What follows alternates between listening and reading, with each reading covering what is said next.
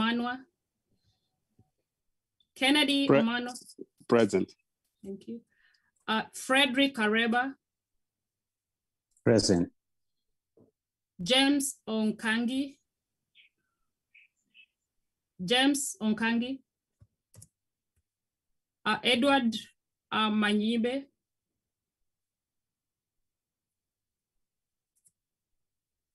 Aoma Muma. Present. Consolata Omingo.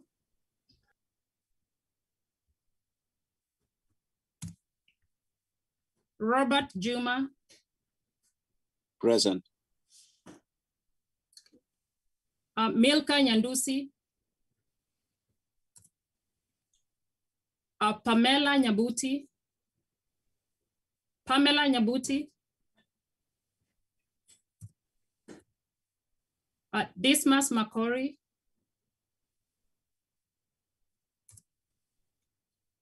Teresa Muma.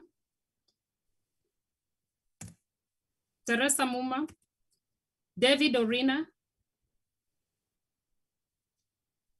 David Orina. Mary Nyabwanga. Mary Nyabwanga. Pamela Nyakundi. Present. John Ombego. Present. Alice Oeri. Alice Oeri. Present. Thank you. Henry Michael. Henry Michael. Stella Kiraka. Stella Kiraka. Lame Kosebe. Lame Kosebe. Vincent Magasi. Vincent Magasi. Henry Makori. Present. Thank you. Geoffrey Buko. Geoffrey Buko. Hezron Ndubi. Hezron Ndubi. Samuel Onwonga. Samuel Onwonga. Moses Rogito. Moses Rogito. Dennis Omosa. Dennis Omosa. Stella Ondieki. Present. Thank you. Peter Moriasi. Peter Moriasi. Jared Onyambu.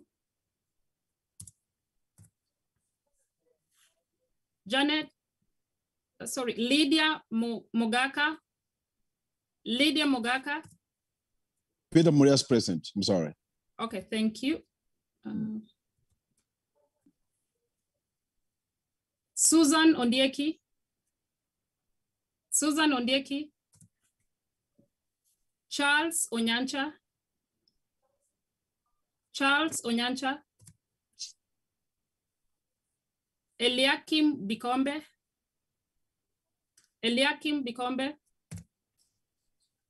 Peter Matoke. Peter Matoke. Nancy Nyamoko. Nancy Nyamoko. Dennis Magati. Dennis Magati. Shem Makori. Shem Makori. Frederick Ayunga. Frederick Ayunga. Richard Ongeti. Richard Ongeti. Ronald Ngisa. Ronald Ngisa. Judith Okindo. Judith Okindo. Dominic Mangerere. Dominic Mangerere. Pascal Momanyi. Pascal Momanyi.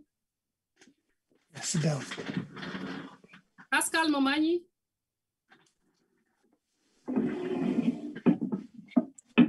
Pamela Onyimbo. Pamela Onyimbo. Charles Maranga. Charles Maranga. Dixon Murumbwa. Dixon Murumbwa. Damaklin Keraka. Damakrin Keraka. Alois Matara. Alois Matara. Edwin Muma. Edwin Muma. Dovison Kereri. Present. Thank you. Kefas Matoke. Present. Naftal Siocha. Naftal Siocha. Isaac Menge. Isaac Menge. Efsiba Nyagwaya. Present. Thank you. Kalista Omundi. Kalista Omundi. Jared Onguso. Present. Esbon Kibogo. Esbon Kibogo. George Matoke. George Matoke. Sandra Simi. Sandra Simi. Present. Thank you. Bernard Awata. Bernard Awata. Samuel Bokari.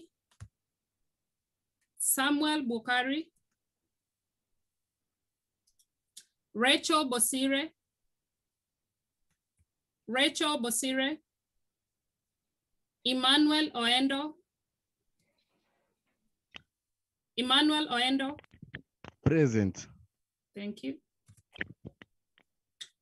Lame Karika. Lame Karika. Evans Kangwana. Evans Kangwana. Fred Okemwa. Fred Okemwa.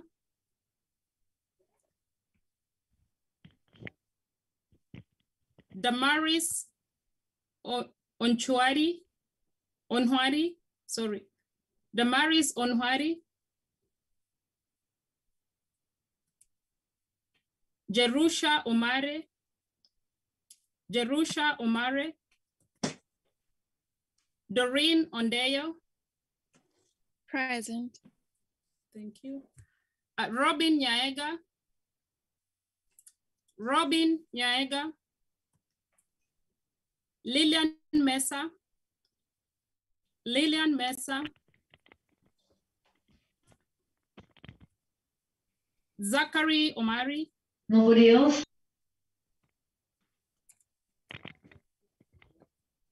Okay.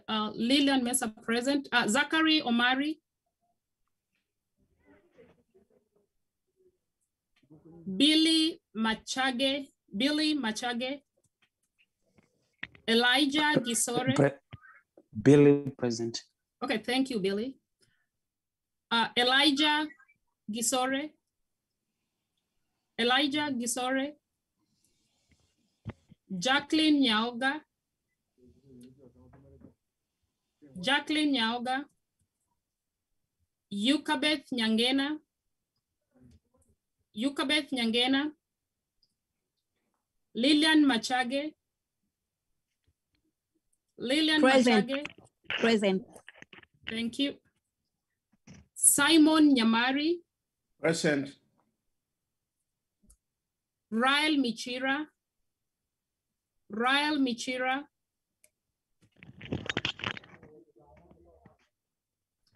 Diana Umbui. Diana Umbui. John Ntabo. John Ntabo. Okay.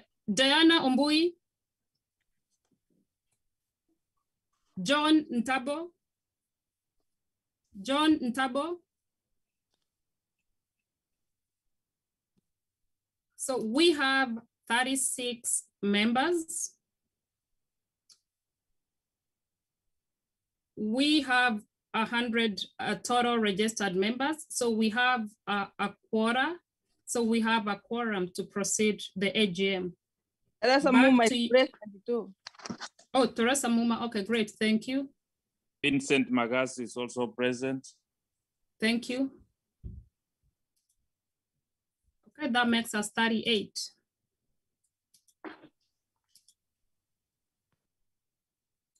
Right. Back to you, Mr. Chairman. Thanks, Madam Secretary. I'll turn this one over to Madam Vice Jerusa. Thank you, Chair, for this time. Good morning, good evening, everybody. My name is Jerusha Mangera. I'm the Vice Chair of Granite Sacco. Distinguished guests, members, and those who are watching us who have tuned in through Zoom and other social medias. Welcome to our first AGM meeting.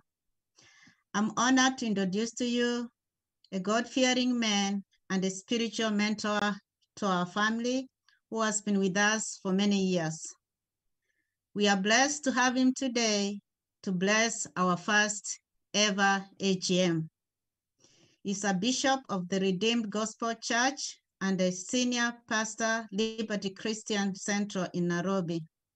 He's the chairman of the Kenya Council of Churches, Alliances and Ministries.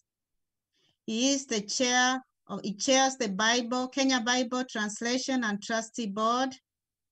Beside his ministerial Bible studies, he's a professional. He has a bachelor's in BCom. He has a master's in leadership development and is a final candidate, PhD candidate in organizational leadership development from Pan-African Christian University. He has an honorary doctorate of humanities and divinities from the United Graduate College and Seminaries from here in the US.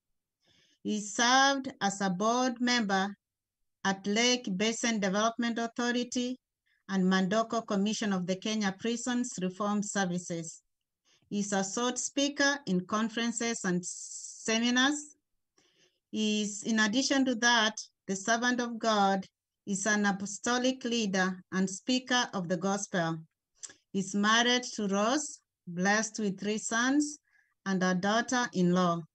Please join me in welcoming none other than Bishop Kefa Nyamweya Omai to give us a brief remark and opening prayer. Welcome, Bishop Omai. Thank you very much, Sister Jerusha, and greetings to all of you that are in the diaspora.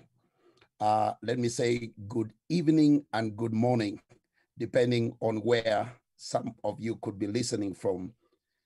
As you have heard, Bishop Kefa Omai, and I won't want to repeat really what Sister Jerusha has ably done, but it's a great joy for me to join you in this AGM for the Granite Diaspora Sacco, a great initiative that I've heard of, and Sister Jerusha indeed shared with me on the vision, the mission of the Sacco. So without getting into so many things, I want to just read the scripture. As you have heard, I'm a preacher and a spiritual leader by the grace of God.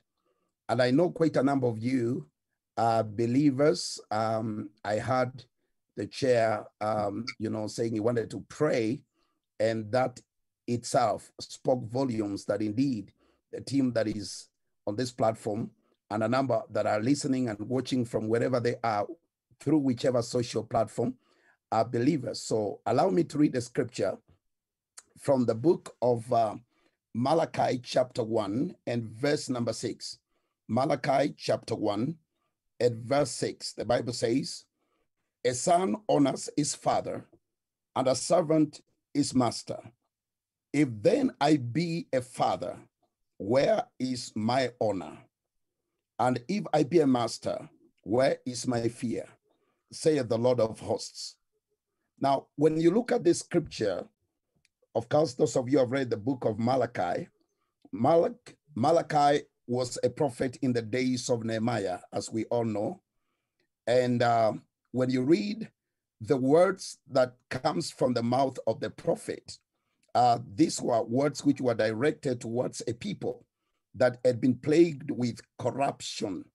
And he comes out strongly by the word of the Lord and says, if I be your father, where is my honor?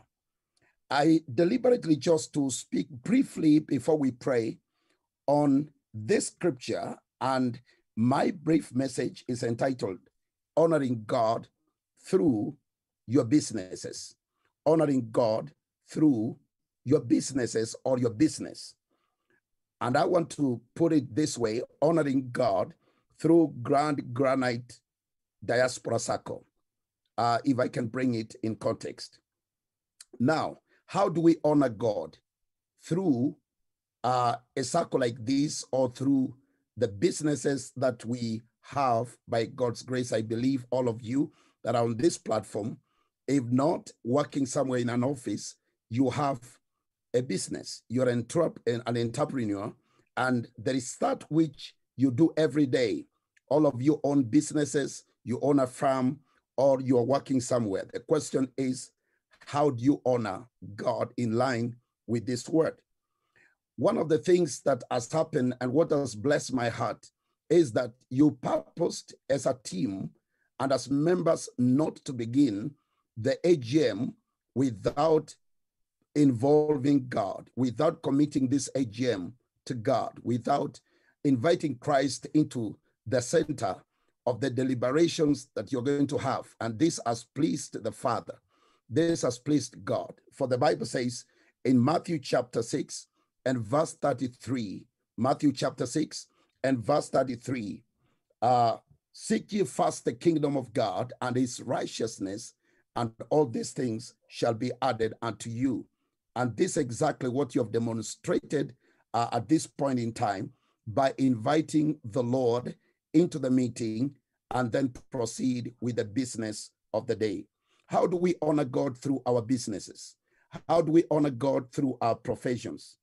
Number one, whatever we do in the name of a business, in the name of a Sacco, should be aligned with God's word, should be aligned with God's word, should be aligned with scripture, should be aligned with God's will. When you align your business, when you align your job, and when you align anything that you do that is called a stream of income with God's word, which is God's will, you can be assured God will bless it.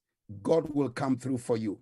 And I want to declare that even as you continue with the Granite Diaspora Sacco, by the reason of honoring God and allowing Christ to be in the center of your deliberations, allowing Christ to be in the center of this great Sacco, the truth of the matter is God will bless this Sacco in line with Matthew chapter 6 and verse 33, as we have read.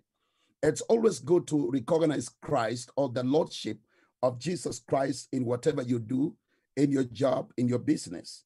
You recognize the Lordship of Christ over your business, over your job, and whatever you do. And always do what is in line with the word of God. Do what is in line with the word of God. The Bible says in the book of James, and this is the last scripture, in James chapter 4 and verse 17, James chapter 4 and verse 17. So whoever knows the right thing to do and fails to do it, to him it is sin, and before God it is sin. It's my prayer that Granite Diaspora Sacco shall be a Sacco that shall align itself with God's word, align itself with the will of God.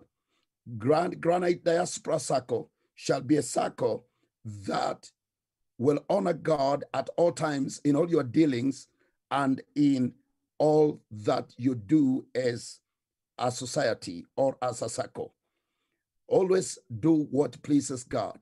For example, let every member of this Sacco be a man or a woman that keeps his word. Be a man or a woman of integrity. Let your yes be yes. If the leadership, for example, and the AGM passes a matter, let your integrity be seen. Let your yes be yes. In that way, you'll be honoring God by keeping your promises with action. The Lord bless you so much, even as we now align the deliberations and the AGM this moment in time in prayer. Shall we pray? Our loving Father, in the name of Jesus Christ, we thank you and we honor you for the opportunity you have given us, oh God, to honor you in this AGM. I want to thank you for my brothers, my sisters, my father that have come together with the agenda of pulling their resources together so that they can be a blessing, my Father, not only amongst themselves, but be a blessing to the communities around. Father, I want to thank you even for this great initiative.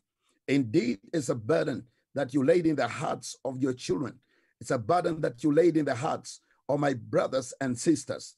And now, Father, that they have heard your word, that you can be honored and you should be honored in this great initiative. I declare your blessings, my Father, upon this organization, upon this vision, in the name of Jesus. We commit the chairpersons, we commit the secretary, the treasurer, and the entire leadership into your hands. That, Father, they will stand for what is truth, and they will stand for that which is in line with your will. Father God, I pray that it will be a Sacco that shall bring transformation in the lives of families, in the lives of communities. I pray that you will use, my Father, this great Sacco as a channel of blessing, and much more so, my Father, that through this channel, the wealth of the wicked and the wealth of the righteous, my Father, shall find its way to this Sacco, and in turn your people shall be blessed. And now I declare this AGM officially and spiritually covered in the name of Jesus. Bless your people, even as they align their deliberations, their talks, my Father, and the conversation around the agenda for today into your hands. Bless each and every family that is represented in this Sacco tonight. Lord, I pray that your hand be upon the Granite Diaspora Sacco. May out of this, my Father, many more branches and many more, Father, be opened to the glory of your name. In Jesus' mighty name, we pray. Amen. Amen. Thanks, Brother Keba. Amen. Thank you. The Lord bless you. Thank you. If I sign off, please understand it is evening over here when it is morning on your side. And it was a great honor. The Lord bless you. I declare the blessings of God upon each one of you, Amen. Your families, and the entire Sacco. In the name of the Father, Amen. The Son, Amen. The Holy Spirit. Amen. Amen. Amen. Bless you. Thank you. God bless you. Thank you so much, Pastor, Bishop, sorry. I will turn it back to Mr. Orina for our national anthem.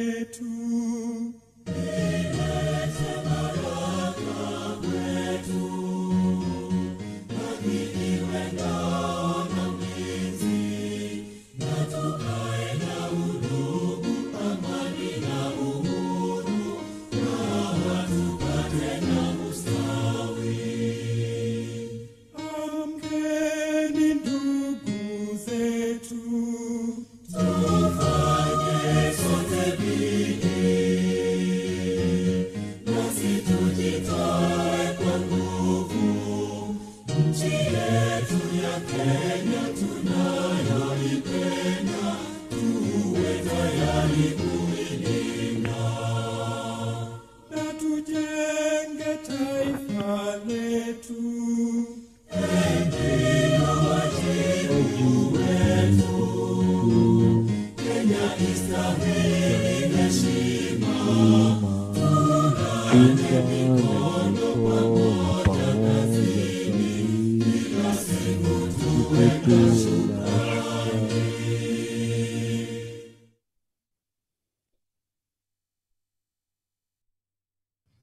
Thank you so much.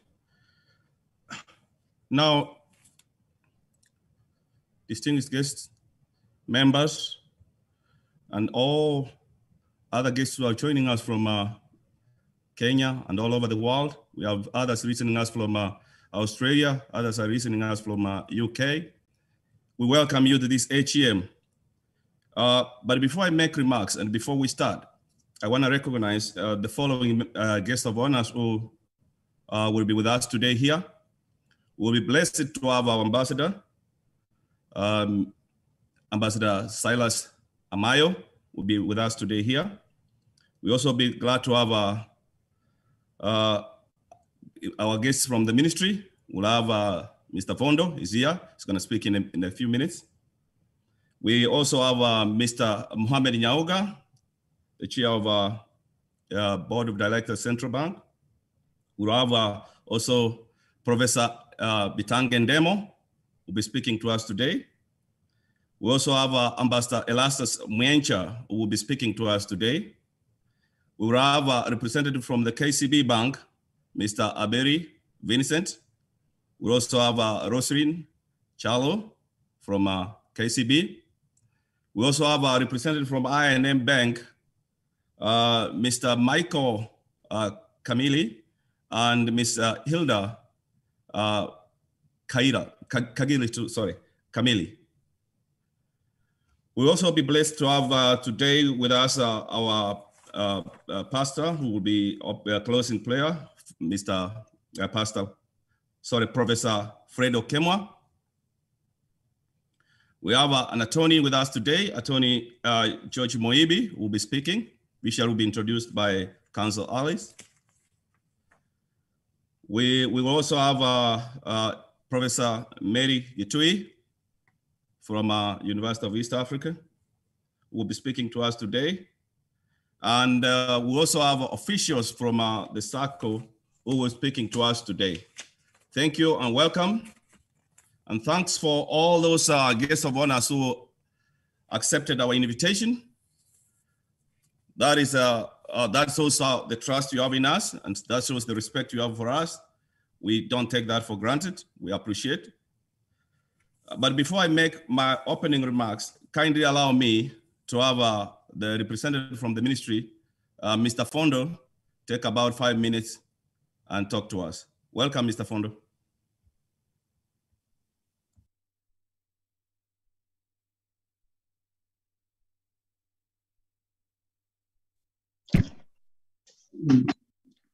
Good morning, members of Granite. Good morning. Good evening for those who it's evening. It is with great pleasure that I would like to say I appreciate the opportunity to share this glorious day with you. I don't have much to say today because today, this meeting, this occasion is not for us speakers, but it is actually a day for members to interact, exchange their views, and chart their way forward to see how they can achieve what they came and achieve their purpose for them being in this cooperative society. So for me, I will be behind the scenes, just watching what is going on and a bit guiding you on the procedures as we proceed ahead. But today, members, all I just want to notify members is it is for you to be proactive today, because today is your day. Today is the members' day. Today is the day that your views can be heard and you can give directions on how you want your cooperative society to progress from here on forwards. And today is the day that you have that chance to raise your concerns pertaining to your interests in the cooperative society. So please, members, be proactive. It is your interest that you're looking out for. and participate when you're called upon to participate, so that you can embrace and feel as one of the team when you make your decisions, when you make your deliberations. Because at the end of the day, it will not be an issue of, oh, so the chairman said, or no, the secretary said, or Mr. So-and-so said, or Dr. So-and-so said. Whatever will come out from this meeting will be an issue of me, as one of the members of Granite, agreed on A, B, C, D. So that's the reason why you have to be proactive. And today is your day. I will not take much of your time. Mine was just the introductory part. And to thank also the gracious Bishop who just took us through a very wonderful sermon and a wonderful prayer. And also thank the management committee for Granite, the board of directors for Granite, to give us also an opportunity to be part of this glorious occasion of yours. So with those few remarks, I'd like to say asanteni sana and hand over the baton back to the chair while we sit and watch you celebrate your brilliant day today. Thank you, members. Asanteni. Thanks, Mr. Fondo. I can't thank you enough, but I will give 2 minutes to Dr. Jake to officially talk about Mr. Fondo for just 1 minute. Yeah, members, thank you so much. The guests who have joined us here today. My name is Dr. Jacob Ongaki. I'm the treasurer for the Granite Diaspora Sacco, and also part of the founder when this all started. So I just would like to welcome everybody, all the guests, all those who have embraced our vision, our values, and we are now bringing new ideas, as Mr. Fondo said. So I have received a lot of counsel from the ministry. They have been very candid with us. They have been very open with us. They have given us guidance. We have stumbled on the way, but they have given us the direction. Their purpose mostly is just to make sure that we're running the Sacco according to the Act, and just to make sure we are actually abiding to what we said to do. So, Mr. Fondo, thank you so much for joining us here today. And all the other guests, like you said, it's supposed to be a celebratory day. And I think we are not even a year in yet, but we are still only about a few months. So I'm so happy. Thanks again, members. We won't be here without you. And most important, Mr. Fondo, for the guidance that they provided from the ministry. Thanks, Mr. Chairman. Thank you, Dr. Jake.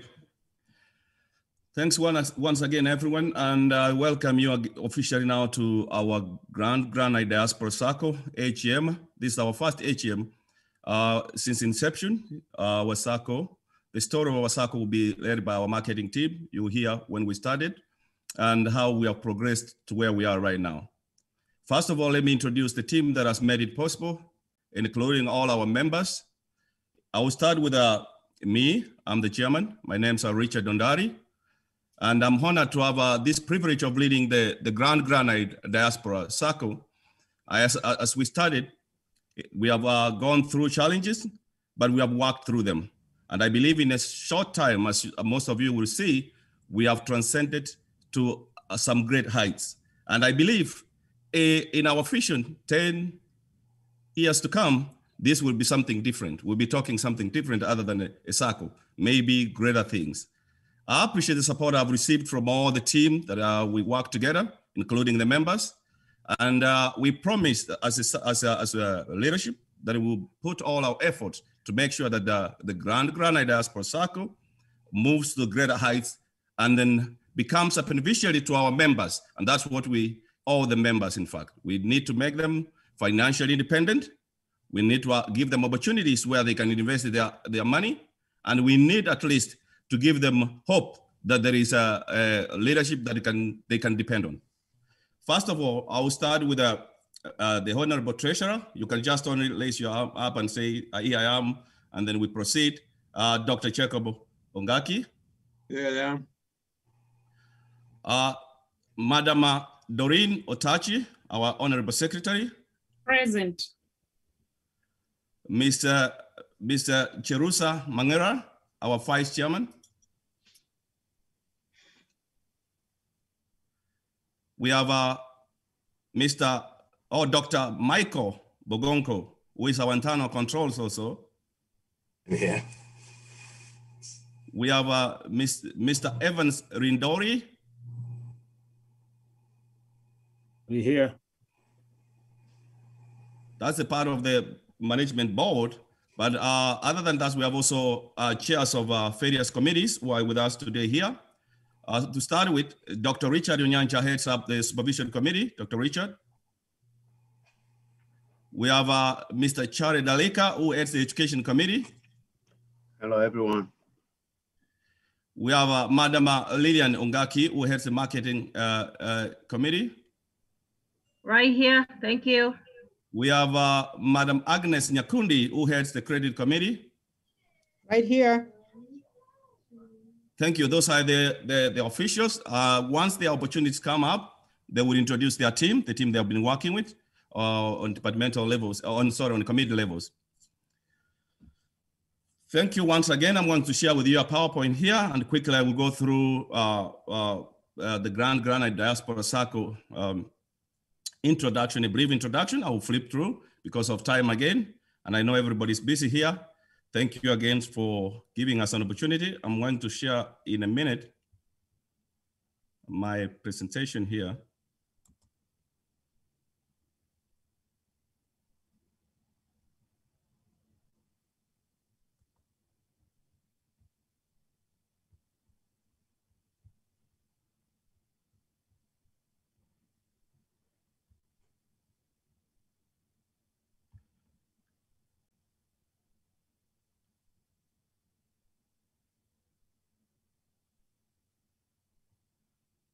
Serena, if you can. No, it was disabled. It should be on now. Oh, okay. I was trying to share.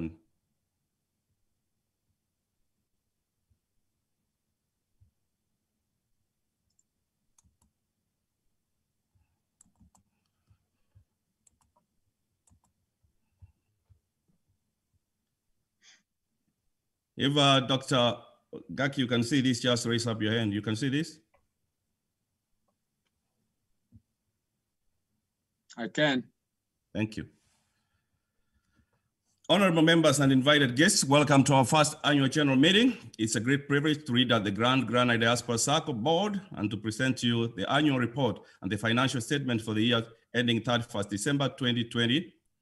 As the first chairman of the managing board, I want to thank the Sacco committee and members who have worked as volunteers to enhance the daily lives of our valued members.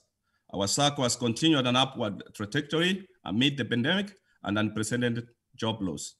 It may be a different setting than what we are normally used to. However, it's wonderful to see many of you joining us from different states and from other countries. Thank you for joining us. Allow me, members and our guests and those who are joining us today, to present the Sacco areas of performance and the areas of interest too. In the membership, we started this Sacco, as I said, you will hear from one of us how we started this Sacco. The idea came up about 2 people, and now we have grown from those 2 people up to about, by the end of our financial year, December 31st, we were 80 members. But as we speak right now, we are over 100 members. To be precise, about 103, which surpasses our expectations. Our projections was like by the end of 1 year, we should have gotten membership of about 50 to 80, sorry. But now in total, we have gone past 100. That shows the trust that members have in us. And that shows how we have been performing so well compared to what we expected before. In terms of capital share, the treasurer will highlight key areas of the capital share, where we are standing at this time. I will not take much of the time to go through each, and that report will be read by the treasurer. Also in terms of members' deposits will be tackled by the treasurer, Dr. Jake. He will go through that information. But as we stand as of now, I can promise you that we have at least gone beyond the percentage that we had anticipated before. And you will see those percentages once the treasurer presents the report. Loans, in terms of loans, as of now, this year we have not started issuing loans, but we are expecting to start issuing loans going forward, coming the new year. There are those requirements within the Sacco as per the PI laws that we are supposed to adhere to join, and have been a member for about 6 months. So the inception of this Sacco was around the month of July last year, 2020. So from the 6 months from that time, that is the period that members have to take to have completed depositing their shares, and at the same time accumulated their interest, their savings for them to start taking up loans. So we did not have a loan during this year, 2020, but we anticipate to have loans 2021, 2022. For the investment arm, this is what we had envisioned in our, as we started. We wanted to have an umbrella where members can have where they can borrow, and at the same time when they borrow, they can invest. So we had asked the mandate at the beginning for members to allow us to start an investment arm, which is an arm of the savings and credit. We got that mandate. We have been working hard to open up the investment arm, and it's on the pipeline. We promised members, but in the next 1 month, we'll have the investment arm registered, and all the logistics involved will have been laid down. And we hope this one will be accomplished in less than 2 months again. If we get your mandate as members to continue with the investment arm. We have faced a little bit of some challenges, but allow me to introduce areas of interest and areas of focus for the coming year, 2021, 2022. In terms of the financial report, I said it will be tackled by, sorry, this screen is messing me up. It will be tackled by the treasurer. So our strategic plan for 2021, 2022, as we begin a new year, we are pleased to report that the end of our successive 2020, 2021 strategy and usher up an exciting and equally challenging journey to the new 2021, 2022. The strategic plan, the new will be a result of an extensive exercise that involves you as members and us as management and champions and all the staff that we might have working for us during the year 2021, 2022 to look inward and outward and see, especially focusing on customer service, compliance, that is the Sacco compliance. As you know, all of us members, we are governed by the ministry and we are governed by the Act 490, which has all the rules and regulations that we need to abide to. So we will look into that and we'll continue asking for support from all the members as we put forward the strategy, especially the one I've just talked about, the investment arm, and we ask you to give us your trust so that we can accomplish all those that we have set forward. In my detailed report, you will have all those strategic areas that we are looking at. And I hope, particularly, we need to check on ICT.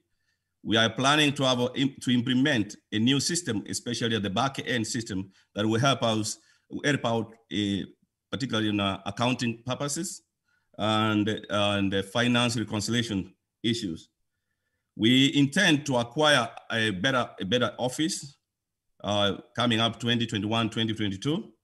So these are things that will be coming to you members for a mandate. We also think of increasing our membership. At first, we had, as we said, we had positioned ourselves like within 1 year, we'll have about 80 members, but we have surpassed 80 members. We are now over 100 members. We are looking into having more than maybe 200 coming another year, but we anticipate that we might have over 200 as we are expecting.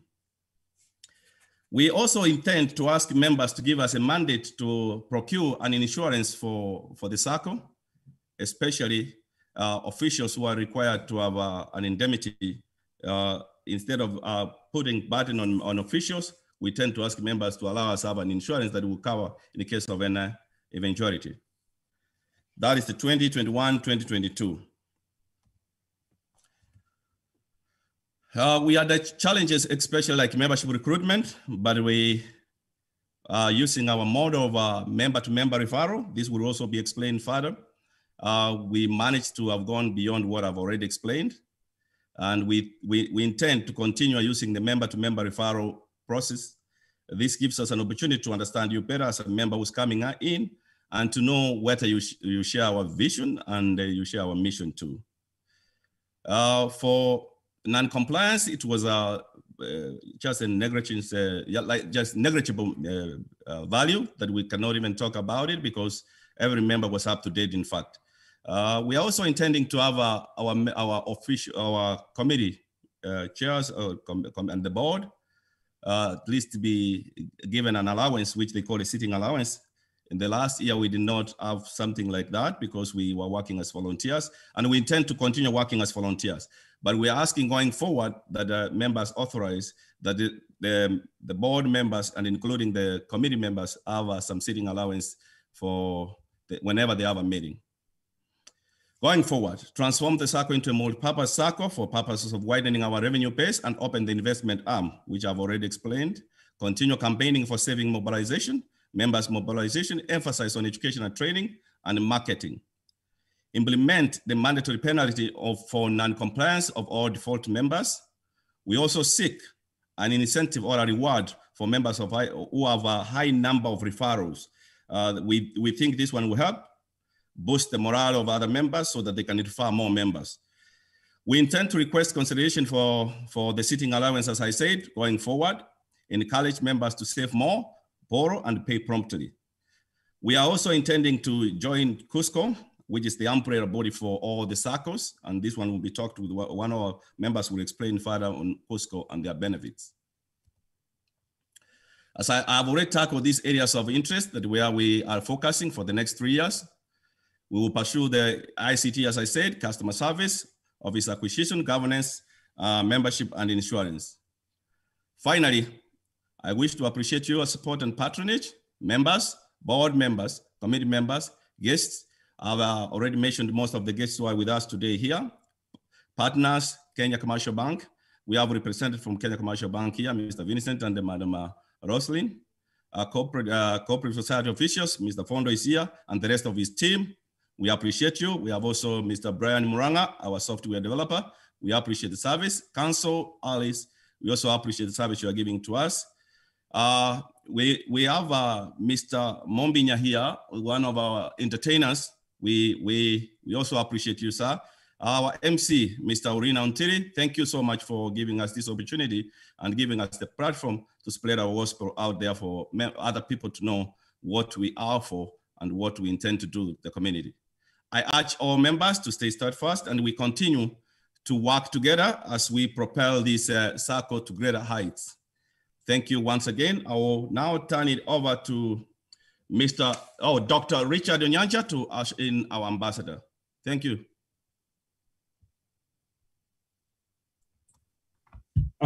Thank you very much, Mr. Chairman. It's now my distinct pleasure to introduce the Sacco to the Ambassador of the Republic of Kenya to the US, Ambassador Lazarus Amayo. We're really pleased to have you join us, and we're glad that you're able to fit us into a very busy schedule. To the Sacco, I'd like to say that Ambassador Amayo comes to us with a very rich background in the diplomatic service, a service that he's been in, I think, since 2004. And even prior to that, he had quite some experience working in government as an assistant minister and also in the parastatal sector. So he has a very rich background, and we are grateful that he's going to be able to join us and share some words of encouragement and ways in which his office can maybe help the Sacco, not only do well in terms of the investment and the saving that we're talking about back home in Kenya, but also in terms of creating greater fellowship here in the diaspora. Mr. Ambassador, very quickly, I would say that The Granite Sacco is composed of members from all over this country. So as you see, I think right now there's about 61, but we come from all states around the country. And we're really happy to have you on board. So I won't take too much of your time. Welcome, Your Excellency. This is your time now. Thank you very much, Professor Onyancha. Mr. Richard Ondari, the chairman of the Granite Diaspora Sacco, the chief guest speaker, Mr. Mohamed Nyaoga, the chairman of the board of directors of the Central Bank of Kenya, honored guest speakers, the management and members of the Granite Diaspora Sacco, ladies and gentlemen. May I begin by first thanking Professor Richard Onyancha and the management for the invitation extended to me to join you this morning for those of us in the US, and in the evening for those in Kenya, inviting me to join you at your inaugural annual general meeting.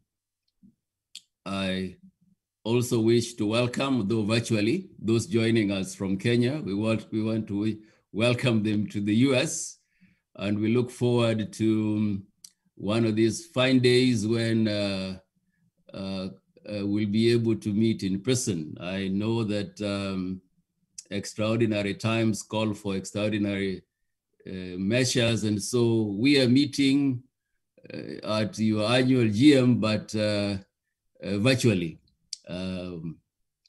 I hope you're taking time to be vaccinated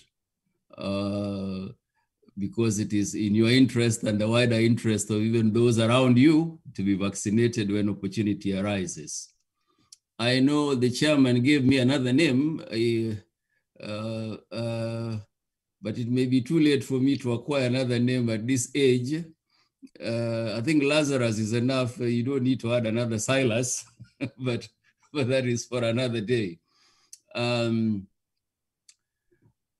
Mr. Fondo has already spoken, and the chair too has spoken.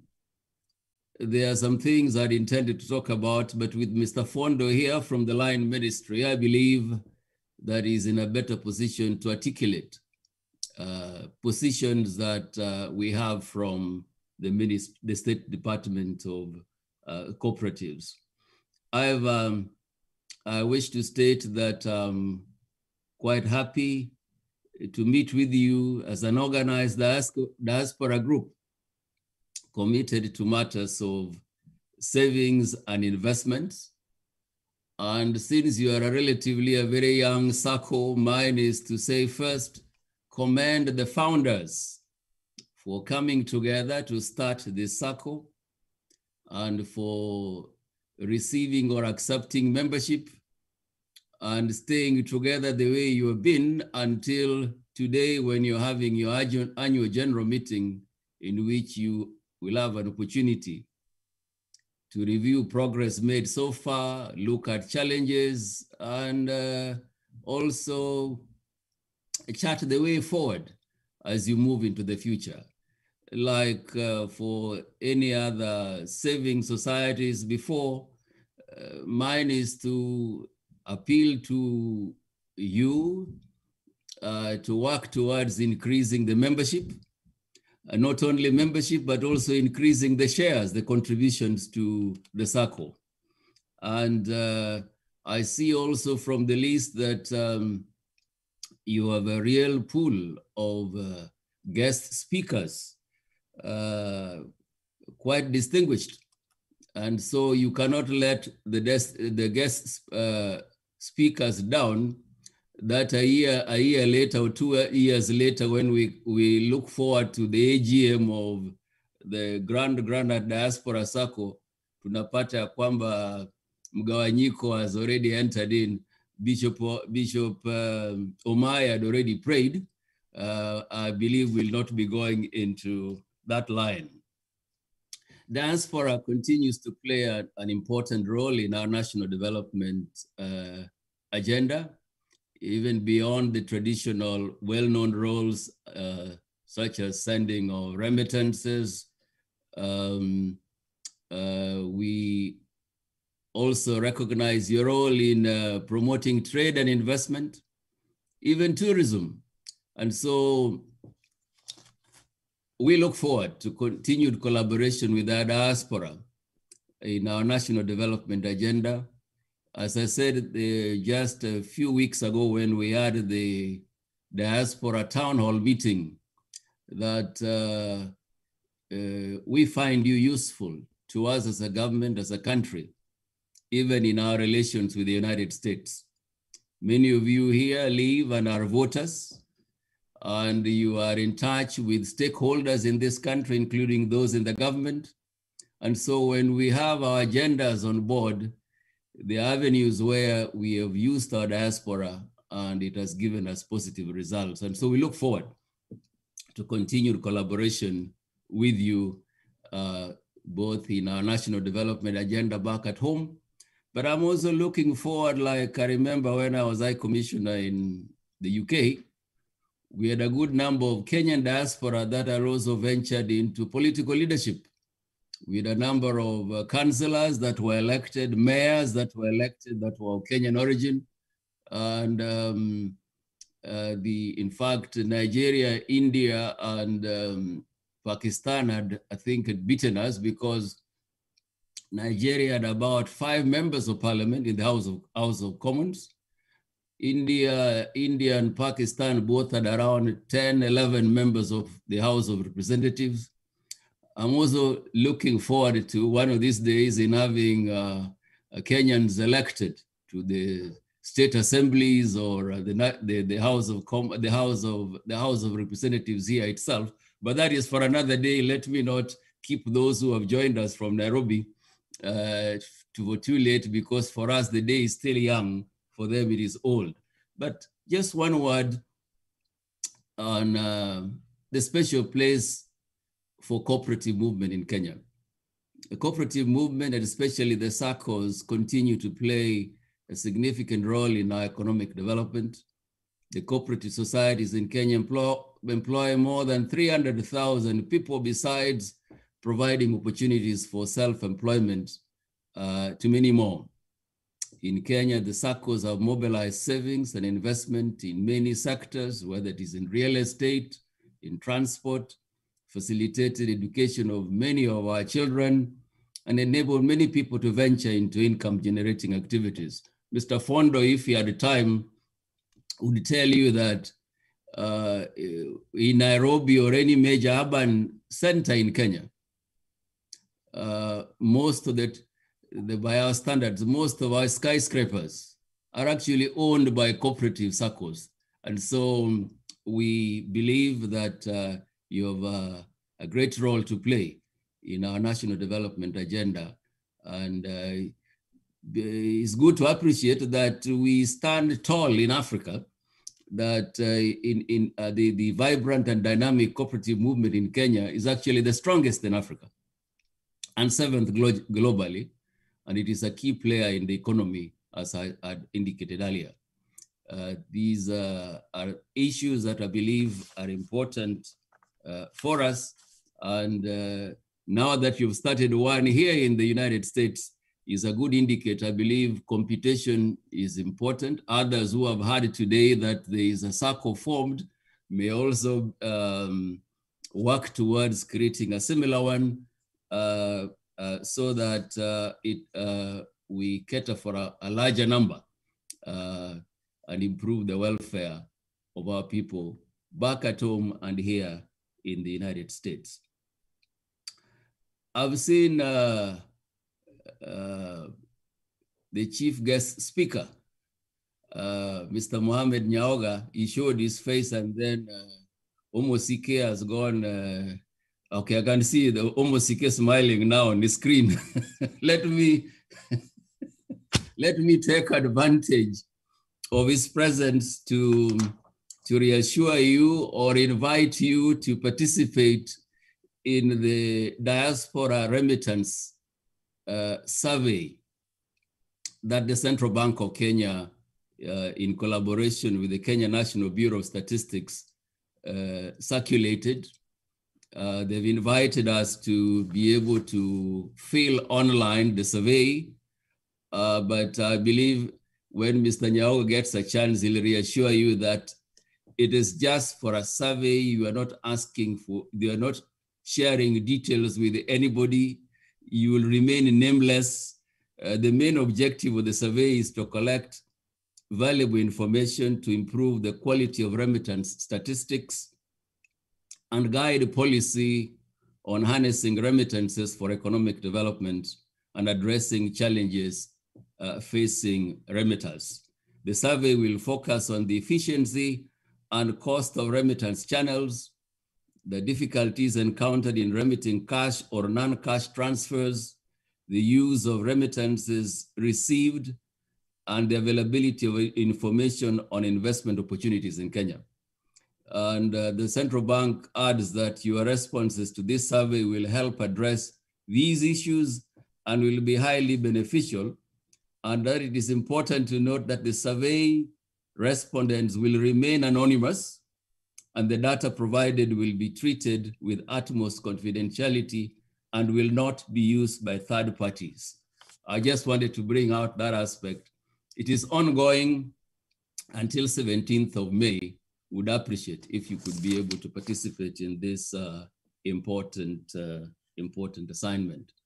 Mr. Ondari, before I sign off, let me also use this opportunity to remind, I believe we had already circulated through the website of the Kenyan Embassy to the United States a notification or invitation to participate in a meeting between Ambassador Johnson Weru, the Principal Secretary, the State Department of Trade and Enterprise Development, who is the chief negotiator for Kenya in the Kenya-US FTA negotiations, which will take place on Tuesday, that is the 30th, the day after tomorrow, the 30th of this month, from 12 o'clock Eastern time here, 19 hours or 7 p.m. Nairobi time. We encourage the diaspora to register and participate. Your input is important as Kenya and the United States enter into the third round of negotiations. As we had briefed you earlier, the first phase ended with each party articulating or giving out their negotiating objectives and the scope of the negotiations. Round two, which also was, which commenced, which ended in November, also looked at the exchange of texts. And we were now to go for round three to look now to discuss and agree on the texts that were exchanged. And by the time they were going, I think we had 24 chapters prepared, but I think 11 had been discussed. And so would be grateful to receive your input, since at the end of the day, implementation of the FTA will in one way or another involve you or affect you, because as I said, you're an engine and on economic relations between Kenya and the United States. Just a brief 1 minute statement is to indicate that the broad objectives were, among others, market access, especially post-AGOA. AGOA is on until 2025. There are chances that it may be renewed. If it is not renewed, we still need a framework for continued relations with the United States, particularly being a non-LDC, and in this case, looking for a predictable one, and to provide access to the US market and stimulate investments also back at home. But we are doing this on full recognition that it will be compliant with our existing obligations with the East African community, and as well as the other regional arrangements with the COMESA and the AFCFTA. And so many of these questions, if you have any, you can be able to raise with us, with Ambassador Weru on Tuesday. So mine is to encourage you to be able to get an opportunity to participate, give your views, your suggestions, because I said at the end of the day, you are drivers of economic relations between Kenya and the United States. Last but not least, I also came with my two colleagues, is just to introduce them. We have Mr. Robert Ngonga, the trade attaché, and we also have Mr. David Koech, the second counselor in charge of education and diaspora. And so once again, it's an honor and privilege to have met with you virtually.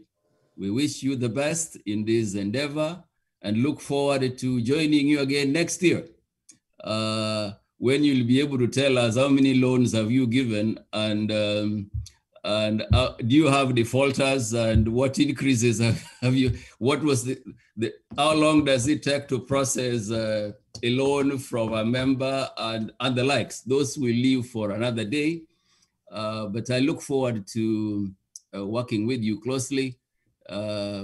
I know you might have had other issues, but we'll be having regular meetings with the diaspora. Now we've had 3. Some of them will be dedicating to consular issues, but technology is also helpful. When we have a diaspora meeting, we'll be able to provide rooms where those perhaps that are purely on consular can be handled to allow us to tackle other issues at the same time.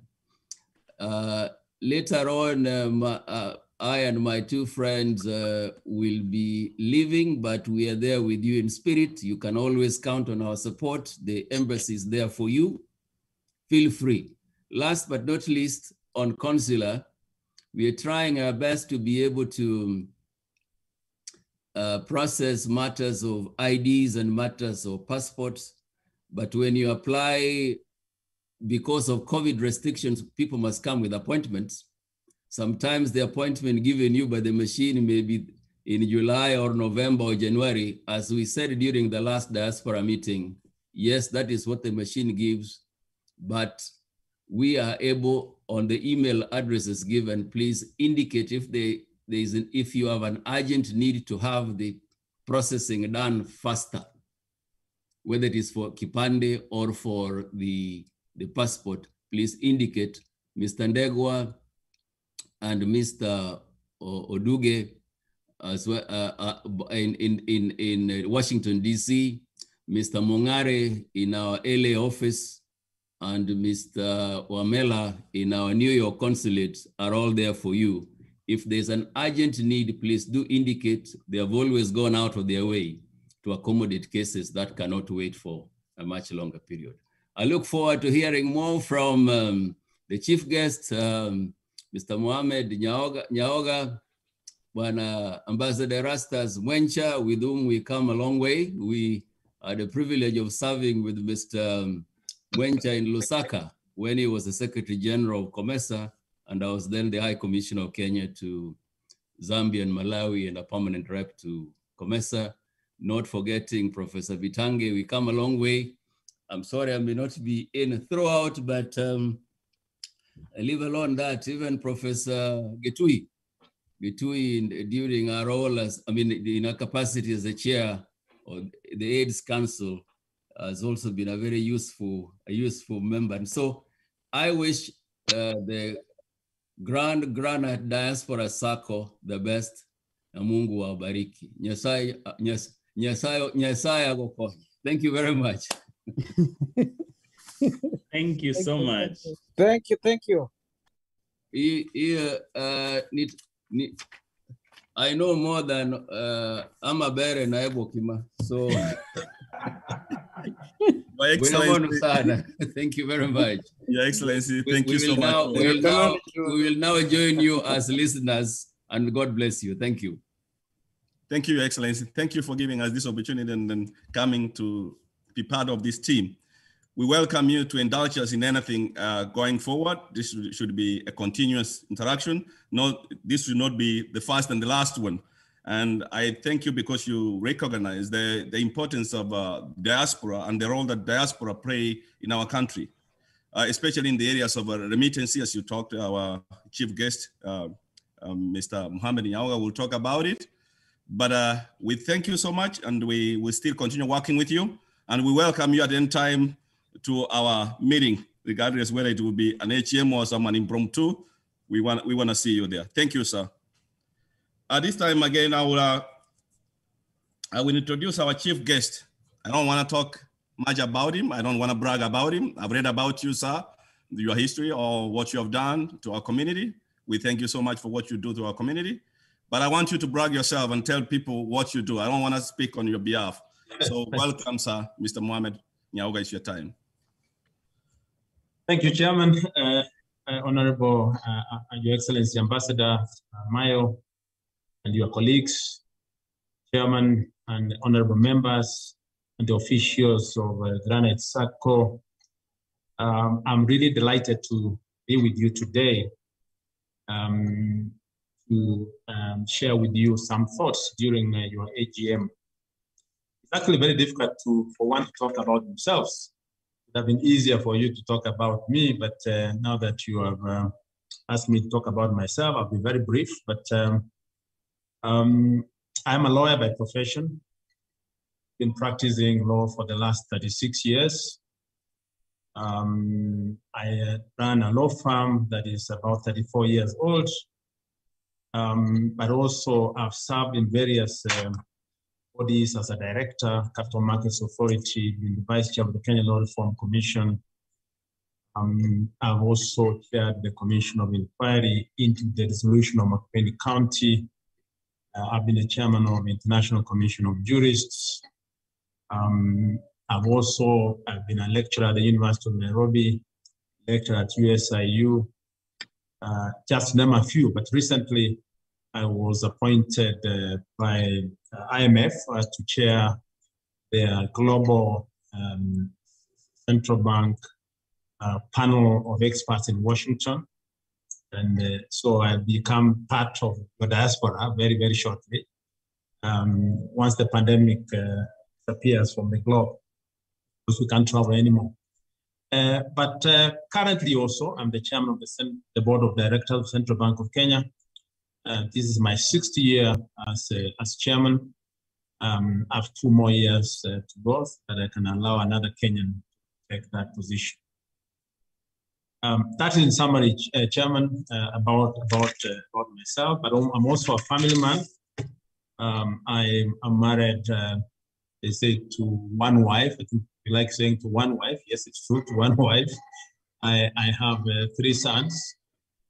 2 of them are finished university. They finished university from the UK. One of them is in Tufts University in Boston. They have an interesting program. Because next year he heads to London School of Economics, where we'll do his 3rd year. That's in summary about my family. Now, let me get to the business now. I think, as I said, I'm indeed very honored today to be part of this AGM as your guest. I'm really indeed delighted to join you as the main speaker on financial opportunities for Kenyan diaspora. Let me first of all take this opportunity to thank the organizers of the virtual event for taking courage to talk about investment opportunities in these uncertain times. Both businesses and households are currently facing unprecedented challenges in the face of the COVID-19 pandemic and its containment measures. In addition to the devastating health impact, the pandemic has completely changed the way we do things. We now have the new normal or the new abnormal. Businesses have been interrupted, and so have investment plans. Many households are thinking more about survival and less about investing as the pandemic ravages across the globe. Many existing businesses are also fighting to stay afloat rather than to expand. Nevertheless, All this is not gloom. Ladies and gentlemen, for those of you considering investment opportunities back home, the assurance you have is that the environment is still attractive. Kenya's economy has remained resilient, growing at the average of 5.4% in the past 4 years, that is 2015 to 2019. Despite drought shock, prolonged election period, and the interest rate cap over the same period. Compared to peer emerging and frontier economies globally, which contracted sharply 2020 as a consequence of COVID-19 pandemic, Kenya is estimated to register positive GDP growth of 0.8%. The pandemic affected nearly all sectors of the economy, with the services sector suffering the most. Sectors such as education, wholesale and retail, trade, accommodation and restaurants, and the transport and storage were severely impacted. Country, however, benefited greatly from strong performance of agriculture, building and construction, and information and communication. Despite the additional COVID-19 containment measures recently announced by the government, a quick economic recovery is expected in 2021, supported by recovery in consumption and public investment as COVID vaccine rollout expands, and as the government rolls out additional physical, monetary, and financial sector measures to support economic recovery. Therefore, we expect restoration of the usually vibrant economy in the not too distant future. Turning to the investment climate, it is worth noting that Kenya's diversified economy is limited vulnerability to commodity price shocks, being a regional hub for trade and investment, and its reputation as a global leader in financial technology makes it attractive for investment, especially for diaspora who have lived the country and have the muscle to invest. Let me highlight some statistics indicating the financial muscle of Kenyans. And the ambassador here, being a good ambassador, talked about the survey that we are conducting currently on diaspora remittances. The Kenyans in diaspora have continued to influence our foreign exchange volumes. For example, in 2019 and 2020, Kenyans in the diaspora sent home US dollars 2.8 billion. That is about 306.2 billion shillings, and US dollars 3.1 billion, that is 338 billion respectively. In January 2021, and we're talking about this year now, alone, remittances were 274.4 million. That is 30.5 billion. These are huge amounts and have gone a long way to support families and relatives of the diaspora and supported their investment back home. A large share of the remittances is sent by Kenyans in USA, that is yourselves, accounting for an average of about 52% of the total remittances. Even at the height of the COVID-19 pandemic, remittances from the US and Canada accounted for 64% of the total remittances, indicating the significance of North America as a source of diaspora remittances. The remittance flows have been critical in financing part of Kenya's current account deficit, narrowing it to 4.8% of GDP in 2020, and therefore supporting a stable exchange rate. With this huge financial resource flowing into the country, ladies and gentlemen, it is important that they are channeled to the right investment programs. The question then is, Which are these places where you should invest? Where should you target? The list may not be exhaustive, but I'll highlight some of the key areas where you should consider investing. As you may be aware, Kenya's aspiration is to develop modern infrastructure across the country, having operational rail system, modern roads, sewer lines, reliable water supply, reliable and clean energy sources are just but some areas being expanded now. You can come in under the PPP arrangements, that is public-private partnerships, to invest in some of these areas. Alternatively, you can target to purchase infrastructure bonds issued by the government and soon some county governments that offer tax-free returns and whose proceeds are critical in infrastructure financing. Kenya hardly needs to issue Eurobonds given this level of remittance. The other area is technology. Technology is also emerging as an area of investment opportunities. This covers technological innovations in financial services, agriculture, energy,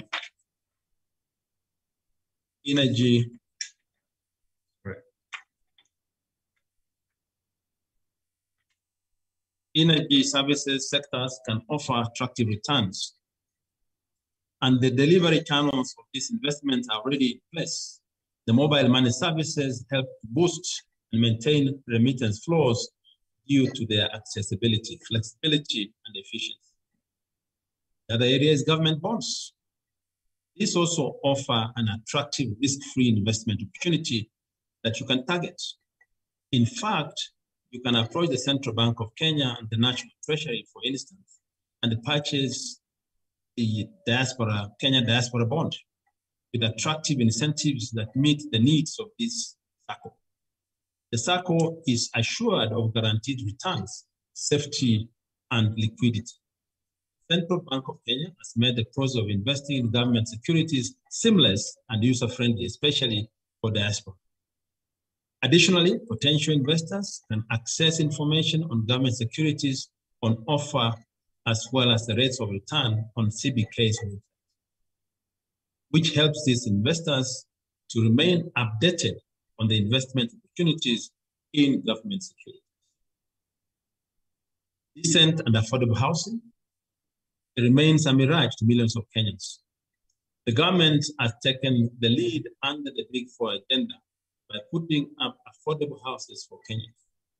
The traditional housing circles in Kenya cannot satisfy the market due to high cost. You can take advantage of this youth housing deficit and come up with programs to invest in affordable housing using modern technology.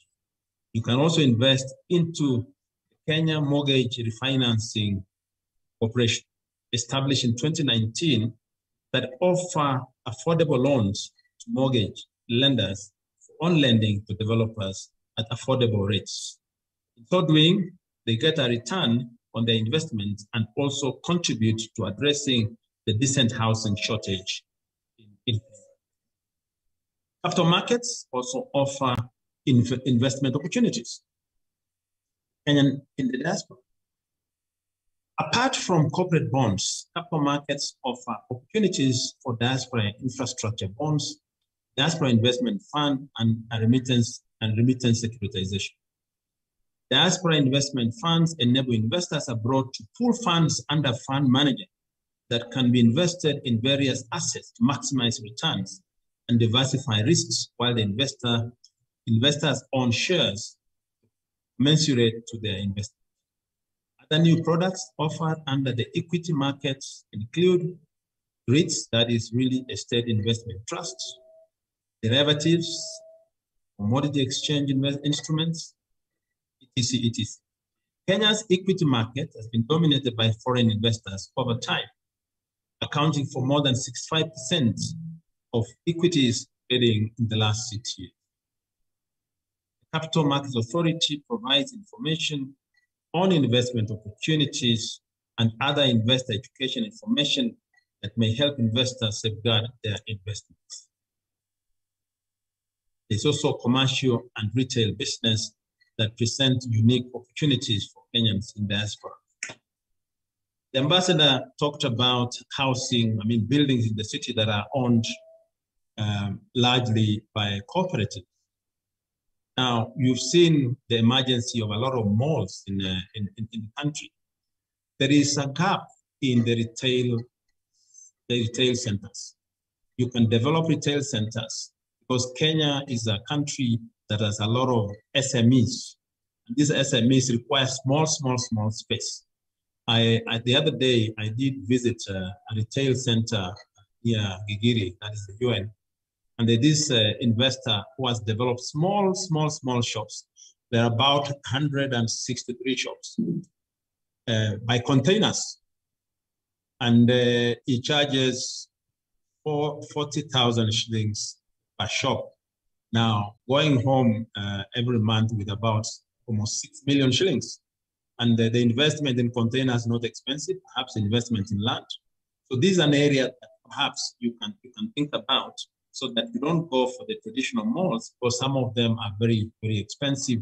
The space is very expensive. But if you develop small marketing centers, the retail centers, that is a niche. And I'm seeing the emergence of those kind of investments in Nairobi.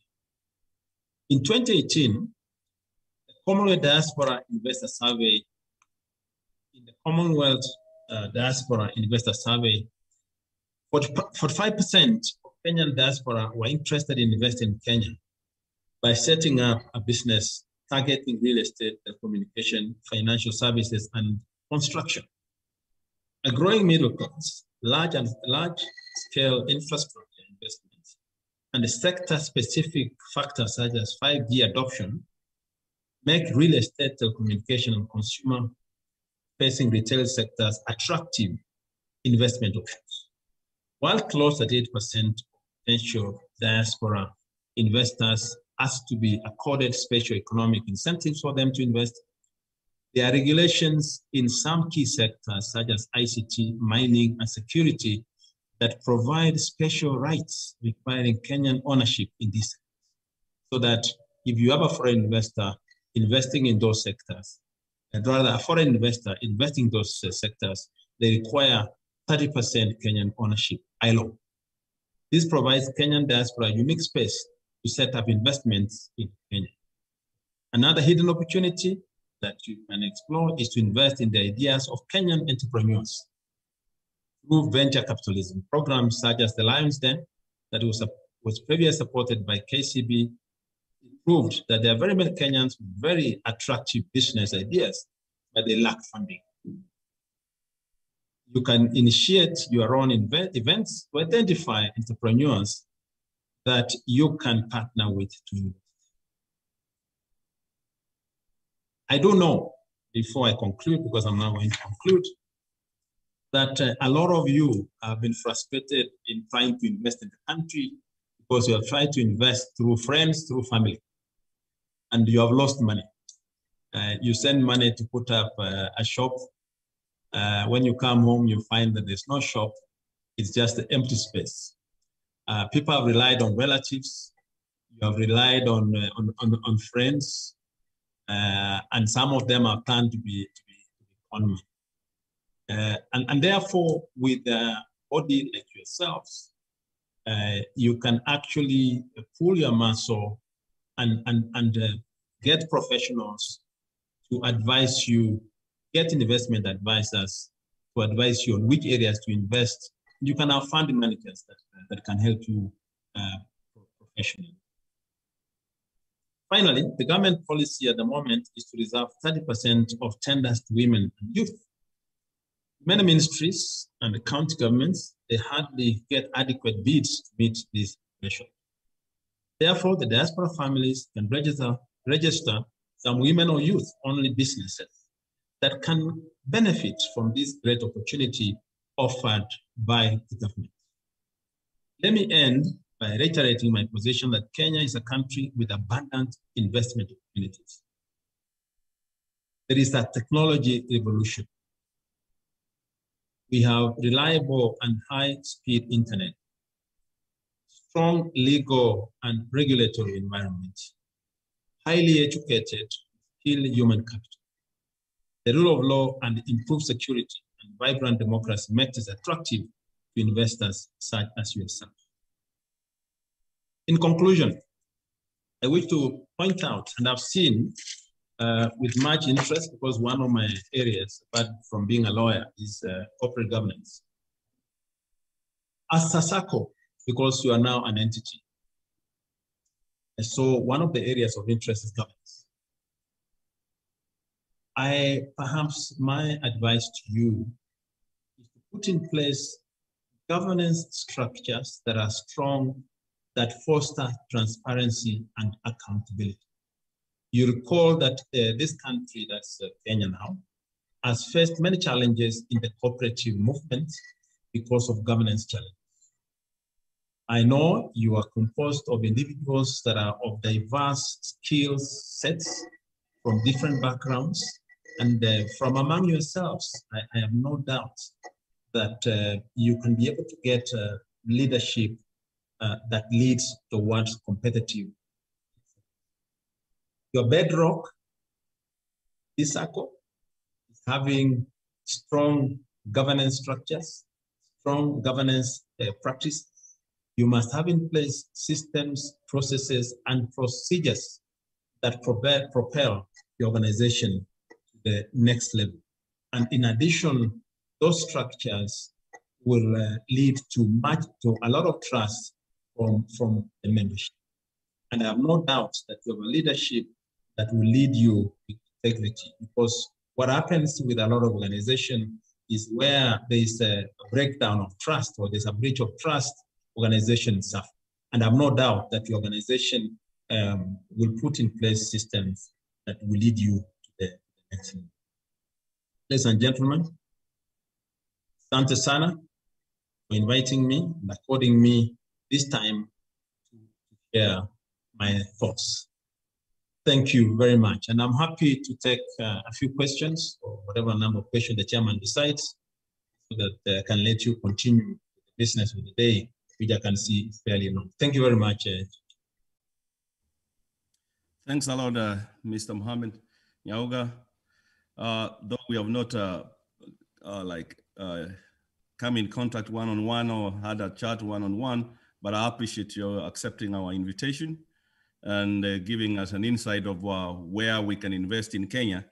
You having a background of from a legal profession, with that one is also a challenge for our members here now to navigate through legal issues and staying compliant as per the government regulations. So you are also a great resource in all the areas, and having known now the remittances are very vital to Kenya. Those are the statistics we need for us to know which areas that we can venture into. Yes, we venture into, most of the circles venture into real estate or in housing, but we have other opportunities of some similar things that you have talked about. We have areas that have never been tapped on. ICT are the same. But we had agreed that members will be sending, and those who are watching us from different areas, questions on the chat here. If we have the chat, I will request you, Mr.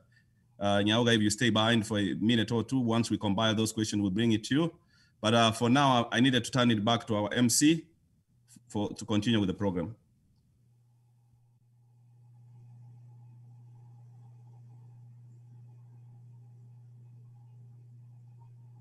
Thank you, Mr. Chairman. Thank you, Mr. Chairman, and also thank you, the guests who have been with us. And before I bring in one who was supposed to sing, I want to welcome Sister Lillian. Sister Lillian, so that we can know that we are here for celebration. Yes, I'm right here. Thank you, Mr. Ontiri, the Gusi Global Radio. Thank you, our ambassador. Thank you, Mr. Nyauga. Your Highness, you are home. We are happy to have you. And if I had a way and I was back home, I'll be beating my drums and going,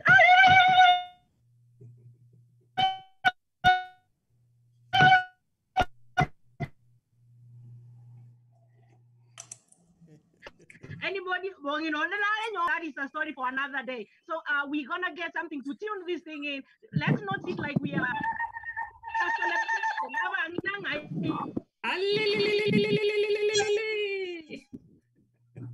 That's good.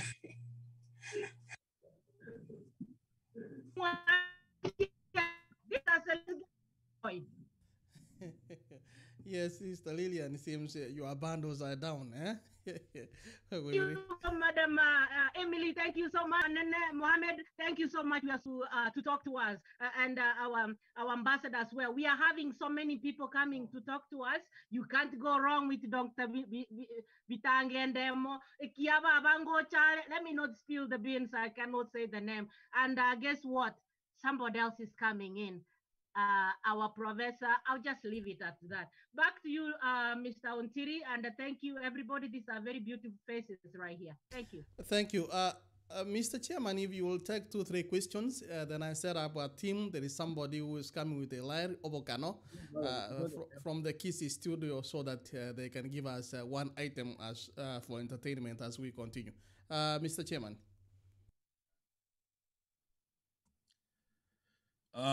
You can bring the entertainer in. I've not seen particular question for Mr. Nyahoga here.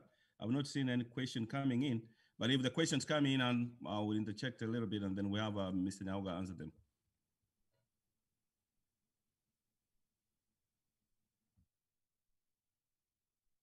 Yes, I see. I see a question.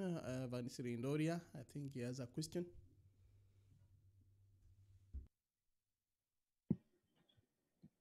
For some reason, we can't hear somebody talking in the background, but we are not able to hear. Maybe it's me. I don't know. I can't. Okay, are you able to hear me? Yep. A little bit, maybe a little louder. Okay. That's better.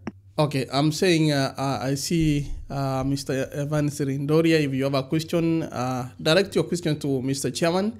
Maybe you can take 2 or 3 as I set up another entertainment here.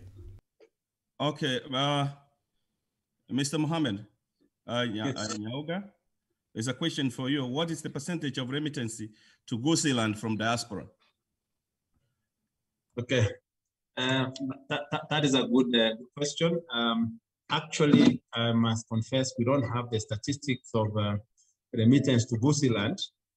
But from the general information we have, the remittance to Gusiland forms almost 35% of the remittance from the from USA, which is huge. Now, just to mention, recently, as you are aware, we launched the Central Bank of Kenya in Kisii.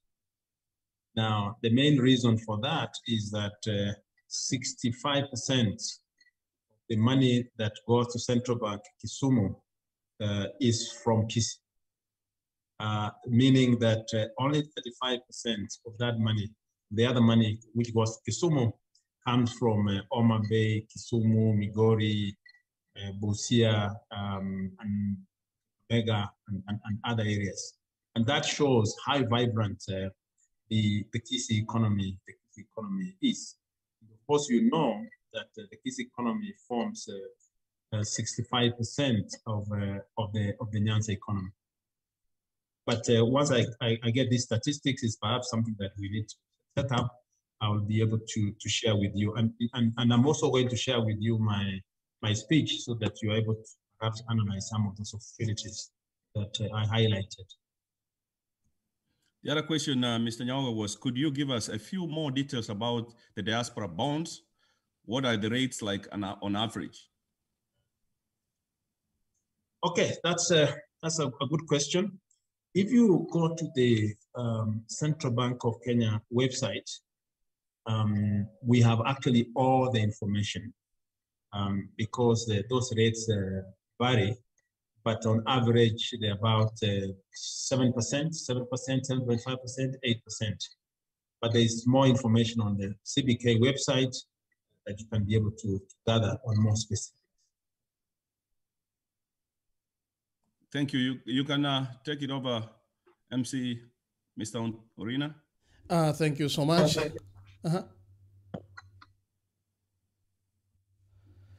Thank you so much. So let me go back to Kisi Studio. I see Brother Edwin. If you can bring in my guest, we have Jared Mombinya. Mombinya is one of the Kisi singers who sings with a lyre, Obokano. And he's going to give us an entertainment. So if you can unmute yourself from the studio, and then I'll be able to let you in.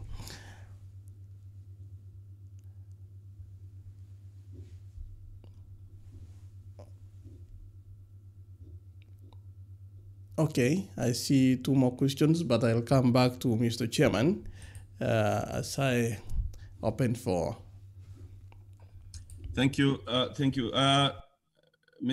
Nyaoga, if you allow me, some of the questions that you might not get onto, we'll compile them and send it to your office, and then you can respond to them and send it back to us, and we can send them to the members, if you don't mind. There's one more question as we wait for the other side to. Are they ready, Mr. Orina? Just 2 minutes. In 2 minutes, somebody's asking, somebody's saying he would appreciate having your speech. You said you provide it. They will be glad if you send it to them. Let me see, there was another question here. Does the central bank give any development or investment funds to enable corporates like us to grow up with strength? No, we don't. As you are aware, we are only banker to government and the county governments, but also a regulator. So we cannot enter the space of providing facilities, loans, and compete with the entities that we regulate. We don't. Thank you. Continue posting the questions. If Mr. Nyawa will not get into them, we will compile them. Our secretary will compile them, and then we send it to his office, and we'll make sure that they are answered, and we will send it back to you. Mr. Orina.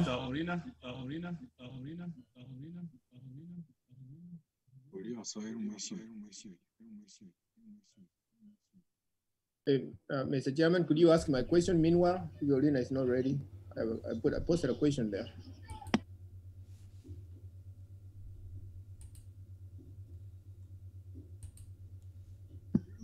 The one about the development agencies. I've seen it here. Okay, thank you.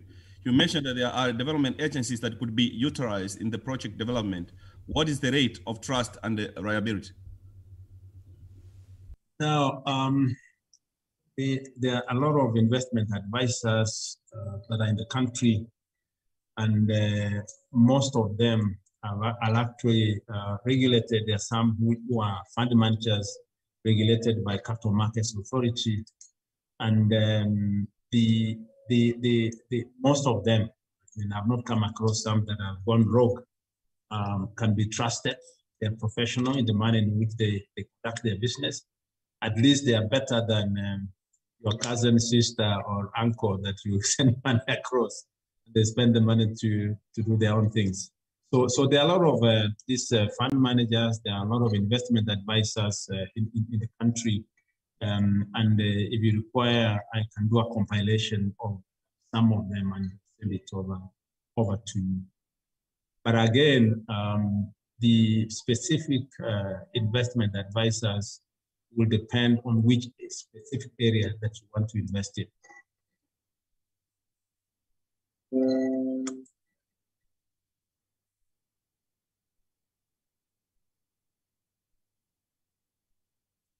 Let me see if there's another question that asked.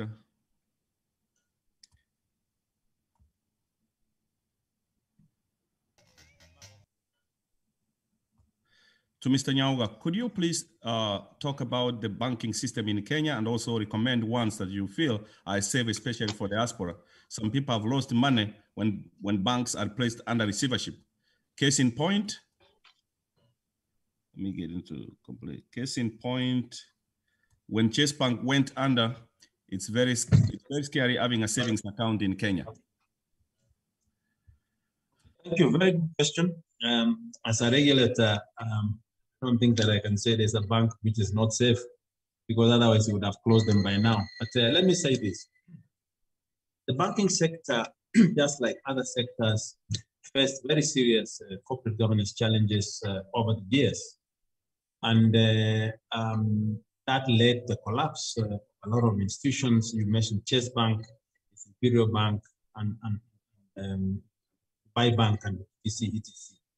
But I must assure you that since we came into office, that 6 years ago, we have cleaned up the banking sector and made sure that the banks are compliant, make sure that the capital ratios are the requirement of central bank, the prudential guidelines are followed, and so that the banks are not engaging in any business that is outside the compliance requirements.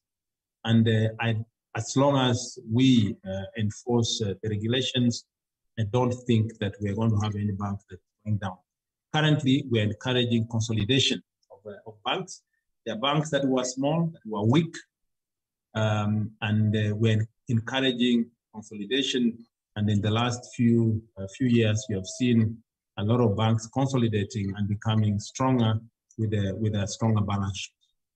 And therefore, I cannot recommend specific banks now that you need to put your money in, but all to mention that the banking sector currently is sound and well regulated.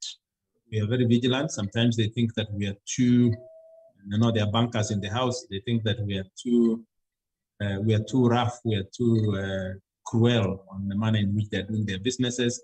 But we're just doing our job to make sure that consumers' deposits are not. Thanks. Before I turn it to Mr. Orina, Mr. Nyaoga, the embassy office is asking you a speech too. I think it's Mr. Koech. If you can, we will send you the email. They have provided an email here. They wanted to have your speech too. Thank you. Sure, thank you. Thank you. Thank you, Koech. Thank you, Mr. Chairman. Take it over, Mr. Orina. Yes. Yes, thank you, Mr. Chairman. And Edwin, can you unmute and bring our guests from Kisii?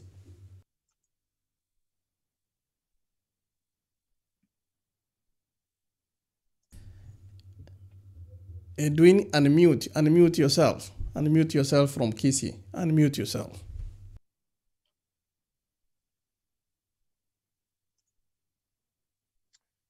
Let me see if I can find him. Is it? Edwin? No, it's AGR Kisii.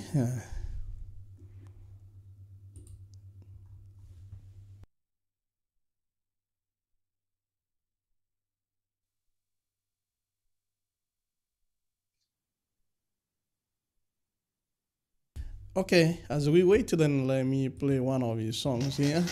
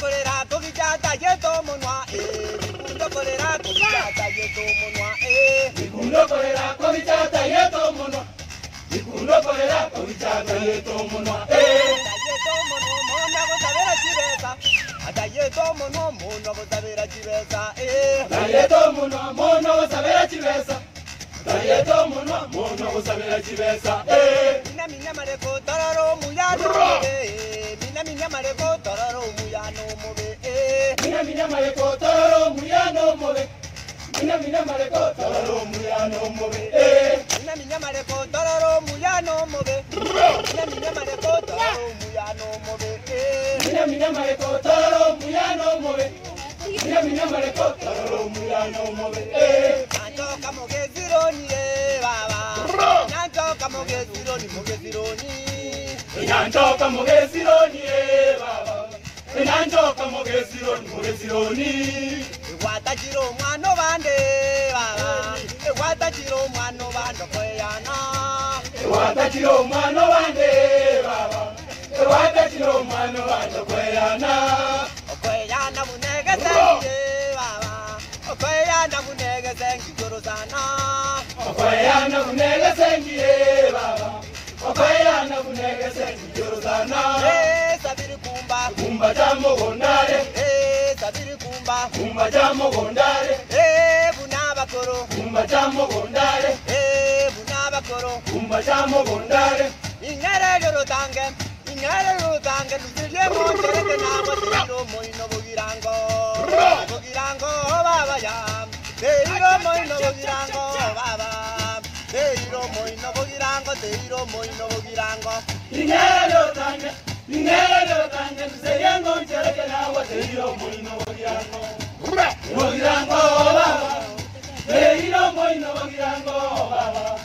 Tiro moino bogirango. Tiro moino bogirango. Sabiri kumba kumba jamo gondare.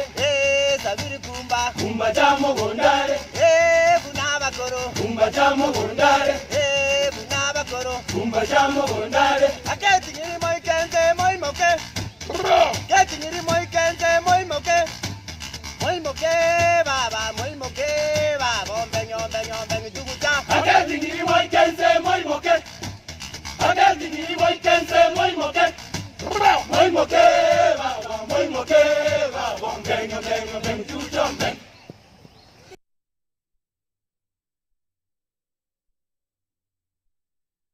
All right, thank you. Let me get them live one more. Now, Edwin, I think you are ready. You can unmute.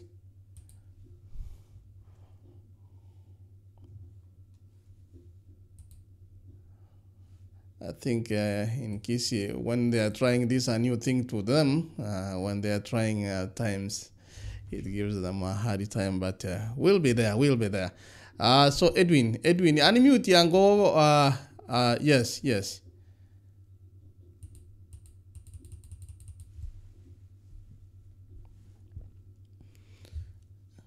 Okay.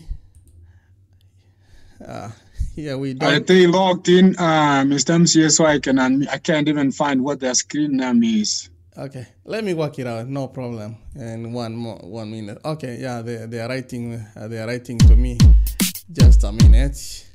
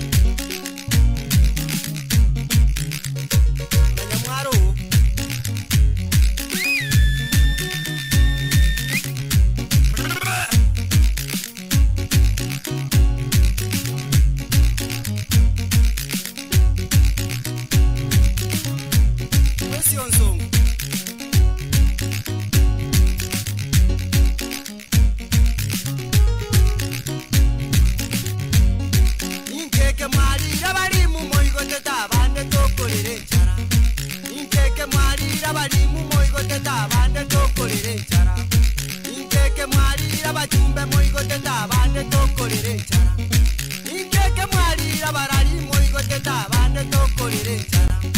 Ninkeke mwalire mukinya moigote tabande tokolere nchara. Ninkeke mwalire piyochi moigote tabande tokolere nchara. Ninkeke mwalire pichiye moigote tabande tokolere nchara. Ingana mazoma okulya, ingana mazoma okulya. Ngatebi kwansome kamwe nankanga bono naro niro bwansu bweseni. Yeba bo bororo boligoita, yeba bagosengi tomoto. Yeba bo bororo boligoita, yeba bagosengi tomoto.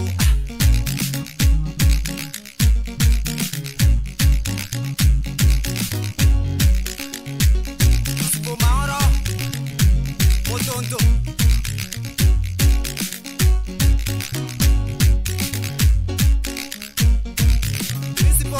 Sure. Como sani onera subuchui. Ukitu chachi. Como nginoje ni mel jamu kweta mangana ajuru anere rabana.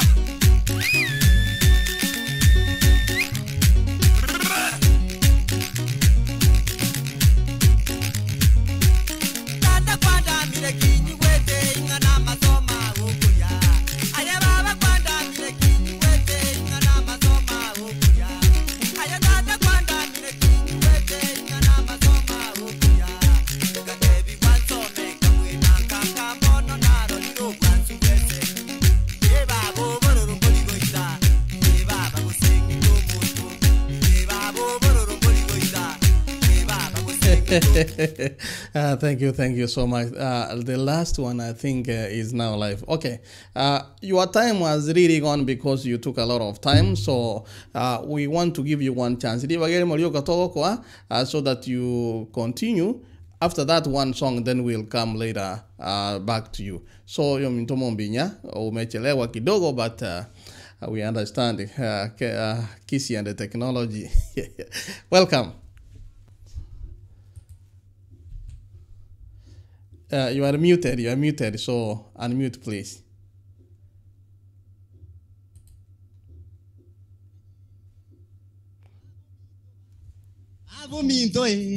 Babo minto baba, babo minto, irandigira naiti, bengengi ya, ego konya bokongu baitu, bengengi ya, ego konya bokongu. Babo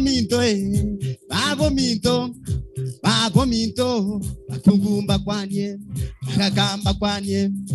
Babo minto baba, babo minto, irandigira naiti, sagengia, ego konya bokongu baba, babo minto, abagaka baito, abangina baito, abagaka baito, abangina baito. Babo minto, barora bamuraba,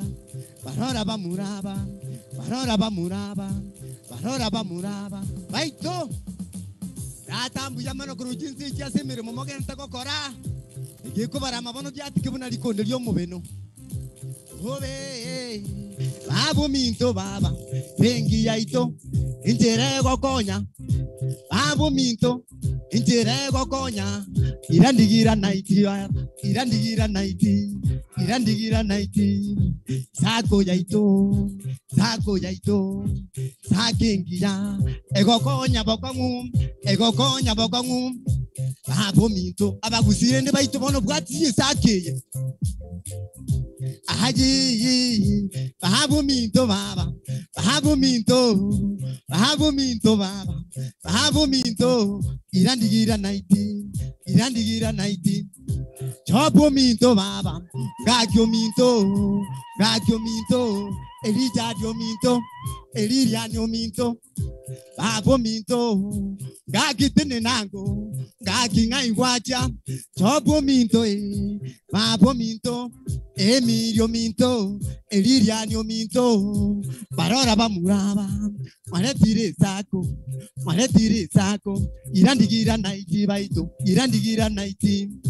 sakengia, ego konya bokongu, baito sukimere mudada simere mu, mugende to koraga bujise mu chama iko, nanje ko batenga bagusibose bibono kabamo twike sakiye bagusimone Texas mune Minnesota bwatisi sakiye nanje tukine buno mu gusiba ito mwango kiri nanje kunde kuruga nana badaba ito mutagombeka na mumbeke basa ninduka bunya sa urunya kubyubuka nubo baba tengu kwero ahaji babu minto baba irandigira naiti sakengi ya baba ego konya bokangu babu minto abagusiba itombu ya muri mutako ngekiria tabunya sa urunya muri moyo hobe babu minto irandigira naiti sakengi ya ego konya bokangu babu minto barora bamuraba bakuziba kumwaga ugenda ndole seito jeruzo minto jeruza ngai wacha iria ni ngai wacha iria ni tene nango ongakyo minto tata ongakyo minto ginezio minto baba ginezio minto jeruzo minto Gario minto, parora bamuraba, mwale tire sako, irandigira naiti baba, babo minto ijadio minto,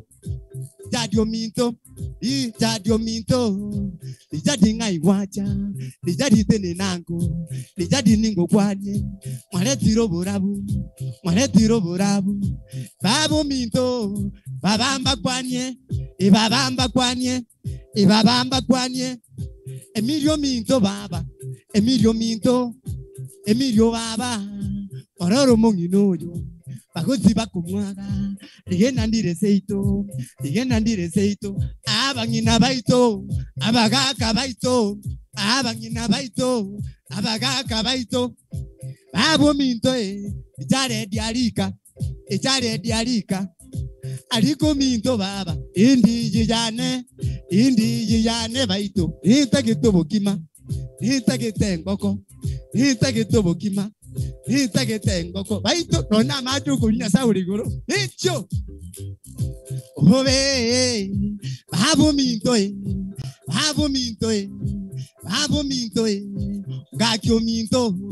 gakyo minto tata gakyo minto gakitene nango indi yana tata indi yana nitagito bokima nitagitengoko babu minto nyanjo minto nyanja ngai wacha nyanja tene nango nyanjo minto irianyo minto elirianyo baba irianingu kwanye baba yandigira naiti babu minto sakengia ego konya bokongu barora banginaba barora bagakaba bakuziba kumwaga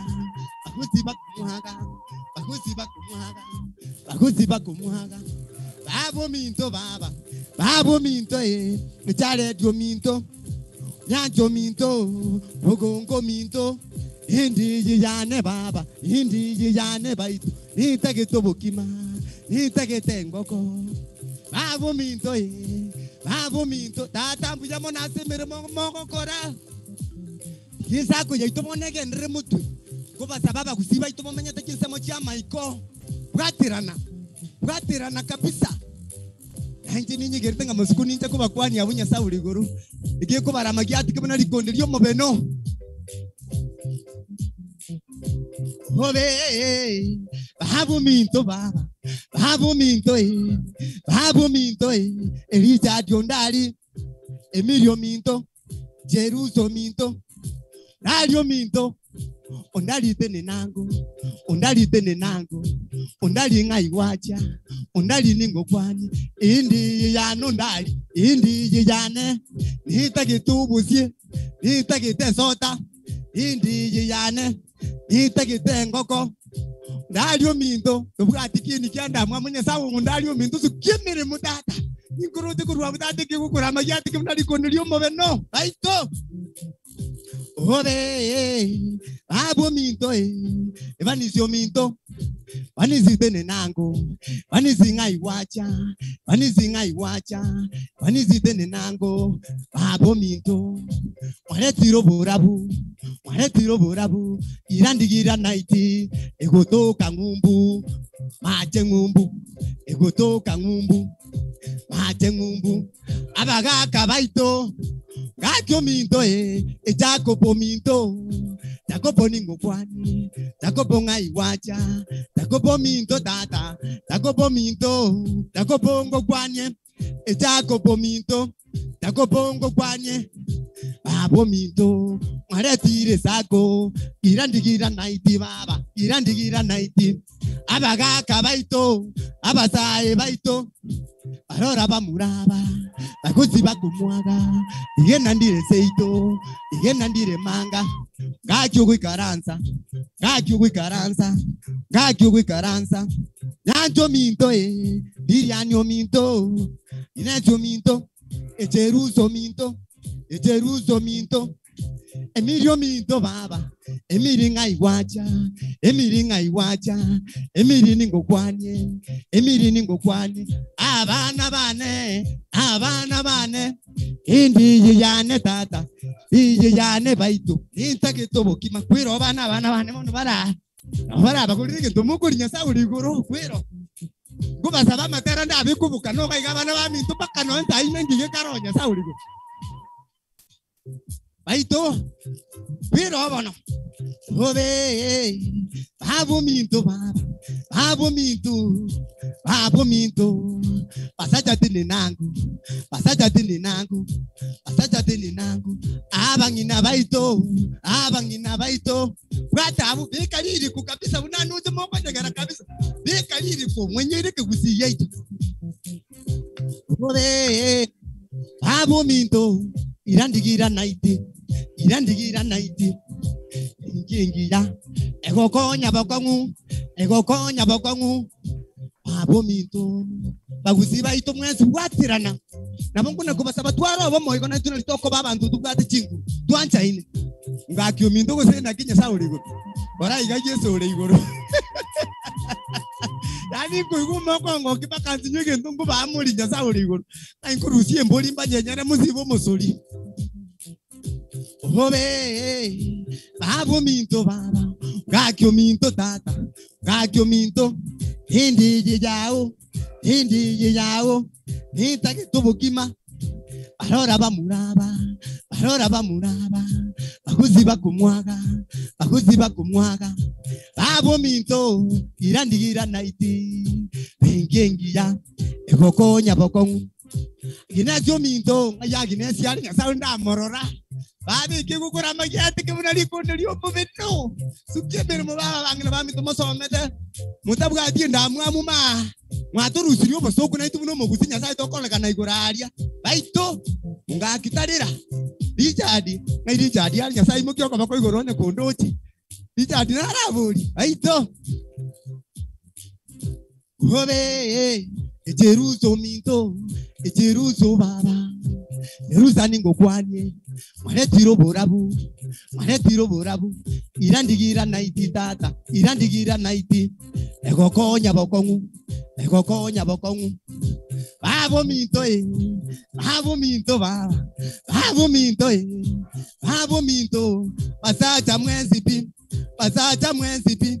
bagaka mwenzipi, kainkorusie mboli, kainkorusie ngoko, kainkorusie mboli, Morasi bomosoli, morusie birukunyo, morasi bomosoli baba, morusie birukunyo,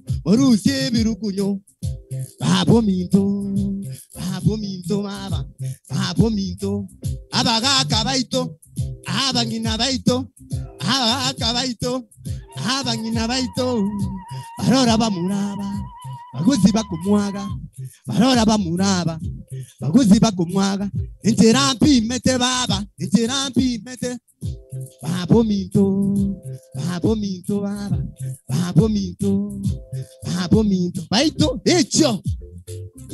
Wirobon, obe, babo minto baba, gira naiti, Diaspora, bengingia, ego konya bokongu, bengingia, ego konya bokongu, babo minto babo minto, abagaga baito, abasae baito, babo minto,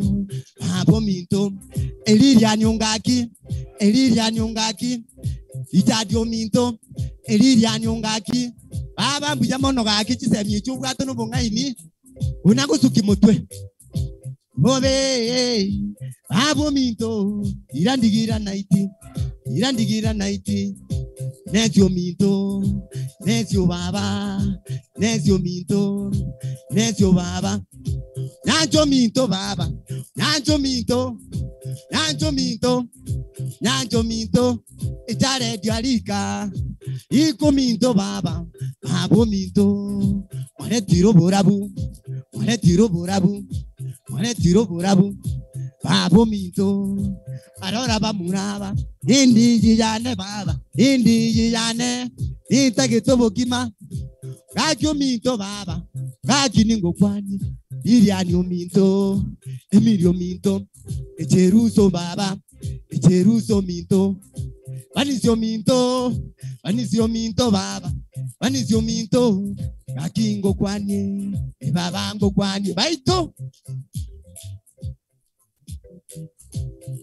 Echo, data mbuye mono kuna kubasabanga, ankyonda kubatarira nyasa uri guru. Njinda basukiri yabu na mumbeka baba, noni pasa nje kutoka une takataka ya monisiko. Echo. Haji, okungu na leseito,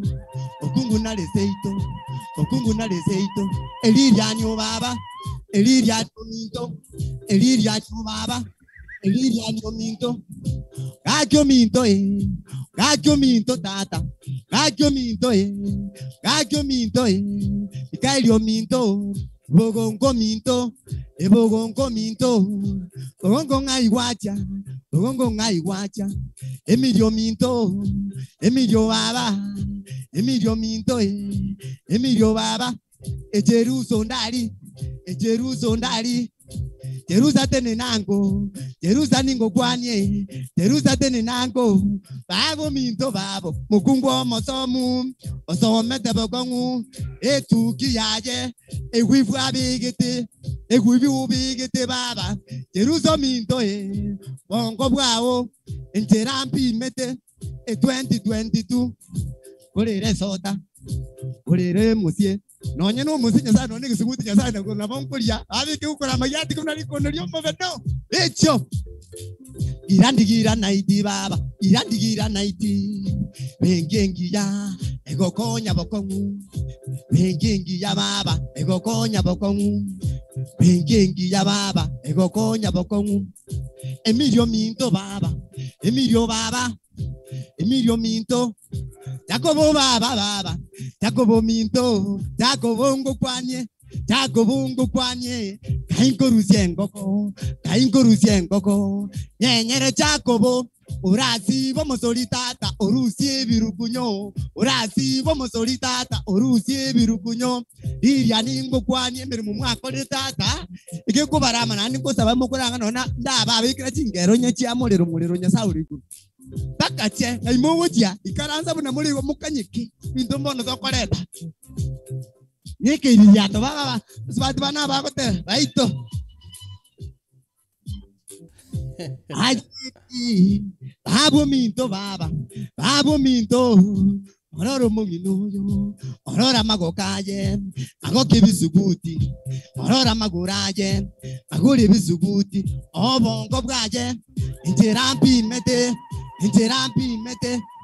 arora banginaba bagoziba kumwaga arora banginaba bagoziba kumwaga arora magokabo magoke bisuguti jeruso waba jeruso minto jeruso waba Emilio minto baba Emilio minto babo minto baito nyiriya tere nyasa ore igoro Yeruso minto babe ke kubala magiate ke bunali konde lyo moveno. Thank you so much. Thank you so much. Thank you, AGR Kruchin Samo Chia Gusi. That's Mombinya. And my stomach needs food. Thank you so much. Without wasting a lot of time, let me go one-on-one back to Mr. Chairman. Maybe before I go back to Mr. Chairman, Lilian, quería to getting any queira nganalimo. Ito ira nas chairman. Miss Lilian. And then ita geto bokima. That is the GGDS 2020 first AGM. Twende kazi. Thank you so much, and Diane. Mr. Chairman, welcome back. Thanks. Asante sana, Mr. Mombinya. Thank you so much. Before we proceed, I will have to welcome in Dr. Jacob Ongaki to conduct the other section in cooperation with the ministry. Dr. Jack, you can take it over. All right.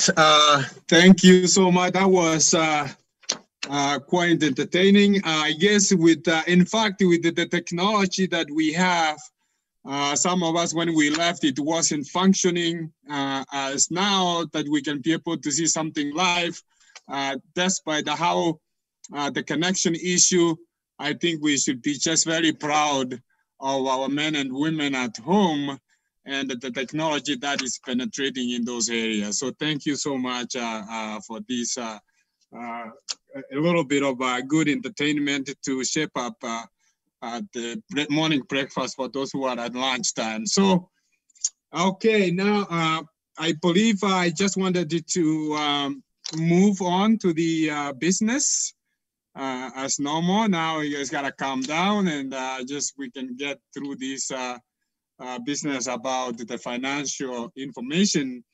The auditors were supposed to present the audit report, but apparently one of the presenters, or the one who was supposed to present the report, got ill, sick, and they couldn't be. So I wish him well. He said he was heading to the hospital, so I wish him well. So, but either way, we will move forward because we have the numbers, they have done their job, and we just have to highlight the key areas of the financial report. So I believe, Mr. Chairman, that's what you wanted me to do at this point, right? Yes, the auditor's report, if you can. Okay. All right. I just wanted to make sure we are on the same. So first of all, let me just say a couple of remarks, and then let me share here my screen quick. It won't be too long because I think, first of all, I think one of the purpose too, while we are here, for people who are joining us live, those from Gusi Global Radio, Facebook and YouTube, for members people who wants to be members, please use that, use this support for more information, support at granitediasporasacco.com, or you can send your message or your email to info@granitediasporasacco.com. Alternatively, Lilian and the other marketing team can be able to take any numbers or anybody who wants to learn more about the Sacco and potentially become a member. So that's one of the functions of the AGM, is just so that we can sign up and then be able to bring some new members and to grow our Sacco. Before I forget those, I wanted to point out to our ambassador, thanks for those guests, the Central Bank, Mr. Mohammed, and our ambassador in Washington. Please, my only other question that you guys have to be thinking about, how the Washington embassy can be decentralized, so our members or our people here in the United States, they don't have to travel to Washington, so they can get some services across regional areas where we are concentrated. So because it's a cost to them to go to Washington or New York, and then they have to sleep there and then come back to various states. So I just wanted to put that out there. If the ambassador is listening, those are some of the concerns that I hear from members. So without going further ado, I just wanted to say that the Treasury report is mandated by the, let me just put these slides for a second. So the Treasury report is mandated by the Act with the formulation, review, and advice on policies and procedures in all matters relating to the financial and capital operation and budgeting. The Treasury also tracks key performance indicators of the Sacco, and also the Treasury is to review the expenditure and the shares of members to make sure they are represented accurately. So the board members have worked well and have been very transparent to all financial on all financial matters of the to the supervisory committee and the other prospective and other chairs of the Sacco. So the Treasury takes this responsibility very seriously about the revenue, expenditure, transaction, and member capital saving deposit, as the commissioner say, the officer from the commissioner's office and our guests, especially the ambassador, articulated. So the Treasury will introduce on 2021-2022 budget on way forward and require resources to run accurately and represent the books of account. So the proposed recommendations approved by the management team will include the accounting software and additional internal bookkeeping purpose. So, and then the other piece that, so the report, so my report is basically centered on the financial report, which has been, was communicated to members early to review. And if anybody has any questions, of course, we are here to answer or to be able to explain what those numbers, not everybody in the number sector, but we are here to clearly explain what the numbers entail. First of all, I have the revenue, the balance sheet, which includes the assets, liabilities, and equity, the cash flow, and then of course, the budget, and then I will have a final remark. So I will just briefly, basically, just say that the books of account is what I do, and that's what I just be able to represent, track performance, revenue and expenditure, monitor the budget. So the budget gets approved at the HM, like we're gonna approve 2021, maybe going to 2022. And then the Treasury responsibility entails that we live within those boundaries of the budget. Regardless whether the budget is approved, it's also the Treasury and the board responsibility to make sure that the amount are spent to the right mission and the functions of the Sacco. And as you can see, the members of the chairs and the board, they have yet to take any money for that purpose. And so we recommend them, and that they plan to do so until the Sacco becomes stronger. Okay, so the Sacco formation and contribution is what forms the Sacco capital and the revenue. So we have member registration, which is part of the revenue, and the capital shares. That is the amount that member have to grow in order to grow the Sacco, and those are the amount that are not normally transferable. And then of course saving deposit that we'll be using for borrowing, but eventually the point of the Sacco is to build liquidity. So no financial advances to members in this fiscal year 2020. And then financial reports, I will be able to thank that this could not be now possible without our secretary, who's also a CPA, who helped me actually to compile some of these reports. So I thank you, Mrs. Doreen, for your hard work and multitasking.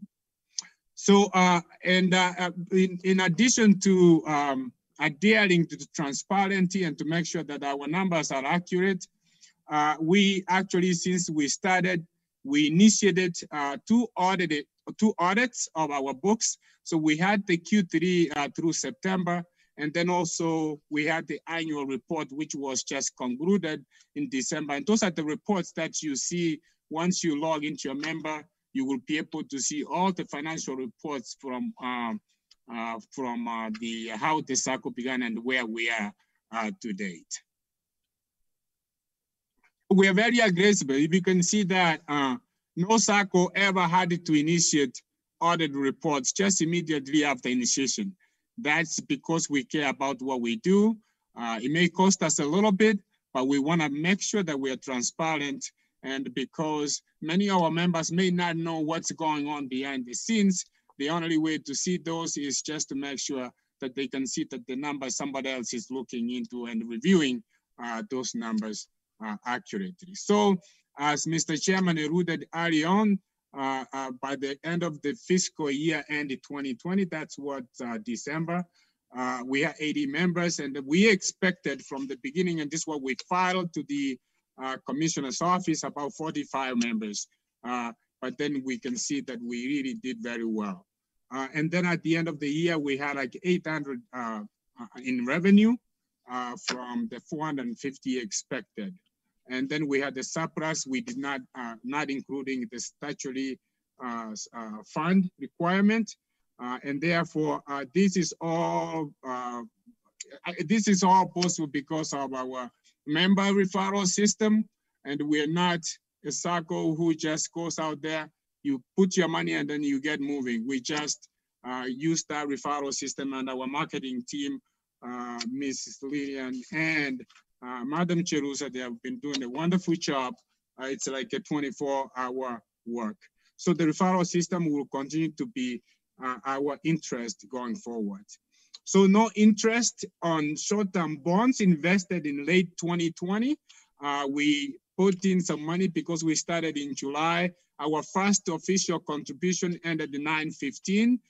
That was our official. So we have not really gone too far, and then the contribution began. So we never really had to invest, and no interest. We invested, but no interest. So most of the interest started to accrue in early January, and some in February, and some will be coming, and they will be reinvested in short term. The reason for short term is basically because members are signed into the Sacco in order for them to get the liquidity if they can borrow against their saving deposit. So we are monitoring that in short term increments so that at least whenever that need comes, we will be prepared to do so.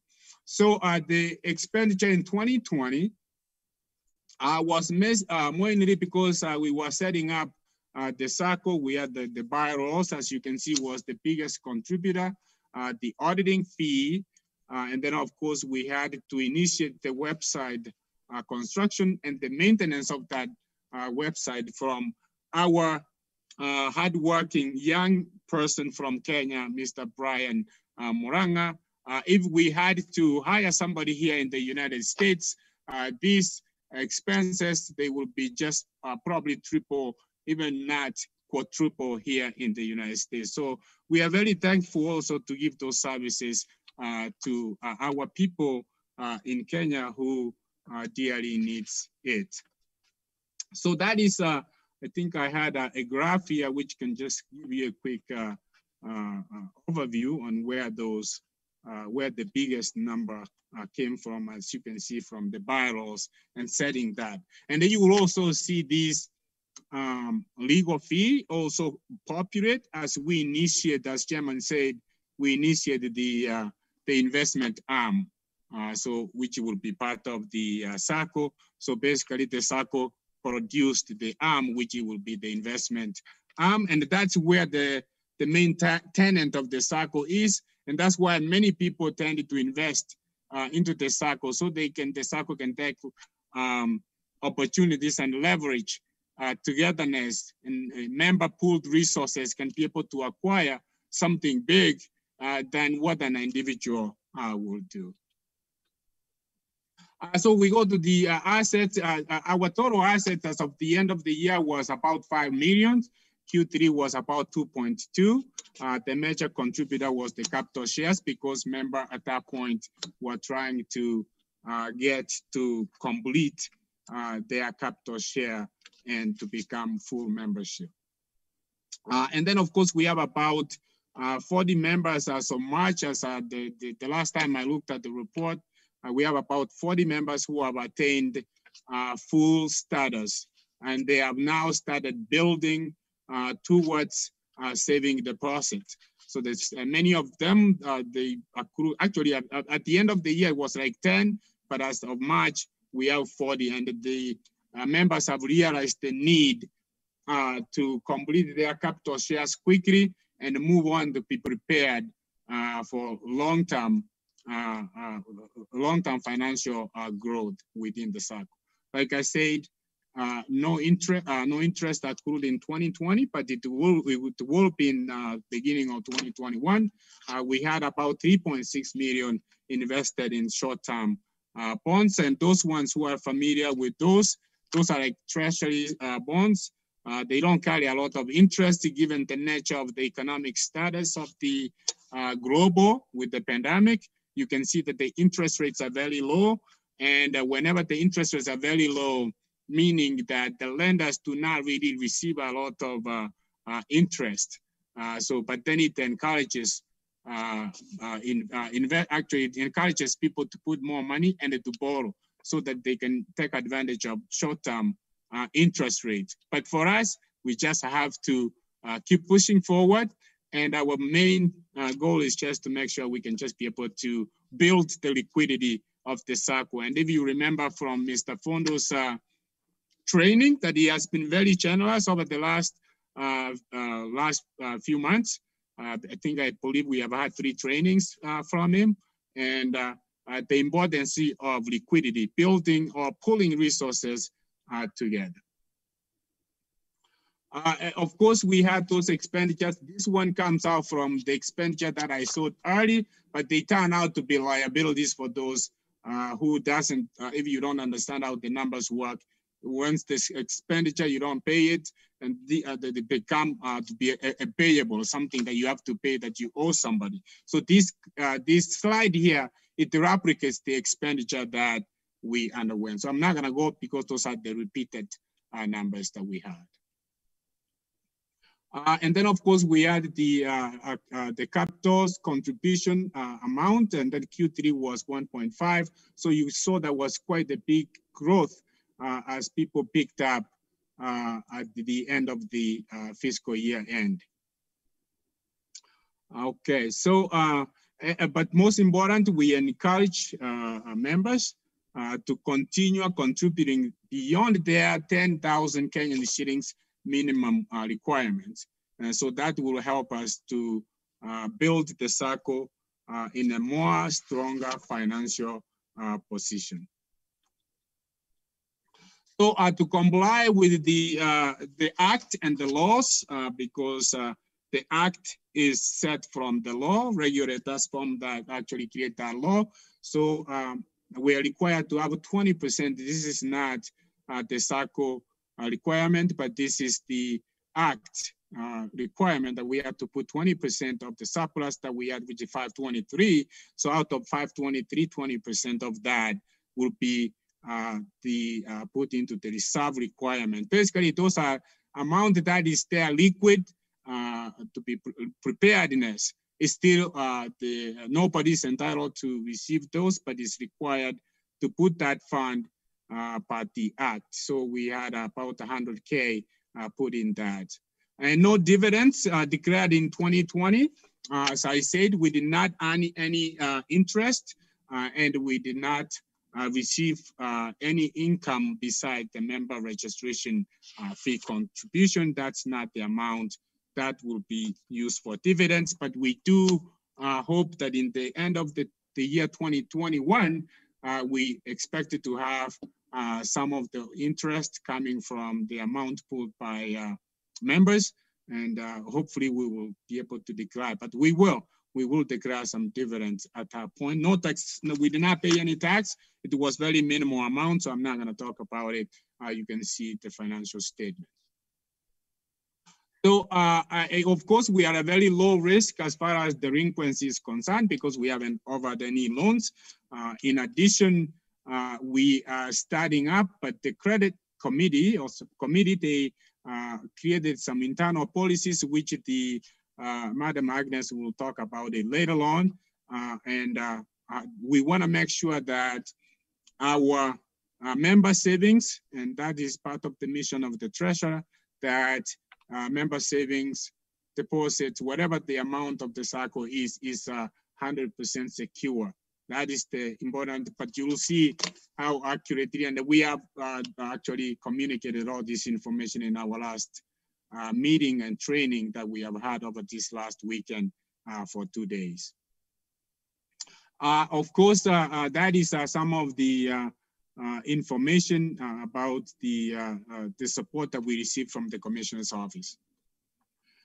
Okay, so I think the challenges that is facing the Treasury at this point will be the educating of the members about liquidity, the need for liquidity. Some may not be able to understand what that means.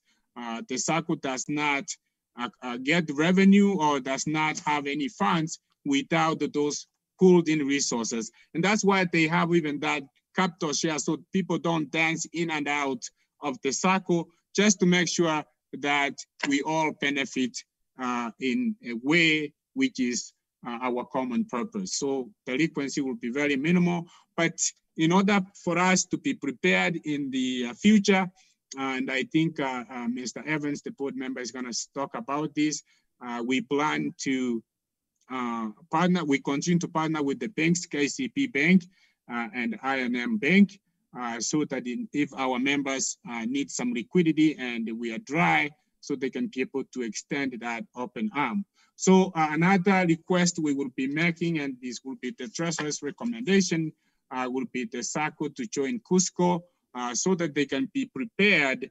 Cusco is like another empire of all Saccos, which we can also become a member of that. And then we can also borrow, as members will borrow from the Sacco. So it will provide us that liquidity that we need. And then when that motion comes up and all those amendments have been communicated to you, we hope you will consider and approve those motions. Okay, I think this is a repeat. And this is just the budget that I proposed, and you have seen this in the communicated information in your member.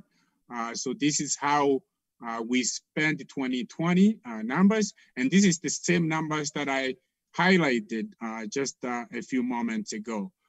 Of course, you can see the last column is where we went over and under, which is within the reason. The only thing that threw us off when we did the budget in the 2020 is we said we didn't know what the auditing fee will be, but still the treasurer and the board worked hard, and we got a very good fees compared to very, very high numbers. And we do not just select anybody like that. We just look into their credentials.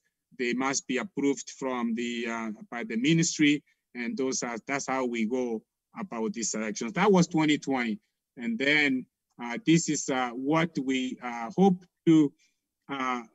This is what we ask this month in the 2021, maybe 2022 budget. Is mostly the biggest expenditure. It will be the creation of that investment arm, but then the investment arm, once it's created, it will probably pay that expenditure on its own, and it was part of the amendments, and that's the only reason I'm talking about it. And then, of course, the website maintenance will continue because we are living in an era where you have to be prepared to make sure that the information we have over there is secure. And then, of course, the accounting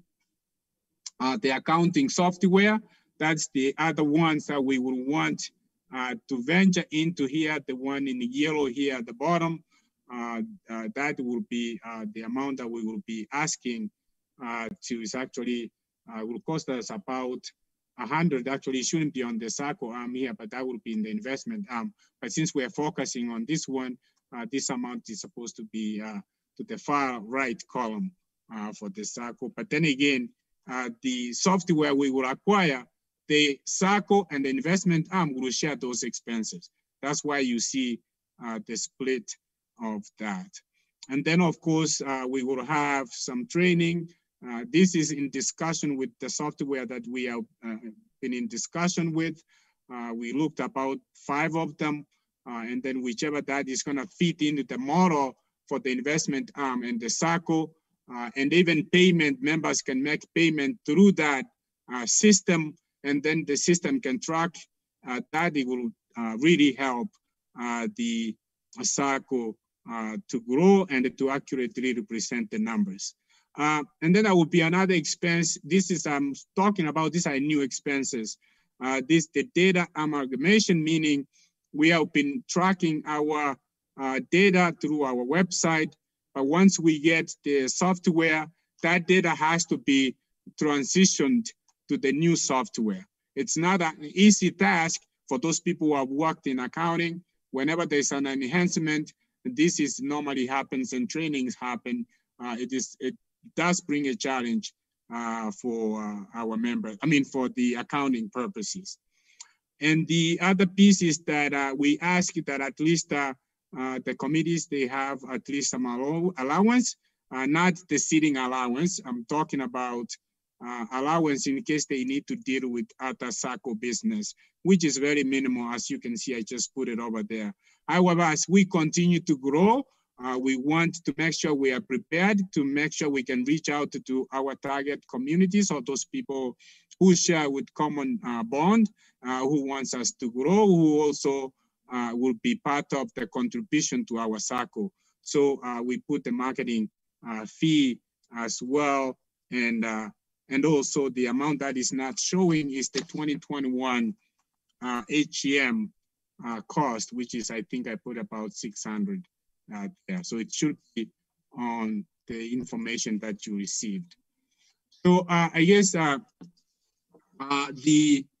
wanted to bring this report in quick because the auditors were supposed to show this one. Let me see if I can be able to share something quickly here.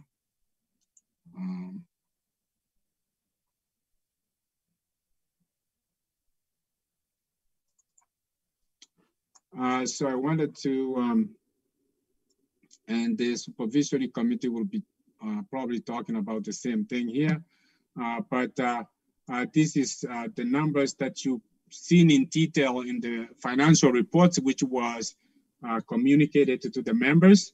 That is just a quick overview about the revenue. It's probably very hard to see, but those are the same numbers that we communicated to you. No surprise here. Everything is just the same. I just wanted to bring this. What the auditors was going to do is whether they found anything that needed to be addressed, which they could have communicated to us, which is not. So that is their role, and to affirm what their work is. Let me just see if I have any last. Yeah, so in conclusion, I think I actually, honestly, I just want to be able to thank the UC Global Radio for hosting us. Those are the, if we had to ask another entity, it would have been a very high expense. And as we continue to market ourselves to other people who would want us to grow together. So I would want to be able to thank UC Global Radio. Also, the chief guest who was here from Central Bank, Mr. Mohammed, our ambassador, Mr. Mayo, the equity. We'll also see more guests who are coming in today. So we are very, very thankful. It's my sincere belief that the Granite Diaspora Sacco will continue to prosper into greater financial heights in many generations to come. So our mission, vision, and products are unique. We're not competing with anybody, and that's why we are referral. We're just competing against ourselves. That is our motto. That's how we will grow. We want to continue to be steady, and then we can just be able to build the resources and the liquidity that we need. So regardless of overwhelming work that many of our members, including myself, I'm happy to be part of the Granite Diaspora Sacco. Again, thank you for the support and the opportunities to serve as your treasurer. That's all, Mr. Chairman. Thanks, Dr. Jack. Thanks, our treasurer. Thank you so much. Before we proceed, I want to thank those who are listening to us and those who are watching us live. You can keep sending your questions on the chat. For those who are on Facebook, they will get them through our host. And for those who are on YouTube Live, we also get them from our host. Continue sending them in. I don't know, I'm going to ask you, is Mr. Koech here still? Mr. Koech? Anybody from the ambassador's office? There is a question that how they will ask somebody was saying? So keep sending those questions that were supposed to be directed to the ambassador. We'll send them to the office of the ambassador and we can have them answered and then being sent back to you as members. All members, please, any questions pertaining to management or our business for today, you will just send them in. They will be picked up by the secretary. They will be compiled as a protocol and be made as a report, and the report will be sent back to all members for you to get the answers. Because of time, we will not answer all the questions on a live chat here. We will compile them, we'll answer them, and as a form of a booklet, and then we'll send it to members, or they will put them on our website where members can log in and get their answers. But questions pertaining to guests, we'll try to squeeze them in so that the guests can answer them directly. It's unfortunate that we didn't get the question as fast as we could from for the ambassador, but we'll make efforts to make sure that you get your answers you're asking. Before we proceed, I'll turn it back to our MC for a short entertainment before we proceed.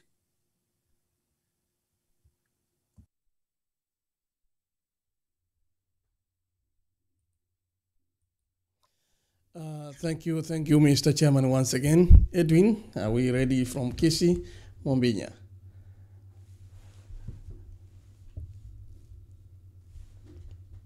Yeah, let me.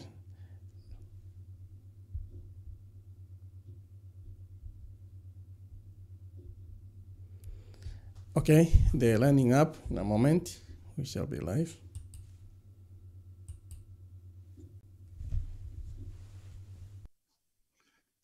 Meanwhile, MCA for Mr. Chairman, if anybody wants to support that kid, he's working hard. Please use that number that we put in the chat. If you want to send him even $1, $2, $3, $4, or whatever it might be that you may have. Or if you can't be able to do that, you can cash app, and then we can be able to send that in.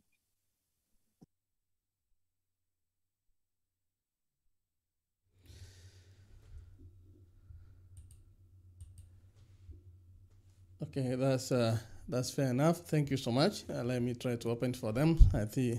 Okay, now I see they are ready. Edwin, you can unmute. You can unmute.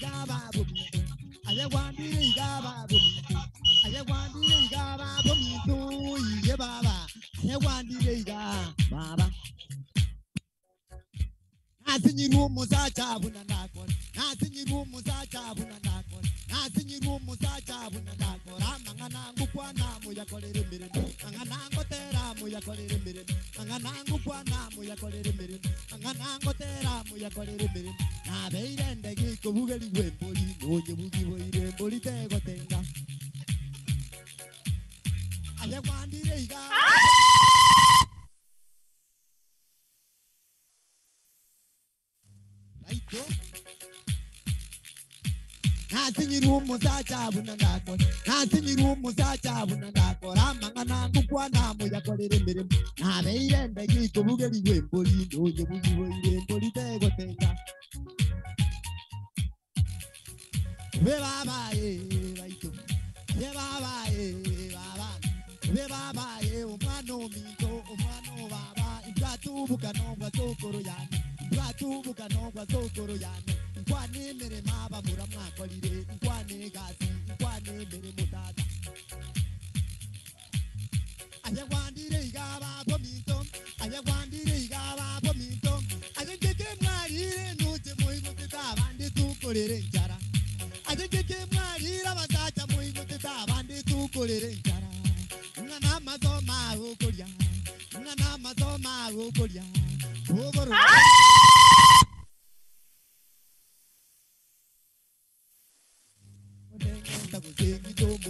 baba abana bizukuru mutago toma mutigiti taro wita makuri ni wabagan baba dori ni umito ngai waso am dori ni umito ngai waso am dori ni umito na ge baba dori ni umito na ge baba tinai guru dori ni ndaro ram tinai guru dori ni ndaro ram tinai guru dori ni ndaro ram ini naigoro na pita ndaroram ini naigoro na pita ndaroram ini naigoro na chopu ndaroram ini naigoro na chopu ndaroram ini naigoro liria ni ndaroram ini naigoro liria ni ndaroram erore tukori nene erore tukori nene abageni baiture ro balinde karibu abakungu karibu abatacha toraria matombe inense ndobwe kwa mabakemboga aya kwandire igaba pomito matoko minto ngaibono kwasoa aya matoke ngaibono kwasoa aya matoke ngaibono kwasoa ichadu minto ngaiwasoa ichadu minto ngaiwasoa manyibo minto ngaibono kwasoa manyibo minto ngaibono kwasoa babo minto aya kwandire igaba pomito baba natinyiru musacha bunandako natinyiru musacha bunandako natinyiru musacha bunandako ramanga nangu kwa namu yakorere mirimo mangana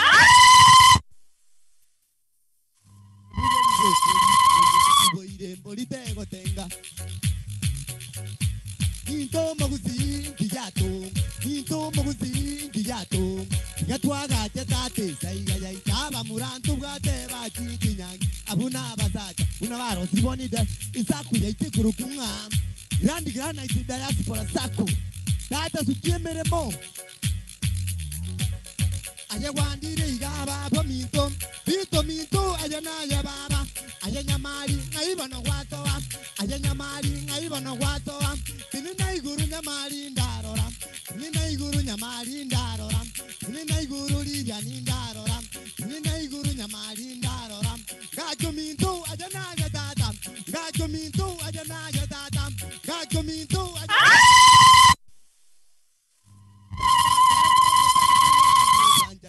Emo mutachura njubanjan Uino mogoko uino moremba Tabantu baito basacha baba Imusacha kyuju babo mingo Imusacha kyuju tato mingo Imusacha kyuju tari wisi yaga Kyugu choku kagene mingi Kyugu choku kagene gore Kyugu choku kagene mingi Yameli roro Hiye baba niga tindeze Baka kukanya utigama kukanya utiginya zo ukamwina ya babo mingo ukagenda kindu kanga boiba nakirende mugizanjura menye umukungu kwa bwatunganyire hobore mu kwa bwatenkwa onya baba baito abutako ngikirya tunasaure baito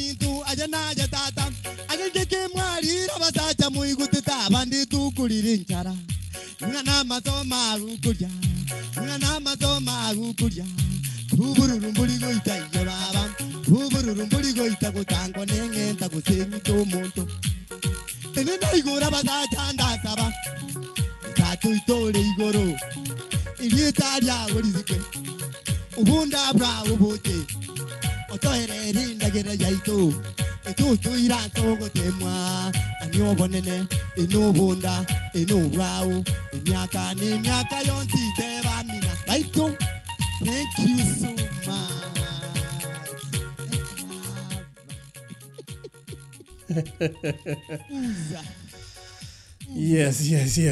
Thank you so much, Mbiyamono King. Thank you so much from the studio. Mercy anasema, it's been a long time since I listened to such music. It is great.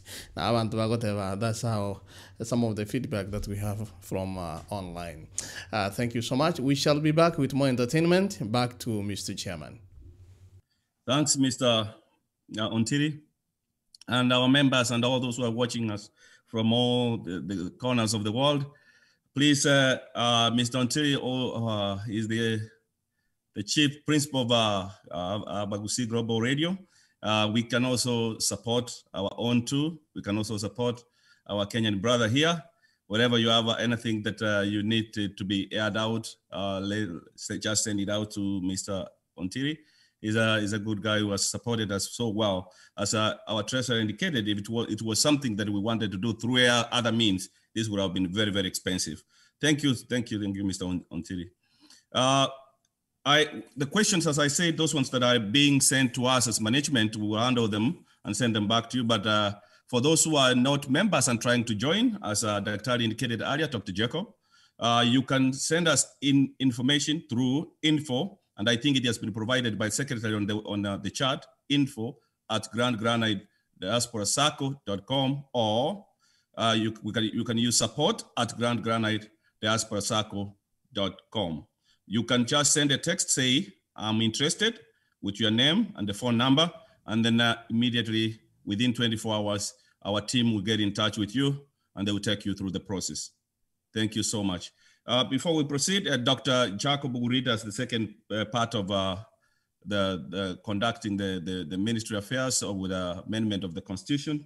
So, and any other business. Dr. Jacob, I know you introduced Mr. Fondo officially, but this is his role now where he presides over the Sacco business. Go ahead, Dr. Jacob.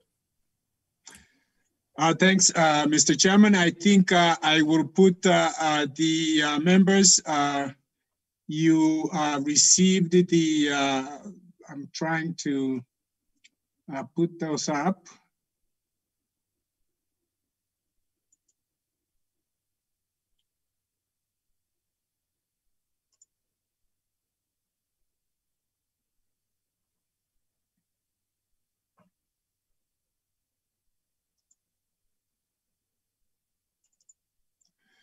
I think those are the proposed amendments which you have has been communicated to members prior to this meeting several days back. And I probably will, is our Madam Secretary here? Present. All right, Madam, all you have to do, because the members have gone through this, is just to post a question and then we move forward. And then Mr. Fondo, are you around? Yes, I'm very much around. Okay, I just wanted to make sure you are doing okay. And I know it's getting late over there, but these are amendments that we propose to go through the bylaw of the Sacco. Members have already received, so I'll turn this to Madam Secretary. You don't have to read through all of them, you just have to, so that we can move forward. All right. Before I proceed, so how are the members casting their votes? Are they raising up their hands? Are they typing in the chat? I think sorry, through the chair, those are the modalities that need direction from the management committee on how they would want to conduct this particular session, because basically with this particular session, all that needs to be discussed is the members need to discuss each agenda item and approve them. At this particular juncture, my role is specifically just to ensure that it has gone through the proper procedures. There is nothing at this juncture that I can tell you is agreeable or is not agreeable until it reaches our office in terms of once it has been approved. So my role here today is just to ensure that this was presented to the members. Members deliberated between the points 1, 2, the amendments that they want, and they have a proposer and they have a seconder on the same. That is strictly my role at the moment. Thank you.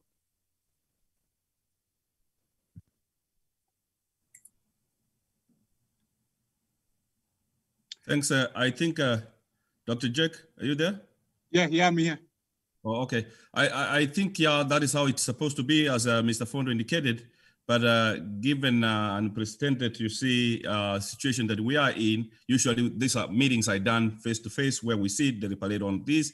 We are trying to use an online method, a virtual through this. So we send these amendments to all members and all members have read them. So we could post a question and Dr. Onyanja is here, right? Correct. Dr. Onyanja created a pool, I believe, of all these questions.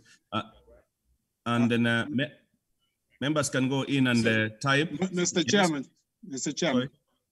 Go ahead. We could just be able now, because of the technology that the pool is just to post a question, since the members have gone through this and we discussed them in the last Saturday and Sunday.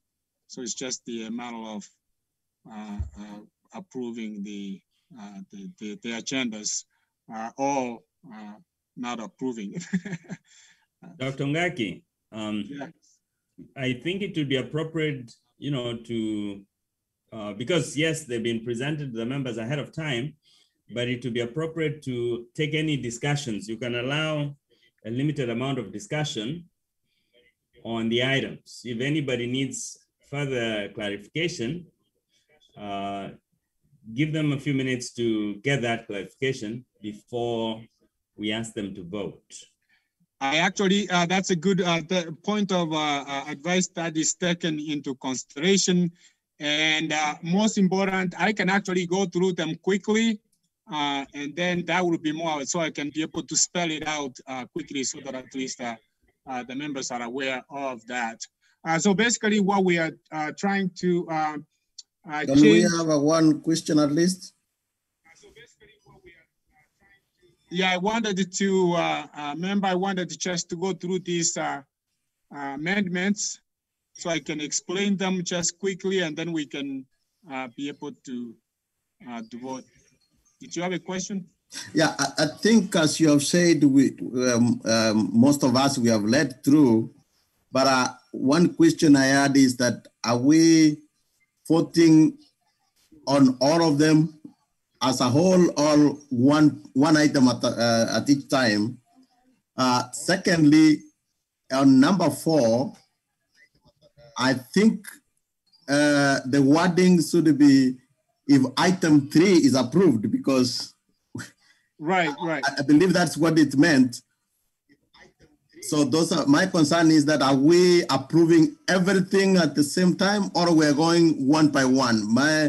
My humble opinion is that each one has its own issue. So we should read number 1. If we have an issue, I think that might be a better way. But okay. I'll invite you to hear what we do. No, I think that is taken into advice, and I think we can just, unless we hear any objections, I think we can just be able to move one at a time. Is that okay, Mr. Chairman?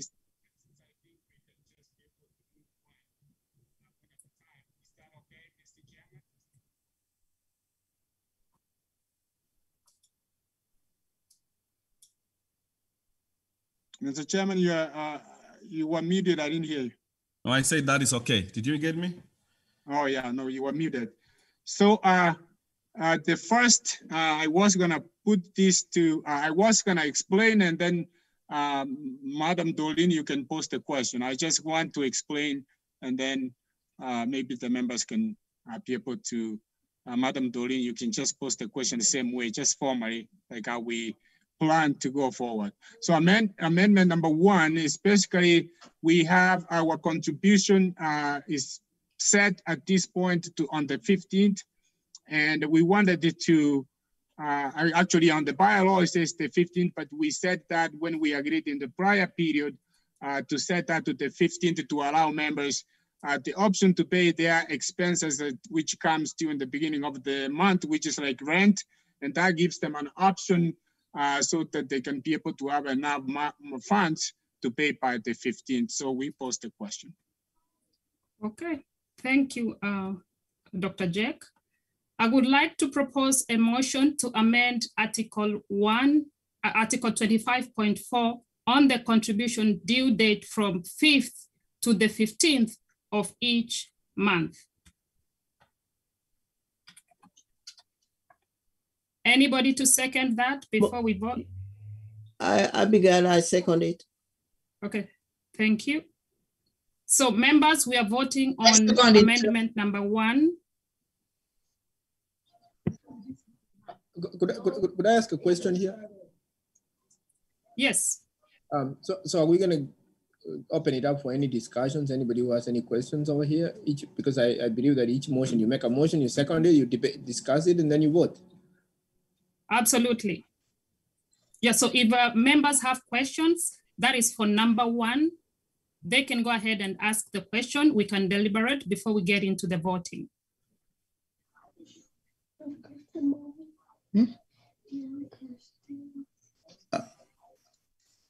If we can allow people to mute, I mean, you can unmute yourself if you need to speak.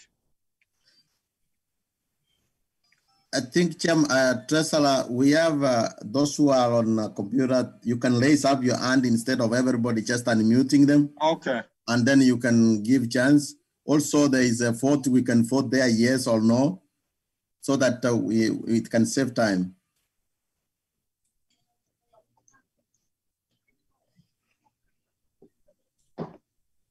Jared, I see your hand up.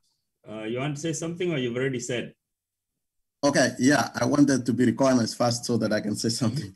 So I think when just the people, when we have somebody has proposed a question and seconded, I could have liked that the proposer and the seconder to give us the reasoning behind the change or the proposed amendment, so that people can, the members can have the reasoning behind it, rather than just saying I'm seconding it, you know?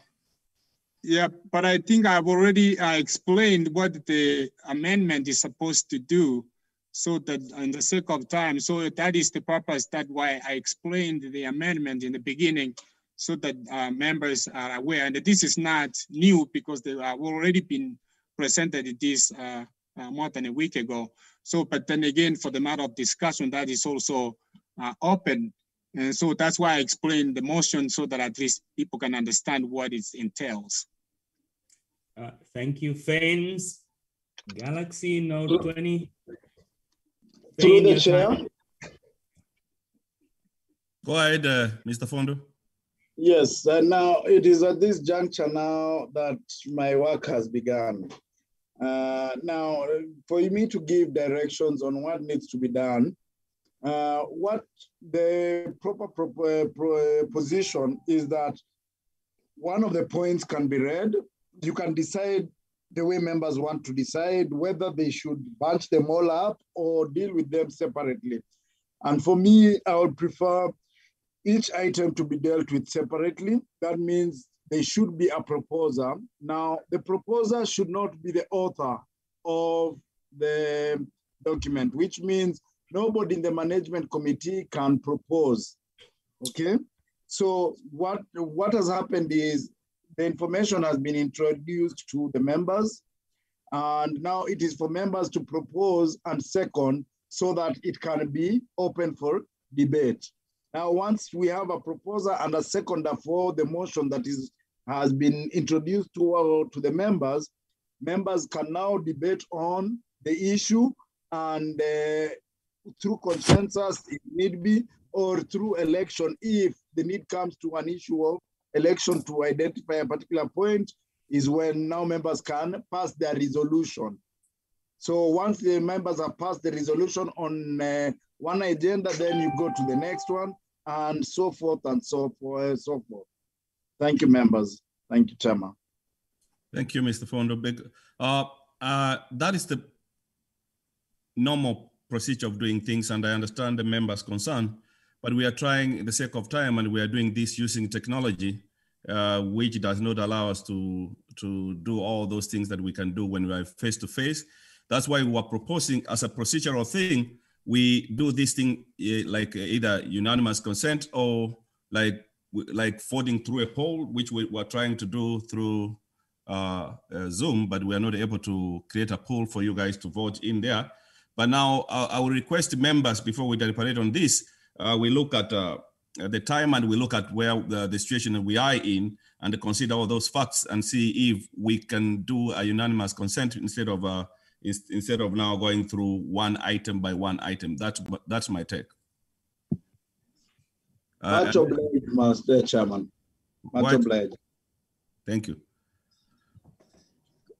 Members, are we in agreement? Unless you have a contrary opinion, because I think you see we don't have time to go through all this and discuss through Zoom, and we are being, as we said, we are using some we're using Mr. Ontiri's airtime, which we, in fact, if we were to use other people, we would have paid very expensively, and he has been gracious to us. So we try to accommodate also that one and be cautious of time. We have also guests who are lined up. They are waiting, and some of them are in Kenya. We don't have time to keep them until 3 a.m. going through item by item and then voting on it. Please, if you can allow us, do it through a unanimous consent. Mr. Chairman, could I make a comment here? Go ahead, sir. I think looking at all, there are 9 of them. I think what we could go through, say, out of the 9 of them, if everybody's okay with it, we can vote for them. But if there is anyone that people feel like they need to discuss, then we can just vote for the other ones and then only discuss the one that they have a question on. That can work. Yes. That's a proposal from a member. If any member has any issue among the 9, then we can put it aside for discussion, but the rest we can vote them with a unanimous consent. Mr. Chairman, if you can allow me. Right, Dr. Jake. So I think the only motion here that I need to explain is amendment number 2. Amendment number 2, it will, because I know this was set out, we explained them to members last, those who attended our training Saturday and Sunday. So the amendment will reduce the monthly contribution to 5,000. And the reason being, as we started the investment arm, the other 5,000 will be going to the investment arm. So that the reason why the management was thinking about this is not to create any more financial constraint to our members. Actually, the other SACCOs who are our competitors, those amount is 10,000 for the investment arm and 10,000 for the SACCO. But because we consider we value our members, we understand what's going on, the financial burden. So that's what I wanted to explain on number 2. And then of course, number 4, I spoke about it in my treasury report. And then of course, the other one is number 5, which is to increase the quorum. We currently have 25%. We wanted to increase that since we have been growing to 33%. That's the proposal that has come up. And then of course, I think then number 8 and number 9, number 8 is just to approve the current auditors to continue their books, to audit our books in the 2021 fiscal year. And of course, number 9 is to approve the budget that I spoke earlier on. So those are the, number 2 is the only one which is very unique and which is very, very, very important. And then of course, to enter partnership with Cusco, that's number 3, which is still the business of the Sacco to provide the Sacco for the leverage it needs to serve its members. A member talked about number 6. Number 6 is a you know, as when we were starting to form up this Sacco, we were putting things together here and there, and then we might have made a few errors when we were typing up the bylaws. And as required, so already this bylaw has been adopted for us to go in and make corrections. The supervision committee did a great job. They went through line by line throughout the whole bylaw, and then they found out a few spelling errors, and we needed to correct those spelling errors. Otherwise, there's nothing that we are changing. It's just a typo errors that we are correcting. So before the secretary poses the question, is there any member who has a contrary opinion on all the 9 of them? Mr. Chairman, I just wanted an explanation again repeated for amendment number 2. What is the rationale that you said as to our competitors and in comparison to our amendment? Can you repeat that, please? Yes, I can. Mr. Chairman, do I? I wanted to take it, but you can take it. Please go ahead. So what it means, as we proposed earlier, we are trying to open up an investment arm, which already was passed before, but for us to relieve the burden of members and saying, this is how much you're gonna pay for the investment separately and pay for the savings and credit, we are trying to ease the burden by splitting the current 10,000 per share that we are contributing to savings into 2, so that the 5,000 goes to the savings and credit. When we open up the investment arm, which I already alluded on my speech, that it's coming up in a month or so, so the other 5,000 goes there. Otherwise, it could have been a burden for us to tell members to pay 10,000 to savings and credit, another 10,000 again to the investment. So we were trying to make it easier for members. Does that make sense to you?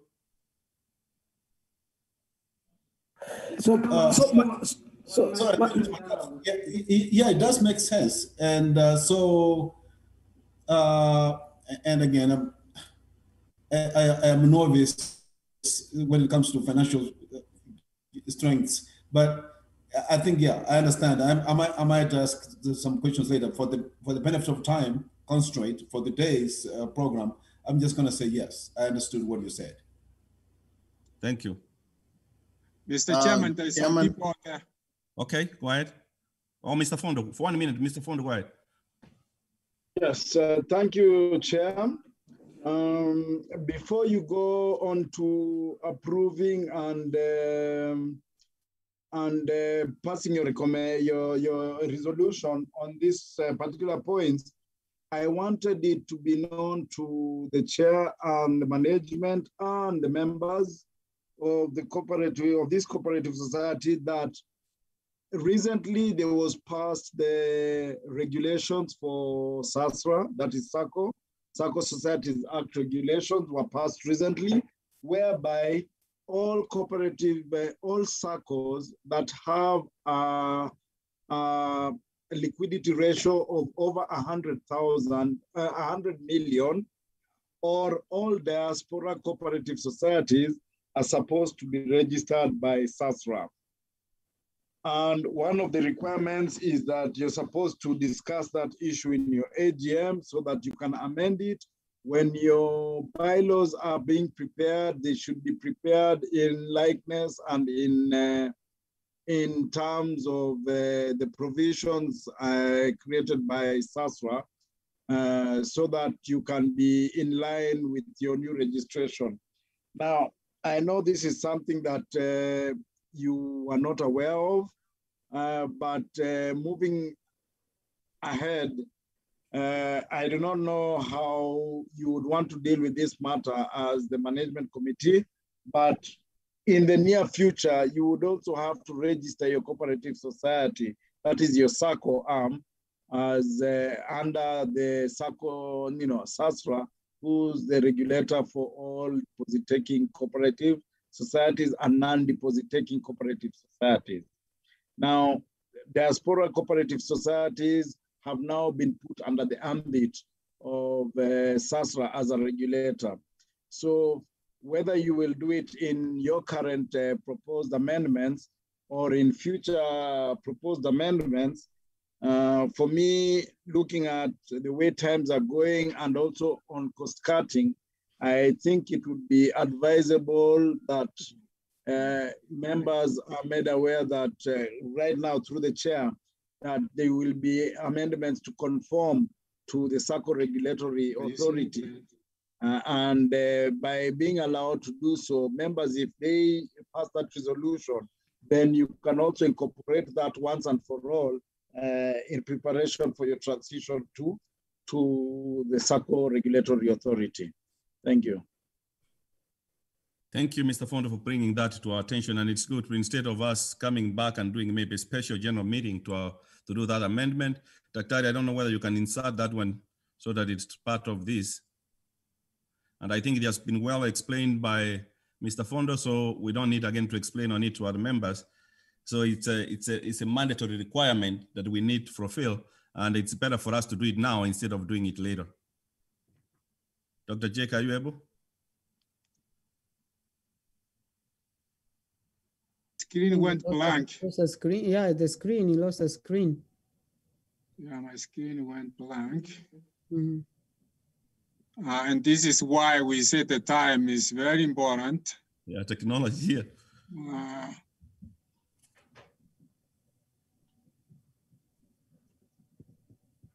Okay.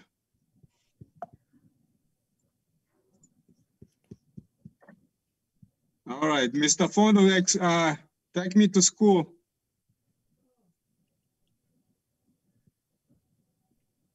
So basically what you just have to add is amendment for to conform with SASRA's regulations on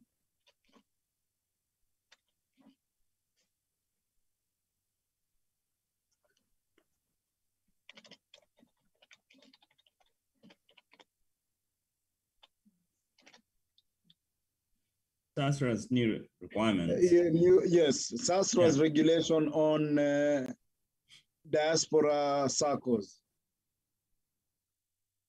Then once members can give that authority, you can now proceed to, because those amendments that are supposed to be coming are supposed to be mandatory amendments. There is nothing that members can do to change or alter them. But it must be seen that members gave their okay, that they were notified and they were mentally, they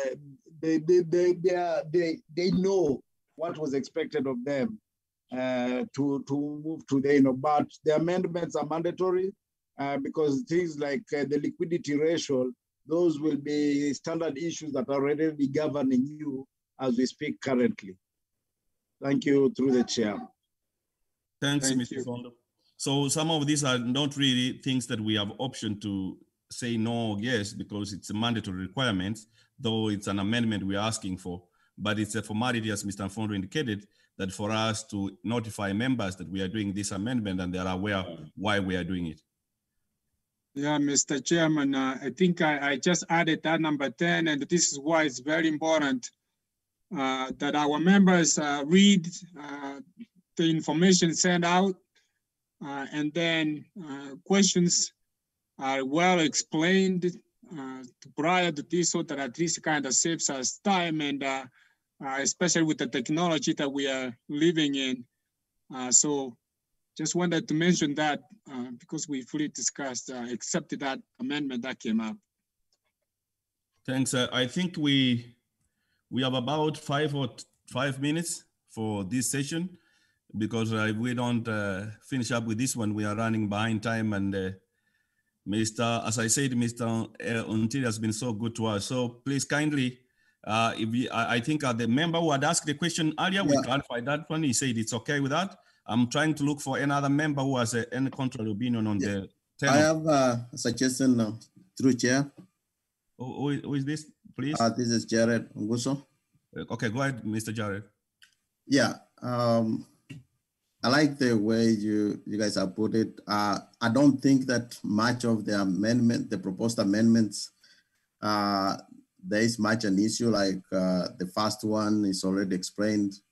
But on the second one, unless my wording or my reading is misleading me, when we say that we are reducing monthly contribution to 5,000, on the contrary, we are not actually reducing. It's gonna be, if we take it on face value, is that we're gonna be contributing 5,000, but as per the explanation, we are actually going to, nothing is going to change. We're gonna continue contributing 10,000, except that it will be going to different places, 5 to the investment and the 5.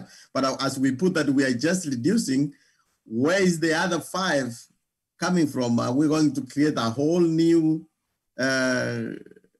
laws to contribute to the other 5,000? Let me put it for you clear a little bit. Maybe I was not clear. What I meant is this: yeah, we are reducing because these amendments are for the savings and credit. We are reducing anything that you will contribute to savings and credits 5,000 going forward. So that's what it means. So we have other laws for the investment. They are different. There are laws for the investment because the investment, as I said, will come up in 1 month. That the money that you will contribute there will be indicated. So this is a proper language because we are just reducing to 5,000. What goes to savings and credit is 5,000. Thanks for clarification. Other than that, the only maybe I will have is on the budget. I think we might have to go through that budget again. One of the things which I think we mentioned is that there will be for 21-22 will be sitting allowance for committees and members and management, I believe. Maybe that's what I think we might discuss. In my, I have no issue with it, but for your information, member, if you look at the budget, there's no sitting allowance on that budget. We send the budget in advance. If you go through, there is no, because we again requested all board members, including the chairs, volunteer their time for another 1 year before we come back and ask for a seating allowance. So we don't have a seating allowance for this year. I thought that it was mentioned, so thanks for clarification. We mentioned that we will come back to ask for it. Okay. We will ask mandate later, but for now we had requested all the board members to continue giving their time. That is correct, Mr. Chairman, and there's no seating allowance. This motion has come up. The supervisory committee and us also recommended. It's actually, honestly, it's really good budget for our members, given the time and everything for this Sacco to run. Everything is really very frugal the way it's put out. And this motion has come out 2 times in the board and shared by all the committees. And we all agreed unanimously to keep moving forward. The Sacco is young until we such a time that we improve our financial status. So, Mr. Ngisa, we are donating our time again to the Sacco, and that is part of ISR, correct? I'm right. CSR. No, ISR. That's individual social responsibility. That's an individual you're giving back to society. So I think all, Mr. Chairman, as you heard, we just wanted to have a regular member who's not a board, who's not in management to propose this, so we can. And then I can turn it to Mr. Was it Mr. Ngisa? Nguso. Yeah. Nguso, you can go ahead for now because you just spoke on them. You can go ahead and propose the question for us if you don't mind. Okay, members, thanks for that opportunity. I propose that we vote on all the 10 proposed amendments. For those with a contrary opinion? Well, somebody has to second it. Oh, sorry. Somebody did not second, sure. I'll go Any member? I'll go ahead and second it. Robert did it?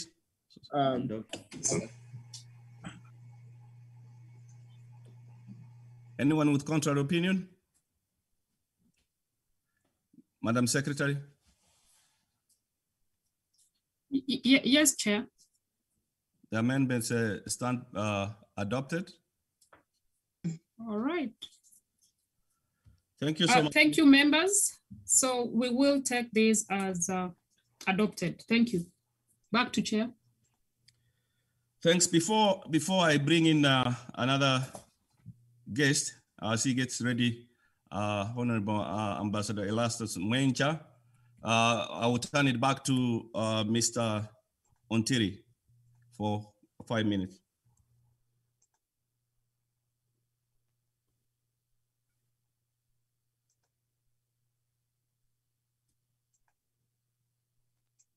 Thank you, Mr. Chairman. Thank you for that wonderful session. Now, let me go back to my Kisi studio so that I'll be able to get some entertainment too. I don't know, Edwin, are you ready, Mr. Mombinya? And for those who are asking about Mombinya's full names, they are on your chat, and his number is also there. Thank you so much. So let me prepare in a few seconds to bring them in. Honorable Ambassador Erastus Mwencha, you can be getting ready if you are around.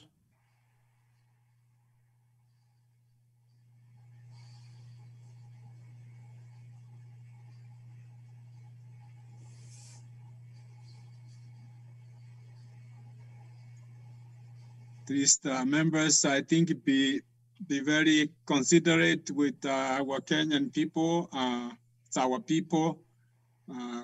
We just please be patient.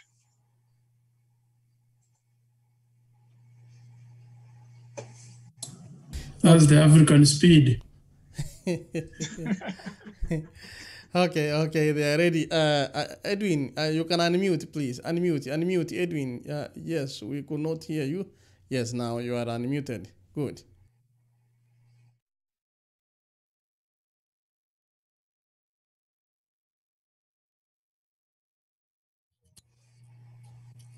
Abominta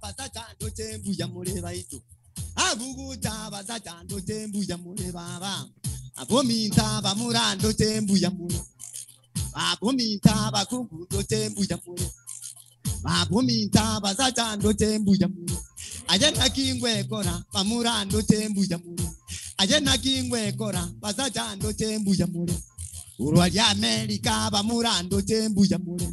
Urwali Amerika bamurando tembu jamure. Babumita basachando tembu jamure. Babumita bamurando tembu jamure baba. Baito. Ye babu manu mintunga baganya. Kikusinga kora batata baituri maluka. Uyuguta magazindo tembu yore baba. Uyuguta magazindo tembu yore baba. Kalisi tominto mokungu na tengo kwani. Kalisi tababu mokungu na tengo kwani baba. Abomita bamurando tembu yamure baito. Echo. Uyuguta liria nindo tembu yare.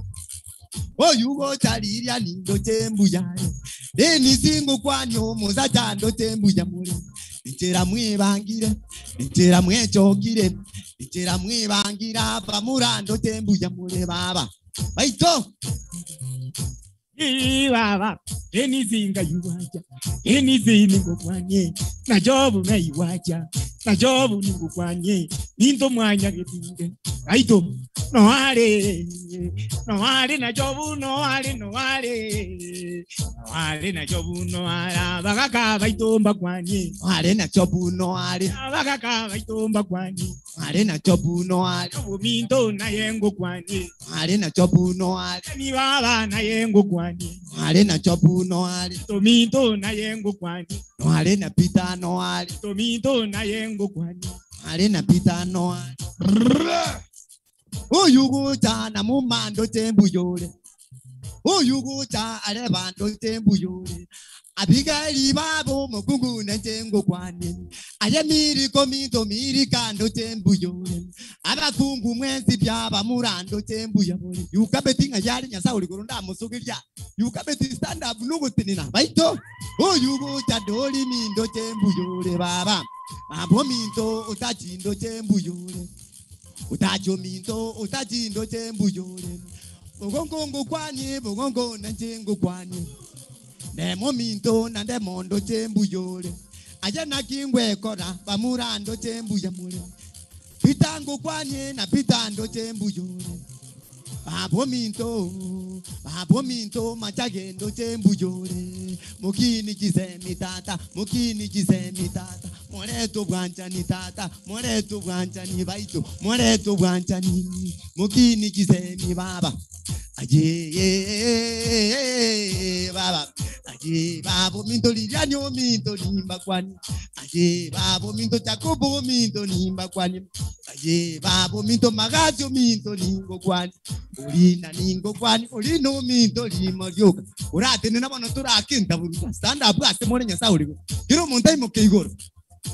Aje chakako enya mabugi munyabiki sitabata munyabiki sitoe.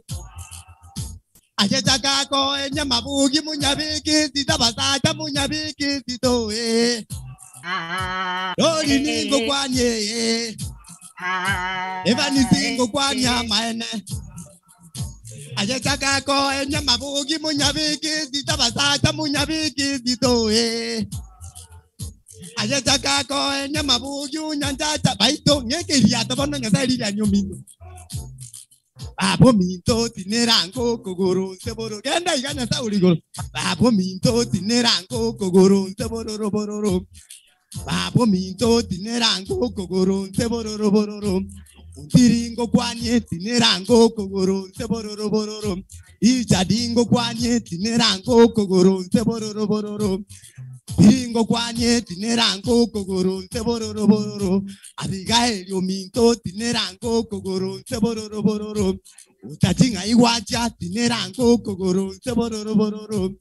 Ikombo minto tinerango kogoro seboro bororo.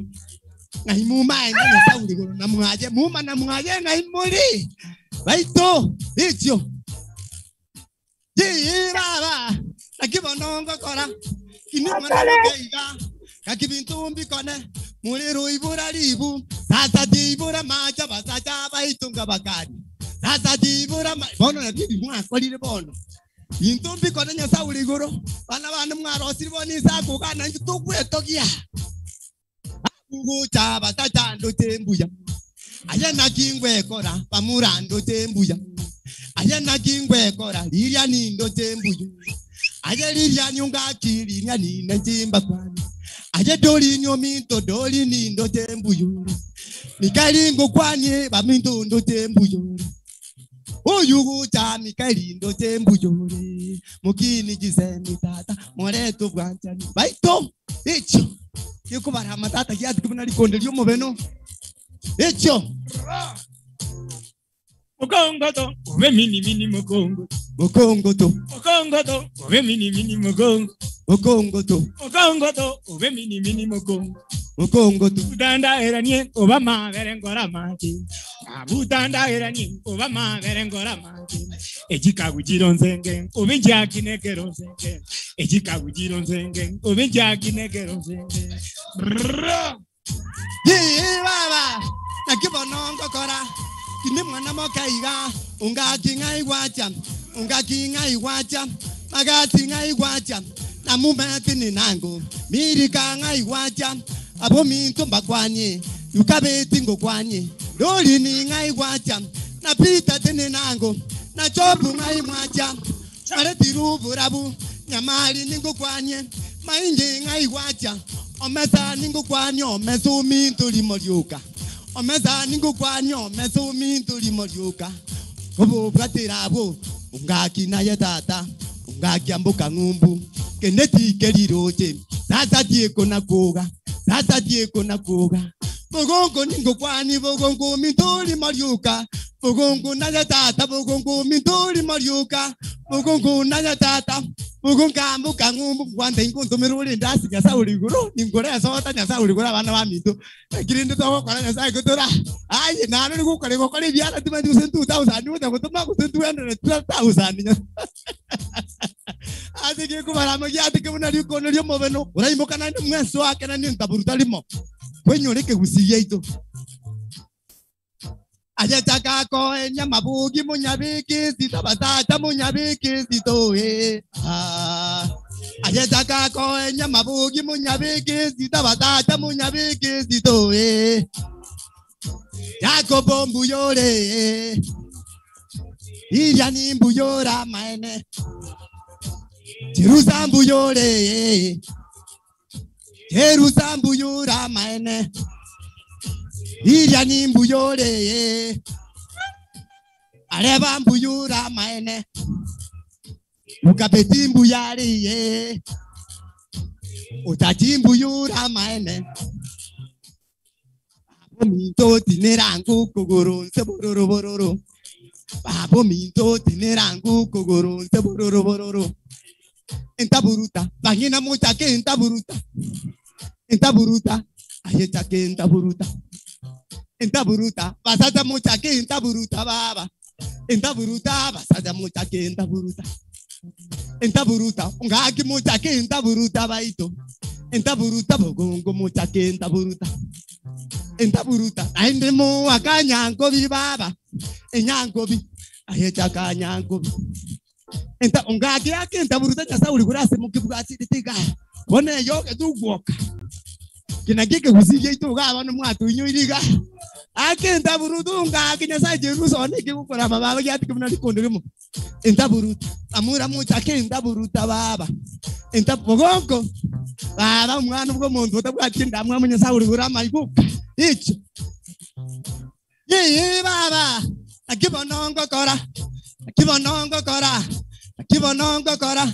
kinde mwana mokaiga yakibintumbi kone babo minta batachando tembuya mure baba babo mintu machagindo tembuyore baba babo minto arebana njengo kwanye baito babo minto miri kando tengo kwanye baba babo minto napitando tengo kwanye nyamaringo kwanye nyamarindo tengo kwanye mainyale nyasauri mainye tenena ubano turakibwata no meso minto uyugu tana kebando tembuyore baba undiringo kwani na yoli naro umbige te life kurwa data tukiemere modato lino minto baito Nangwizo muraba no mutambu murabu jobaba.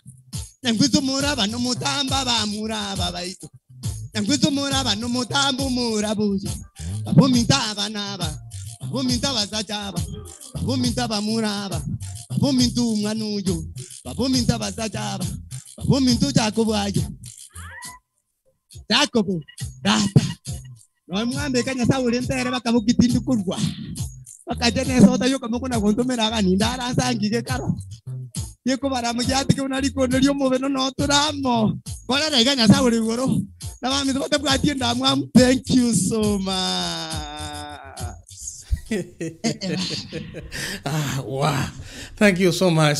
Very creative. Namuroching are very creative. Asante sana. We thank God. Tunaendelea kubarikiwa. I don't have much to say. Mbona mwegure taliko genda, taliko rara. Bono no bale studio. Bono. Asante sana. Mr. Chairman, I'm back to you. We'll be back with more entertainment. As they get their supper, we'll be back with more entertainment. Mr. Chairman. Thank you so much, Mr. Oti. Thank you. As Ambassador gets ready, I'm going to introduce the next guest, who is Professor Bitanga Ndemo, and I will hand it over to Dr. Michael Bogonko.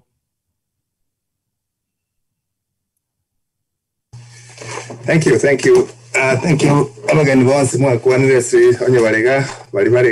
you for your encouraging talks and thank you so much. Thank you for the entertainment. I think Chairman, do you say Professor will come before? Yeah, Professor comes before, and then after that will be Ambassador Erastus. Okay, I think we've been blessed a few times to talk to Professor. I think it's the next, he's a well-known professor of entrepreneurship at the University of Nairobi Business School. His research mainly focuses on ICT, how it influences economic development in Africa.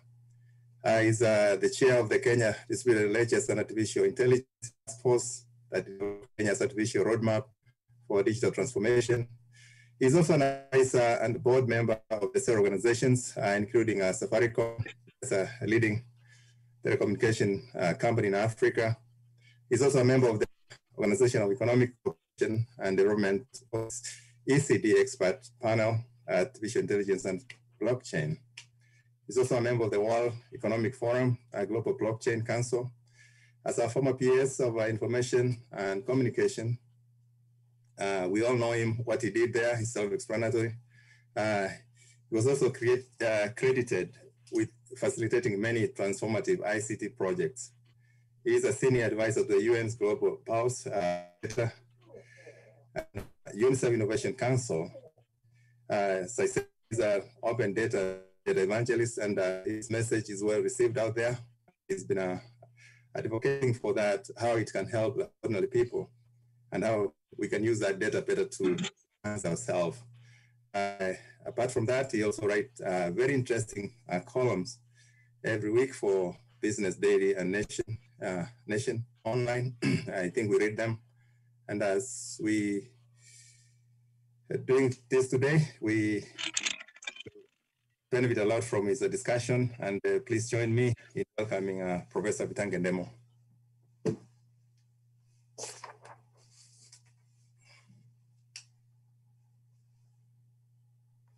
Thank you for a wonderful introduction, and I am thankful that you invited me to talk to you. I am seeking your permission so that I can, I can get through actually. I am not going to use this quite, but I just wanted to be here for just like a guide. And mostly I will talk about areas that we can take advantage of, both help our people in Kenya, as well as benefit you as you develop new vehicles for investments.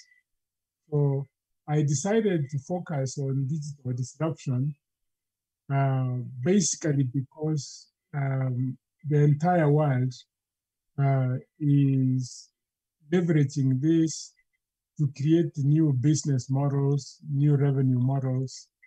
And if you are to succeed in this period, you must be ICT first. To justify that, when we had COVID in March last year, when it started, we used to have a program for women at the university. And the country closed down. And one of them called and said, what do you think we should do?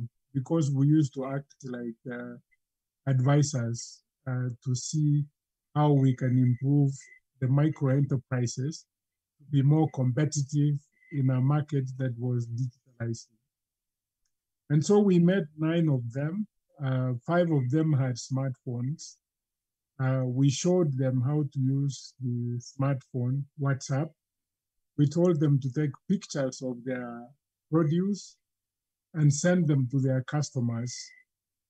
And the customers were responsive. They said, please send us some customers ordered for 2 kilos, 3 kilos of tomatoes, a few kilos of carrots and other stuff.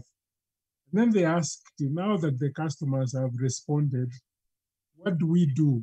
How do we deliver this? So we took a few bodabodas and showed them how to use Google Maps. And within 30 minutes, the first customer had received the supplies from Mama Mboga.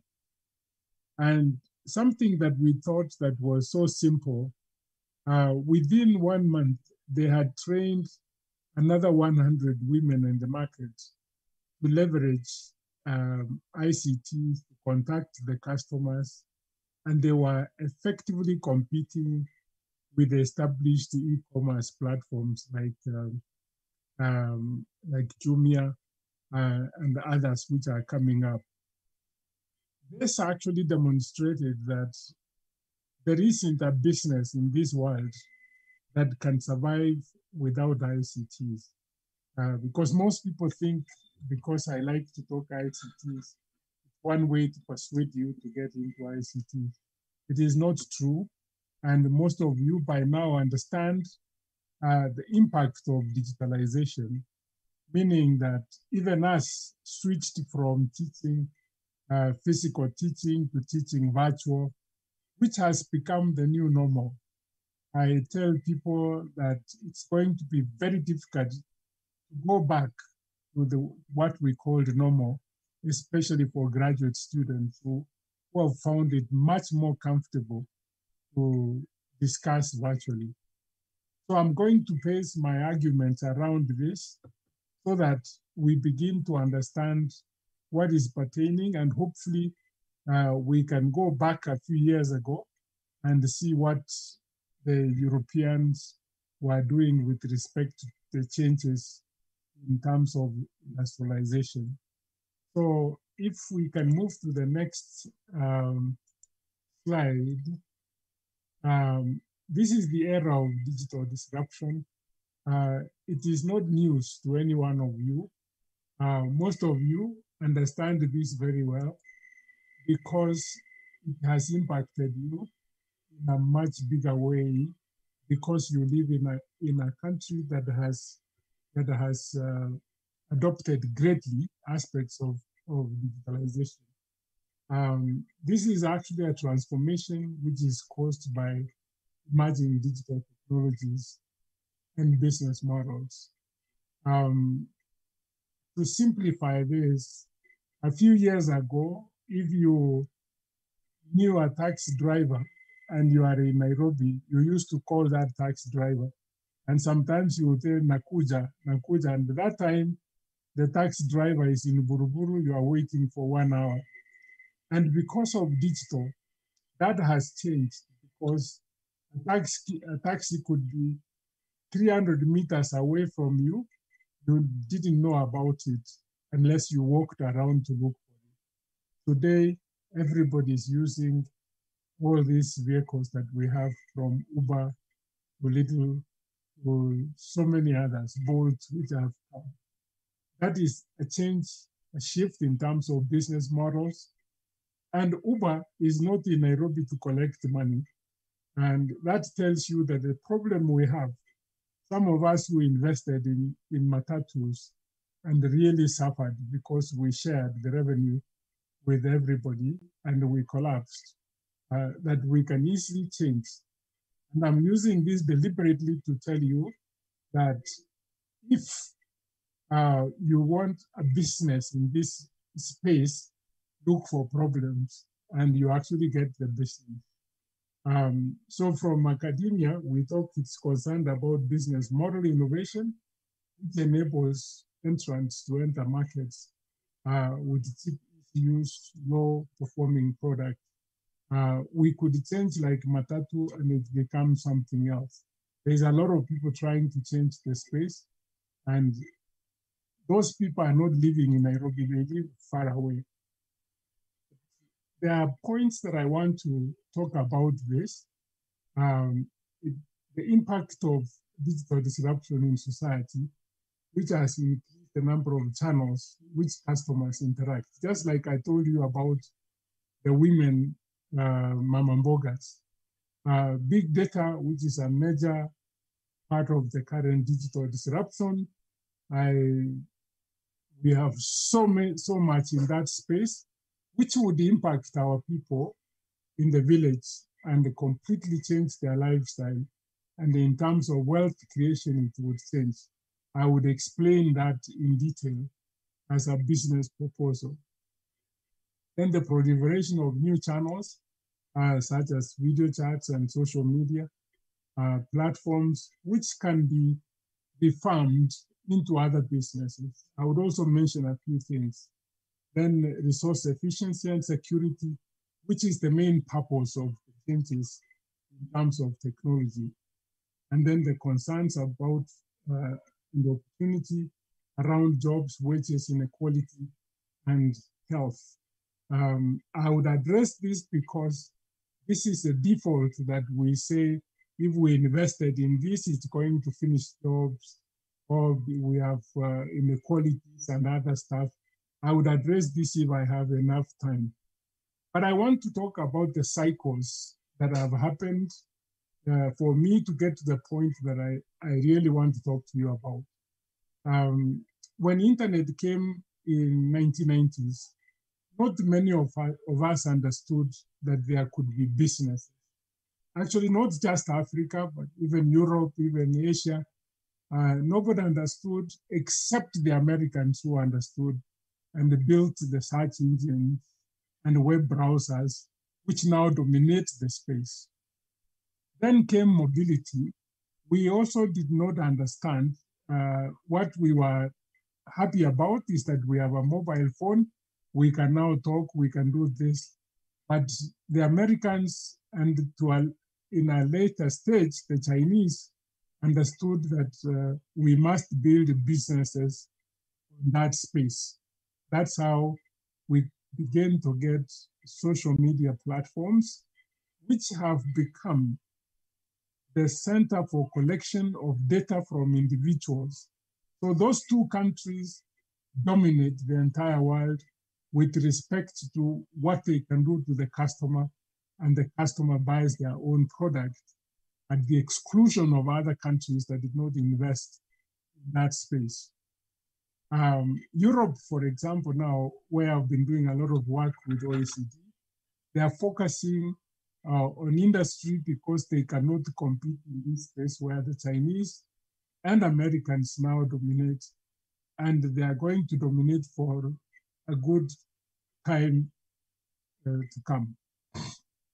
But there is an emerging area, the era of blockchain, where you are going to hear more about cryptography, cryptocurrencies, and we are beginning to see, like Kenya, beginning to lead the way.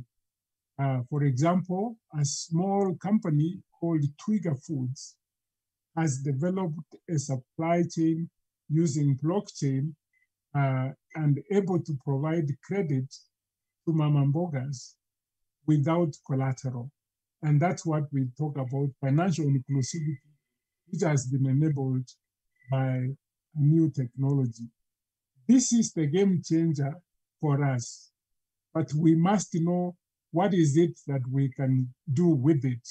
We must begin to ask what problems can this technology solve so that we are at the forefront of making investment in that space before everybody else comes in that space. We still have a huge space because it is at the early stage. It is the early stage in terms of adoption, and we are in that space. We have a lot of youth, and that is the advantage, what we call a chess labor, which I would attribute to this and say, this is an area we must exploit. And let me, first of all, justify why I want us to look in that space. Over the past few years, we have had a couple of changes with respect to industrial development. And each time we have had industrial development change, it has come with greater productivity. So when we switched to mechanization, the fear was that people may never have sufficient food. And so we had to mechanize like agricultural production in order to produce enough food for people to consume. When the world switched to this space, we did not switch. Up to date, we are seeing people using chambers, depending to grow food for consumption. And that has led to Africa becoming the net importer of food. By 2025, we would be importing around $125 billion worth of food into Africa, yet Africa has 60% of the arable land globally. And that this is a challenge to us. Can we wake up? I mean, I was with some Israelis who are saying, if Africa doesn't take advantage of this, they would never again wake up. So that brought a lot of productivity.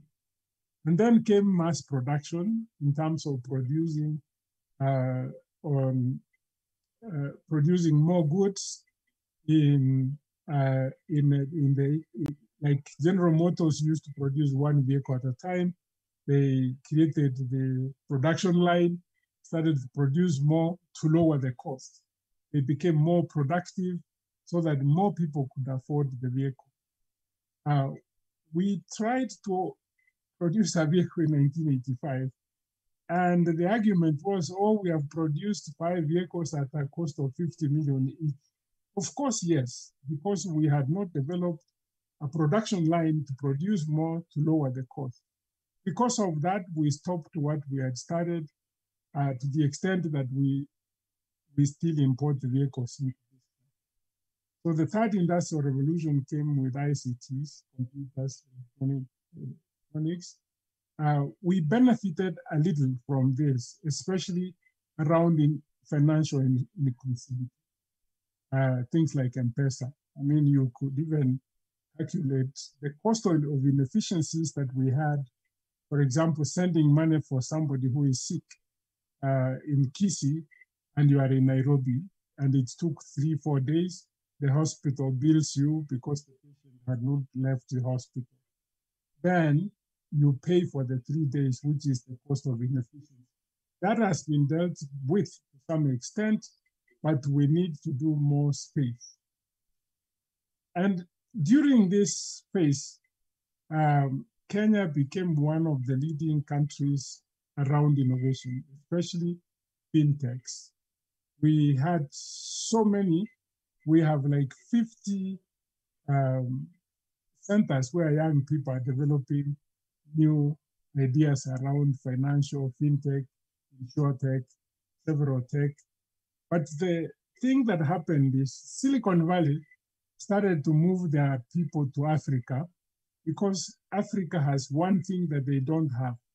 Africa has got a lot of problems. For you to get an opportunity-driven enterprise, there must be a problem that you solve. And we have many of those problems.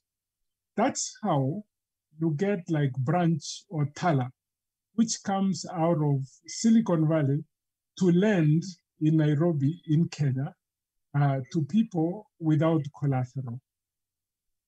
If you combine Tala and Branch, the amount they lend in a month is equivalent to the amount a middle bank lends for the entire year.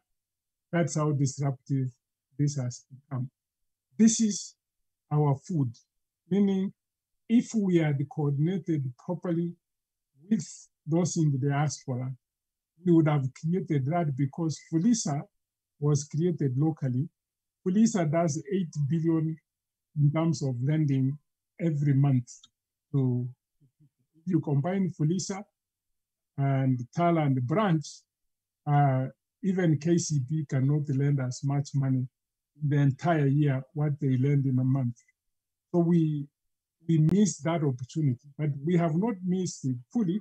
What we are seeing now is what you call big fintechs, which are emerging, realizing there is opportunity, there is value creation. And in the process, they are hiring our young people to work with them and create a product for Africa. Because those of you who have done economics, when you do business in other countries, you have to understand the culture and other things.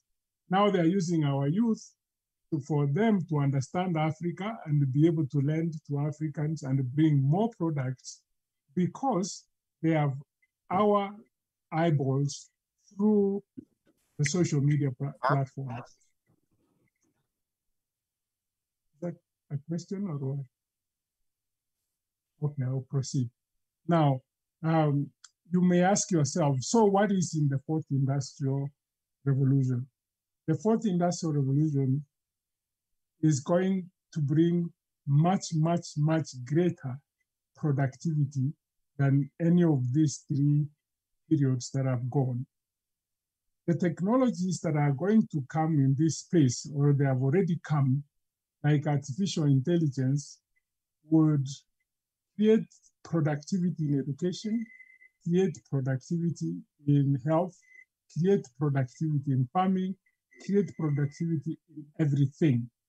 In fact, I did an article 2 weeks ago, and it was an appeal to African governments if they could work up with respect to artificial intelligence, because it is being used by several countries now, including Europeans, to penetrate Africa in a way Africa would never be able to recover. We don't use it. In fact, the term that is being used now is digital colonization. Let me speak on that a little bit. If you read the history, if you go back to Marx, why was Karl Marx complaining about capitalism? He was complaining about capitalism because he knew that is a system that was going to be used, that it was a system that created the theory of imperialism to exploit. And they have used that to exploit the continent to the extent now that as the fourth industrial revolution comes, digital would continue to create capital accumulation by countries that have understood the use of AI. For example, education, which we discussed the other time.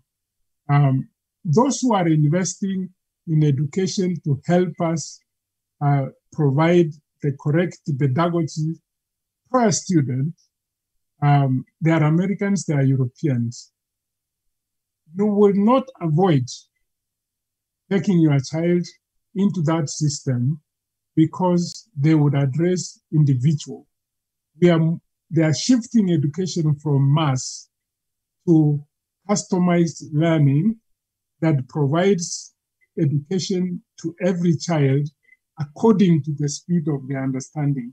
Meaning, you are not going to have a child who is foolish, because those whom we thought were foolish missed the system that would address their problems.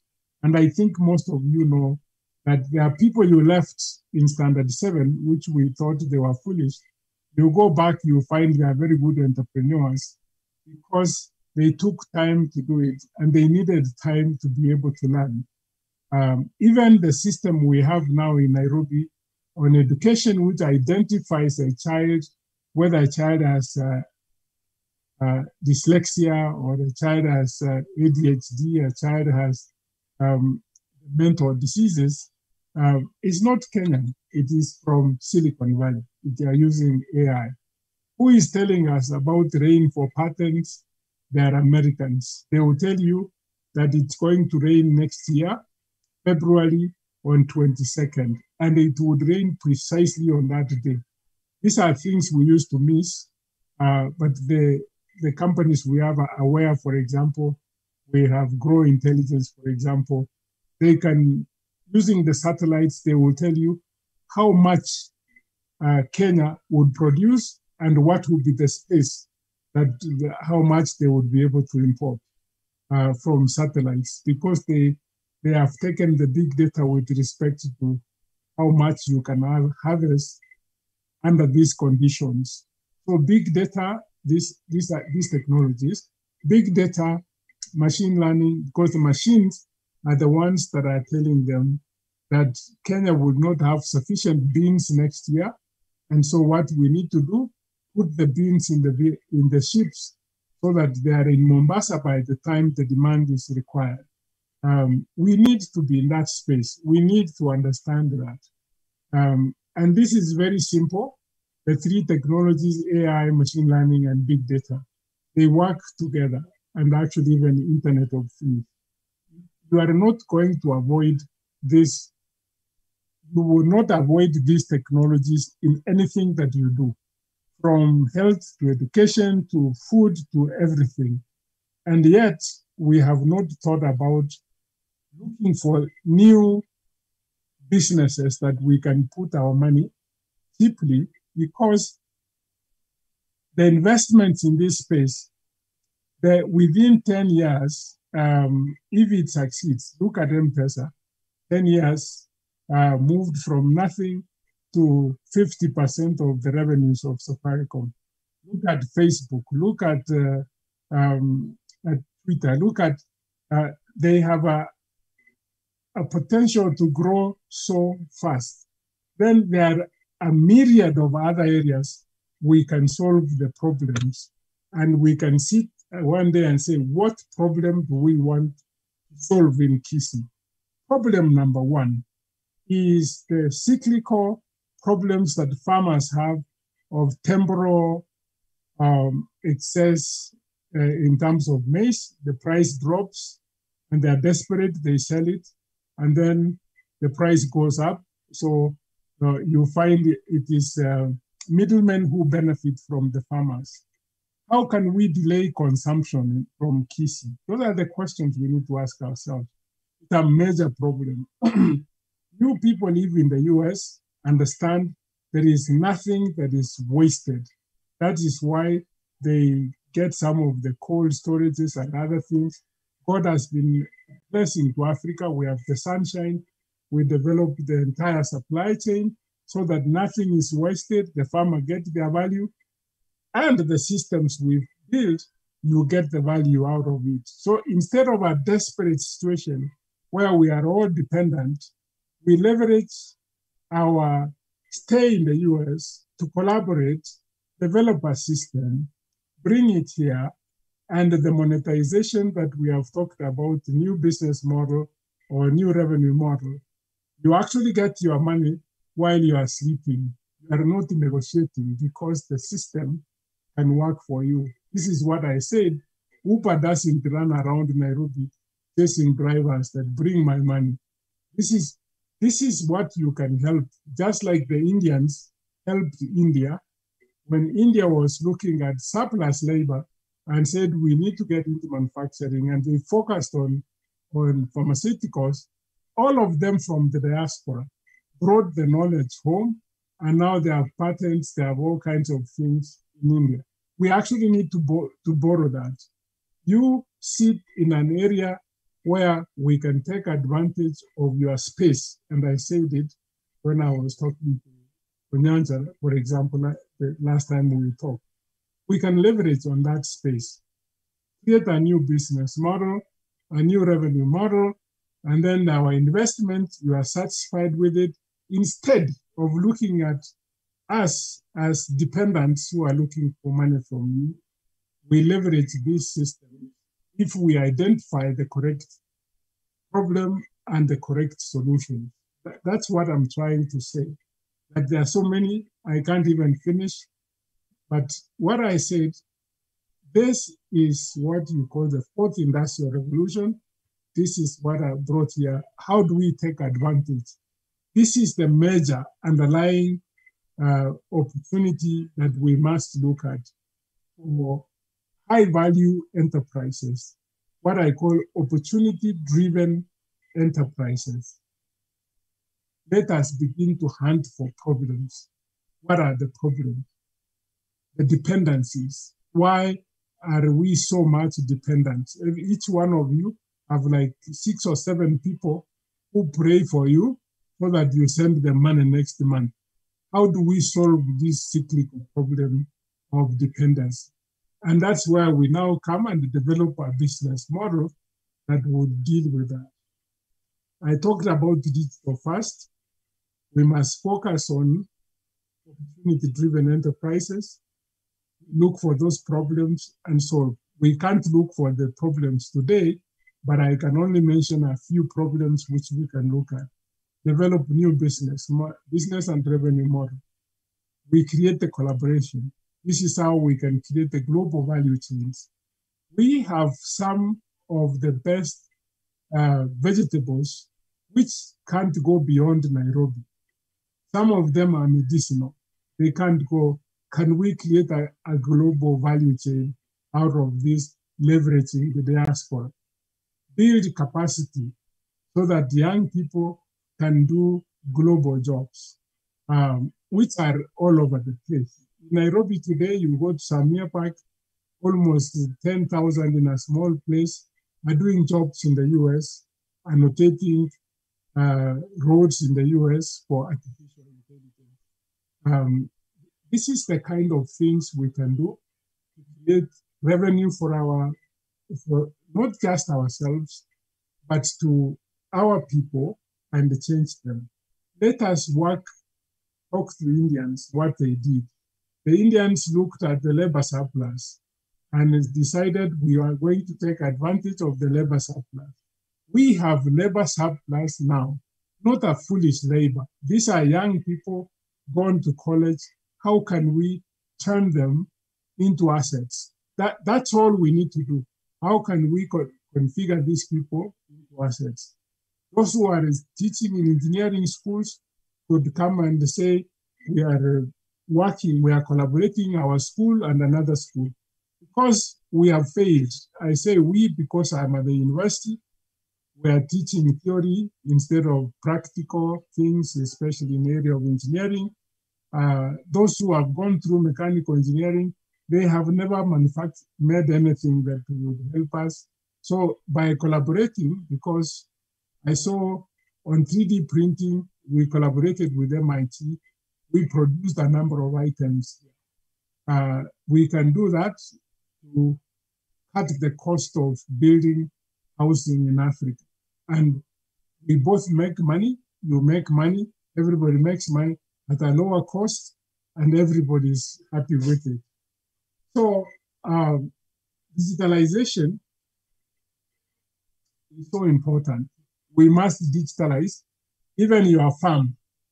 Even your farm, you need to know data. How much are you harvesting from that 1 acre? What is the alternative crop that I can use in order to get more money out of this? We are talking about money, not to be seen that you have tea, which is not giving you. There are varieties now in Kericho which give up to 12 kg per bush. We still have the variety that gives us 0.8 kg per bush, meaning it makes the point of break-even point much higher at 2 acres, which are not there. So we can't have that knowledge and keep that knowledge to us and hope that our people would change. These are the things that even if you created an app which helps that, again, even if we said let's get to standardized production of vegetables, I think Ambassador may say we talked about standardizing production of vegetables. The Chin Saga alone has like 6 or 7 products. There is Amasago, there is, there are so many. That creates poverty if we can't standardize and say, if you are in America, which type of unsagas you eat and how many people will eat that. Can we produce it and freeze it and export it? Without that knowledge, and where you live there in America, they have to have the numbers, this how many we eat, where do they eat, where do they do that? If it's Texas that is a bigger population, that is where we begin from. And then we begin to find how do we export it to other areas. But we must standardize so that we understand. And the biggest thing that we can do for our people in Kisii through the digital space is aggregation. If you look at KTDA succeeds because they aggregate. A farmer takes their stuff to the Tundubari and forgets from there. We need to create that, develop the supply chain. This is what I talked about, trigger foods, and make sure that nothing is wasted in between. That act itself would reduce the number of people who depend on you calling you to give me money to go, I want to go to hospital. They can deal with those small things and you are done. This is a small app that needs to be done. This is to show you that we have infrastructure every corner. In fact, Kisii, we put fiber to Kisumu, to Ogembo, to everywhere. Only you people, when you come from the US, a few of you call and say, yeah, thank you, now I can access broadband here. We launched 5G. We want to go countrywide, very high speed broadband. Meaning, what does it mean to you as a learned person living in an advanced country? It means that you can now bring more businesses, not just in Kenya, but something that will run through Africa. You have the same thinking that Facebook has, that we want to reach 7 billion people globally. So this map shows you already you have a base to begin from, that to touch every African country. But we must solve a real problem that Americans are hunting for. They come here into these hubs to see whether they can see problems and develop new applications. This is why I'm encouraging you that we need to collaborate in this, create something around it, go throughout Africa, create sufficient wealth so that at some point you have sufficient resources. We need to have one of you buy a private jet. Maybe one day I can get a ride in it because you have made money out of Africa. You have made everybody happy. You are happy yourself and not dependent. I was gonna think, I think I would talk about this. Government of Kenya is ahead of Africa with respect to infrastructure. And you know that they have created a digital identity, this biometric identity. This is very key to the blockchain era. if you have heard, China has what is called central bank-backed cryptocurrency, CBDCs. Soon you are hearing US announcing it. Kenya can announce it without any problem because we have the identity. If you recall, M-Pesa worked because we had an identity system. This one tells you that if you created something like branch or like Tala, I don't know whether you know it, you can validate that this person is not dead because you get from the birth and deaths registry. You can validate in a minute. You can validate that this person is a criminal from the police. You can validate that this person is not Kenyan. You can validate that this person pays taxes.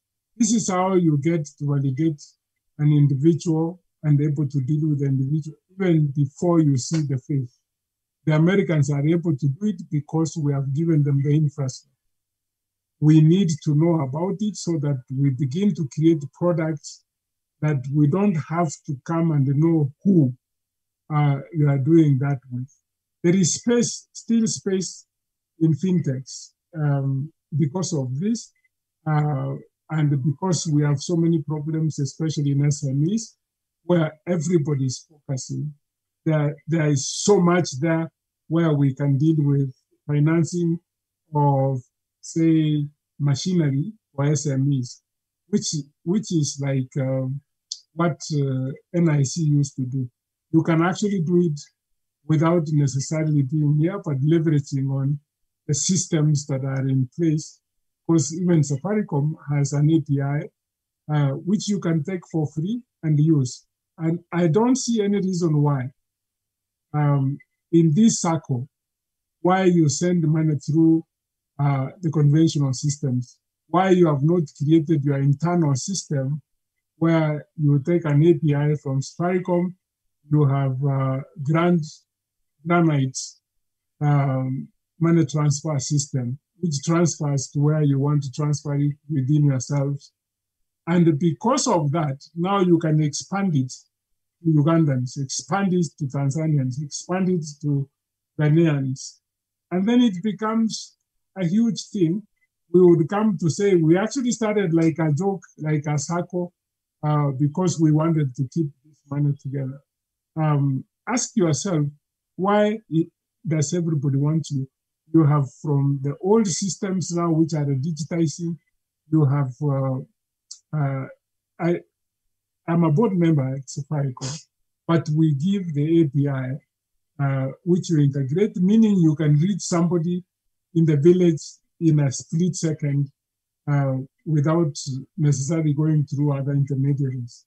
So it's something that you need to explore and say, we need this API, we need that system so that we get to this.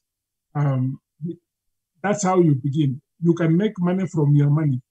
From sending money to your bank, you can make money, or when you lend to others.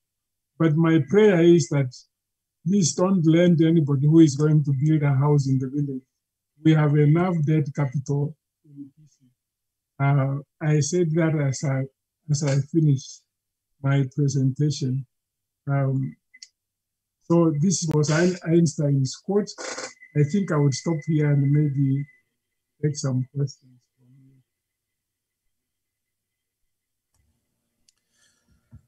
Thanks, Professor. I don't know whether I have any questions on the chat, particularly for you, but I've seen a vote of thanks from quite a members. The representative from the Ministry of Cooperatives, Mr. Fondo, thank you, Senior. Dr. Ndemo, truly informative. You are truly informative, and I can agree with that. I've shared a couple of meetings, like 2 of them with you.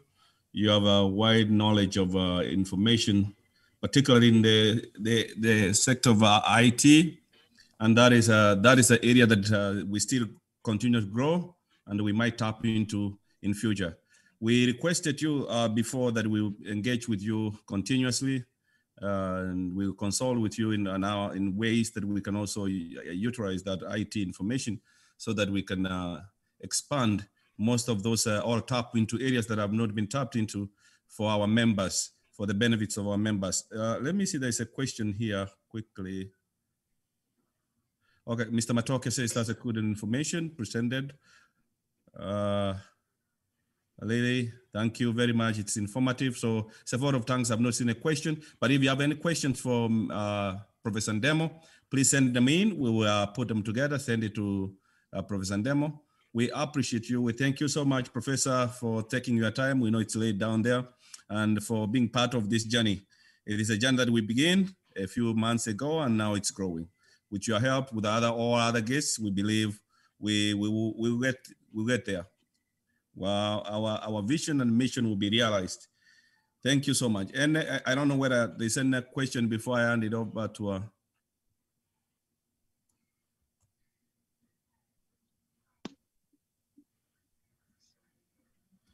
do we have our ambassador ready? A former ambassador, Ambassador Erastus Mwencha? I will listen to Ambassador because Yes, he's I am. my elder. Ambassador, if you can come to the screen, I was not seeing you. Thank you very much, my brother. And I want to thank you so much for your kind invitation to be part of this channel. Before you start, Honorable Erastus, I will take a minute and talk about you, if you don't mind, and I will give you time to brag about yourself continuously. I don't want to mention things that I've seen on you, but don't say too much. That is true. So I don't want to say much, but I'll mention quite a few. Correct. I know as a Professor Ndemo indicated, you are an elder, you are a church member, Seventh-day Adventist. And the one who has greeted more presidents than any other Kisi. Sure. Honorable, you have been you will be a former Secretary General to the Common Market for East Africa and South Africa, and I know you are currently the Deputy Chair for African Union Commission. Am I right? I don't want to exaggerate on what I've had. You have held different responsibilities and various organizations. You are in Industrial Energy and Environment COMESA. You are Industrial Survey and Promotion Center. I don't want to mention the years, as you said. I don't want to provide much information. I'll just mention quite a few, but you have extensive career and quite a good background. So I will hand it over to you, Ambassador. Thank you very much, my brother, for your kind words. And may I also thank your management for this kind invitation to speak at this historic event, being the first AGM of your Sacco. And I've been a member of a Sacco some time back, and I know what it can do, the transformative nature of the Saccos. And so we just pray and wish you well. I also associate myself with you because although you called me former ambassador, I was never an ambassador actually. The title ambassador was acquired differently because I was also in the diaspora for that 7 years, doing various jobs other than, and in those 7 years, I served as a member of the diaspora. And so the EU, as you know, the African Union created the 6th region, which is known the diaspora region. That is of all Africans in the diaspora. They are as much as anybody else in the continent members of the EU. In fact, they are waiting to also elect their officials and be able to sit at all organs of the EU as full members.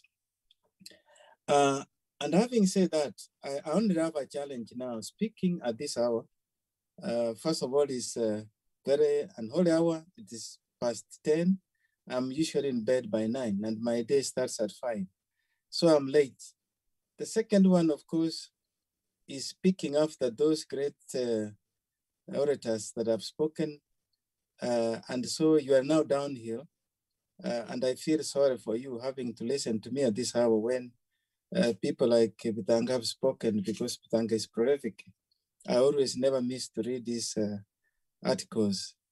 Besides, we serve together in one committee where we are trying to revive the Kisii economy on some of the things he mentioned, which I also touch on. But I don't want to bore you with all these excuses. But let me now go straight. And I am going to speak on 3 themes. The first one, I'll try to give you a synopsis of the economy of Kenya and the opportunities that is emerging from this economy. Then I'll say a little on finance. You didn't mention, but I should also perhaps indicate here that I am also the chairman of Equity Bank Kenya Limited. And being a chairman of the bank, I think it behoves me for me to keep my job, to sell it a bit. So I'll do some sales on that bank itself. And because I know my competitors are here. The second one, of course, then I'll go micro and mention a few things, particularly about which we regrets from the governor of Nyamira. He had actually asked him to be with us today, and they would have taken 5 minutes of my time to greet you and tell you of opportunities emerging in Nyamira. And part of it, of course, which I mentioned briefly as I go through.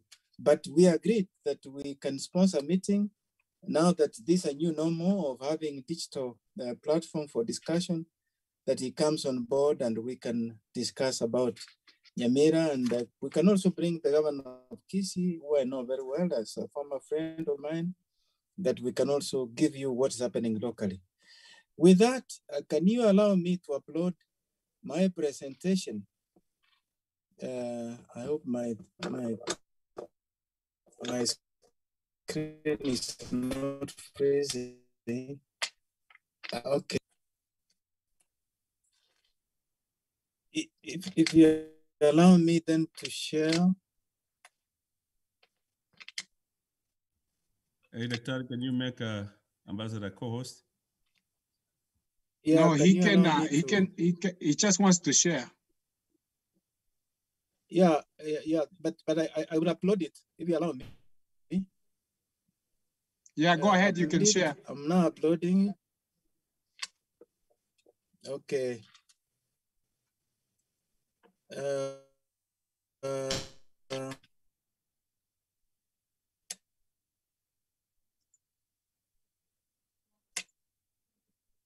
And I'm trying to share on current site. Okay. Okay, I don't know, but it's a pity that it's not coming on the screen. I'm trying to see, I'm trying to share it. File. Okay, I'll talk to send it to Richard so that he can present it. Okay, let me send it to Richard, then send a copy, send to another. Okay, Richard, can you give me, are you on the team? Actually, Doctor, you can take it if you. Yeah, he can send it to that same email that we got the invitation, so we can be able to take it from there. And can you remind me, because I'm on the screen, I can just type the email and it's click there, it comes straight. It's called Granite. Info at Grand. You start with info. Okay. Yeah, at Granite, Diaspora, Sacco. Info at Granite. Yes, it has come. It has come. Okay. Doctor, pick it up. There you are. You can share it. It should be with you in a second. Yeah, it's coming through.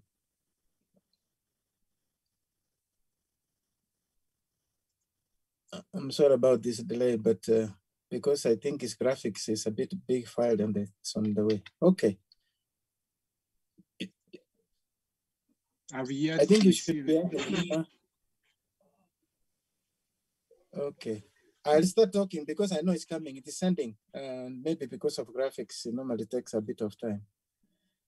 Okay, let me start then talking about the first part of it, which is the economy. And the economy, it has come on your way. I'm going to just highlight a few things, some of which Mohammed mentioned, but just to bring a perspective which I think would be of interest to you as diaspora. One is that our new constitution, focusing on devolution, has created new opportunities. Now you find consumer centers as the counties also growing and becoming clusters, not only of consumption of some of the things that have been mentioned, like retail business, but also a little bit of housing, but also consumer centers. But they're also becoming centers of influence, particularly on policy and production. And I think this is an opportunity that we should look at. And this is the context in which I invited the governor of Nyamira to join us so that he could also give us some indications. I must say that on the political front, there is a stability. We're now gearing in some campaign again for 2022. Of course, we are in this handshake mode at the moment. And of course, as we get in 2022, you'll see new political alliances. But we see Kenya still as vibrant as ever. And I'll be talking about the economy a bit later. How has the economy performed in the last 1 year? It's been very difficult. Of course, the country was focusing on the big four that the president mentioned. But the challenge that was there is the locust attack, which has affected food production. And of course, the pandemic itself and the global recession. Kenya exports have also been very badly affected. This has also kind of impacted on remittances. Although, I mean, we see the figures which... Ambassador, tell me when, which slide you want to be on. Put now slide number, you can put number 1, then am I able to transit, or you would understand where I am and transit? You can just tell me to do so I can be able to, I mean to... Okay, go ahead and just put whichever, I mean number 1, and then now we can move to number 2. Thank you very much. Thank you for that. Okay. So let me then highlight a few things concerning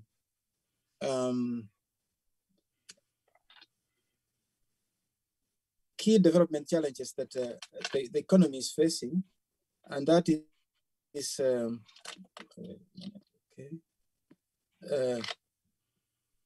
we continue to see a weak private sector investment in Kenya. That is also partly because if you look at credit access, in fact, it is low this year because last year, for 2019, the credit access was over 40%. This year, it is about 28%. There are 2 reasons, because of COVID, but also banks are now favoring to give more of investment to treasury bills, partly because of what Mohammed said, and I don't want to say much about it, the control by the central bank, which means the appetite for treasury bills is more than giving the private sector access to finance. That is a serious aspect, that investment is not growing as much as we would have liked to see. And so what you are doing to bring that portfolio of private sector investment is indeed opportune. The second one is, of course, the poverty levels continue to be a major daunting challenge for the country. Inequality is still a challenge, and the vulnerability to internal and external. And of course, there is a little bit of political instability and intolerance with some of the rhetorics that are there. But I think, as before, Kenya should be able to emerge and become stronger. But those are weaknesses that we must bear in mind, and which, of course, have a solution. Let's move on then, and just simply give you a quick performance of the economy. For instance, if you look at last year, which are the sectors that performed well and which didn't perform well? The health sector performed very well because of the focus on the sector. The mining did very well. Agriculture, moderately. Public administration attracted growth was good. Information and communication, which Bitangas talked about, did well. Financial and insurance, you can see performance was not very good at all. And then, of course, construction and real estate.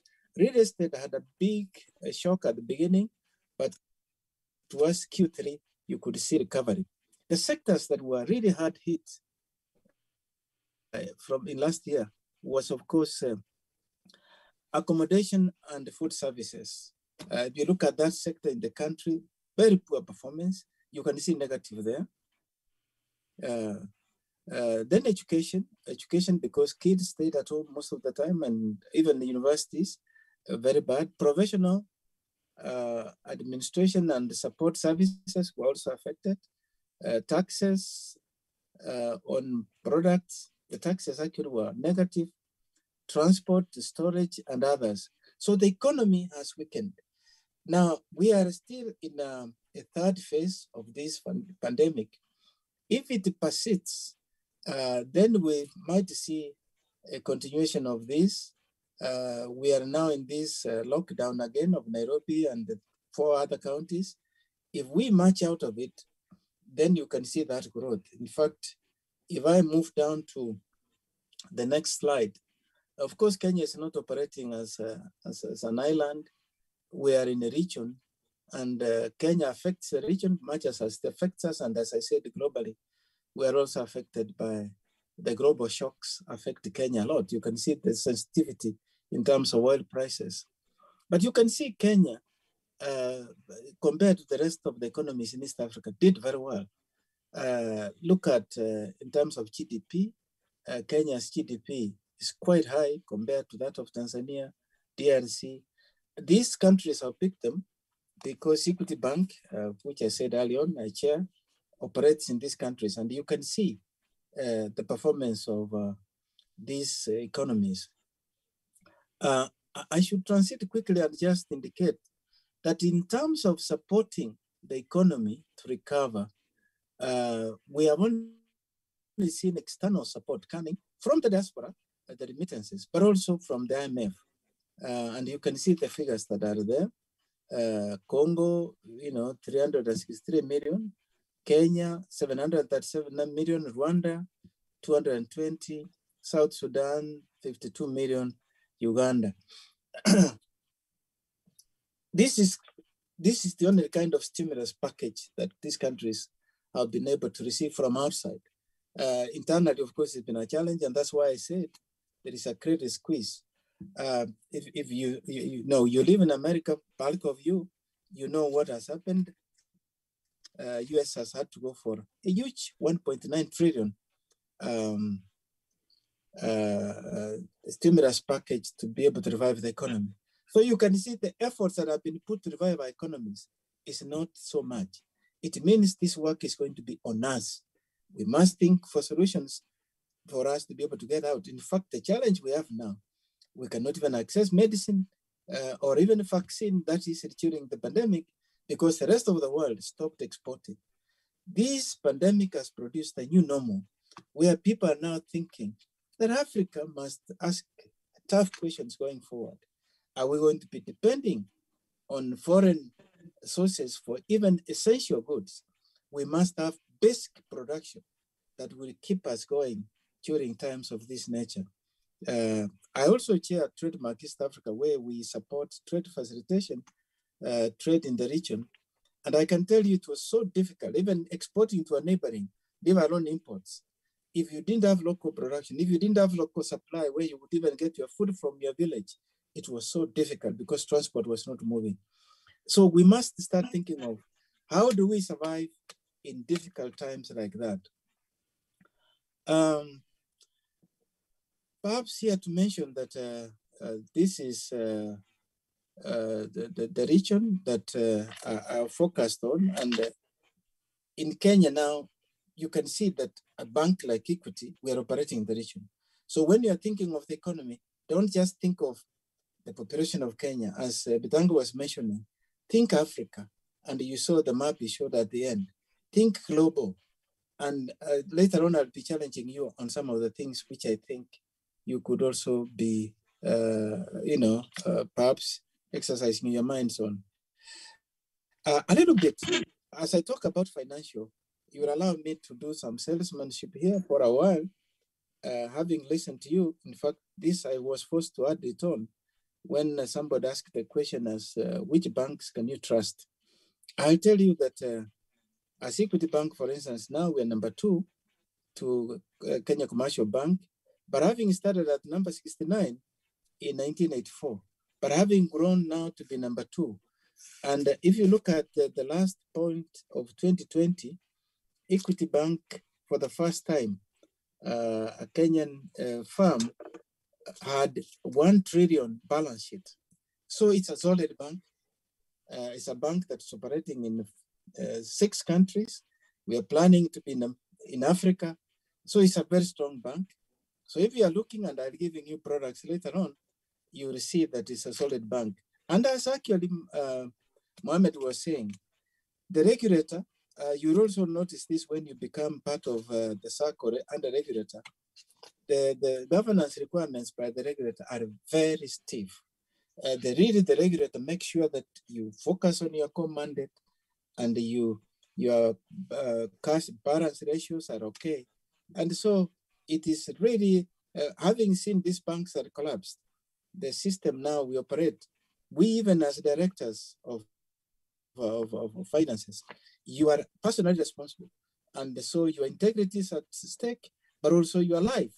And so we make sure that governance is one of those things that you strictly adhere to. Those are the economies in which we operate. Let me then now move to which are the options that you have. The second one in the area of finance. Since you are in a Sacco, there are 2 things that you may want to invest in the real economy, but you might also want to invest in other options that are available. The ones that are in fact available in the various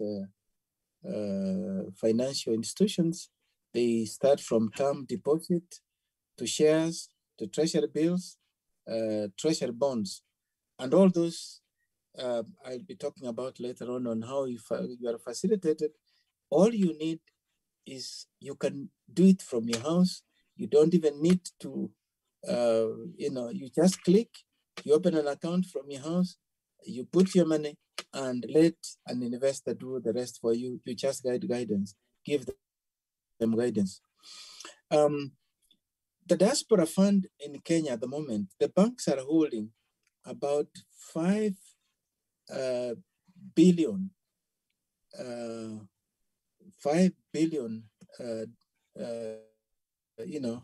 shillings from the diaspora. And as it was indicated, the funds, most of it, about 40 to 50% comes from North America. And this has also helped a lot in the economy. Look at the diaspora contribution to Kenya accounts for almost 4% of the GDP. So you are a significant player. And I think one of the things you need to ask yourself, where is the destination of what you are contributing? Your destination shouldn't end up in supporting just debt capital, which Bidanga mentioned, like having a house in Kisii or somewhere. If you have a house in Nairobi, which you rent, well and good. But think of portfolios that will grow. I can tell you that having been out there for the 7 years, when I landed here, it was much easier because I had focused on some of the sectors, like having a little bit of land, buying a house in Nairobi. When one returned here, you are able then to launch your life without a challenge. And if you intend to come back to Kenya or you intend to invest in Kenya, then select those portfolios very carefully. You can invest now in Kenya in Forex. You can be able to transact and get an account that you can still trade. And this Forex here, unlike the dollar, where you are getting negative interest rates, more or less in the US, here you will get much more positive returns. The instruments that are now available is I don't want to go through it because now I'm getting late. All those instruments are available at the bank, like current checking account. You have an ordinary account, Chichenga account, where you can be able to do more in terms of investment. Business corporate account, you can Sacco, you can open one. You can even have a junior member, you can have term deposits and all that.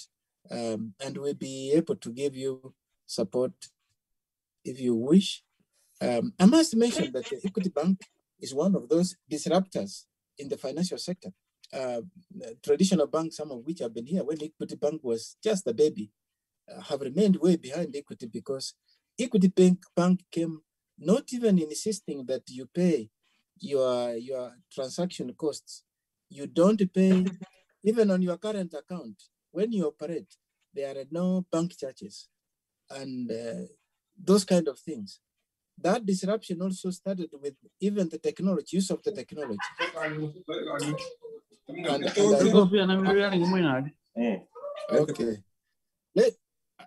Okay. You've seen what I was talking about. No minimum balance, free monthly e-statement, monthly account maintenance free, fee no limit on the frequency of withdrawals, access to debit and credit cards, free online banking services, access to loans. So that is, I think I've done my job in terms of being, and you have all those facilities from PayPal to Western Union, whichever you want to transit, in terms of even transferring your funds and at the competitive costs. Let me now go into which are the areas that you might wish to consider for investment. That was the last part. And here I'm just going to just challenge you on the basis of what Bitanga said. One, let us not think one way, that you in the US will only be bringing your money back here to Kenya, but also think of how you can bring investors. And I will challenge you here that I know of a number of cases where investors in the US want to partner with somebody from there to come and invest in Africa. Recently, we were working with some group in the US who wanted to invest in Uganda, and we managed to get into Uganda, and they are doing a big project there. And so don't think just local, also think global, but also think of not your small funding, but also bring investment. But also the other way around. We now have AGOA. You had Kenya is negotiating a trade agreement with the US. How can you also encourage two-way traffic so that it's not Kenya buying from US or you bringing funds from US, but how can you bring product to Africa? Some of which Bitanga mentioned, and I'm not going to repeat them. Perhaps I wanted to mention a few others. Kenya is now known to be producing a few products worldwide that are acclaimed as some of the best. The avocados. He mentioned, for instance, the tea. Why can't you think of Kericho Gold now sells like gold itself? If I go out and I want to give somebody some product from Kenya, you give something that really has a Kenyan brand. Can't you think of how you can start even, wherever I go, anywhere in the world, I see Ethiopian restaurants. Can't you start thinking of restaurants where people know they will come in and get a Kenyan cuisine? Can we think of a product that we can produce from Kisi there and popularize it and make it great in America? I'm sure that can be done. So let's challenge ourselves, because you are a big force. If each one of you, because you come from all those US states, you have each of those restaurants and popularize them, that when you go to Texas, there is a Kisi restaurant somewhere. If you go to Washington, it is like, I see Ethiopians, whenever they go out, they look for Ethiopian restaurant. We can't start to sell our culture, our products. So let's think about reverse trade and reverse investment, and I'm sure we can. In terms of investment opportunities in the country, I would urge that you don't go for areas where your fund is not growing as much as you would benefit from investment portfolios that perhaps are not so visible. Let me tell you that the returns on investment in Africa now, as Bidang was mentioning, if you go digital and start seeing how you link the local market, the global market, if you start thinking of how do you now encourage that coupling of the production in Kisi, bring it to the global market, you'd be amazed. I was looking at some product that people started exporting the other day. They started exporting paya. And you would be amazed the response from the local market. The production response was tremendous. And the products that you can make out of it is incredible because of the value addition that you can add. And so we can select any of those products which are able to grow in such an environment which is naturally rain-fed, encourage farmers to grow on small scale like the tea that they go and give at the factory, but aggregate and export. You will help yourself. You will help those. And as Bidang was mentioning, you will find less demand from those people if they have got an income.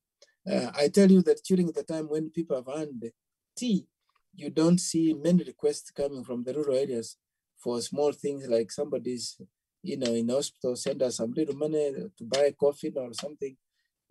For 2 months or so, you see that kind of demand from outside decrease. But if you look at the destination of diaspora funds coming, you go to Kisi, every bank is there, 42 banks. Why? Because the diaspora money is there and all of it is essentially for consumption. So let's turn this. Instead, you can even invest it, but what you get as interest, then put it as a fund that you can now contribute to your Ambase and Kisi for school fees and the rest. And there are instruments, there are people who can hold for you. And this is why bankers, like one way we are there to accompany you, to support you, and work with you. And it's being done. In fact, one of the things that I can assure you, like Equity Bank, we now have funds coming from European Investment Bank, the ADB, the KfW from Germany, all geared to small scale. What we are looking for is good ideas. And I can tell you, I want to challenge you, come with good ideas, come with good projects, which are in any of these sectors, agriculture, IT, will be able to support your investment. So really, my role here was not, I could talk and talk because in terms of some of the specific areas, like Kamano, we mentioned, we can even start growing our honey here now. I can tell you, this is something that sometimes I get amazed. Our, things like mushrooms. There is so much that we can do. In fact, when you look around, you just wonder, how do we take advantage of the opportunities that we have? It is not lack of opportunities. It is not lack of funding. It is lack of entrepreneurs. And you have it because you have seen the world. You have what it takes to bring that technology, which you also have. And we can now transform so that farming doesn't become a subsistence where, like Dang was mentioning, we're using that whole. You can now contract, but also be able to monitor it with the CCTV, see that they're doing good production, and be able to produce and guarantee yourself a product and also a market and value addition. So that is really what I can say at this point, and I remain ready to respond to anything. And so I want to thank you again and pray that God continues to use you. Your Sacco grows. And as I think Mohammed mentioned, what would be important also is to embrace good governance, good ethics, to make sure that you serve honestly and faithfully, so that you can enlist more members to join you. Growth is possible. If you look at that equity channel I showed you, it started as a building society. Now it's number 2 in the country. And with 1 trillion balance sheet, you can grow. In fact, the people who grew that bank, when I look at them, as I sit on the board and ask them, how did you dream? They said, the sky is the limit. That is what I want to live with. Thanks, Ambassador Erastus Mwencha. Particularly the last of your presentation, that's a word of encouragement, and that's our vision. One day, this one will be starting from our community back at Kisii called CGDS Bank. And believe me, that's our vision. And with the consultation with people with great knowledge like you, Dr. Ndemo here, Mr. Nyaoga, who was here earlier, and the rest of other friends of ours from there, we will make it. Thank you so much for taking your time to come and talk to us. There's a few questions for you here, and I think particularly they're asking in terms of opening accounts and having difficulties in accessing a quick way of opening accounts, like the process is tedious for other members, they believe so, but that is particularly something I don't know whether you can address it, or we can have a consultation again with you. And for members, especially other than maybe the Sacco, there's also members who want to open accounts with equity and they're having challenges. Or maybe you will have your team talk to individual members. I don't know how you want to address it, Ambassador. Okay, I mean, for the interest of time, just consolidate that, give it to me, and I'll come back to you through you, and with a team that will be able to get in touch with the people, give me their contacts, and we'll call them, including your Sacco, to give you the products and also to help you open those accounts. Thank you. Let me look again whether there is a...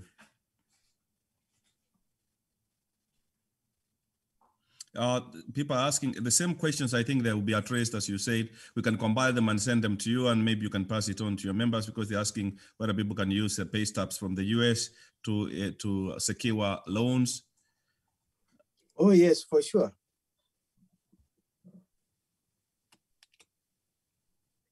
And they were talking about, again, the same thing. The process takes weeks for them to open accounts, which is the best way that it can be made easier for them to open accounts.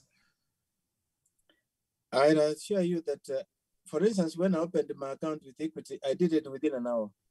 And we can do that, just that for you. So long as you give us, I should upload what you need, just your biometric, the data, and that is opened instantly. But please send them and we're able to respond right away. Thanks, Ambassador. We also request you to keep on engaging us. This will not be the first interaction with you. We request that you be open to your office be open to us, so that whenever we have something to consult you, we can get hold of you. But again, absolutely. We will send all those questions for Ambassador Erastus. We'll compile them. We'll send it to the office, and then they will be answered, and we can send it back to your members. Thank you so much. Is Vincent here? Vincent Aberi is here?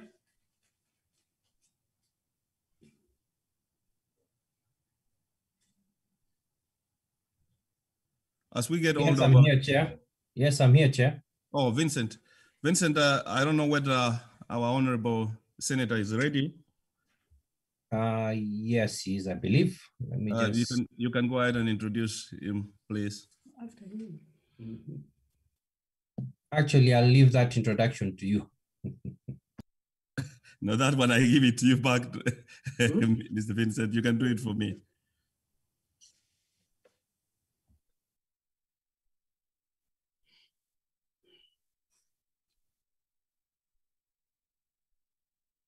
Okay, let me go ahead and take this opportunity to introduce the Senator for Kisii County, former ambassador, former minister for various government institutions, from various presidents, from President Moi to Kibaki, long-standing member of parliament for Nyaribari Chache.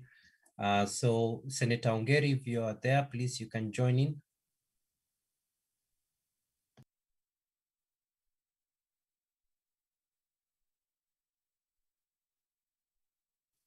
Can you hear me? Hello? Yes, Yes, we we can can. hear you, Senator. Yes, we can. Thank you. Hello. Thank you very much, Chairman. We can hear you, but we can't see you. You can't see me. We would like to see you. Can you see me now? Oh, yes. Yes. Thank you very much. First of all, let me take this singular opportunity to thank you for what I think is a wonderful effort you're making to start this Granite Global Sacco, which I think, in my opinion, will have a wonderful future.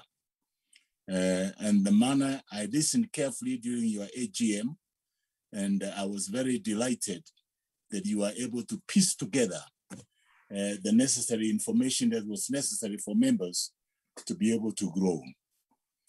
I don't know where to start, just because I was not scheduled to speak, but my few thoughts of what I've heard and what I've listened to and what I think the way forward. One, I think as a Sacco, one of the things that you must utilize effectively is the principle of aggregations. That you start from small, you grow bigger and bigger, and the sky is the limit. And that principle of aggregation is that you may not have sufficient capital to employ in your investments at this stage. And your investments must be two-pronged. One, benefit, of course, the membership of the Sacco. And secondly, to be able to do very effective investments that will yield very good dividends, and therefore be able to expand the economy wherever you are investing your money. And that money must be felt at that level. I want to suggest to you, and I've been in this before, that one area that you need to invest in is in your home counties. You have Kisii County, you have Nyamira County, and you have a potential to invest in those areas. Why do I say so? The Constitution of Kenya and the current BBI postulates that if it goes through, and I believe it will go through, there will be 35% of the budget which will be given to the county governments of the national revenue. Currently, the national revenue is at 1.8 trillion Kenya shillings. And we reckon that the money available to be spent at the counties, the 47 counties, will be beyond the region of 400 to 450 billion Kenya shillings. Currently, I'm the chairman of Kenya Public Accounts Committee in Senate, and I've been looking at the accounts of those county governments and looking at the auditors' reports, and it's quite telling that if we have additional resources flowing to these counties, they should be able to achieve much. But the most important element that I want you to pick up is that out of that 35% of national revenue shareable to the county governments, 5% will be bequeathed to the ward development, what we call the Ward Development Fund. And as you know, the problem at this stage is the youth bulge. We have so many of our youths who have been trained, who are ICT or techno-savvy, and do not have any form of investment, whether formal or informal job to do, and they're just lying idle, and they need to be occupied. And I believe with this seed capital, with the principle of aggregation, with you coming in from the diaspora, you should be able to galvanize these youth programs at your local level, at the local level where you come from, and be able to add value to their investments, whatever they are doing. And this will be incubation centers for technology. And this is the time, and I listened earlier on to Professor Bitange, and I agree with him. Having started the ICT in 1988 as the Minister for Technical Training, Applied Technology, I've seen how over the period of years, what valuable elements we have been able to pick out of ICT as we have grown from analog to digital level, and now we're able to harvest richly on the digital platform on the things that we have not been able to do before in the earlier years. But now they are available to us. And therefore, innovations, particularly technical innovations at the county level, at the ward level, are feasible things. And I know, for instance, that we have primary products. One of the most distressful things I've seen, and it's been always a sore pain to us, is the wastages that we see in the perishables, the avocados, the bananas, and many of such other items. Now, you see a mother who was standing in a market the whole day with one sack of avocado, which, given an opportunity of grading, storage, and the marketing, should fetch upward $2, but she's throwing it away for 5 to 10 shillings, and it's rotting there because the middlemen, the so-called middlemen, or the brokers, are able to take the cream of the labor that these people put in the farm to be able to produce these items. And therefore, working together with these groups, you can be able to elevate the income streams of these mothers and the young people in the rural area. And therefore, the level of dependency syndrome will shift to independence syndrome, where everyone enjoys the growth of the economy at the local level. And now, with the technology that is here with us, with the 5G being rolled out by Safaricom, I believe we should be able to do things in a very easy way. And I'm looking at tea, I'm looking at bananas. Now, we were able to pass a law in Senate on the warehousing facilities throughout the country. And this was informed on the basis that if we have these warehousing facilities, a farmer doesn't have to waste his or her products. They can go and put them into a warehouse where there are cold storage facilities, where they can put these items and be able to wait until they're able to get a proper market. And the marketing aspect of it, of course, draws in a lot of people who will be able to bring value to that warehousing facility and be able to enhance the incomes, both of the farmer and of those who are marketing the products on their behalf. And everybody goes home smiling without any pain, without any difficulty. The operative word here is value addition, and utilizing the current available spaces and the current available facilities that will be able to enhance these. We are currently doing a cold storage facility at Kiamokama.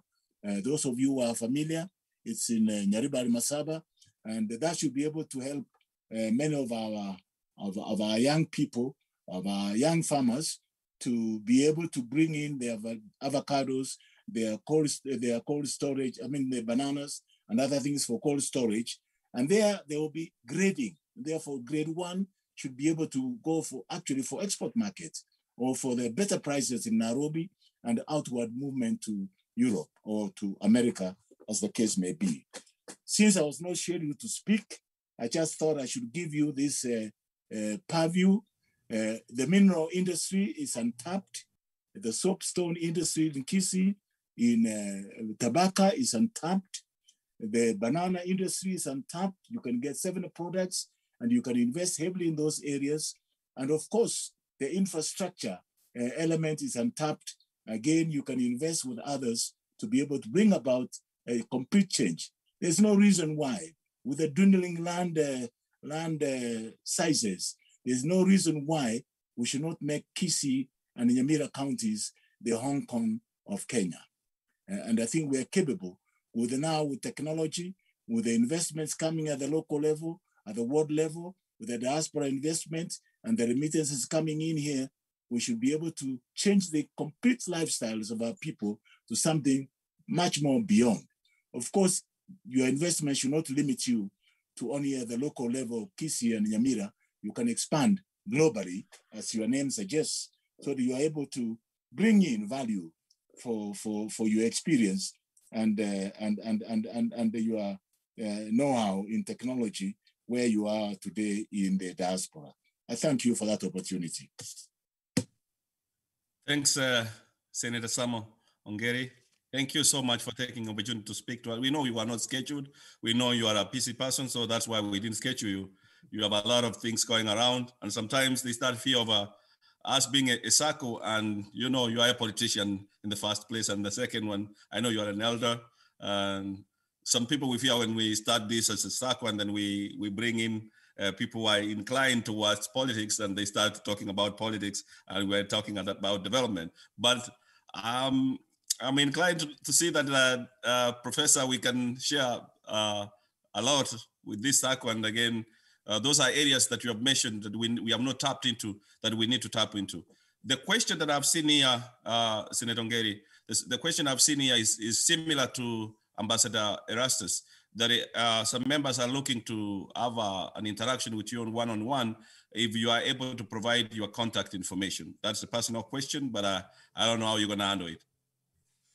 Yeah, no, I was in fact at some stage planning to have a dialogue with the diaspora, basically in the area of investment in our local level, at our local level.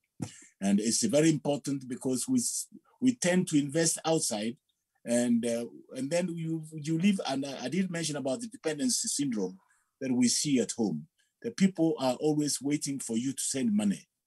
It's high time people are waiting to see how their money can also grow at their local level.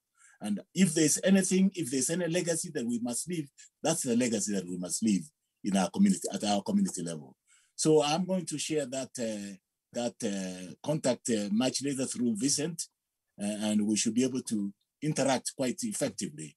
And it's one of those areas I intended that I want to engage the diaspora to be able to invest at the local level. Thank you. And I think you are sharing our vision. As we said earlier, that we want to do local investment. It's part of the CSR. So we need to engage with you more, and the Ambassador Erastus. The members were also asking if you can also share your information. I think you are here, Ambassador, if you can speak for yourself. Yes, I am, and I will share. Thank you, Ambassador.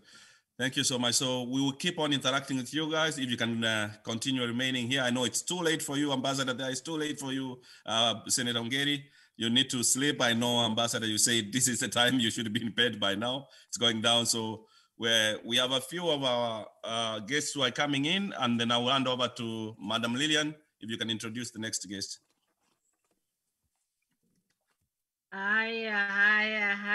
This is the right time. It's our cordial time. First of all, before I introduce my next guest, I just want to thank Professor Ongeri. I know my grandfather, Mahali Amelala Sai, is just smiling. That is the late Pastor Abel Nyakundi. He must be so proud of you right this moment. Thank you so much. And and to our next guest is somebody who's going to make a difference tonight.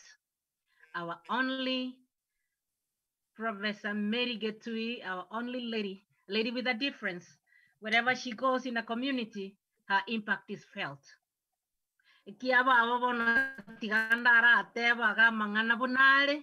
So Dr. Professor Mary Getui is a university professor in the Catholic University of East Africa. She's also she has held a position of a director, quality assurance and academics programs. That is from 2011 to 2017. Previously, she was at KU as the chairman of the Department of Religious Studies. She was also a director and a director of a board of undergraduate studies. She was a dean of students for humanities and social sciences. That is in both KU and CUEA. She has also acted as a deputy vice chancellor in the academic unit, and she has done publishing widely, that is with the materials entailing religion, education, gender, culture, peace, and health. That is from the year 2009 to the year 2015. She has also served as a chairperson for the National Aid Control Council. Her current research interests are on contemporary issues and interface with the religion. So our beautiful lady, our golden lady, it is your time. Can you show your face? Where are you? This is your time. Let's give it a shine now. There she is. Erokamano. Welcome on board, Baba. This is your time. She's so nice and well spoken, soft spoken. See you arena now, ma'am. Thank you. Thank you very much, Lillian. It is getting to 11 o'clock here. We started at 5 o'clock, so it has been a long evening. I've listened all through, and I'm truly blessed by all the speakers that have been. And I want to appreciate the invitation. I was able to speak to Lillian, to your husband, Mr. Dr. Ongaki, the chairman, whom we have interacted with tonight as well, and Jerusha, and I'm really grateful that this day has eventually come. I will repeat again that I appreciate those who have spoken before me.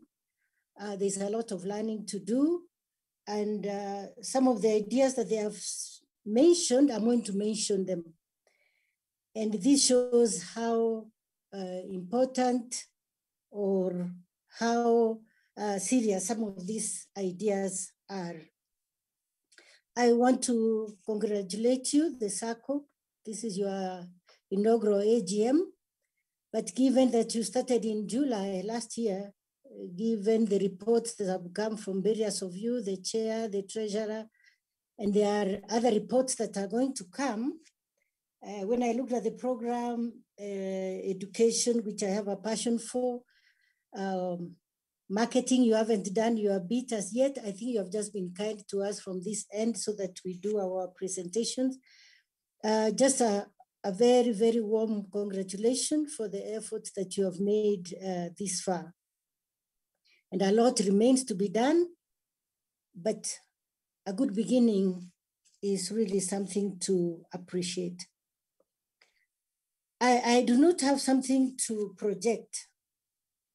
I have some notes here which I'll be talking to. The topic I was given is education and entrepreneurship opportunities in Kenya. I've been talking to our people. We traveled to the village quite a lot. We were there last week. Now we can't go until the Nairobi lockdown is lifted. And I've been talking to the people. What are the education and entrepreneurship opportunities that we have, especially where majority of the members of the Sacco are drawn from? And having listened to the people around this theme of education and entrepreneurship opportunities in Kenya, I have subtitled my presentation tonight as Make Money and Make People. Make money and make people. And in this, I also want to emphasize that the effort is both at individual level and at corporate level. These education and entrepreneurship opportunities, the way I'm going to approach it is to challenge us as individuals and then to challenge us as the Sacco on how we can move forward. My first point is that if you are a member of this Sacco, congratulations, because you are blessed. You have something that you have invested in it. It may not necessarily be the money, and I can see, I've read about your documents. People come in according to their strength. Some may have more, some may have less, but that you are a member, just count yourself blessed. Congratulations for that. Your logistics this far, very good, very, very good. Again, you must appreciate that the ambassador has been with us this evening. You have representation from the ministry, so you are going by the guidelines that guide or propel the Saccos. This is very good. And virtual is the way to go. Virtual is the way to go. We are not going to go away from it. In my university on Friday, when the president gave his address, a very short time later, our vice chancellor issued a memo and said we go back to online teaching. So virtual is the direction to go. I also want to appreciate that you are working together, men and women. That cannot be taken for granted. We are aware we come from a culture that is patriarchal, but we are again in an age and in an era where we realize that we need men and women to work together. I acknowledge my friend, my senior from Nigeria, from Ghana, married in Nigeria, Masi Odioye, who says that for a bird to fly, it needs 2 wings. And for us to move forward, we need the female and we need the male wing. And I think the Sacco has shown that, which is very, very appreciated. To echo what the earlier speakers have said, is that we're at a point where we need to think globally. You people are in the diaspora, but your roots remain here. And your roots remain very strong because our people have very, very high expectations from you who have gone out there or who are out there. The world is now a small village. Globalization is here with us. So we must and we ought to think globally. A few years ago, I was listening to Reverend Timothy Njoya, and he said that being Kenyan is not geographical. So even where you are, it is good you are remembering and you are asking, how can we continue to be part of the Kenyan community, the Kisii family where we come from. So being Kenyan is not geographical, even when you are out there. Now, education opportunities.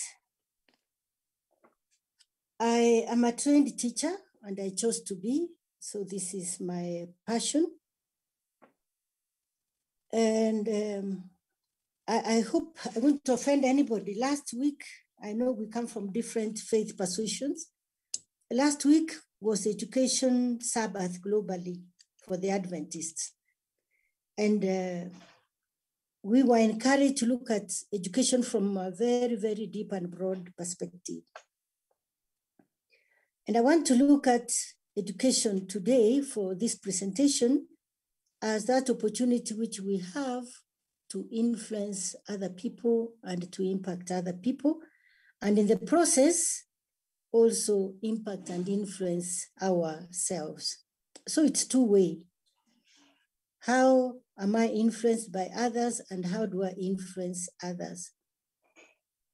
And in this, even entrepreneurship is intertwined because we can influence people through ideas. We can influence people by what we give them. We can influence people in many ways. So we like to look at education from these three perspectives: the formal, the informal, and the non-formal. In Kenya today, we are in a transition from the 844 system to the competency-based curriculum, which brings in an element of entrepreneurship, competencies, and God in His mercy has given each one of us different competencies. Lillian, the way Okoiririata, I can't do it. Even if I try, my tongue is heavy. Competency, skills, talents. And so today in Kenya, we are emphasizing on competency-based curriculum. And my question for us as the Sacco is, how do we support the formal sector of education? I'm going to be, I won't have much time to elaborate on these points, but one is each one of us went through some school, and most likely right here in Kenya. Are you a member of an alumni association of your school? Or can you start an alumni of your school? Because this is one way in which we can impact on the community. Having been out there, there's a lot that you can share with your former school. It could be primary, it could be secondary, it could be university, it could be that polytechnic where you went through. We need to support those institutions which produced us. I have dealt with young people a lot of times, and there are very many needy and deserving children. Sometimes it's very hard to identify needy and deserving. Again, having had an opportunity to get out there, it doesn't need trillions or billions to support a needy, deserving child. There are very many of them. And I'm going to mention here that it is very important for us to work with some opinion leaders locally. It will help us to filter a lot of some of the unfortunate situations where we may be, a needy child may be denied an opportunity. A few years ago, or many years ago, there was a project here in Nairobi of Adopt a Light. Some parts of the city were very dark. And so there was this campaign of Adopt a Light.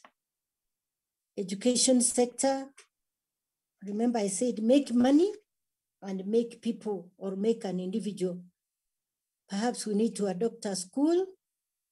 And I want to echo the sentiments of Professor Ndemo. ICT is now the way to go. Maybe that school where you went through, that institution where you went through, is where we need to invest in ICT. Again, in this age and era of technology, you could even make a speech, a very short speech. That's why we need to connect with our principals of the various schools, our headmasters, the board of management, make a speech and have it aired to the students.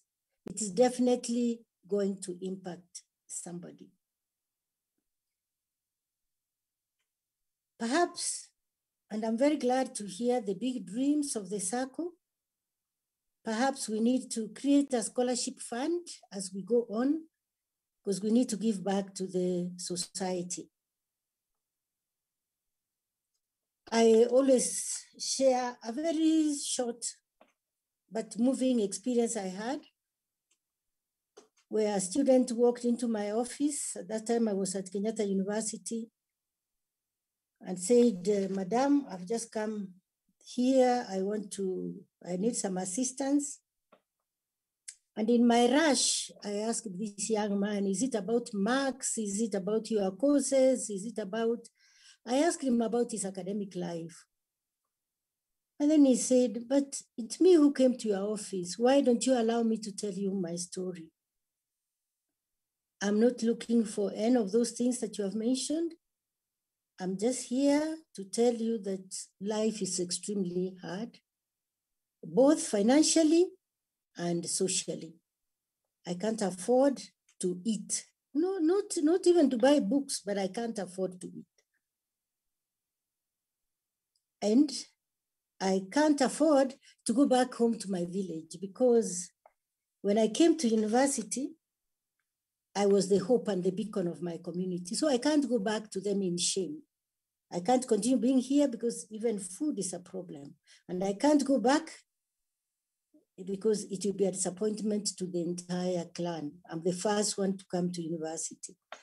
And so my message here for you and my mission for you today is just to tell you that I'm going to end my life. There are many details that I've left out about this conversation with this young man, but it only needed to call a few colleagues and say, we have this case, what can you do? And in an afternoon, we were able to raise enough money to support this young man. And as I speak today, is Dr. So-and-so building the nation in Kenya. I was in another meeting not long ago, and somebody tapped my shoulder and said, you may not know me, but I am Dr. So-and-so, the wife of that Dr. So-and-so. So we can create a fund that can help needy young people. And as I said, it may sound a lot of money, but we know that a little and a little here can make a big difference. I've noted that when our students go out on an exchange program, they come back different. They come back enriched. And as I said, my sharing tonight is both to us as individuals and both as corporate, as the Sacco. In your various stations, wherever you are, not necessarily in the academic arena, probably you're in the medical line or whichever line you are in out there. If there's any opportunity where there can be an exchange program, it will make a lot of difference for us, and it will make a lot of difference for other people also to learn from us. So what I'm suggesting here is we need to share on opportunities. We also need to support and engage in research, and I hope that as the Sacco grows, this is one area where you probably will put in some little money on the thematic areas that are of concern to our people. I may not be able to list them here. Maybe this is an area that we can talk about more. Thematic areas, those areas where we need to make decisions from an informed perspective, and it's research that could help us on that. Let me talk about the informal sector of education. Now, this is that education where there are no exams, where there is no much pressure, but where we learn a lot from each other. Again, congratulations for the Sacco, but I also want to encourage us to keep in touch with home. This could be controversial, but I remember a dear friend coming to bury the last of his parents, and there were many speeches. It was the pre-COVID era, and some of the wazirs said, now you can't go back. You need to be here to take care of the home.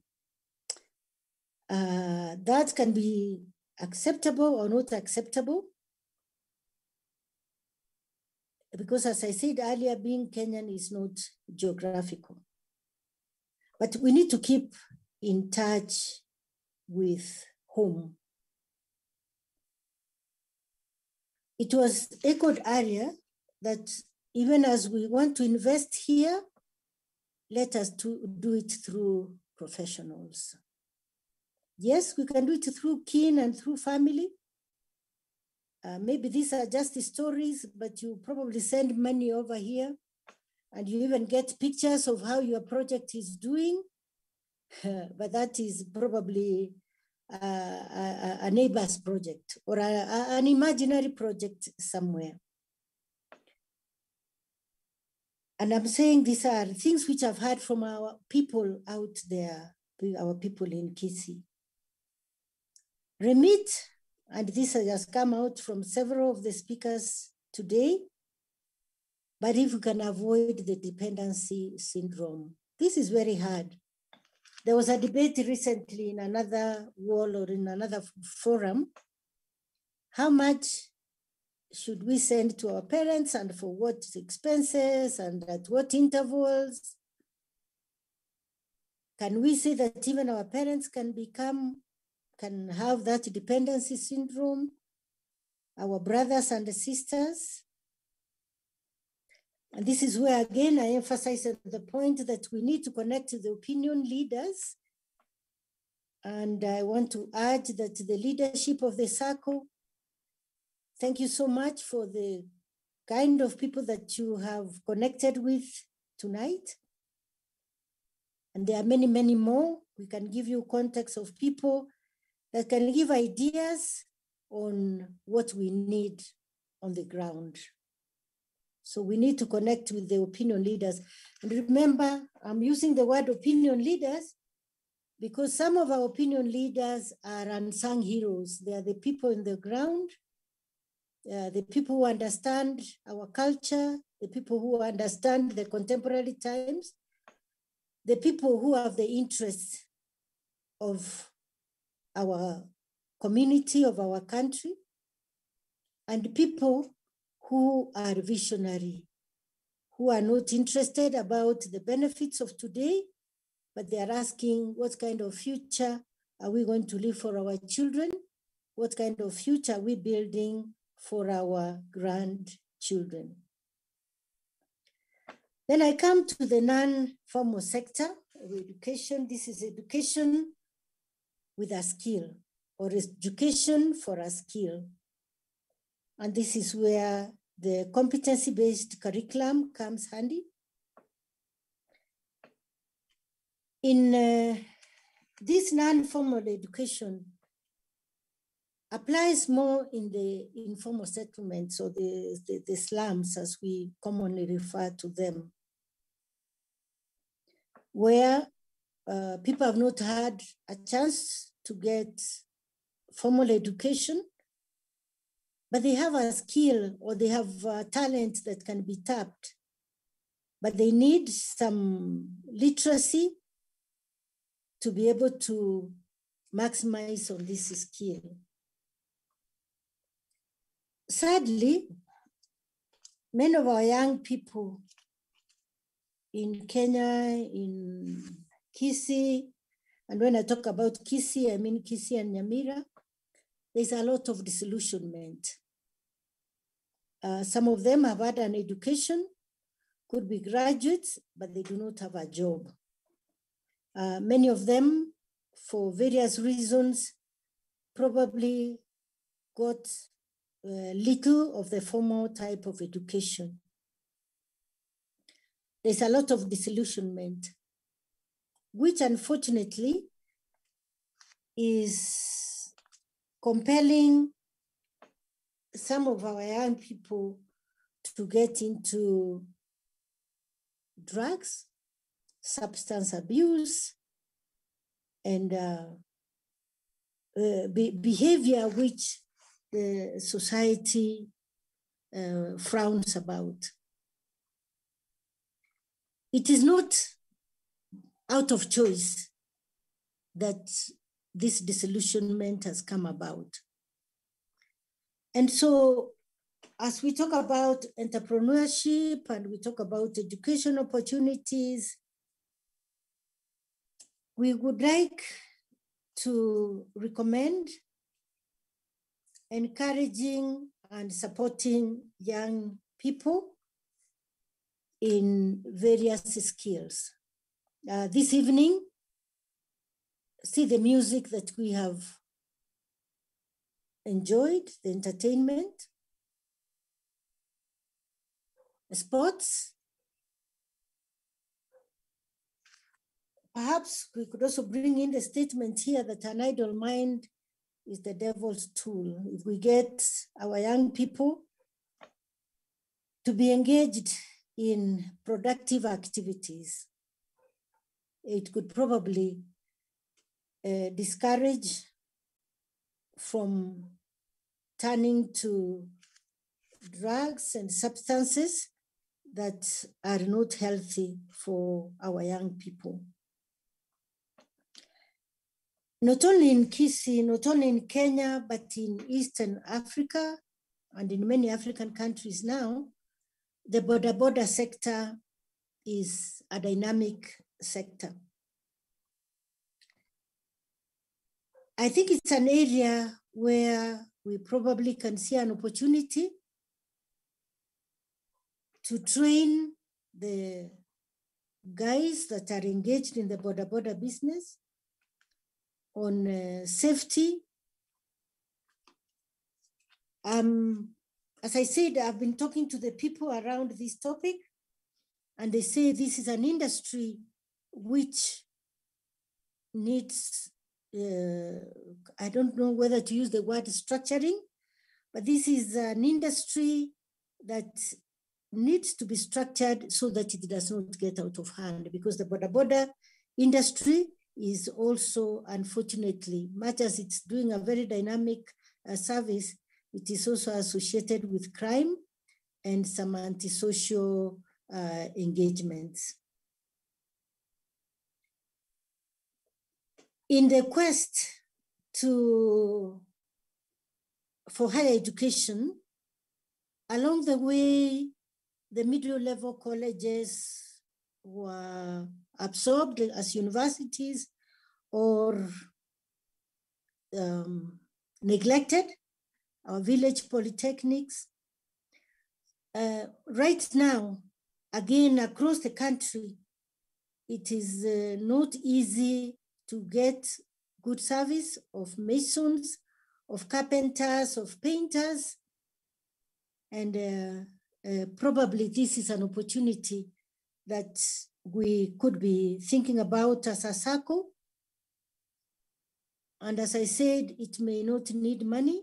It may just need ideas. It may be needing right connections on how do we get these skills available and appreciated.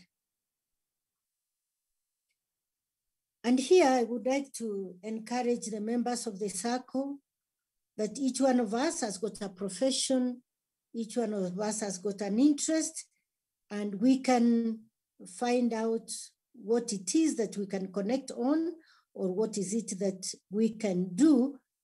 And yet, some of us also have got that entrepreneur niche, which we can use on various aspects.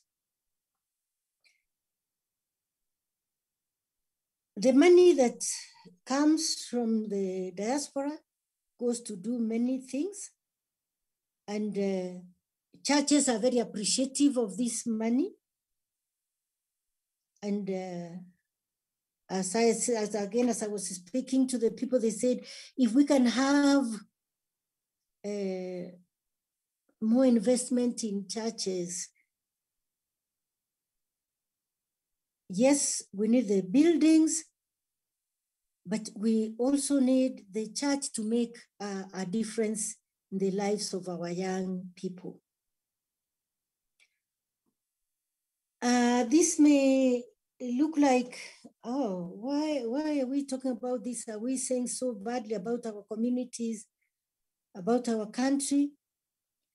But there's a serious need for rehabilitation centers. Because of the drug and substance abuse, this is an area which is, we don't like bringing out or washing our dirty linen in public, but unfortunately, that is the reality. And you find that in many of the schools, they say, oh, our students, many of our institutions of learning say our students need rehab centers. I say this with a lot of sensitivity, but that is the reality. Now, This has been mentioned earlier, revamping our industries. In India, the cottage industry is what drives the economy. Already, earlier speakers have talked about our bananas, our soapstone, our avocado. Many years ago, Kisii was known as the leading producer of pyrethrum. For various reasons, this is not happening. And that's why I'm talking about revival or revamping of these industries. Passion fruit, coffee, the market is coming again. Now, something that is gaining popularity now is specialty teas. We talk about purple tea and other specialty teas. So other than the tea industry, which of course could do better than it's doing, the specialty teas are also an area to think about. Now, I'm almost coming to an end. The earlier speakers have highlighted various industries or various areas where we need help or which are opportunities. Roads, water, housing, retail centers, low housing. I want to add just a few more, and one of them is planting trees. Right now, probably not doing so well, but a few years ago, those who had planted trees smiled all the way to the bank. And for trees, you do not need to be there. It's not a baby that you are going to tend all through. Yes, the early stages, but Kisii in particular, we have plenty of rain, and planting trees is one of those areas that have been seen as very lucrative. Just this morning, I was talking to some young people, not urban young people. And they were saying that one of the areas that is wanting in Kenya is a recycling industry. Some of these people I was talking to have gone to school out there. And they say if you don't need your mattress anymore out there in the diaspora, there's a system, you don't need to worry about it. But we don't have that. You will struggle with it. Probably you'll hand it over to somebody. But generally, a recycling industry is an area that probably needs to be tapped. The other is the solar technology. As we look at alternative fuel sources, this has been identified as an area that we could probably also consider tapping on. The other one, which could also, which was said earlier, but where I have had a lot of emphasis, is a partnership with the local groups. Right now, we know that the government of Kenya is giving emphasis on tenders for women and youth. And this is an area where partnership could be encouraged.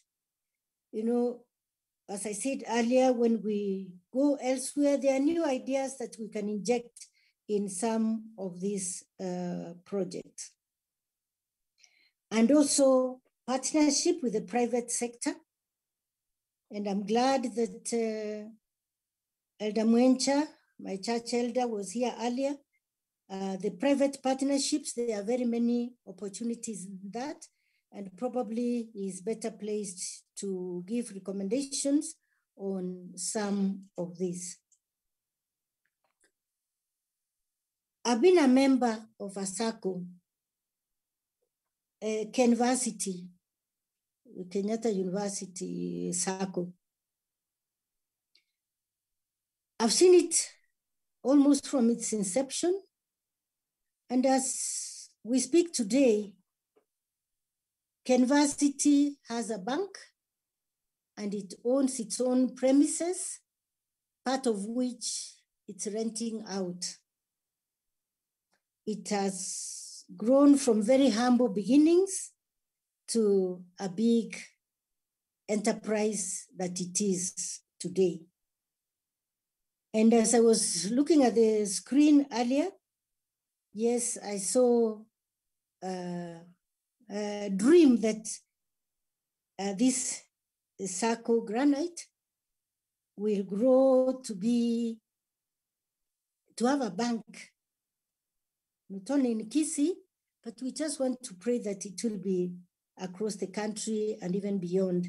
And again, what Elder Mwencha said earlier, Ambassador Mwencha, that Equity started small, but it's now operating even outside the borders of Kenya.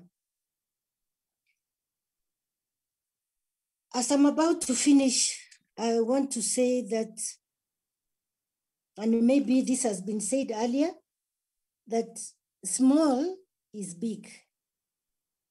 See, when I started conversing with Lillian, I asked how many are we in the Sacco and said, oh, we're about 80.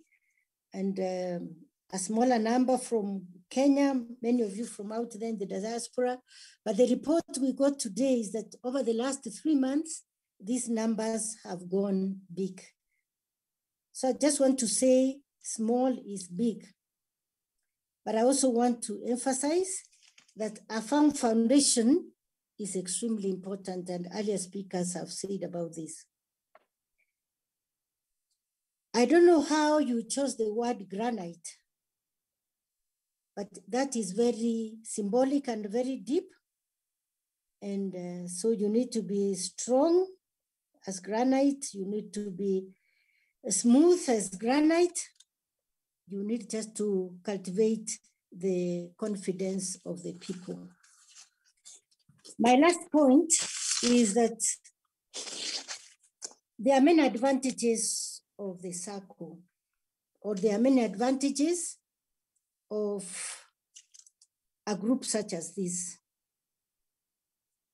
There's an African saying that if you want to walk fast, then walk alone. But if you want to walk far, walk with another person. And so the Sacco, I want to see, or I want to submit that one of the advantages of the Sacco is that it brings people together so we can walk far. We may not necessarily have to walk fast, but we can walk far. Secondly, is that the Sacco brings together people with diverse skills and diverse strengths. And so together with these diverse skills and diverse strengths, there's richness in this diversity. The Sacco, and when you read your vision and your mission, it is not just to support individuals to grow economically, but also support for one another. Those of my generation and earlier generations would know that in Kisii there was Egesangu, where people came together and this helped to make work light. I've been reading about these communal groups in the traditional setup. One of the advantages is that even the one who was weak was lifted, was supported. Things which they could not do by themselves, when they belonged to a group, they were able to do it. So many hands make work light. And then many hands also help to cover our weakness and help to carry us all together. Right now, other than the Saccos, we have Ekiombe in various villages, and you would be just blame yourself if you do not belong to one of these. They are very, very handy when it comes to good times, such as funerals. I mean, to bad times, such as funerals, to good times, such as when one needs a hospital bill or death, education, weddings. And one of the things that these groups have done is they have helped to bring about discipline and development. I remember the chair when Ambassador Senator Ongeri spoke, you said, yes, here we are talking development. These little groups have played a very, very big role. And the expectation is that a Sacco of high caliber, like the one we are talking about tonight, could also mentor such smaller groups. But at the same time, there's also something that a big Sacco, like the one we are talking about tonight, can also learn from these smaller groups. Chamas are mainly associated with women, but we know that there are also those that combine men and women. But one of the advantages of the chamas is, and I just want to make a general observation, that each chama has got its own vision, its own mission, its own charism, if I use that word. But basically, the chamas are also an opportunity to bond, an opportunity to grow, an opportunity to create relationships. So friends, I'm glad that I got this chance to also share a few ideas on, to congratulate the Sacco and also to share on some of the, or some ideas that may add to what you intend to achieve. And thank you again that you started this session with Dr. Omai, because without God, there's nothing that we will do. I teach religion, so I know that we are of different religious persuasions, but they all tie together to our recognition that there is a power greater than ourselves. Thank you so much for your attention. Thank you. Akina Mama, oh yeah. Where are my ladies? There you go. Jerusha, oh yeah. She's muted. Good job, Professor Gedry. Well done, well done. Well done. Thank you, well done. We got this. Thank you. This gender balance here. Thank you, Professor Mary Gitui. It's an honor for having you here today. We have never interacted, but this is the first time we're interacting, and we hope we'll continue interacting the same way, share ideas.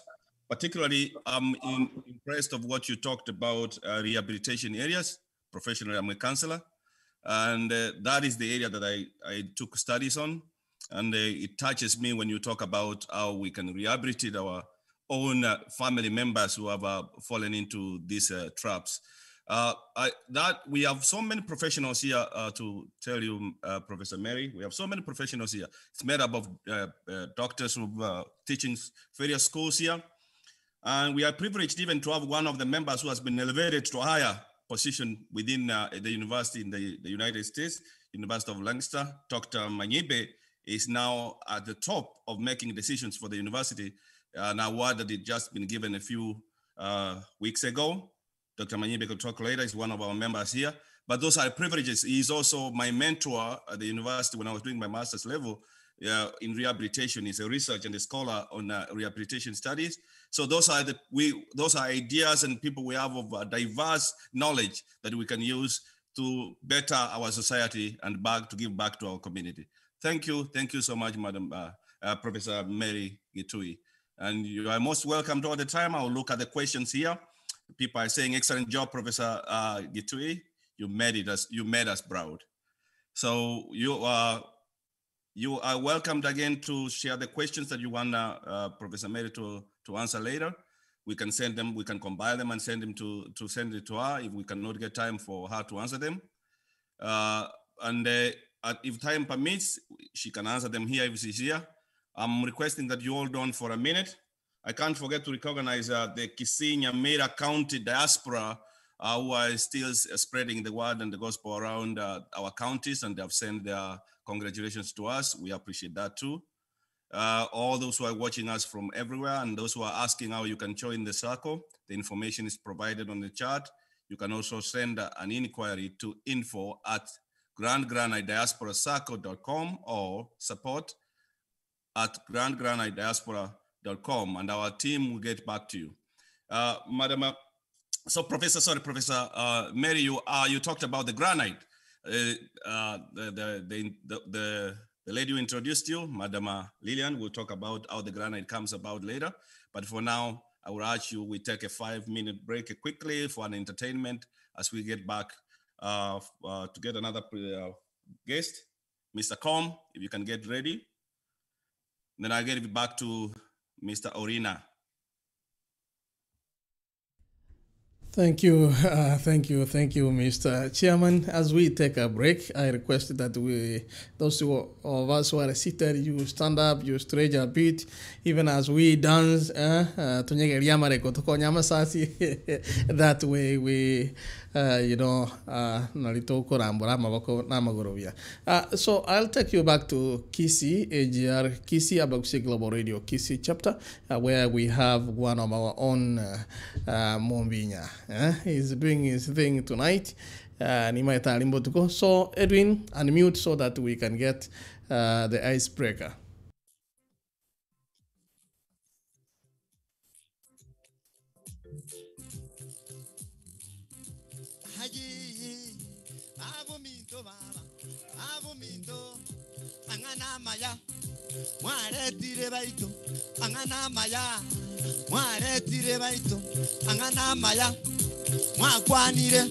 Irandigira naiti Ninkengia Dakengia baito Dakengia Ego konya bokongu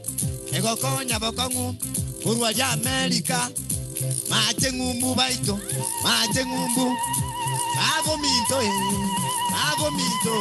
Irandigira naiti Dakengia Ego konya bokongu Dakengia Ego konya bokongu Abo minto Abangina baito Abagaka baito Abo minto Dakengia baba Dakengia Ego konya bokongu Abo minto Irandigira naiti Dakengia Ego konya bokongu Abo minto Angina tini nango Atimi ngai wacha Ongaki ngai wacha Yamaro ngai wacha Yamaro tini nango Evisibo minto Gerelio minto Orumbo minto Okemo tato minto Okemo minto Ekaro minto Konzora tabaito Ay konzoro atare nyasaurigoro Jojo minto Moraro minto Arizio minto baba Arizio minto Irandigira naiti Babo minto Dakengia Uko minto baba Ekisinjo minto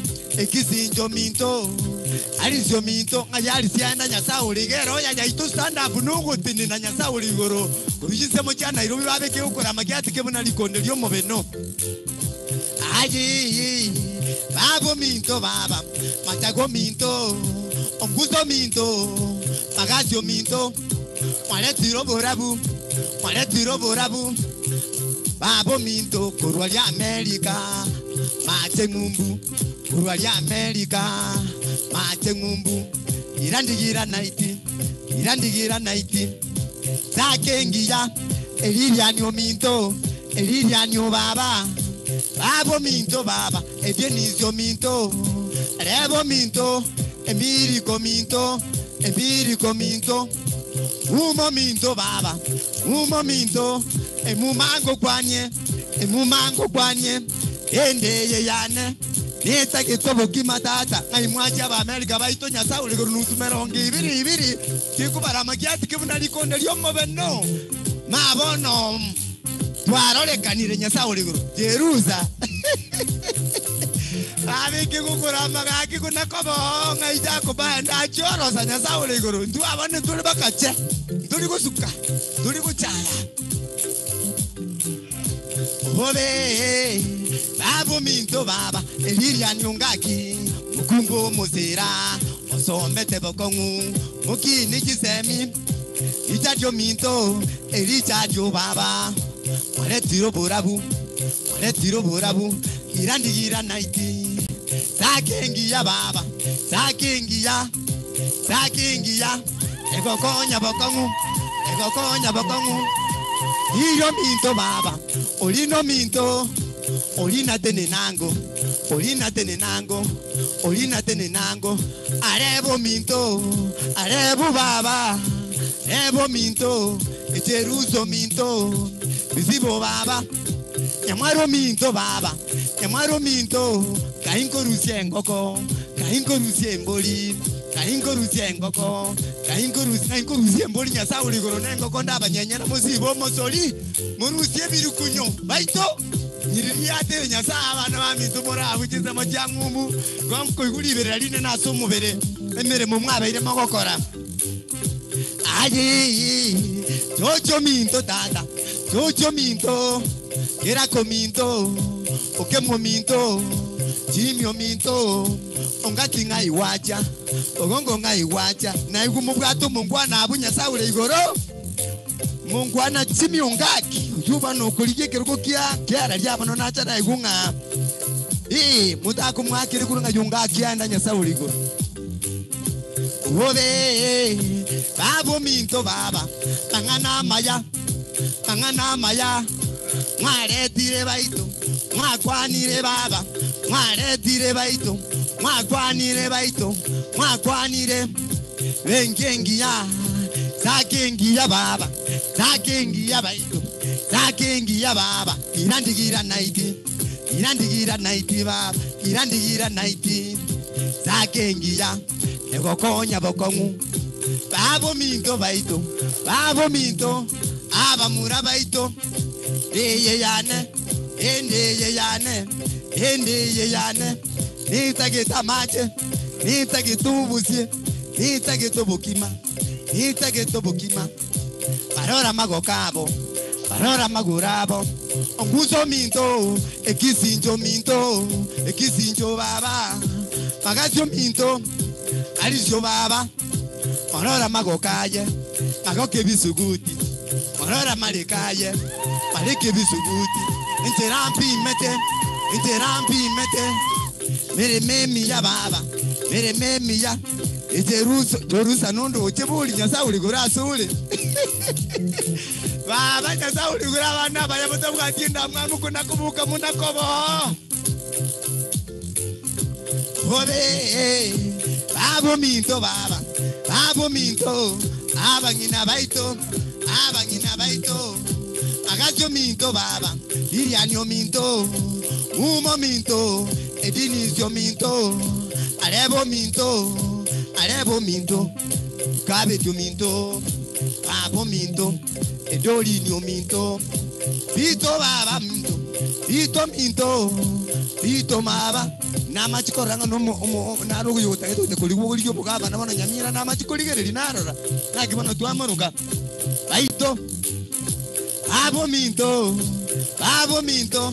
egidio nyo baba onsetio minto monsetio baba onseti tenenango onseti ngai wacha eliria nyo baba abo minto kuigunya sauri golni kwirerani yekaro pero moko na lira ni mwako ni merememi ya aji tamario minto ngai doctor manyiba ndanya sauri golnera musogerige meremo mwako lire yeko bara magyati ke bana bana mnali konelio mobeno agobe Richard tata Richard ominto morora marikaye morora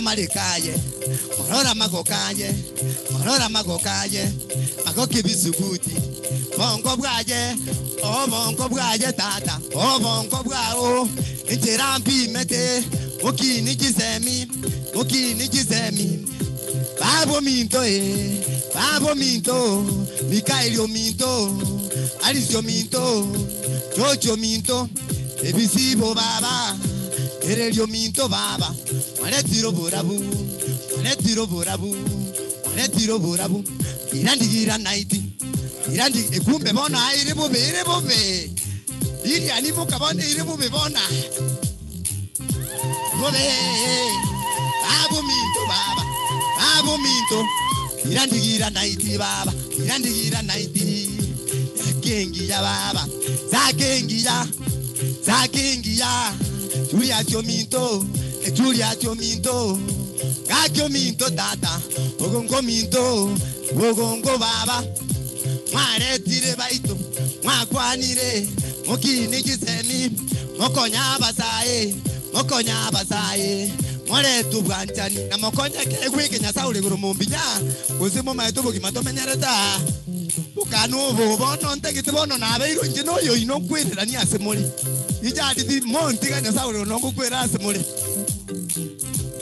Obe Abo minto baba Eliriani o minto Liriani bono kumbwa tumbekenti gatigia Ikiro Epase ro ikamombe ke korwa Muti na mundangiri abungoni nona kabole menusu nyole tigitingi tabu ko bakwani muraro le go nyasaule igoro Haji Nyamira zeito Bosongo yaito Nyamira zeito Bosongo yaito Pamuranto bwate Nganere chakopo Osomete bokongu Babo minto Liriani o minto Enero kwanete Irandigira naiti Zakengi ya Egokonya bokongu Mokini jizemi baba bai Mwale tu bwanjani Uruwali Amerika Nenjemba kwani Uruwali Amerika Nenjemba kwani Kakyo minto Abagaka baito Abamura baito Bagaka deni nango Ino minto Ino baba Ino minto Barora bamuraba Bagozi bakumwaga Ige nandire zeito Akimoi karanze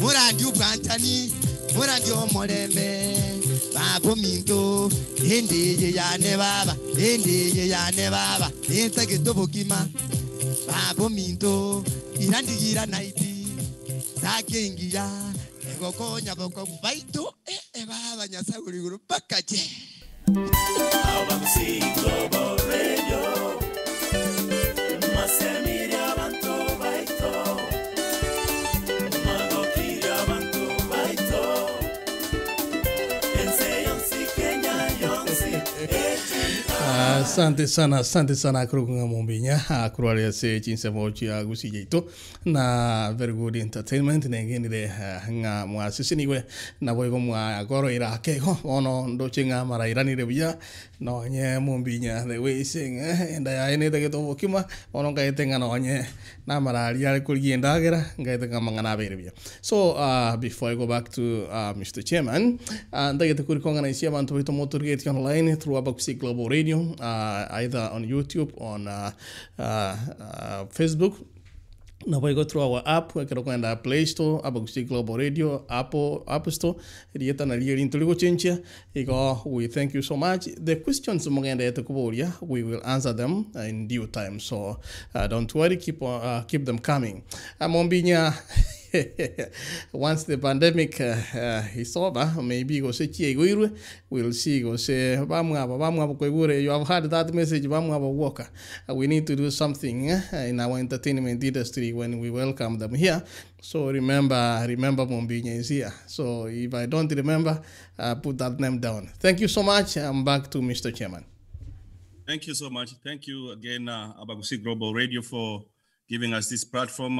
We are live on Facebook. We are live on YouTube. Thank you so much, Mr. Orina. Professor, I forget calling you Professor, but Senator Ngeri. And you are a professor, but you are a senator first now. and Professor Ndemo, there is a challenge that people are asking here, that the challenges we face and how we can improve access to services to diaspora people, particularly to our region. And I'm proposing this one, that if Professor, you have time, Professor Ndemo, I know you can create some time, we can call for a session and our members can come in and then discuss on these issues. The same with you, Senator Ngeri, when you have a chance, we can interact and then you can answer some questions to members. We can organize as soon as you can tell us your availability, and I believe you are in for that. You are muted at all, but I think you are answering in affirmative. Very good. Thank you. Naigure. Thank you. I've had you, and then I'll be able to create time. Thank you so much. Thank you. No, we still continuing.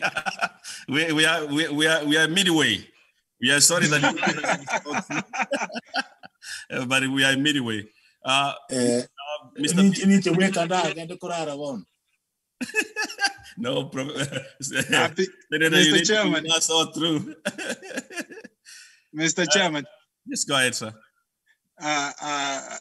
Before Professor Ngeri goes, I think there was a question which came out early on, and I think it is an important question for the diasporas in general. It's about the passport and how the processing, and I think we didn't ask that to the ambassador, and I think if that message can be relayed, that how that's process, they can decentralize that area where, I know I talked about it, but I think it keeps on coming from the messages that so that members of different states can have regional areas in where they can be able to access and process their passport, especially now as we turn into digital passports. So Professor Ngeri, I don't know if our ambassador is not here, and if we can be able to get that message since you're in government, and so you can be able to relay that message as well.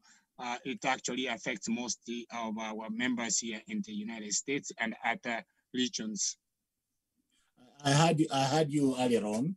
I heard about that question, and having been a Minister for Foreign Affairs before, the function of giving digital passports is a function of the Ministry of Internal Security under the Department of Immigration. And I believe they have a full representation in Washington. And I think Ambassador Mayo knows that. And there are ways that they can decentralize some of these things. But I leave it to him to answer that question, because he's basically the person in charge of the many other consular services that are required by our embassies in not only in America, but elsewhere in the world. Thank you, Senator. Is Mr. Vincent, you're here? Mr. Vincent Aberi? Yes, I'm here. You can introduce Mr. Com. Sure, thank you. It's a great pleasure to introduce you to Colm Haley. He's the general manager for 14 Trees. And let's give him a hand to have his presentation going on. Colm, if you're there, please, you can turn on your mic and get the presentation going. Thank you. Thank you, Vincent. Mr. Chairman, members of the board of the Granite Diaspora Sacco members and distinguished guests, good evening, good afternoon. Thank you very much for this opportunity to present you this evening. Mr. Coleman, could you adjust your volume a little bit? Can you hear me? Yes, now. Okay, apologies. Yes, thank you for this opportunity to present you. Let me share my screen, 1 second.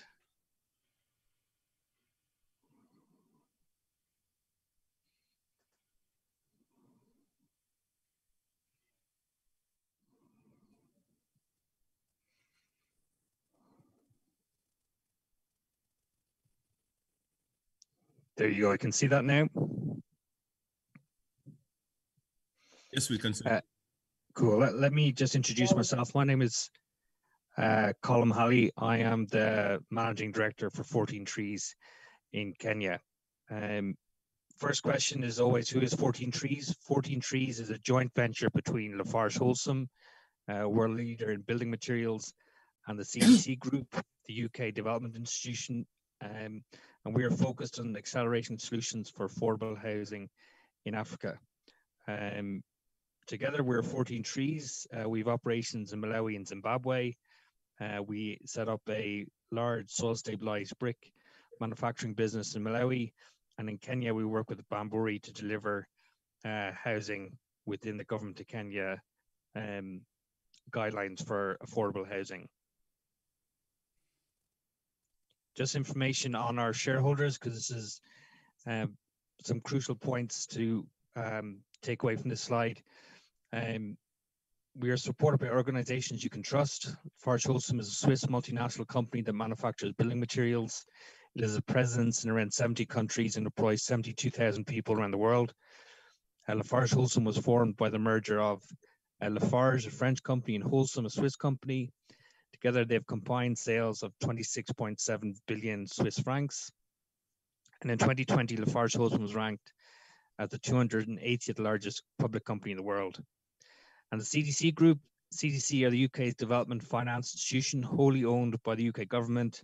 It is the world's first impact investor with over 70 years experience of successfully supporting the sustainable long-term growth of businesses in Africa and South Asia.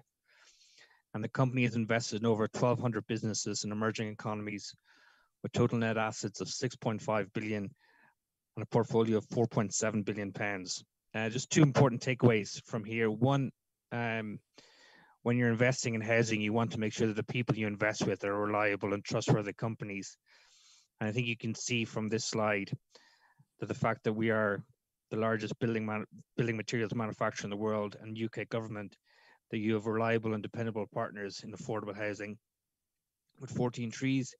The other important takeaway is that our second shareholder, CDC, we're a social impact investor. So we look for a double return. We look for a profitable return, but also for a social impact. So we don't, as traditionally in a lot of real estate businesses, look to maximize our profit. We also look to make sure that there is a social impact return, i.e. development of affordable housing. So let me give you some background on our offer and why our offer in Kenya is unique. We offer a turnkey solution. So 14 Trees offers the Granite Diaspora Sacco a turnkey development. That is one contractor price to develop units ready to move in. That's including all infrastructure. So you may also understand it as EPCF contractor. We're flexible. We provide 3 unit types that can be offered in whatever mix you require. In fact, we offer slightly more than 3 units, but I'm going to show you 3 unit types now. Finance. So we use a blend of international and local finance. This ensures that our projects' finance costs are extremely competitive, and probably crucially, reliability. The fact that you're working with the world's largest building materials provider with a market capitalization of 22 billion pounds, and the CDC group, which is essentially the UK government. This is what makes 14 Trees different from every other players in the affordable housing space in Kenya. I think that's particularly important for the diaspora market when, and I think Professor Mary talked about it in the previous presentation, when you're so far from home and you get pictures of your investments, you want to make sure it's not a picture of your neighbor's house, like Professor Mary suggested. You want to make sure the people you invest in are reliable partners. I think that's what we are. So just to give you a look at some of our developments, we focus on what we call micro mass housing. That's gated communities of 50 to 150 units, so low density units. And we don't believe in creating 5 to 10,000 unit developments that create vertical slums. With something that, you know, America, you see in a lot of the large urban centers in America, they're putting down these large vertical slums. So we believe in micro mass developments in a gated community. This concept offers to maximize security in a safe environment to grow a family or to retire to. The master plan above is a project development in Tilisi. Some of you may have heard of Tilisi. This is a project that we're developing with some other Saccos and local banks in Kenya and near Limuru. Tilisi is a master plan development of over 500 acres. This is another example of projects we're developing just outside Nairobi, Nathi River. This is 2 acres. These are 38 units. 33 units on 2 acres with the playground, some dukas, and visitor car parking spaces. You can see from both developments, it's low density, but everyone has their own garden space. We also build these units in clusters. That just enhances security, a community feel, your neighbor is your keeper type philosophy. Just give you a look at some of the houses that we're developing. The essence of our estate, so as I said, community features. A key principle of 14 Trees project is micromass, small manageable phases that can be delivered quickly, focus on individual unit build quality and a replicable model. Obviously 14 Trees, or Lafarge Wholesome in Kenya is Bamburi cement. So the fact that we use Bamburi cement ready mix ensures that the quality of our developments are second to none. We don't cut corners in delivering our units. You can deliver cheaper units, but that involves using material that's not environmentally friendly to the Kenyan countryside, and also involves delivering poor quality construction. We believe in environmentally sustainable construction and delivering a high quality product. Some of the design features, so low rise, low density, shared courtyard, more eyes, more security, mixed developments to cross subsidize. We can include community shops or Saccos, and we can include playgrounds. And just to reiterate, all infrastructure costs included is in the project price, so it's a turnkey development. Just to give you a look at some of the units, we offer 2 and 3 bed semi-detached. These are our most affordable units. So we build them in clusters, so everyone has their own garden space, designed after feedback from various Sacco presentations we've done since we came to Kenya in 2019. And we offer limited finishing to make sure it's most cost optimized. We believe we can sell these slightly above 3 million. Obviously, this depends on the cost of the land and the location of the project. Outside Nairobi, a 3 million shilling house is very possible. You can see front and back. So even though they're quite small, this is 66 square meters, there's still ample space. And you have a garden space as opposed to an apartment in Nairobi where you have no garden space. These slightly bigger units, these are 82 square meters, master en suite, again designed with feedback from the local market. We can supply this with basic finishes or complete finishes. And there's 2 car parking spaces per unit, and it's quite spacious. And these are approximately 4.5 million. Again, just to say that's dependent on the price of the land. And you see front and back, again, small garden space, master en suite, 2 bathrooms. So it's quite a nice affordable unit. And again, these are our largest units. These are 3-bedroom townhouses of 110 square meters with the DSQ. It can also be designed as a 4-bedroom unit without a DSQ. 4.7 million to 5 million. Master en suite design. These are based on a lot of the townhouses you'll see in Ate River. Basic finishing or complete finishing as per the requirements of the off-taker. And it's quite a spacious living space. This product, I mean, we're very happy with the price point of a lot of our products. We think they're very competitive in the market, but this one in particular, when you look at some of the units in Mavoko and Ate River selling at between 12 and 15 million, these are slightly smaller, but offer significantly better value than a lot of other products in the market. And there you can see front and back, master en suite, 3 bathrooms, a secure street design. Again, trying to get the idea of community space and security within the development, back garden. And like I said, we can include the DSQ in these designs as well. So, Mr. Chairman, that's quite a brief presentation. There's obviously some questions that some people might have, and people may look for additional information. We do have finance options with various banks in Kenya, including Cooperative Bank. We're the bank of Saccos. So yeah, I don't know if there's any questions that anyone might have. Thanks, Mr. Colm. I think most of the questions, they come in, we'll set it for you. I don't know whether you will retire before. If you retire before, we have your contact, we'll send them to you and then you can answer them. We send it to members. We appreciate so much for taking time to come and present to our members, and we look forward to closely interacting and seeing if we can have a way to work with you.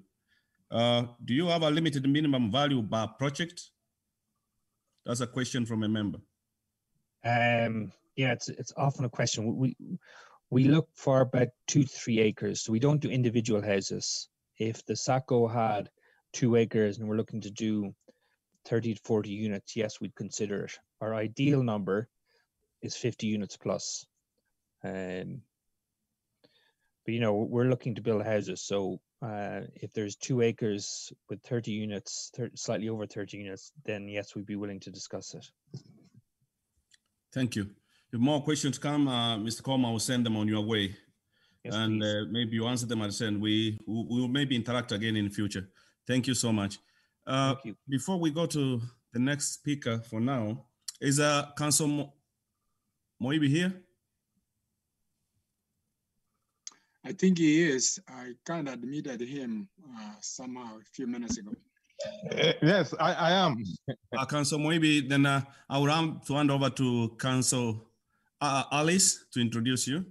Yeah, just give me, can you give me 10 minutes? 10 minutes, I will be able to connect myself. Okay, fine. Right. Thank you so much. Mr. Vincent. Yes, Mr. Chair. You can take it up from here now. Okay, thank you so much for the opportunity. Let me go ahead and share my screen.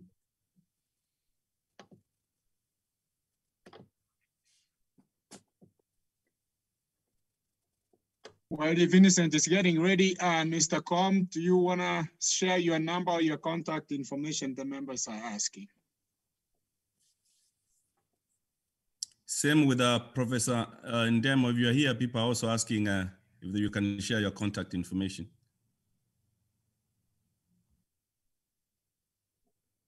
All right, I can continue now. Yes, go ahead.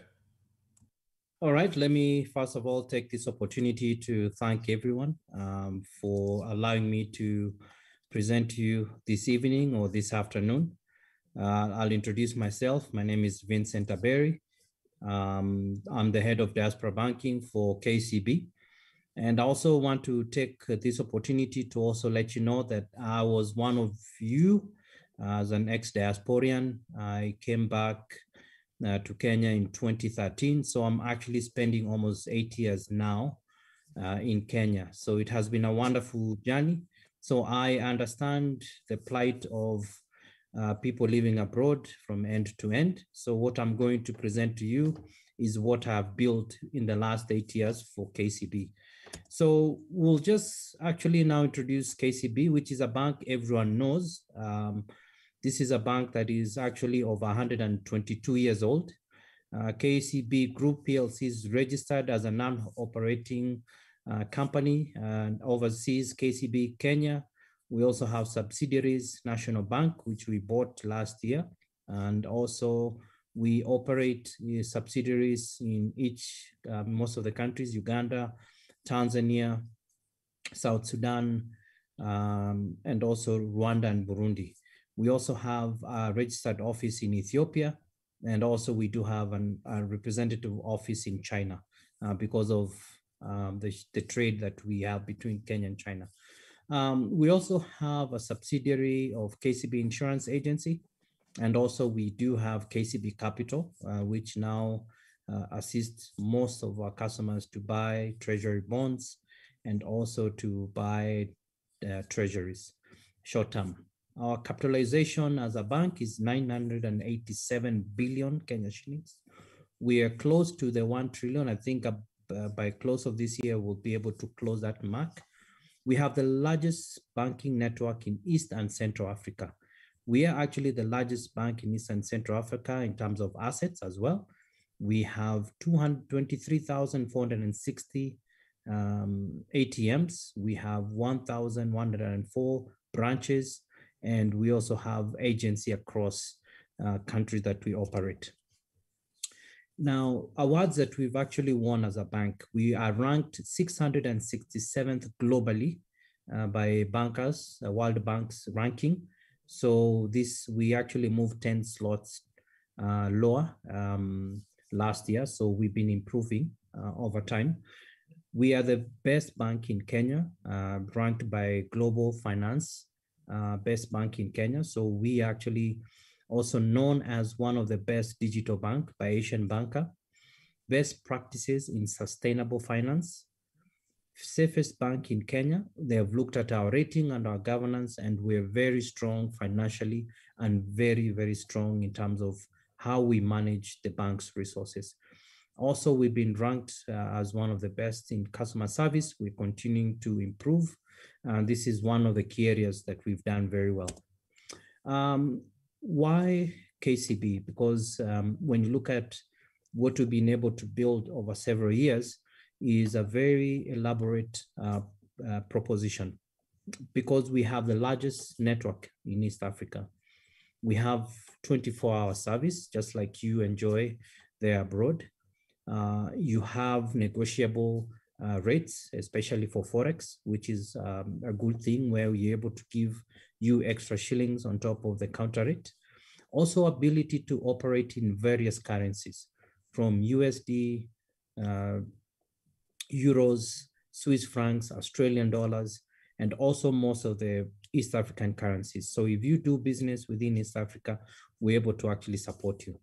We have a very elaborate internet banking platform that can move money from Kenya to any part of the world, wherever you are. And you can move money to any bank within East Africa or Kenya. Or you can also do M-Pesa from your internet banking platform. We also offer very competitive rates in terms of mortgages, and you also have a dedicated relationship manager. So most of the key things that we want to do is give you convenience, and that's very important. I know from the time a lot of you left Kenya and the bank that you thought KCB was back then, we've actually evolved very, very much. The product offering actually offers various personal joint accounts where we can also offer you where you collect your rental income. We're also able to help you register your business. Through our Chama proposition, we're able to assist you to register your businesses, either partnerships or sole proprietorships. So we want to offer you a very dedicated services. We also have Saccos and Chamas, and this is very important. I think you being a very valued customer, we've continued to help Saccos and also Chamas, people who have come together and are able to put their money together for purpose of investment and get a better return. When I look at the rates abroad, because of the economic situation, most central banks have zero rated their rates. And what they're offering their customers in terms of savings is almost nothing. But when you look at the investments in Kenya, we're able to give you above at least 6%, which is a very good return in this time of these times of what we're living in right now. So some of the accounts that we offer quickly, and I'll run through this, is transactional accounts. We have savings accounts. We can help you invest in shares. We'll help you open a CDS account with central bank, so then you can buy bonds, the infrastructure bonds, the ones that Chairman Nyaoga alluded to earlier today, fixed deposits, T-bills, insurance, and also property. So we have a whole range of products ranging from accounts to investments. Also, we have very flexible minimum entry points. You can open with a minimum balance of $2, yeah? And also a minimum to fix your money will range $500 and above, which is about 50,000 shillings. We'll also give you an ATM card, which is Visa, and you can shop anywhere globally. So when you come home, you don't have to come with money, just come with your card. And most of the places accept Visa. So there's nowhere you will go either to the supermarket, to the paying for food at a restaurant. You can actually use your card, and you don't have to carry cash around, which is very convenient. So just to let you know, also we have our gold account, which is actually one of what we call a higher money market, offering at a rate of at least 6% and above. So you can actually put money continuously into the account as opposed to a fixed deposit or a CD, as you call it there. So this account is very open, where you can continue to earn a higher rate while you just keep putting money every month into the account. This is actually one of our most popular products at the moment with Diaspora, and it actually does enjoy the highest interest rate. So there are no withdrawals, of course, permitted for the period that is fixed. And again, there's no fees, no charges. Okay, so this is one of our best products.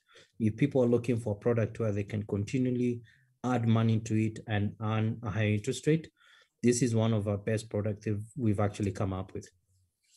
And it's also ideal to save for a particular purpose. And like I said, you want to buy a piece of property, then you can actually put in that particular account and just continually put that money until you actualize your goal. And that's the reason why. So people put money in a savings. Now, our savings accounts start from 5%, so per annum. And so this is more of just a regular Simba savings account. And it actually earns you at least 5%. So which is actually much better than what most of the rates. I've actually looked at the rates there. It's 0.25 for money that you've given to the bank, which is very low. So take advantage and send that money, convert it. And the interest rate now, the rates for exchange rates is about 108 shillings for $1. So when you convert that money, then you actually start seeing value. Yeah. So we'll also look at student accounts. We also cater for students. Again, no ledger fees, no monthly fees. We'll give you a Visa card. So for those who are students, we also do cater for you. So we do have accounts that actually can support you as well while you're still doing your studies. We also have accounts for children. These are the minor accounts. And they earn an interest of 5% for those who have children. You can actually put savings for them. And you being a guardian, the minimum balance to open these accounts is $10, which is about 1,000 shillings. And basically then you can start saving the money for college, earning a high interest rate here in Kenya while you're still there. So you can actually take advantage. If you're trying to save for your kids' college, we can give you a higher interest rate than what you're earning at the moment. Okay. So ways to send money. So what we've done actually is partner with all the digital lender money transfer companies. So now we have Western Union that has gone digital, MoneyGram, World Remit, RIA Money Transfer, Transfast, and also we do have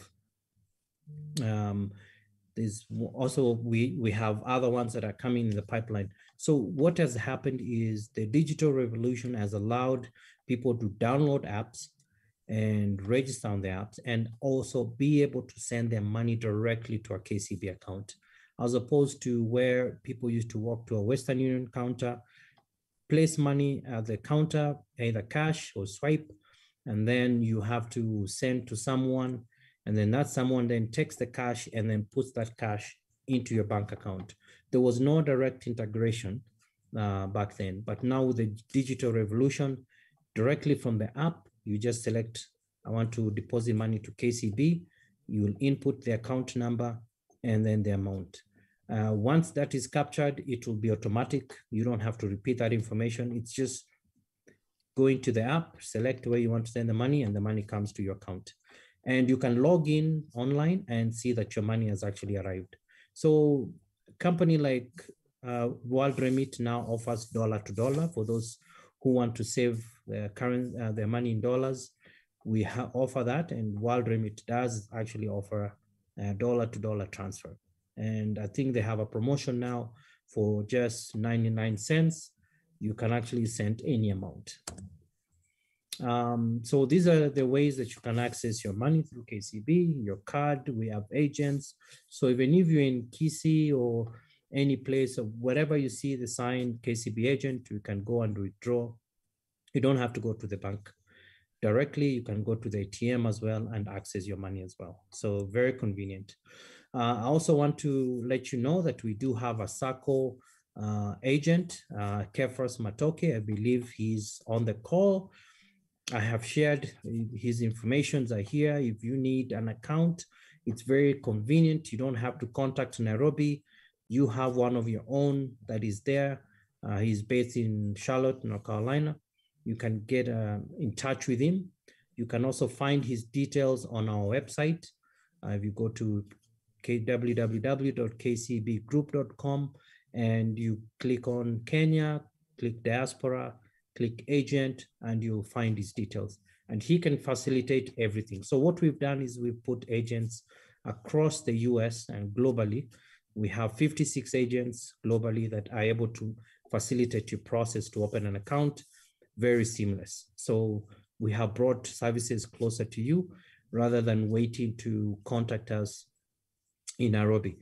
As well, we have Roslyn, who is a relationship manager that is handling all of the US and North American market.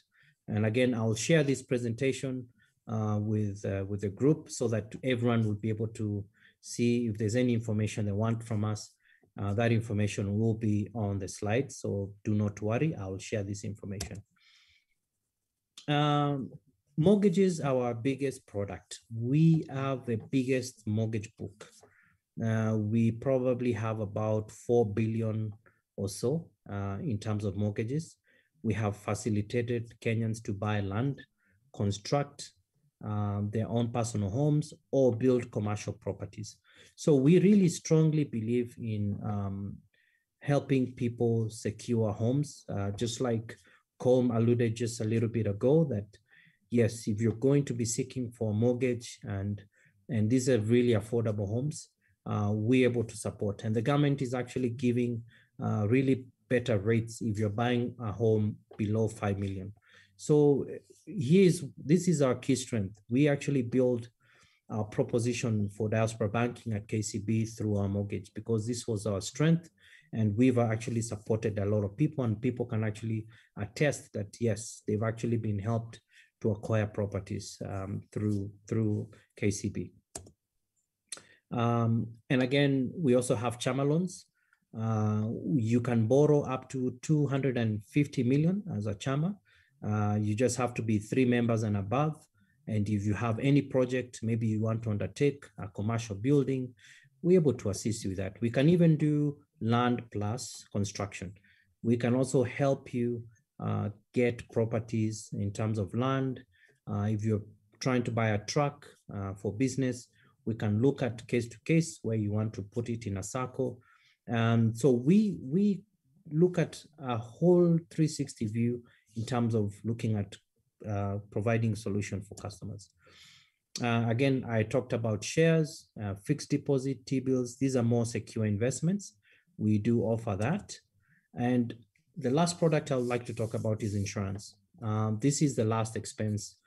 When I lived there, there was a big challenge of money that you have to set aside at least $500 a month whenever people had issues where a loved one has passed away. So we came up with a product which caters for you as an individual and also your family members. So as you can see from this particular plan, that it covers you, and also you can choose an option of adding other family members as well. So up to your family members, including your parents. So I think this product, people need to look at it in terms of how do I take personal responsibility in terms of protecting myself, as opposed to depending for the community to keep on going over and over, where people come in and doing the benevolence funds. And this is actually in all 50 states. I've come to know that people are really serious about these benevolence funds. There's one in Texas, there's one in Delaware, there's one in Minnesota, there's one in New Jersey. But if you look at this product where it's very affordable, each one of them, each member buys into the option, and then it caters for that option where you can add your family members. If anything happens, then we will be able to take care of those expenses, because sometimes it becomes very expensive, but it's something that people need to look into. I think it will be a good idea to have an option to see what can I be able to afford and protect myself and my family as well. So in case of any eventuality, that actually takes care of that. And that is my end of my presentation. I believe people might have questions. I'll be happy to answer those.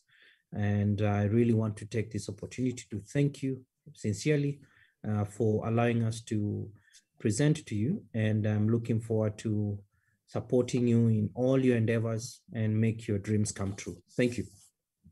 Thank you, Mr. Vincent Aberi. I think there were two questions Dr. Chek had answered them, but I will give you an opportunity. Maybe you want to mention about them. And I don't know whether Roslyn is with you today, Miss Roslyn. No, actually she's not, but I'll be happy to answer all the questions. Yeah, I wanted to give her recognition too. She works with you as a team. Keva, you introduced Keva also. Keva is the HNT. I know Keva is on the call here. Somebody was asking if the HNT is just for Saccos or for individuals. And another question was how people can get your contact information, which I believe we have. And Dr. had already answered those two questions, I believe. Okay, no problem.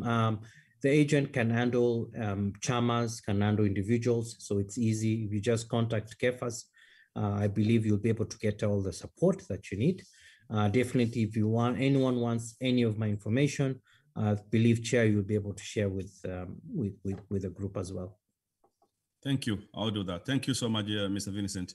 Thank you so much for having me. Council Alice, if you can take it over from me. Yes, my name is Alice Nyomenda Weri, for those ones who do not know me. I want to introduce Senior Counsel, my colleague, Mr. George Moibi Mose. He's gonna take us through the legal challenges for diaspora and how to navigate. Mr. Moibi is an advocate of the High Court of Kenya. He's also a managing partner with Merited Law Africa LLP Advocates. He's also an independent director of the Capital Market Authority Kenya. So Mr. Moibi, without much ado, help me to welcome Mr. Moibi Senior to proceed and present. Welcome. Thank you, Wakili. I didn't see your face, but I think I know you. I think we met in the court corridors. Yeah, you can see my face now. Yeah, I know you. Yeah. How are you? How have you been? Fine, thank you. Good to see you. Thank you. Yeah. Thank you, members thank you very much for inviting me to this session. I'm sorry, one, I'm not even wearing my suit. Ordinarily, you will see me in suit. There was a challenge on the timings that I understand. Anyway, the committee has really worked hard to set up this AGM. I initially had indicated that I should be available by 1 p.m. Central Time, but I got the email in the morning when I woke up saying that I'm supposed to be having a speech about 5:45 p.m. So 5:45 p.m. in my head, I didn't know that was Eastern Time. I just forgot that it was Eastern Time. I'm getting used to the time zones. But anyway, so that's why I've not been able to dress in my suit so that at least you can see me as a lawyer, but I apologize for that. But one of the things that I need to appreciate is the work that has been put by the chairman and the committee members. More especially, this is a young Sacco that is even not 1 year old, to be able to hold an AGM, which I think is very commendable. It's actually, even in Kenya alone, you are ranked highly for the very organized way that you have handled your first AGM. Introduction, yes, I've been introduced. The only part that I didn't give, I am married to one wife. I have children, I have 3 children. We currently live in Texas, in Houston, but I move in and out of the US back to Kenya regularly. I've been in practice as a lawyer for over 20 years. So I'm very experienced. The other thing I can say, I'm a member of a Sacco. We have a Sacco lawyers, it's called the LSK Sacco. I'm member number 710. We have members over 5,000. But still, I'm proud of you that at least you are over 80 members in less than 1 year. You've tried. A Sacco, I know a Sacco is a very good thing to join, and the ones who are marketing to possible members and the ones who have become members, a Sacco is very good. It's actually for savings. It's a saving entity. And then also to be active, you borrow. Like for me, as an example, I joined my Sacco in 2002. And when I opened my law firm the first time, that's where I got the loan from. My first car I bought, I also got the loan from the Sacco. It's easier to get a loan than a bank. The issues of credit score don't arise as long as you have reliable guarantors who have also served as members. It makes it easier and smooth. So the more you invest, the more the Sacco grows and for the benefit of everyone. Now, when I was invited to come and speak, I actually made my notes, but I'm not at home right currently. Because of the timings I told you, I was visiting a friend. So I'm using actually my phone to be able to address you. I apologize. I'm sure this is not the last time we're having contacts about between myself and the Sacco. I'm sure we'll have more interactions, and the times you have trainings, I would be happily to be invited and give a training, maybe in the area, an aspect in the legal area that you want me to talk to the Sacco. As you have been told, I've been a member of the Capital Markets Authority, a director for the last 6 years. My term ends this year, and I've really gained a lot of insight and experience on matters of the financial sector in Kenya. We are in that group of the Capital Markets Authority, the Retirement Benefits Authority, the Insurance Regulation Agency, and SASRA. SASRA is for the Saccos. So I am very familiar with what happens within that financial sector. So when I saw your invitation, I just thought the only thing for now, and because of the interest of time, is just to insist on the committee members, just to let you know, to advise you that the most important thing, comply. There are 2 acts that govern the running and the setup and registration of Saccos. We have the Cooperative Society Act of 1997, that's the older one. And we have the Sacco Societies Act, number 14 of 2008. Both regulate the registration and the running of Saccos. But the one of 1997 has a mandate to regulate also. You know, we have those Saccos for the farmers. We have farmers, tea farmers, coffee farmers, rice farmers. They have those cooperative societies. They are not deposit-taking societies. Or for milk. Those are regulated by the older act, the one of 1997, where they have a commissioner under the Ministry of Cooperatives. And yes, that one has a dual role. Now, for most of the recent setup Saccos, they are registered under the new Act of 2008, where you have a board under SASRA. SASRA is the regulator. And it only deals with deposit-taking Saccos. One of the riders on those 2 acts is that where there is a conflict between the 2 acts, then the Act of 2008 overrides. If there is a conflict of the 2 acts in interpretation on another issue, then the 2008 overrides the other act. I don't know, but I was in and out of the meetings. I'm sure there was a commissioner or a representative from the ministry. They should have. I don't know why they have not addressed that issue of having 2 acts regulating one sector. I don't know, but it could be for political reasons. I don't know, but it is. It's not right.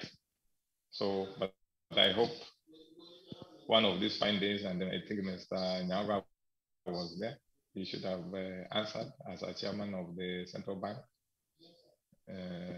He should have given feedback, but I think over time we'll have to know why we have to act, which is that, it's very difficult to be reading one side of the act and another act also comes in, because sometimes the commissioner of cooperatives can step in, and we have a board which also can issue enforcement action. So there is that general conflict of the 2 acts, which is not desirable.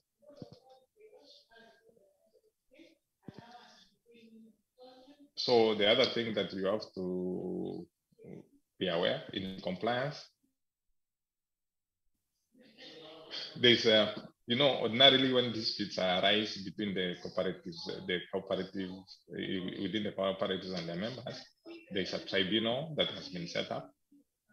That is where you take any claims and disputes, and those disputes only, it should be between members and Sacco, or former members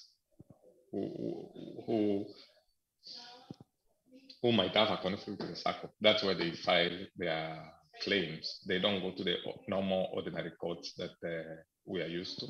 So that tribunal is the one which determines those disputes. Then in case a determination has been done by the tribunal, then you have the right to appeal to the High Court. And I know the requirements of Sacco. I think the previous speakers, and I know you are aware, the minimum requirement of membership is 10. You also are aware that Sacco is a body corporate.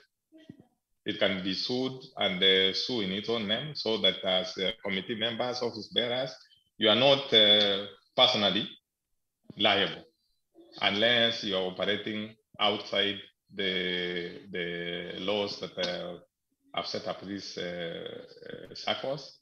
And if you go against your own bylaws, then you become personally liable. But otherwise, anything that arises, anything that you do on behalf of the SACCO, the liability lies with the SACCO.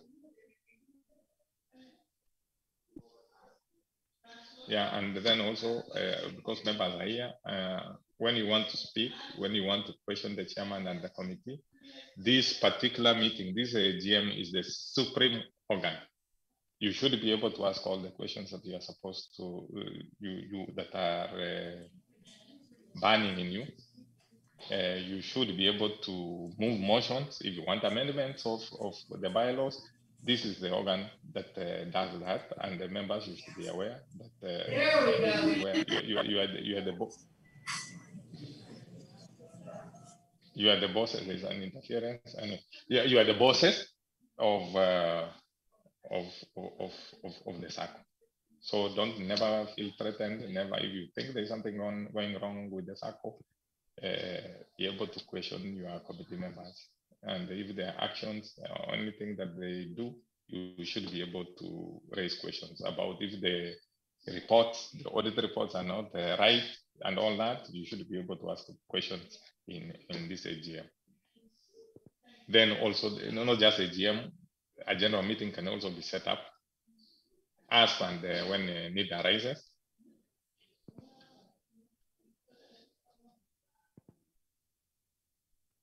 The only other thing that I just wanted to, because I was talking about compliance, I know you are a new Sacco. I don't know whether you had a general meeting to put the current office bearers. Generally, that's a requirement that after the certificate has been issued, then you hold a general meeting where you are voted in, the office bearers are voted in, so that they can carry on the affairs of the Sacco. Those things, those small procedures, you need to be following them. Don't overlook them for the benefit of the Sacco. Also,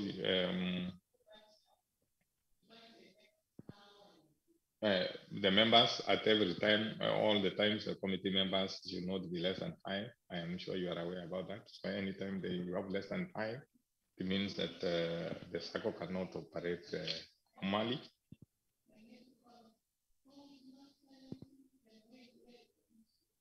Yeah, the other thing that you are aware of, as per now, you cannot invest in land.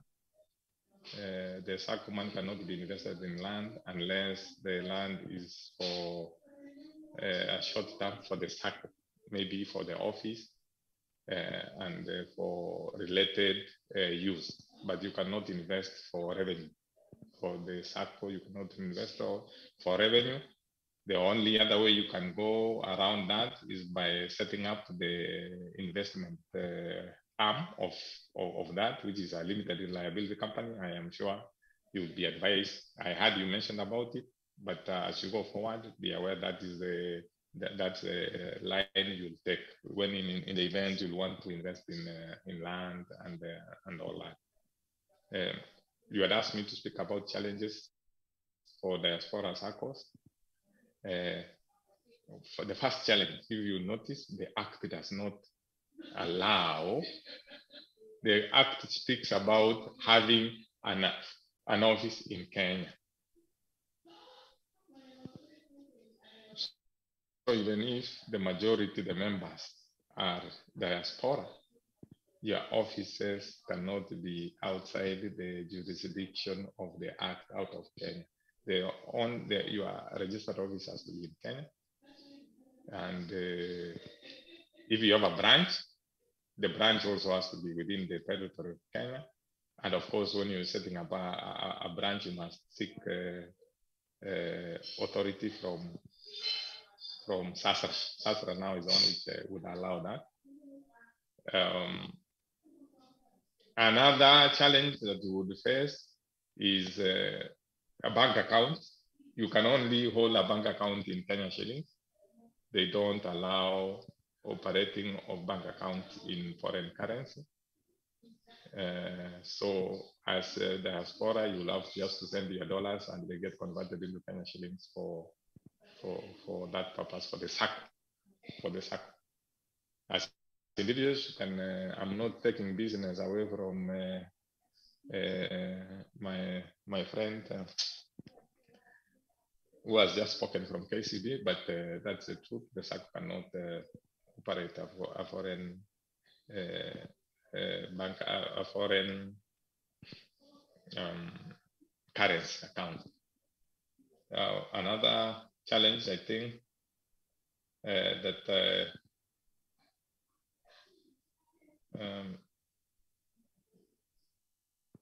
another thing, you cannot, of course, trade in foreign, no foreign trade. You cannot do anything outside Kenya.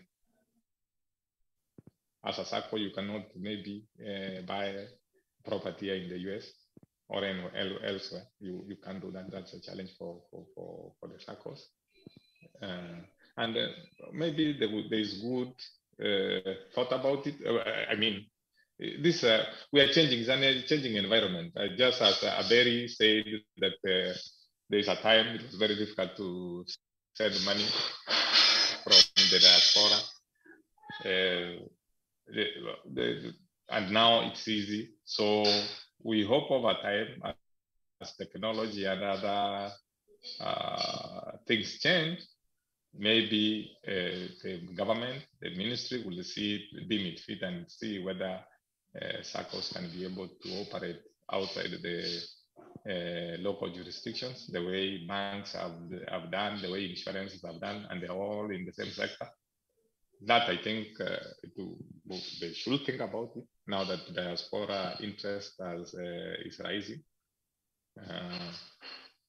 And of course, the central bank most times gets involved in this any matters dealing with financial. And that, I hope it's a question of the Saccos now coming together and pushing for it as diaspora. I don't know whether there are other diaspora Saccos, but if there are, I think it's also good to come as a group and push for that, because those are serious challenges that you face. Because how do you operate? All the committee members are here, and they are in the US, but you are required to keep an office in Kenya. You are not allowed to have an office in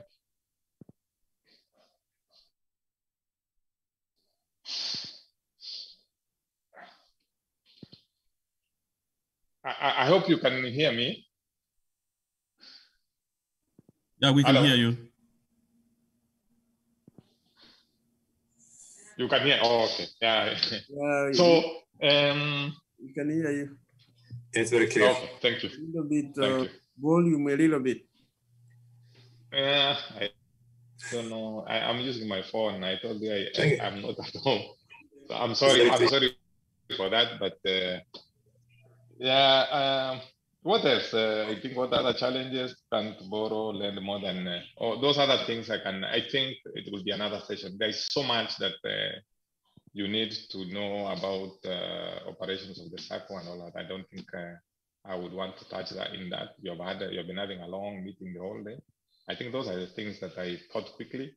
I didn't have my notes. I should have. I actually had prepared a presentation, but now that I'm not at home, those are the things that I remembered, and I thought that they're pertinent for you as members and as the committee of the Sacco.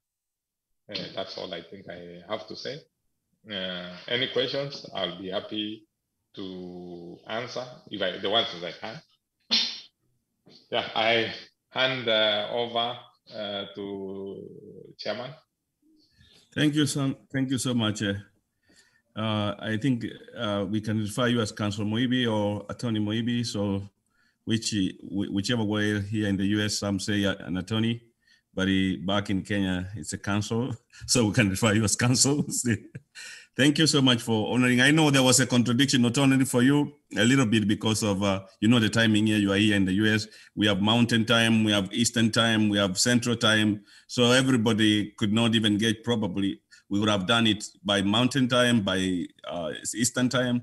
We have seen where the contradiction was. We'll do better next time. But thank you for taking time to address us and present, though you got a little bit inconvenienced, but we are sorry for that. We'll take care of it next time. And as you said, we can consult with you anytime. We can have you come in and again present to members when opportunity arises, and we will take that opportunity. Thank you so much. If there were questions, probably we will not get to them right now. I will compile them, as I said, the secretary will compile them. We send them out to Council Moibi, and then he can answer them, and then we send them to the members and all those members who ask those questions. Thank you. For the sake of time, I think we are running out of time. Probably you have seen we changed the schedule a little bit. The reports are coming up after we finish with the guest speakers. For this time, is Evans here? Board member Evans?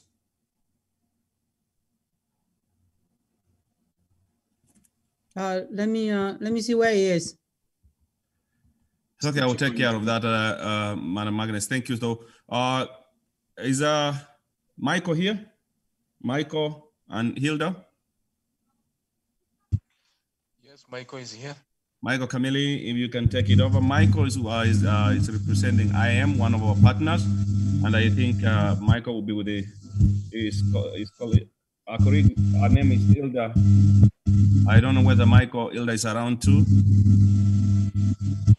No, Hilda may not be in. Can you hear me?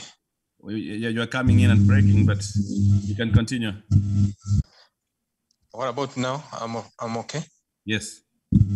Okay. First of all, may I take this opportunity to congratulate you on your past AGM. Most SACCOs may not have a chance to even celebrate an AGM. Just like the chairman has said, my name's Gakonde Michael. I'm head of Diaspora Banking at I&M Bank. And we have done this Diaspora Banking from 2013. We were the last batch of, we were one of the last batch of banks that developed a Diaspora Banking solution for our community in the diaspora. And we've been able to overcome the many challenges that diaspora community would have. All I know is that I have been with Granite from the word go, and we have seen them develop to what they are today. We are one of and over time, I have tried to share as much as I can for them to be successful. And I would also want to repeat once more on our experiences, having that we have banked for several other SACCOs across the globe.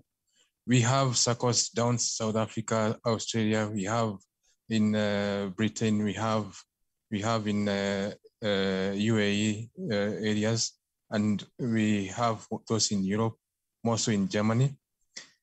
And I know one of the many things that you're going to face. I know that the guys who are the other speakers who are there before you, before me, they were able to take you through what you expected to do. However, there are so many other things that you may want to take in as you go along.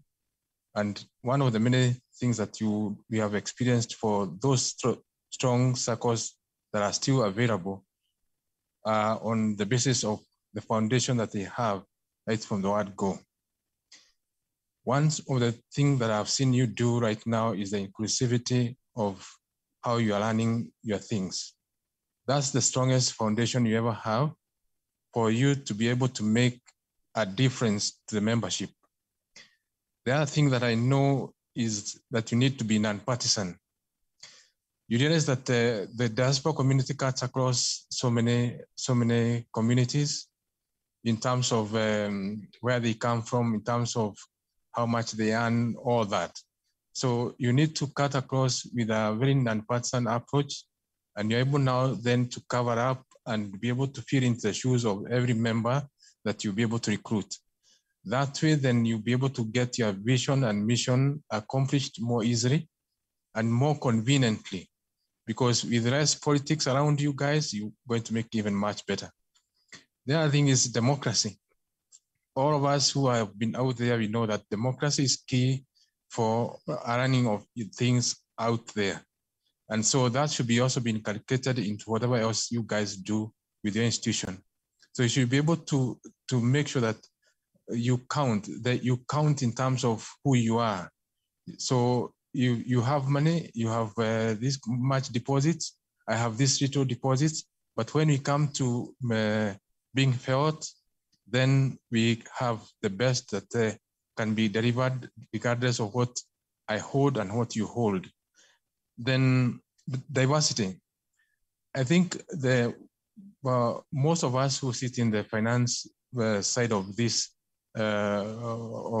this world is that you've seen that where you are, your investments may not be making much in terms of interests, but where we are this way, we have more options that you can have in terms of you getting to make more money.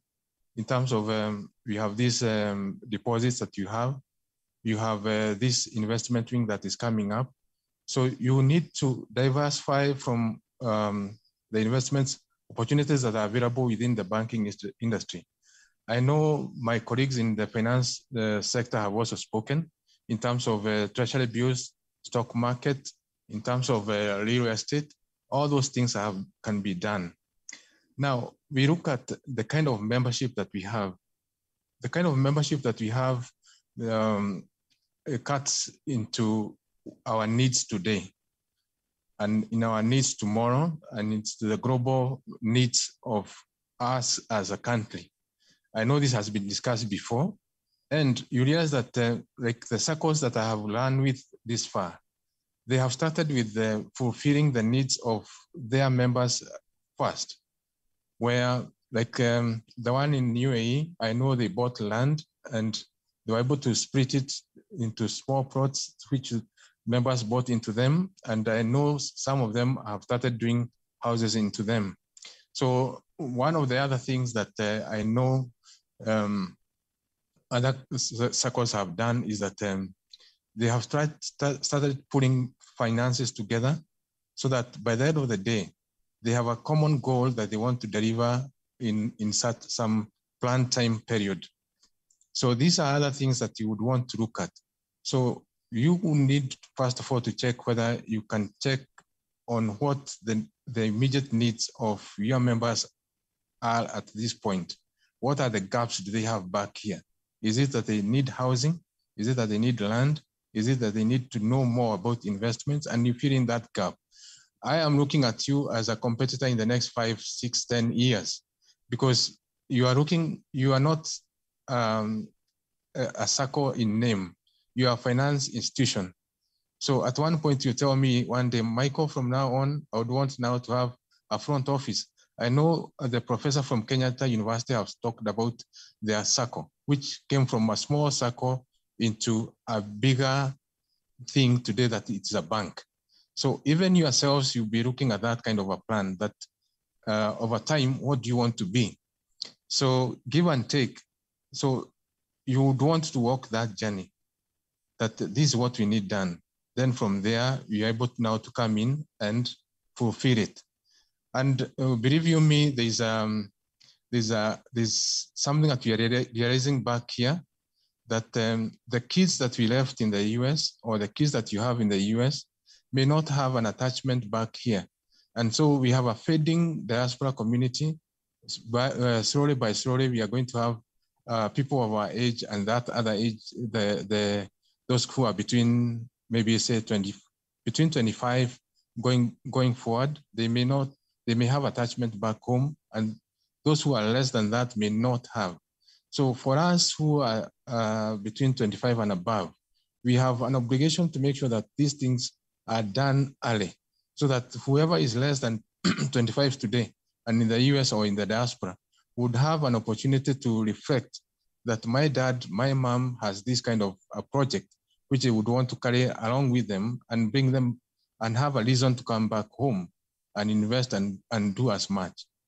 So the other final thing I would also want to talk about here before I talk about INM is the macro view, the macroeconomics view of the diaspora community.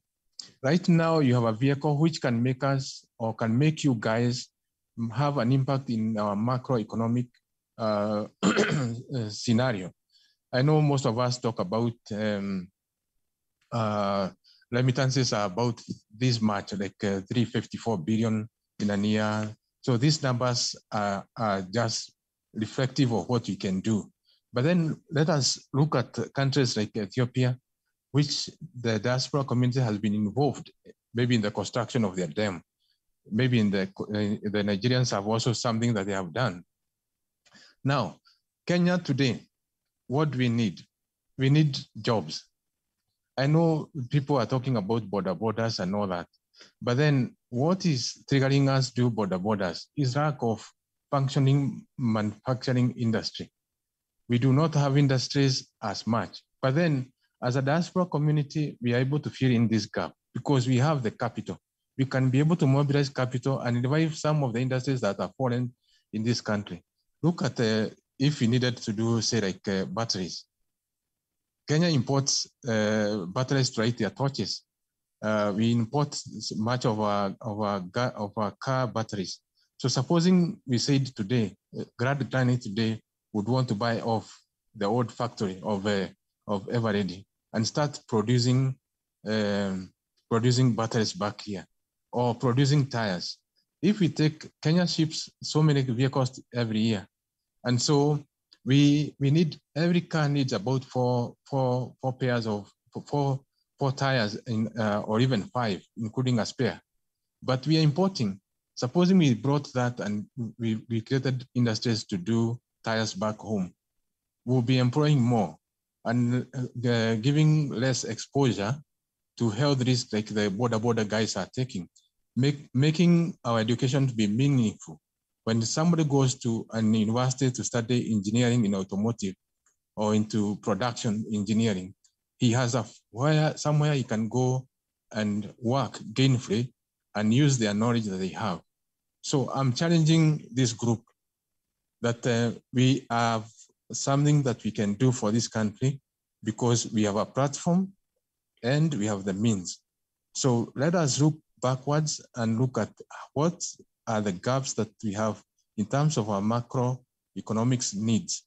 And then let's pick one of them and run with it.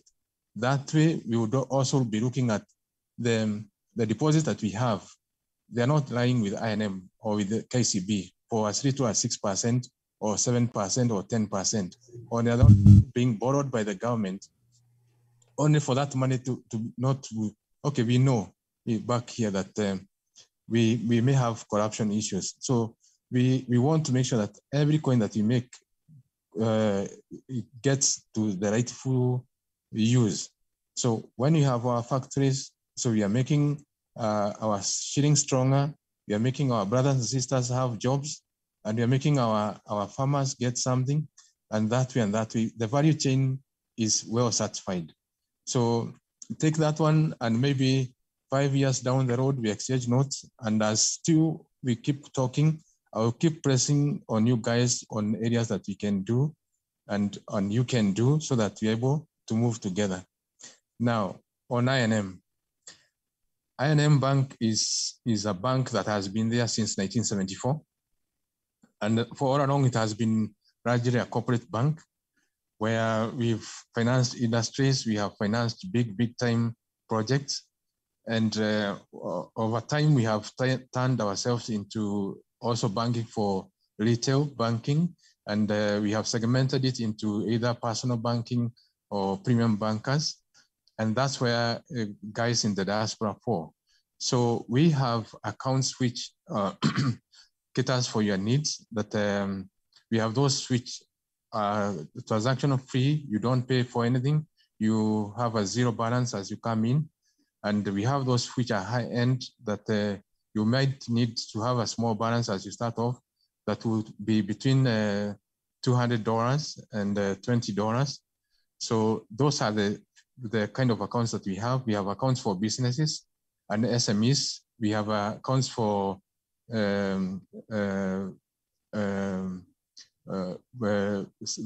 like Saccos. We have accounts for advocates. We have accounts for corporates. Those are the kind of accounts that we have.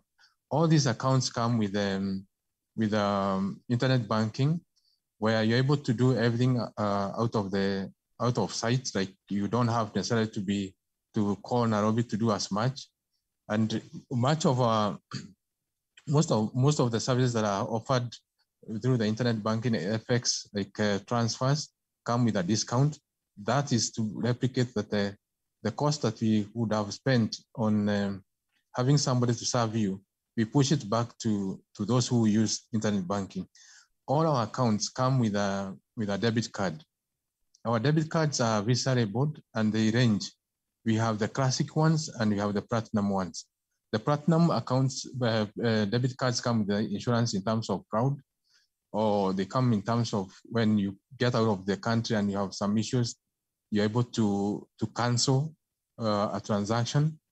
So then authentication of our transactions are based on OTPs. Well, that means that for every transaction you want to do, you get an OTP coming to your cell phone so that you authenticate that transaction that you are doing it. So that means that we reduce the chances of you getting into fraud scenario. Then we have debit cards for those guys who have USD accounts. Well, that means that you can transfer money into your account with us in Nairobi, but due to some reason, maybe when you're somewhere in Minnesota, you wanted to fuel your car, you wanted some gas, but then you pull out your USD card, you can use it, and with no exchange rate, so same value you use in US is the same value will be charged off from Nairobi. Then for those of us who travel into Europe, into UK, we have a prepaid card that has 3 wallets. That's USD, is a GBP, and a Euro. So if you're in Germany, you can use euros. When you're in UK, you can use pounds, and of course, when you're in the US, you can use USD. Now, the basis of our product offering is that we felt that there are gaps that for us who have been out there, I would realize that we need sorted out. So we have something that we call deal facilitation. Deal facilitation means that if you wanted to buy a product here, you just need to point it that I want to buy this product at Thika. And this, from now on, the bank takes over all the processes of verification.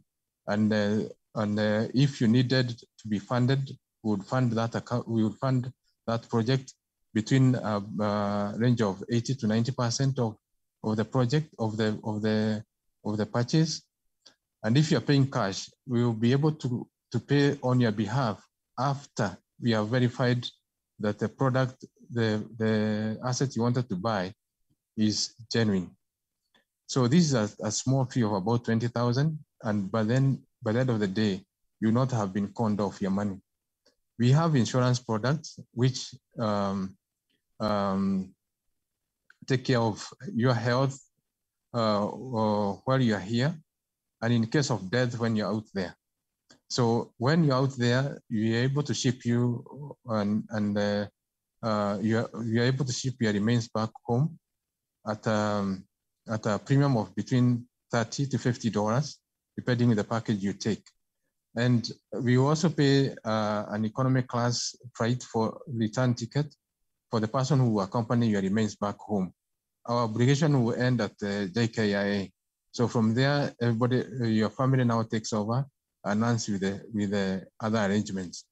Then finally, we have last respect for your loved ones back home, where we would take care of in case of death. These are some amounts which we pay for each premium that has been taken. And then you do not have to save like on a monthly basis in that station. So you pay a small amount of premium and then your family members are sorted. This will take care of your parents, your in-laws, and if you have left your family back here, we'll take care of that. Then there's what happens when you want to project into the future. We have two savers accounts. We have more or less like what Vincent said, a goal account, where this one you do a manual payment. You keep depositing manually. But you still have another one, an offshoot of your account, where you can still do it online. We call it an online savers account. So this one, you just pull money. You keep it aside online. So you do not have to show up at the bank. But this other one, you have to pay over the counter. So you can take care of that, assuming that you want to save for a house deposit. So you can make arrangements slowly by slowly so that you're able to save for that deposit.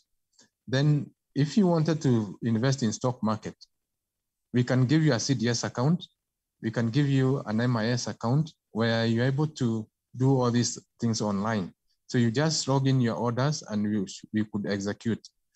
Then for our young ones, the ones I'm talking about, the fading diaspora community, that's more or less more American or more British, more French than we are, or they have been overtaken by that they have not been home for so long. So we have a young savers account where we can teach our kids to bank back home. They will earn a quarterly interest depending with the market. And so they will have a reflection that I have an account home. And so give and take, they can have a reason to want to come back. So in a nutshell, that's what it is. We finance construction. We have construction facilities. We have mortgage facilities. We have plot purchase facilities. All your needs to invest back home can be taken care of. And lastly, we recently started off a product we are calling for MSM, for small micro credit, small enterprises, where we have realized that most of our diaspora customers limit back money home for consumption. But then supposing we started off something that we can help our brothers and sisters to do something back home, but then our first kick will be what we limit to them. But then we show them, then you can borrow a little bit of money from INM and maybe keep your business going.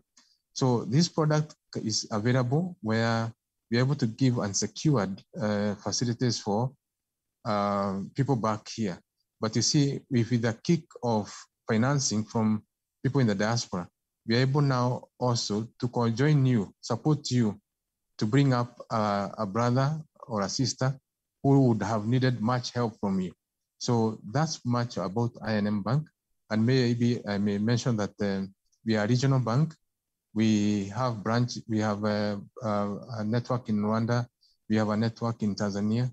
We are opening a branch in a bank in Uganda in a month or two. We have already started off. We bought off a bank in Uganda. Then we have an offshore bank called Bank One in Mauritius. These most of us who may know this, that Mauritius is a tax haven. For those people who want to do over some investments, which they don't want to do them locally, they want to do them internationally. So we're able to facilitate that as well. So that's what INM Bank is. And may I say thank you, Bwana Chairman, for giving us this opportunity. first of all, for you to giving us the business to bank with us.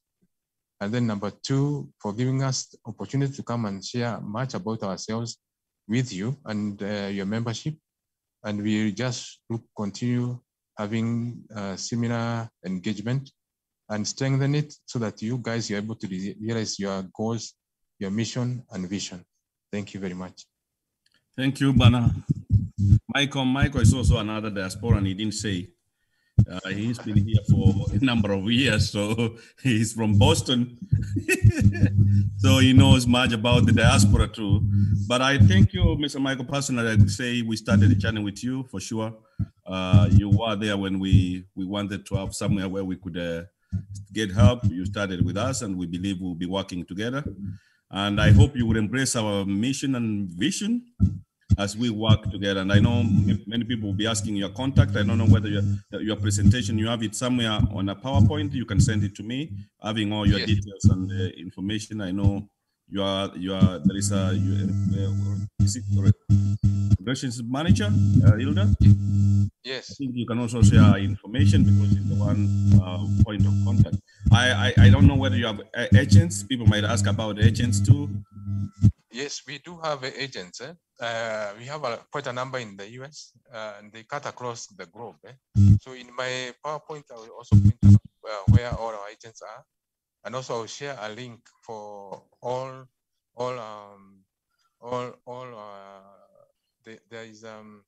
there's something that we have come up with. Maybe you've made me now talk about it. There's something that we have come up with, and I look at all of you guys, which I will going to put you into it, where we're given a special consideration, trying to call this a little bit of a semi-select customer clientele placement. It's a small offering that will give you a small privilege of banking, unlike the other people, because you realize that when you come home, Kenya, you have issues of parking, and so many small problems. So this small product is trying to sort out when you are here, what happens to make you feel that you're more or less like in Boston or where you are, you're feeling much better. So that one I will also share.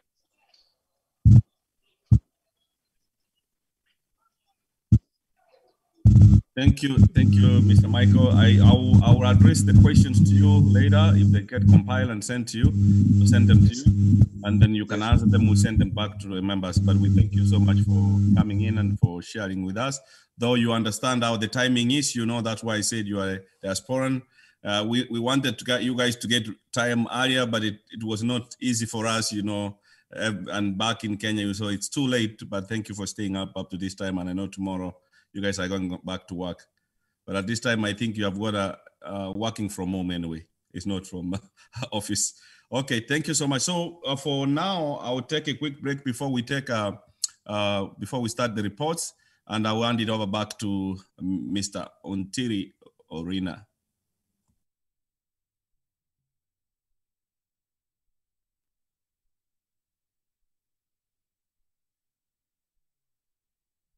Thank you, Mr. Chairman.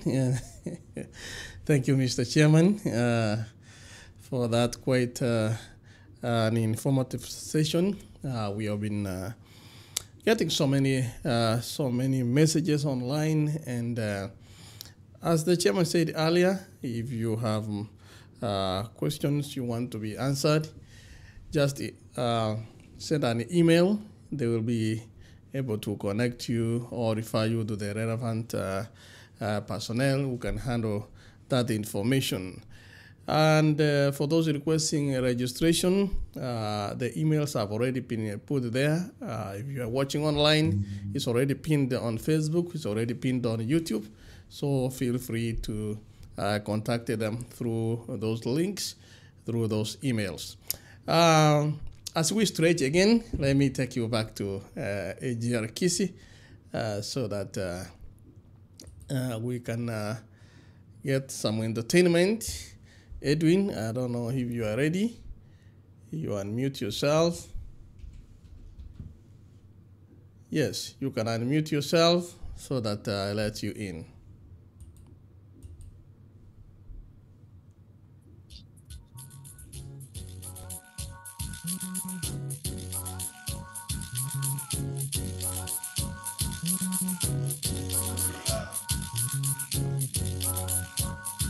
Ajina sinyiru musaja bunanda kona manganangu kwana moye kolere mili manganangu kwana moye kolere mili. Check. Bebabaye baito. Ayababaye omwana minto omwana baba impwatu bukano gwazokoro yani. Impwatu bukano gwazokoro yani. Impwane merema basaja mwakolire impwane gazi baba.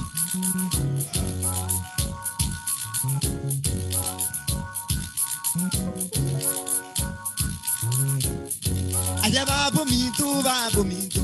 Anyawandiriga babu minto. Aba murabaito bwaterabo. Aba ngina baito bwaterabo. Atani mwakoliya kubaigoro. Baba ni mwakoliya kubaigoro.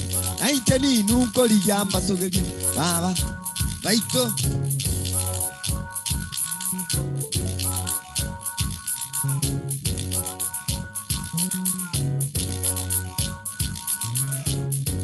Inchalijinga jawa murabaito. Kone kore binge.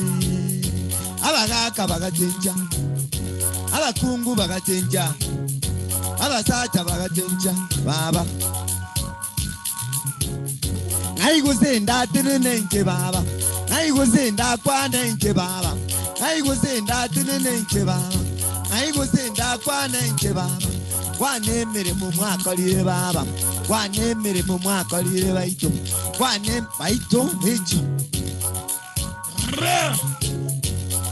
Baito, abakuzi baito, emura America, mwali gwanja mozobe girana iti, mwali gwanja girandi girana iti, meza kengia, handi girana iti, meza kengia, handi girana iti, meza kengia, tirego konya neza kengia, tirego konya neza kengia, abakuzi baito, muri mache ngumbu, ali dagizazi, ali America, Washington, mwali gwanja, mozobe girandi girana iti, meza kengia, nebengengia, ntirego konya, nebengengia, yaningo kwani, nebengengia, aba, baito. Naiguzenda tinenke baba, naiguzenda kwanenke baba, naiguzenda tinenke baba, kwanemere mu mwakolire baba, kwanemere mu mwakolire tata, kwanemere mu mwakolire baito. Kwanemere mu mwakolire baba kwanemere mu mwakolire baito echo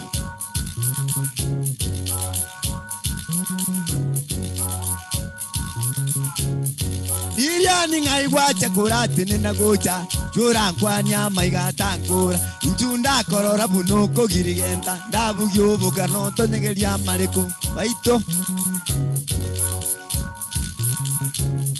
Iriani ngai gwacha kurate nina gocha chura kwanya maiga tankura njunda korora bunuko girigenda ndabugyo bugano tonegeria mareko baito Jako bonga iwacha kurate nina gocha chura kwanya maiga tankura njunda korora bunuko girigenda ndabugyo bugano tonegeria mareko Nyamwaru ngai wacha kurate nina gocha chura kwanya maiga tankura njunda korora bunuko girigenda ndabugyo bugano tonegeria mareko baito icho Urunoti magirango ibonetaya baito Urunoti magirango antumba kwana baito baito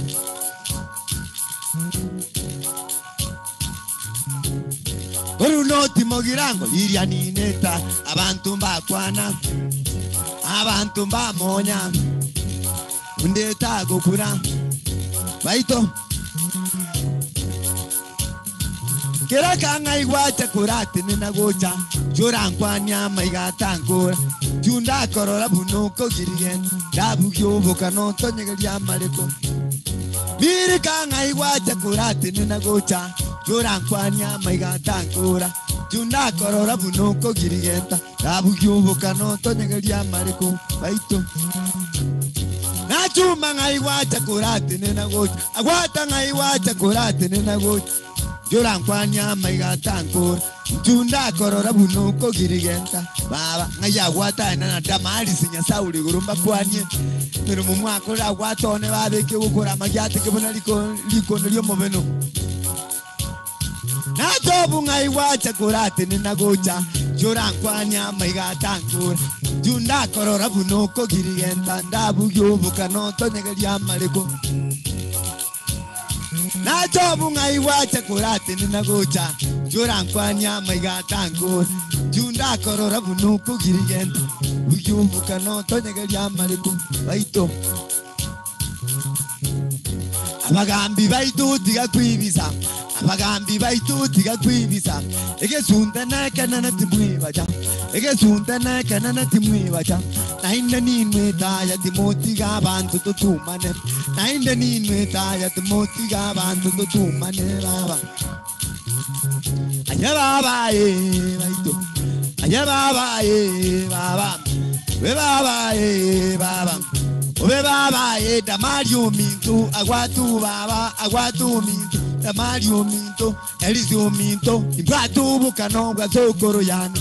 Imbatu bukano gazokoro yani. Inkwane meremo. Inkwane gazi. Inkwane meremo tata. Abo minto. Babo minto. Elisimbu yore. Ayaneta. Elisimbu yore. Iriani mbuyole. Iriani mbuyole. Chapumbu yole. Chapumbu yole. Goko iwambuya. Iri. Nyenya kamboli. Weto rasi bomosoli.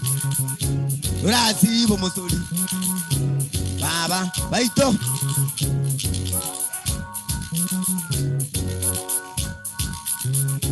Chumambu yole. Baito. Chumambu yole. Mirikambu yole.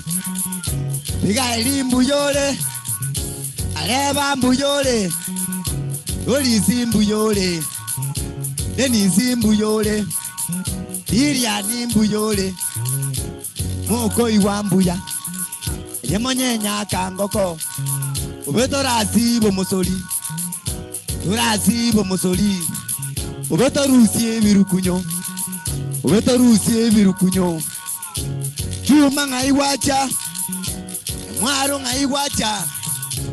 Babo minto. Baba. Baba. Baito.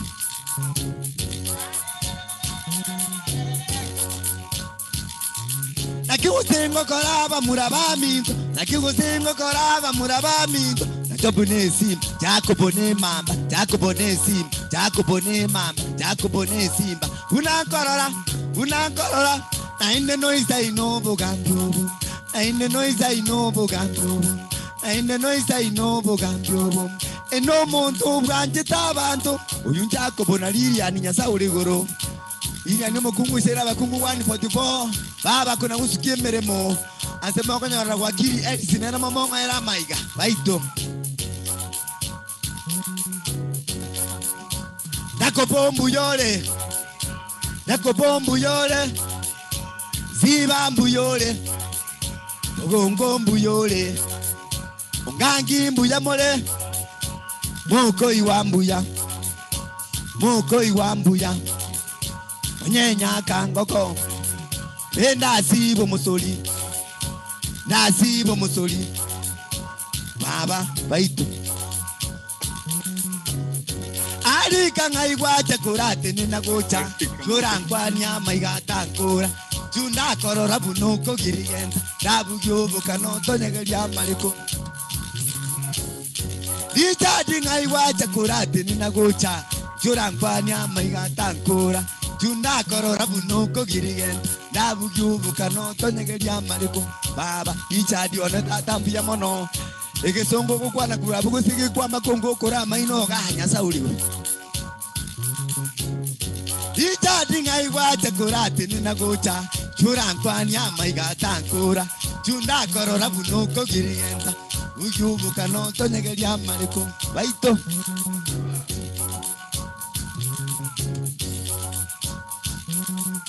Ye baba baito. ye baba ye baba ube baba ye umwana ominto umwana baba baito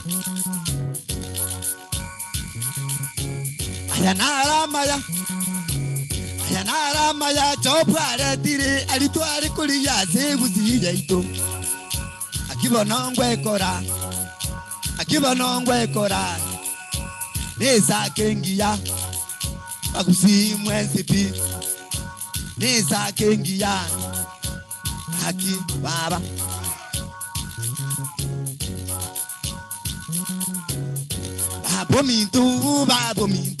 Babo mintu nesa kengiya akibonongwe kora pantu monyiwe kurwali Amerika ayaba muraba sae bamuraba iseke ayaba gaga bangina kurwali Amerika binto mbyangora onza gaga byangete nesa kengiya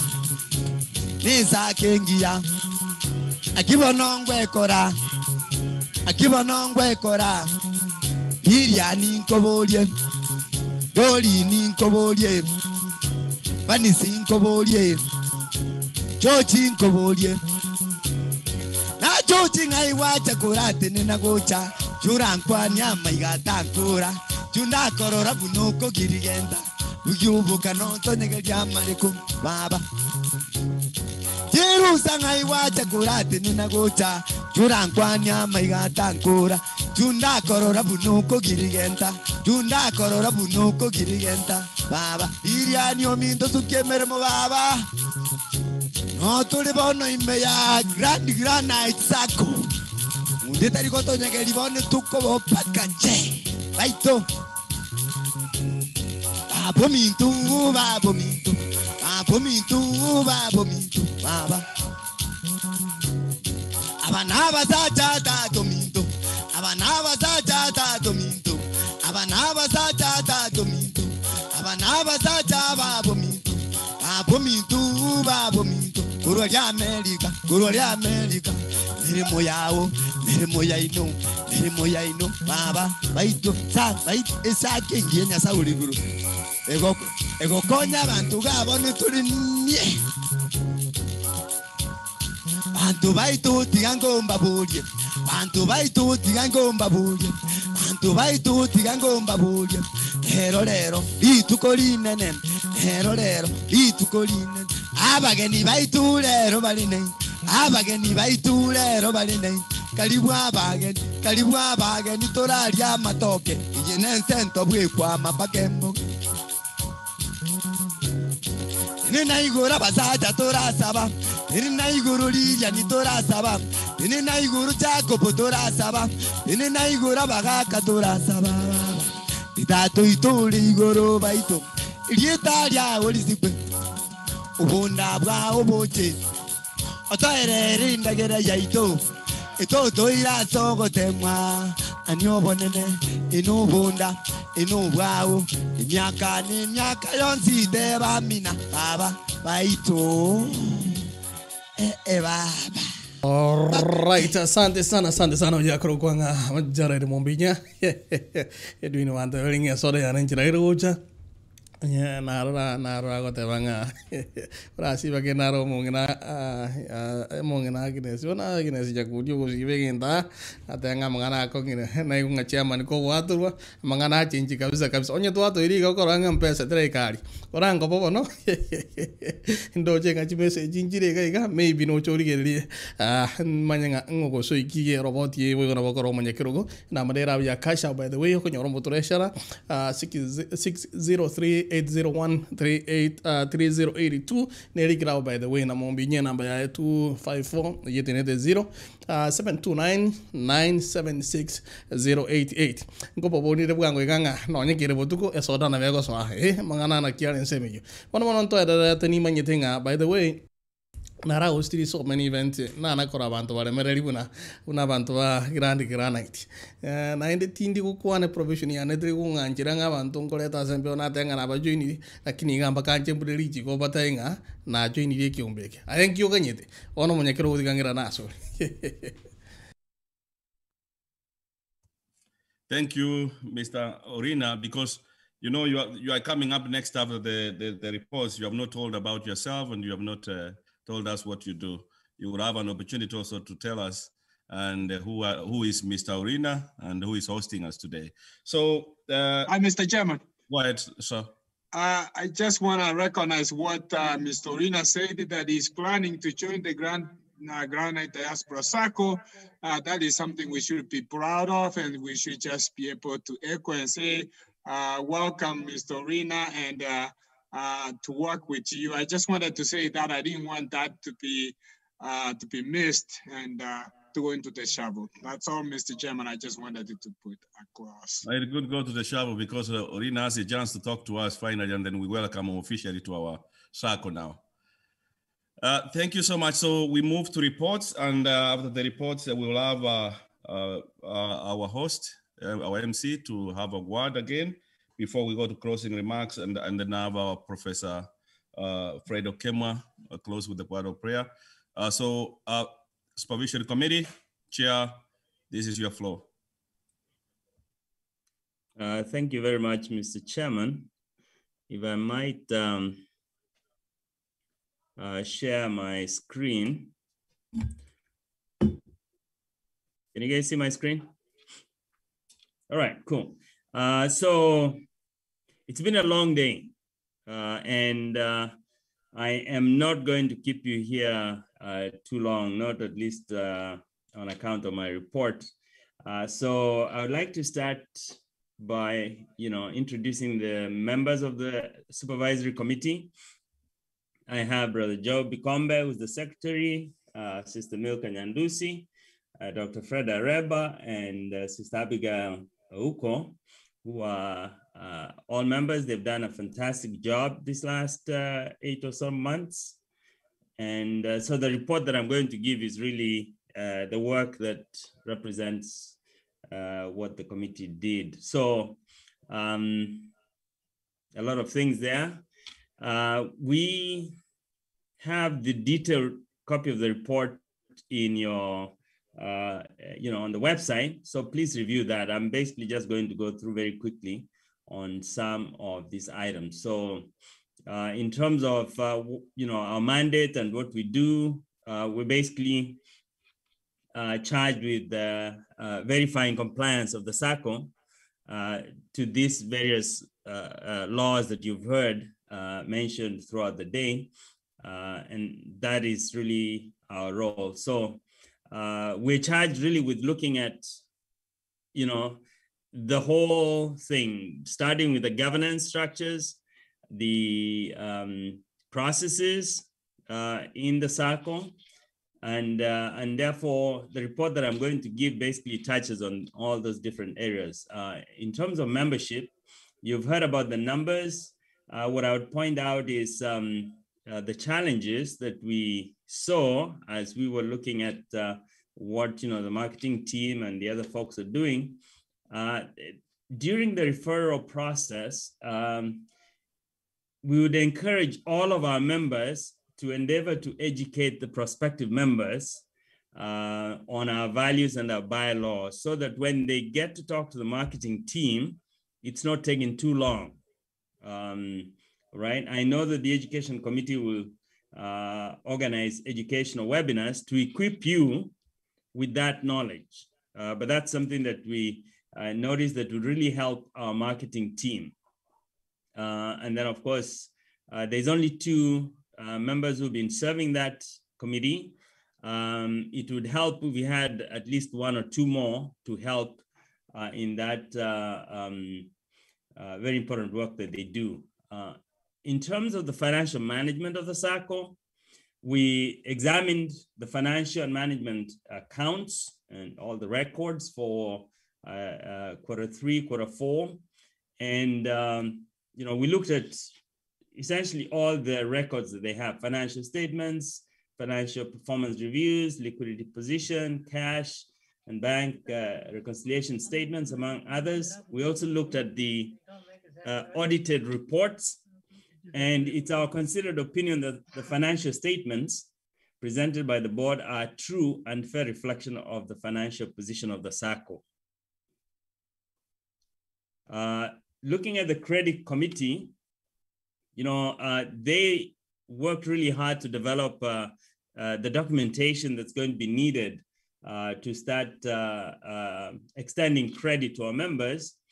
And they've done so in record time. And in our opinion, what has been developed provides a good variety of products that you're going to hear about in a little while.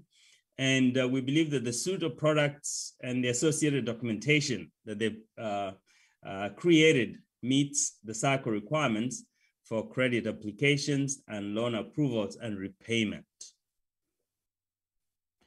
And then for general record keeping across the Sacco, we reviewed the meeting records available from all the different committees of the Sacco, and we determined that while there's room for growth, most committees have done a good job getting up to speed in this short amount of period.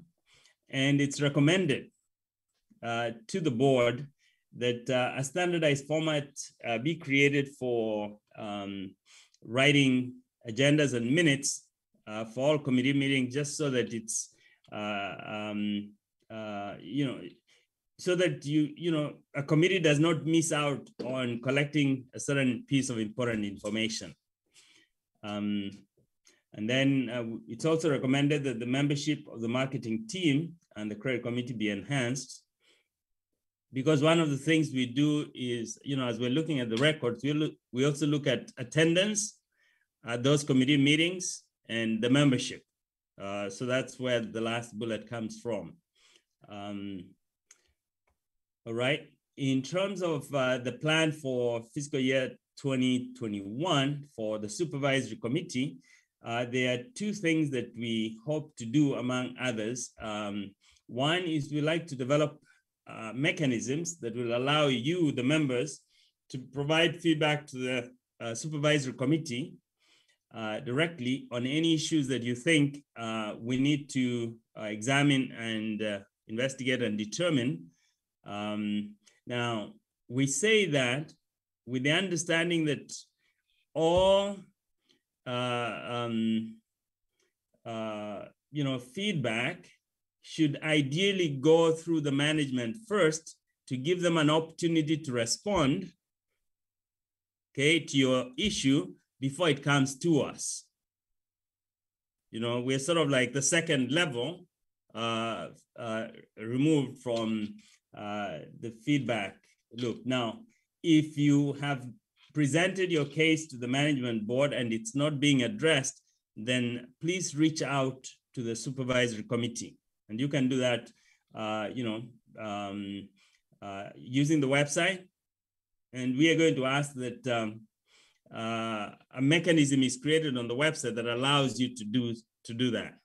Okay, so that's the first bullet. The second bullet is, as a committee, we'll develop policies for handling any grievance that you might bring to us, so that it's clear what process we will follow in terms of determining solutions to issues that might come to our attention. That is besides the other items that we'll be working on. Now, in general, the recommendations, having looked at all the Sacco governance and operational activities this last 8 or 9 months, we had about 5 recommendations that we like to put out there. The first one, I think, has been addressed by the chairman, is that we like to recommend that some ICT solutions be sought, especially in terms of managing the finances and membership management. The reason we say that is because we saw the amount of work that is currently needed, to be done by the treasurer and his team to keep those records straight. It's a lot of work. So if we had the appropriate software, that would make those processes smoother, and we'd urge that the management board pays special and urgent attention to that. The second recommendation is that we need to determine fairly quickly at what point we should consider hiring dedicated staff. Again, that's connected to the first point, because there's a lot of repetitive work that needs to happen to keep all of your records in place. And some of the senior members of the Sacco, and I'm thinking about the chairman and the treasurer, are spending a lot of time trying to make sure that the financial records are matching, when we could maybe have a clerk do that work so that they're able to devote their time to some of the more critical issues. The third recommendation is because as a Sacco, we are trying to utilize the best practices available. We need to develop a mindset of continually improving. And therefore, we like to recommend that a feedback collection mechanism is created and an assessment process is developed to inform the Sacco's need for this continuous improvement of our operations. And then the next one is to create policies on the handling of disputes within the Sacco before they are referred to the tribunal that the attorney made reference to. Okay, in other words, we should be able to sort out our things in-house before they go out to the tribunal specified in CAP 490. And then the last item, but by no means the least, is especially for those who are serving in different capacities, we are handling people's confidential information.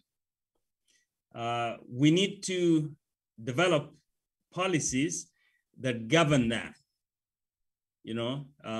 so create policies on the handling of confidential information that may come into members' knowledge as they serve in different capacities in the Sacco.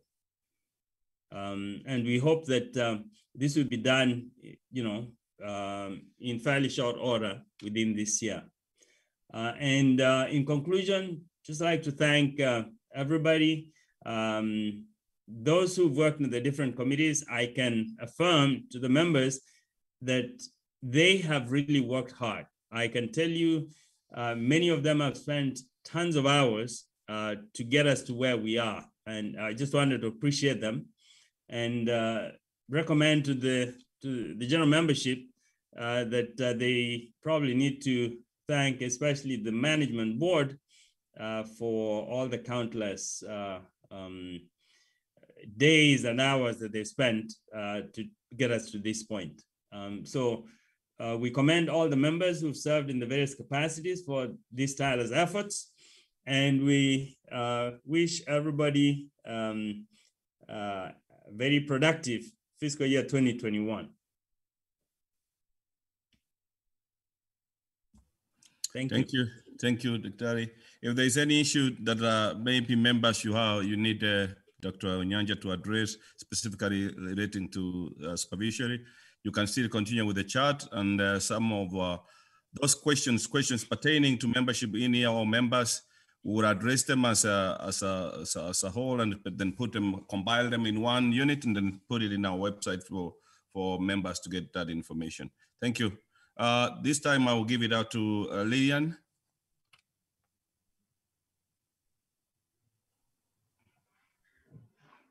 Thank you, Chair.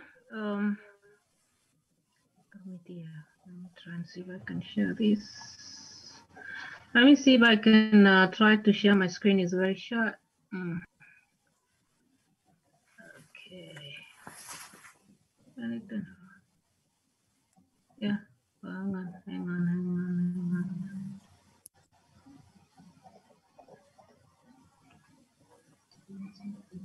No, I'm good. I just need to get it here.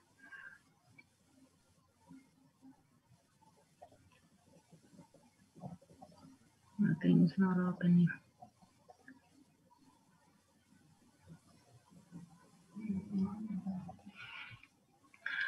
Chair, can you have somebody else go while I try to pull my material here?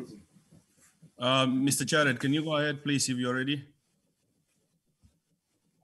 That's the Education Committee.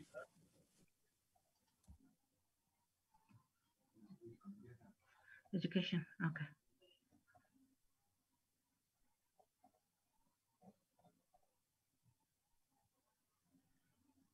Yeah, I got it.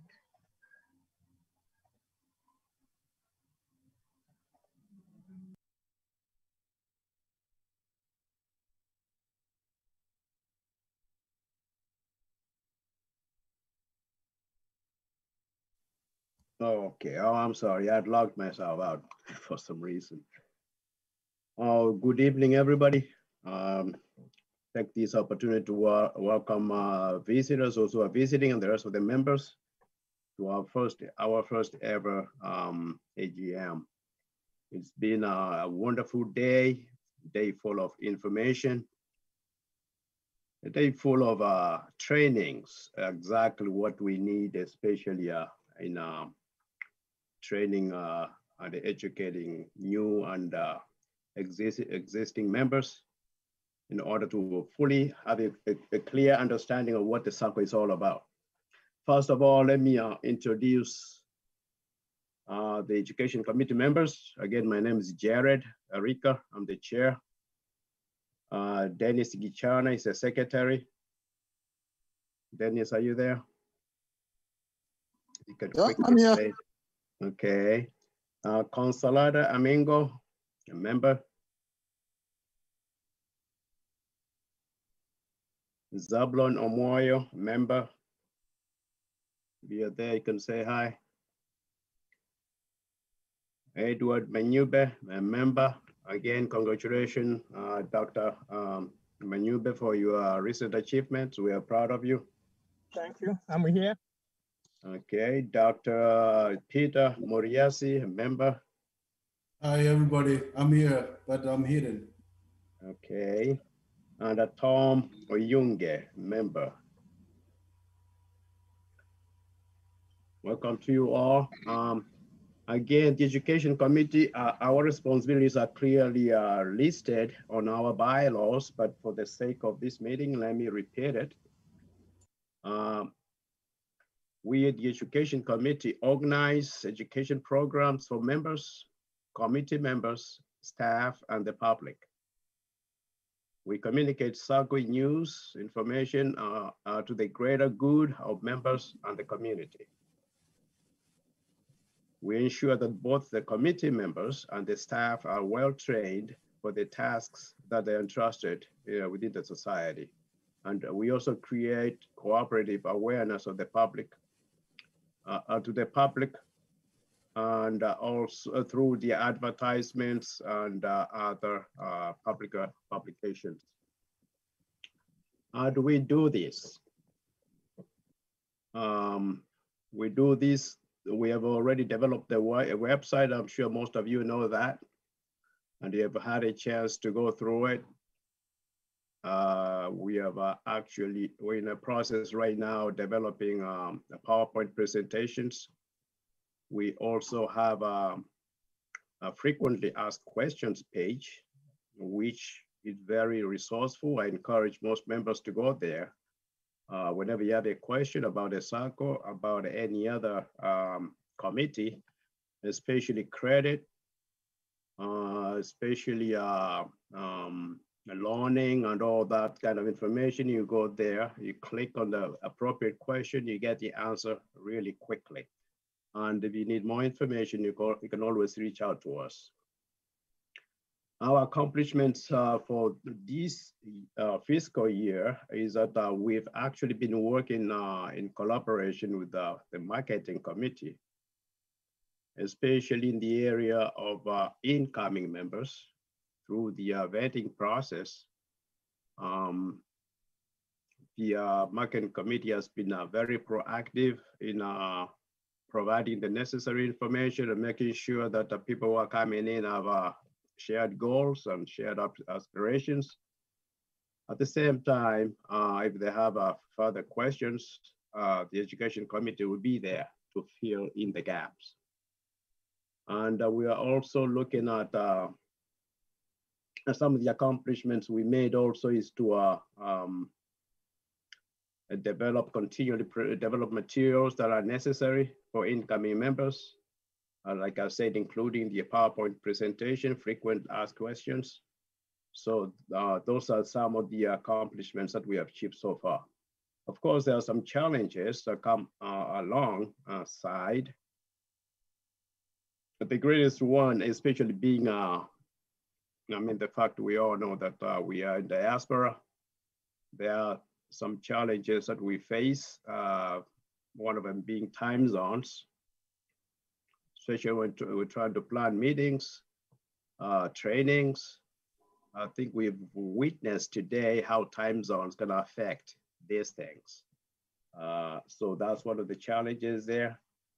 And also the COVID-19 has created its own barriers in how we do things. I think everybody understands that. And network issues, which was very evident here tonight. So we have some strategic plans for the upcoming year. We'll continue to expand how we work together with other committees, at the same time avoiding overlaps in responsibilities. Like I said, marketing committee is one of them. We'll try also to, to a certain extent, assist during the process of loaning. Somebody needs more information, especially to understand fully what you're getting into before you get a loan. So we're gonna find a way to get into that. And also make use of social media, internet, webinars. So those are will be very resourceful areas on how we can educate our members. The challenges that we might face in the upcoming year, 2021, 2022, of course, we don't know how COVID-19 is going to turn around. It might be long-lasting. We don't know how much longer it's going to go, but it's something that we can expect to be a barrier. But there will also be other ways that we can utilize whatever resources we have necessary to go over that. We'll continue to increase other areas.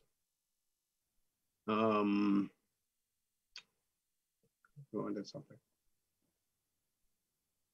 Okay, yeah, another thing is membership. As we increase membership, it's gonna bring its own challenges too. But for the sake of time, let me rush through these. I just want to thank everybody, the presenters who are here this evening. I want to thank the management. I want to thank the members, and also more especially the education committee members who've been working alongside me to get to where we are at this point.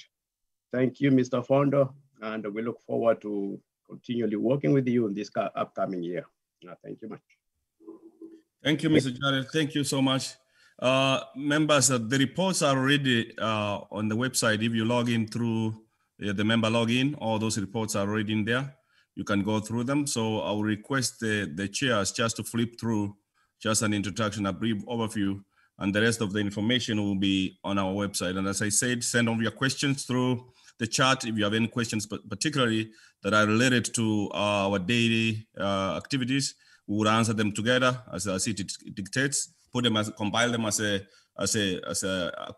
questions and answers, and then send them back to members. Madam Lillian, Eva, once you start addressing an overview of the marketing, I'd like also you to include the Granite that was talked about, what it is. Go ahead, Madam Lillian. Yeah, I wanted to, can you mute? Yeah, I wanted to share my screen, but for some reason it's pulling the treasurer's screen to my screen. So I'm just gonna talk about it here. Thank you, members, for the opportunity you have lended to the marketing team to to be your servants. We are two of us. Madam Vice Jerusha, do you want to wave so people can see you? There you go. Those are two strong ladies that are your welcoming team as of now. We are your port of entry. We Yeah, we need to educate tell you you. that you are We vet. strong. Don't tell yourselves how strong you are. We know how strong you are. You know, that's. Okay, Maria, so I'll ask you when I'm done. Thank you. I just want to emphasize that you're really strong, and we encourage you. You're very good, strong ladies. That's for sure. Thank you. Thank you. Appreciate that. So we had a projection as the marketing team the first year, and I would want to recognize Brother Robert over there. Thank you so much. We are seeing you. He was the backbone when we started the marketing team. And we had a projection of the first year to have 90 to 100 members. We based this because we were 7 members of the marketing team, and we had around 28 the core members. So we were to get the marketing team 5 members and the core members 2 members each. So that is how we arrived to that figure. But apparently when we crossed over to the registration, it did not happen. We had some members who were not able to cross over. So the number dropped and then it went up. So the marketing from 7 to 2. And those who were in as their core, they were not able to do their homework. But guess what? Some people really pulled up their socks, and the goals were met. We said 90 to 100 at the first year. Remember, we are not the year yet. So to the same annual, we can give it like a half of that. But by the time it was December 31st, we were 80 members. As of now, we are 104 members.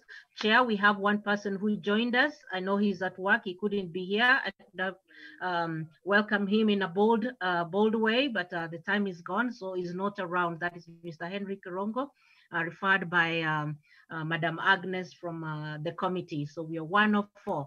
Kudos to you, members. We have this thing in control, and we're gonna go forward. And so we did have some challenges which were addressed by the supervisory committee, so I'm not gonna go there. It will be so repetitive. We are tired. We don't want to get bored by the same information all the time. Our future goals as a marketing team, we want to make sure we are building a brand which is a loyalty brand. So you know what I mean, yeah? You know, like the Walmart, there are people you cannot take out of Walmart. If anything, they still have to go there. Come rain, come no sunshine. That is the Granite we want to build. That royalty or loyalty, whatever your tongue rolls, the way your tongue rolls, I hope you understand me. We have the marketplace that we want to create on our website. The marketplace, this one is going to be accessible only by the members. And we may allow the people from out, but they have to be vetted first by the board or the management, so that we can know what is this product they are trying to advertise on our website. Maybe there will be a little fee. No, I cannot say that. We'll wait for the management to decide on that. So in that marketplace is to promote our members to sell their product. You are a lawyer and you are very good in maybe divorce. You are very good in criminal cases, things like that. You would want to put your information there so that our members, when they run into problem, they know where to run to. At least there's somebody that they're able to relate to, somebody they can talk freely, and they can be able to be helped. And you are in the housing market, and you want to say how many houses you want there to rent, you can put your business card over there, how to reach you, or what product you have there. But when it comes to that level, we'll give you the parameters on what you can put in there. And we are also trying to get our young achievers into speed. Our age is from 18 up to stretching up to the infinity. You know, it can't reach over there. But then our Young Achievers Club, that is one of our future goals. This is going to be entailing the people or the members who are between the age of 18 to 30 years. and they will have their different vision that they want to follow. Of course, it has to be consistent with our vision of the Sacco. The Sacco can be able to nurture their goals so that they can also potentially realize their dreams. The young people's dreams may not be the same as for us, some who are already, seniors. Let me use that one. It's a little softer, a little senior. So we can be able to foster them. As you see here, especially in the United States, the haves, they know how to train their kids so they can take the leadership of tomorrow. That is what we want to imitate as well. Our young generation also to inherit the tomorrow's leadership and the development ideas. So the next thing is people have really worked so hard. They have developed an interest here, and they have come this concept that this idea was started. It became a concept. Now it is actually a reality. Some people have really made some big steps here, and we have people who have already managed to reach the membership level. The membership level is when somebody has been in the Sacco for 6 months and they have been able to pay their capital share. So we have around 39 members. I will let Madam Vice, at least that is a milestone, to read those members' names. And after the AGM, the management will get in touch with individuals and will let you know how what information that you need to surrender to them so that they can be able to send you your membership certificate. Madam Vice, if you can hear me, please. Thank read you. out the names. Thank you, Madam Lillian, and thank you everybody again. Thank you for your patience. I'm going to read and congratulate all the members who have achieved their membership and who have attained full membership. And they are, I'm not going to waste time, they are Abigail Ouko, Agnes Nyakundi, Aoma Muma, David Orina, Dennis Kijana, Dovison Kereri, Elikiam Bikombe, Emily Ondari, Ebisiva Nyagwaya, Evans Rindoria, Frederick Ayunga, Geoffrey Buko, George Matoke, Henry Michael, Henry Onsongo, Ezron Ndubi, Jacob Ongaki, Janet Oenga, Jared Arika, Jared Onguso, Jerusha Mangera, Job Bikombe, John Ouko, Julius Nyamwaro, Kefas Matoke, Lillian Ongaki, Lydia Mogaka, Michael Bogongo, Melka Nyandusi, Naftal Siocha, Pamela Nyakundi, Peter Moriasi, Richard Ondari, Richard Onyanja, Samuel Ouko, Sandra Simi, Stella Kiraka, Teresa Muma, Sablon Omoyo. Congratulations. Thank you, Madam Vice. So for those who had their names, please get in touch with us, or you can get in touch with the board and find out what information that you've been needed before you get your certification. And the closing remarks I can give you is from Oprah Winfrey. Every time you state what you want or believe, you are actually the first person to hear it. This is a message to both you and the others that you think is about what you think is possible. Therefore, do not put a ceiling on yourself. That was from Oprah Winfrey. And last but not least, I know it's very late in Kenya. Those who are there, they have already logged off. But I wanted to give a shout out to Dan's Hotel. It made it possible for people from the rural area. They came and gathered in their hotel so that they can be able to watch us. We thought we could get an earlier time to give them a shout out, but it wasn't possible. But they'll be seeing these clips later to know that we appreciated them. We had some people from Dubai watching us, and they also sent a message of congratulations and said, you guys, you have a good product, and they are right behind you. So back to you, Mr. Chairman. Thank you, Madam Lillian. Now, I know this is where questions will arise more, but I will kindly request to do the same thing. I send the questions, then we will answer them.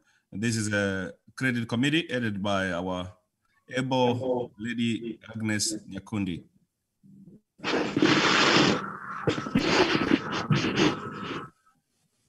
Hey, good evening, everyone. It's been a long day, and we have been fed a lot of information that we have been given, which is very beneficial, actually. And it's good that we got this information before we give our report. So my name is Agnes Nyakundi. I'm the chair for this credit committee.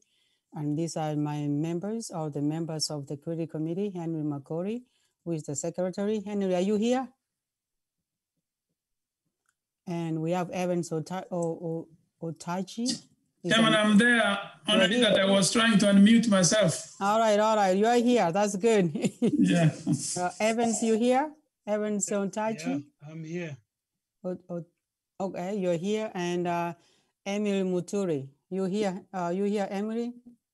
I'm here. Hi. Okay, that is the group that has worked so hard to bring this information to us. I believe that we have put some information together, which is very beneficial, but we might not be going through every slide that we have here because of the time. It's 7 o'clock right now, and we have been having a long day. And let's go for the most important information that we can have. And this is the credit committee. And we are a subcommittee. We are not a full committee, but we do have a subcommittee, and we are mandated to provide oversight of the Sacco savings and credit and their lending policies. So this year, 2020, we did not offer any loans because we are just started, and we are encouraging members to continue saving their money. We started with the capital shares, and as you have heard from the vice chair, there are some of the members who have completed the money for their membership, which is 6 months. After you complete your membership, capital shares, then you will continue to send money into your savings, which you're going to borrow against your savings.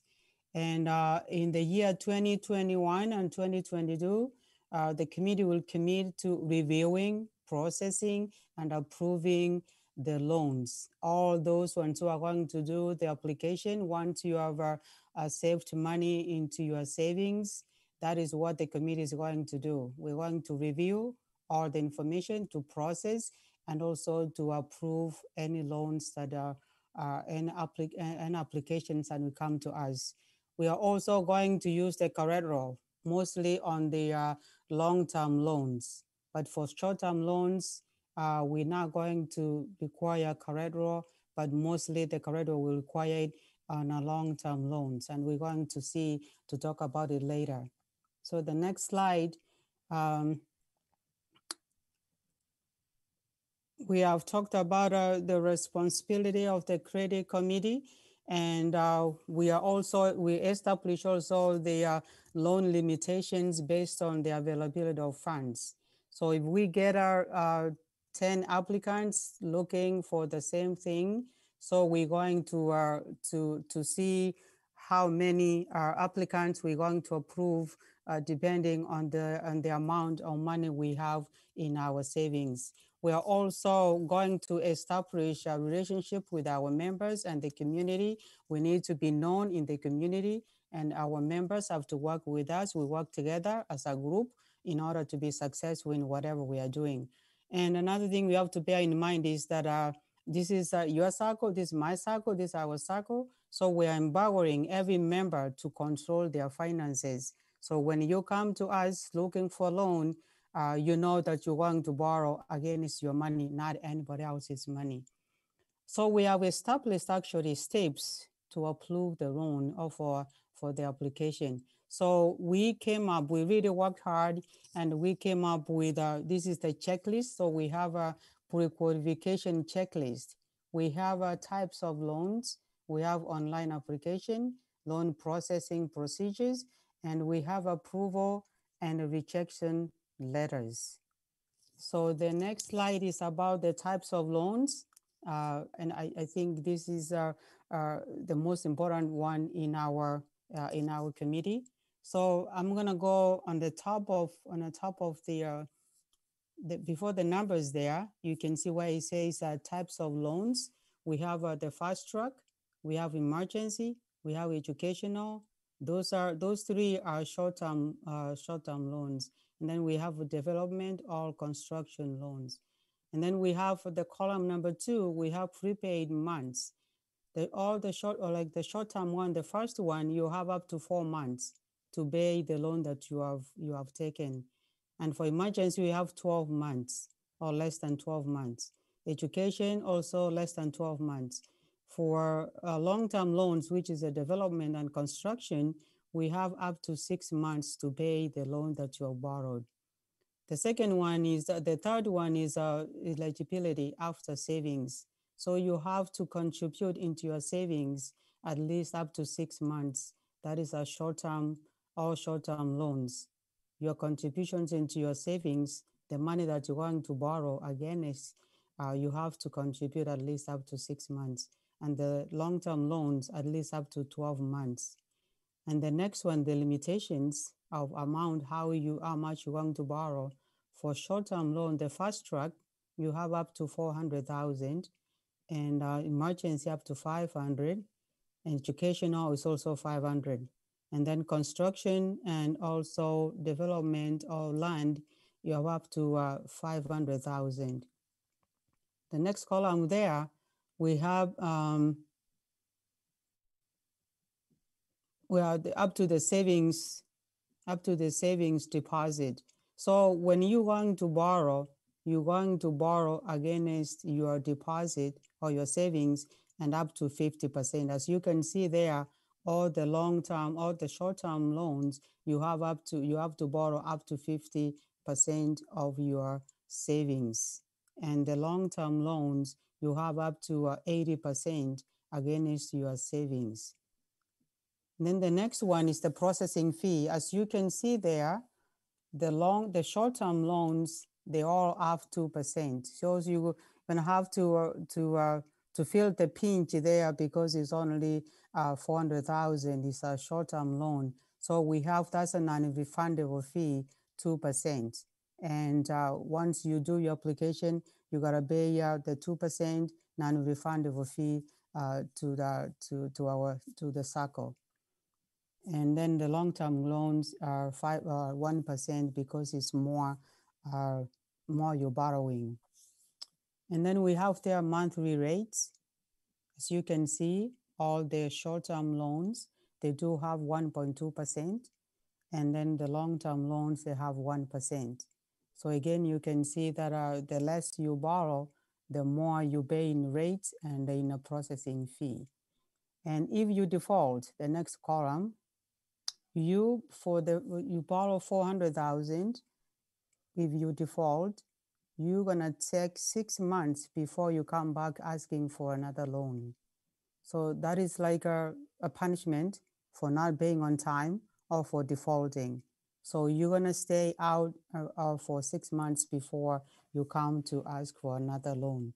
The same thing with emergency, 8 months, and also education, 8 months. For the long-term loans, you can see there, you're gonna feel the pinch more because you're gonna stay out for a year, 12 months before you come back looking for another loan. The penalty for defaulting, you're gonna pay 50% of the full amount, the whole amount. Not only the remaining amount, but it's going to be on the full amount that you borrowed. That is the short-term loans is 50%, and the long-term loans is 15%. we have days that we have to process, given that this is a volunteer work, and given that we have families that we have to balance between these and the families and the work. So for short-term loans, we're going to have 2 to 4 days, or if we were able to do less, that would be fine. And also 2 to 7 days, 7 to 15 days. As you can see, the more you borrow, the more days we're going to take to process the loan. And for the long-term loans, as you can see, it is 1 to 2 months, because there are so many things we're going to review loans, and that will give us enough time to process the loan. Next slide is going to show us, we have online application, and all this information actually is on a website. You can go to the website, you can check all this information. Like I said, this is a summary of what we worked on and on what is on a website. So when you go online application, we're not going to send any physical application to anybody. Everything will be done online. So when you go there, when you read it, you read all the information and make sure that you understand all the requirements, especially the pre-qualification checklist. And also you complete your application online. And these are the information that we're going to look at when the application comes to us. Your membership, your personal information, co-signer for those ones who are taking long-term loans. And if your collateral does not give us enough for the amount that you are borrowing, employment, loan requested, collateral, security, loan repayment, and loan rules and declaration.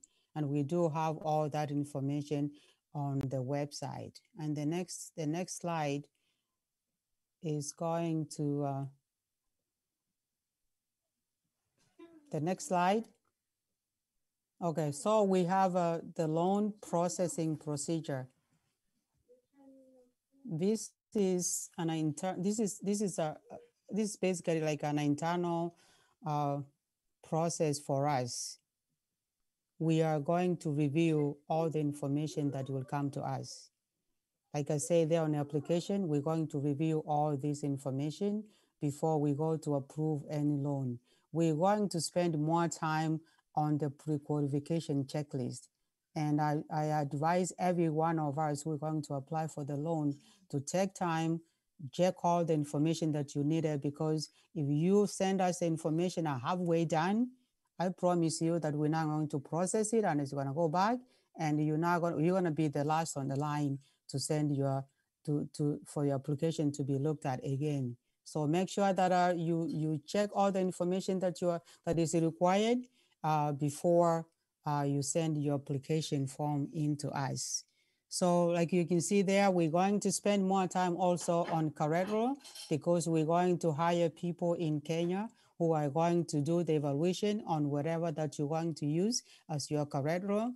We're going to share the report. Once we get the report, we're going to share the report with you, and we're going to give you exactly what we have gotten. And if you are going to use your co-signer, the co-signer has to go through the same process as the main applicant.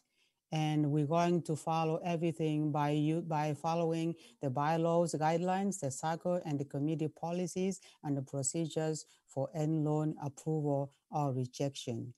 And there will be also some conditions on the loan that will be approved. And the next slide. Going forward, I go back to maybe, no, on the next slide, I was gonna say that I think we're going to talk about the rejection letter. There will be a rejection letter in there, and the rejection letter actually is going to give the reasons why we rejected your loan.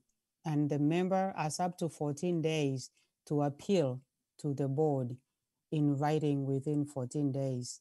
And I believe the board will be the final decision making on your case. Going forward, although we had some challenges, we overcame them because our other members supported us, and we were able to regroup And we came up with all that information that I've talked about. Going forward, we will be meeting every month or as needed, and we'll continue to educate our members on the loans and the conditions. And we are going to tighten and smoothen the loan processing policies so that we don't get into any default, so that we don't approve the loans that have not even met the conditions to be approved.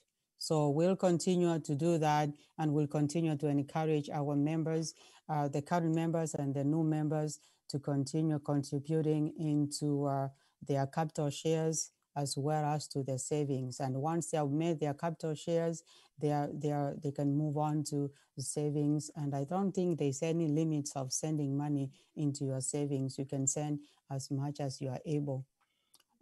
We are, as any member, as any Sacco, any bank, any company, we can anticipate some future challenges. And one of them is that we have to maintain the Sacco liquidity to promote more and more and more lending to our members.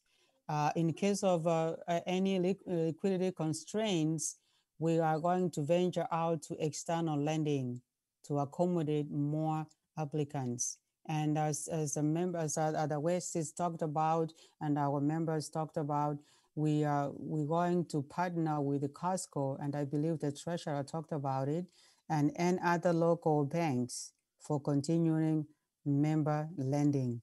And I believe that if we partner with them and any money we get from there to loan to our members, the rate might be different from what the Sacco is going to give the money that are already there for the members.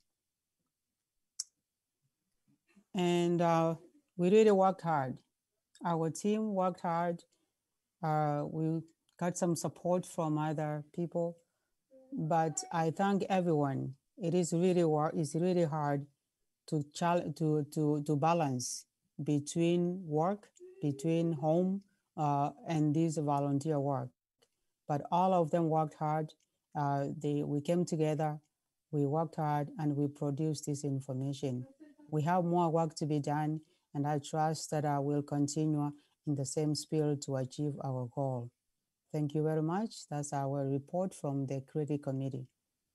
Thank you, Madam Agnes, and for sure, thank you so much. This lady, she worked so hard to create the product that is going forward. It was, I know it was frustrating, it was tireless, so your tireless efforts have been realized, and I think members appreciate and acknowledge your efforts. Thank you. I think we're coming up to an end. I know time is running out, right? Those who are in Eastern time, so it's 7:20. For us, Central time, it's about 6:20 o'clock. So before I give Mr.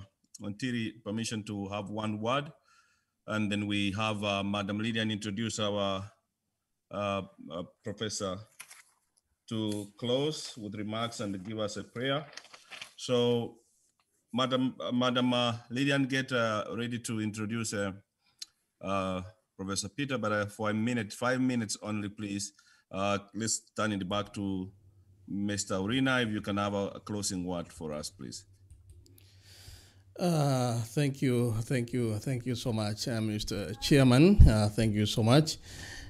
Most radio personalities, media personalities don't like introducing themselves. I don't know why, whether it's one of the oath of service. But I'll be brief because I'm in the communication industry and I know when people are tired. Thank you so much. Jeremiah Urina Ontiri are my names. I was born in Nyaribari Chache, Nyabiosi, Chirichirovirongo, Nyaribari Kyombo Division.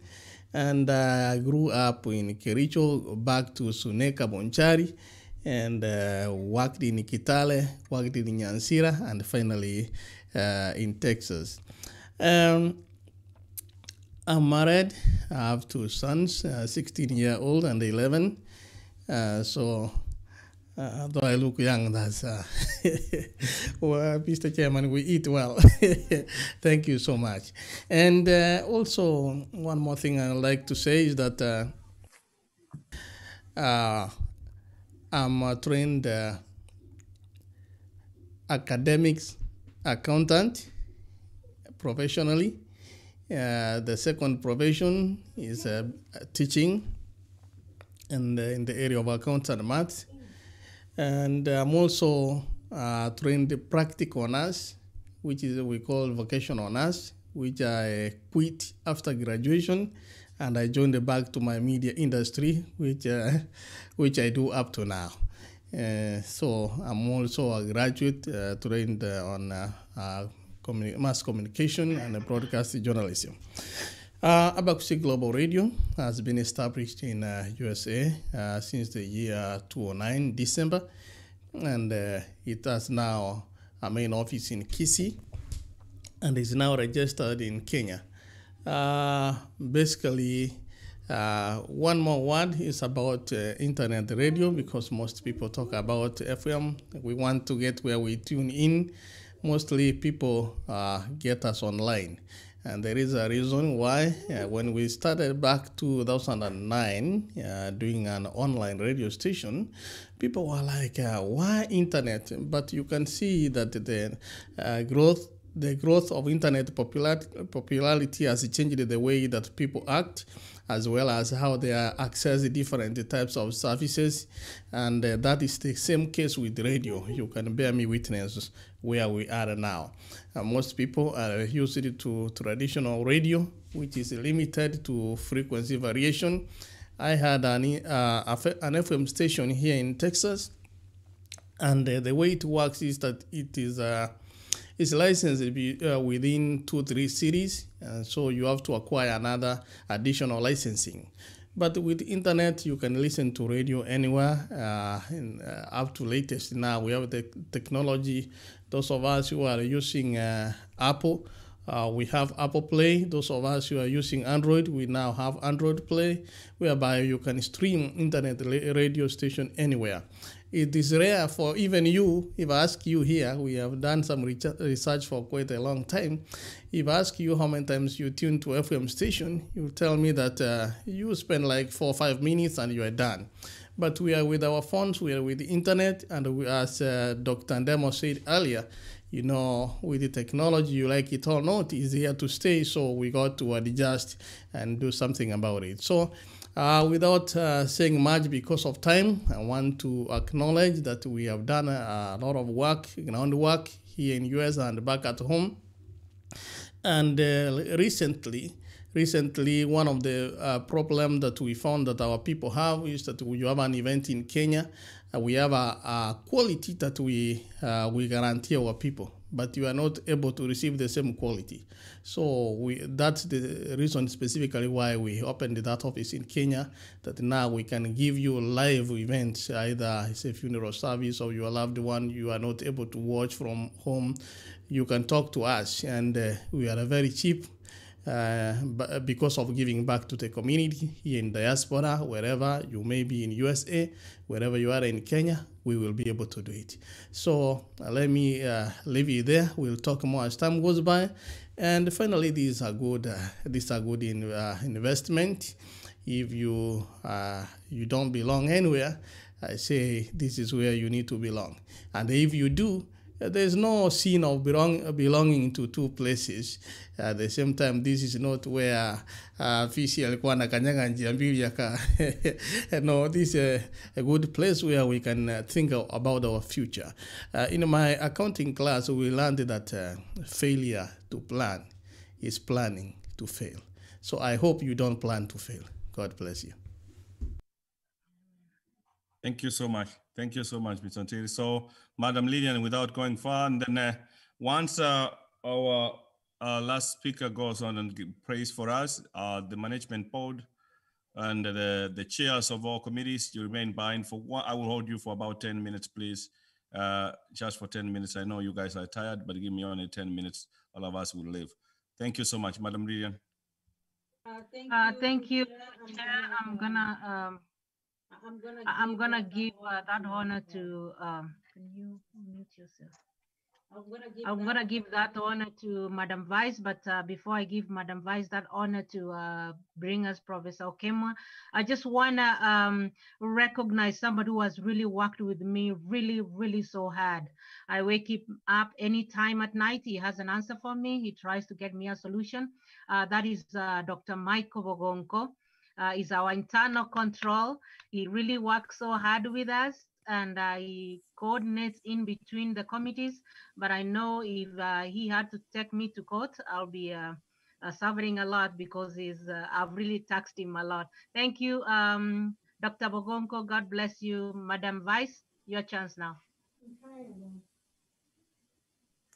Thank you, Madam Lillian. I was for giving me the opportunity again to introduce our pastor to close.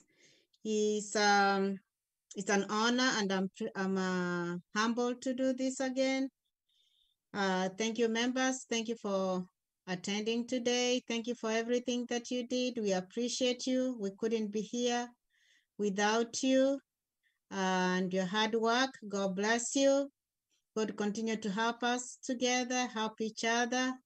And thank you. I've received several phone calls from other people. They are saying this was a success. And thanks to every member who has worked so hard. It doesn't matter what you did, who has worked so hard to make this a success. We appreciate you. God bless you. And let me go introduce the man of God who is going to give us the last word. He's an ordained minister of the Seventh-day Adventist Church. He has served in many churches in the South Conference of Seventh-day Adventists. He's a graduate of Spicer University in India and a graduate of Andrews University with a Doctor of Divinity degree, currently serving as a pastor at Ramsey Seventh-day Adventist Church. He's married with 4 children and is a proud member of the Granite Diaspora Sacco. With due wasting no time, please join me in welcoming none other than Pastor Elder Fred Okemwa. Thank you very much, Sister Jerusha. For some reason, I stepped out of my home, but I am in a place where you can hear my voice. Yeah, I want to take a moment to thank the organizers of this annual meeting today. I want to say there has been a very big success. Thank you for our Apple management team. What catches my attention is the vision and the enthusiasm that you guys are having. That is why I decided to join the Sacco, because of the vision that you have. I know time has been spent and it has been a very productive day. I've learned so a lot. I've seen faces that I've been hearing before, but I had an opportunity to see them today, and I want really to express my gratitude and thanks for today's meeting. Having said that, I know that time is spent and members are tired, and those who are in Kenya probably they want to go sleep. But let me take a minute. I won't be taking too much of your time, but a minute or so, and just give you a little advice from the Word of God as we move forward in this circle. In the book of Ephesians, chapter 2, verses 20, the Word of God says, "We are His house, built on the foundation of the apostles and the prophets, and the cornerstone is Jesus Christ." In fact, if you read the King James Version, it says, "The chief cornerstone is Jesus Christ." And I want to say that if our circle will move forward, let Jesus Christ be the chief cornerstone. Upon him, I think we'll attain the financial heights that we are talking. Upon him, the visions that we have will come true. Upon him, every success that we are looking forward to, Jesus would make it a success. Let us have him our chief cornerstone, not only in this circle, but also in our spiritual lives, in our careers, and in all that we do. If we have him, I am optimistic that we will be able to succeed. In the book of Deuteronomy, the Bible tells us that he will make us the head and not the tail, and we will continue to go higher and higher and higher. In the book of Philippians, chapter 4, verse 13,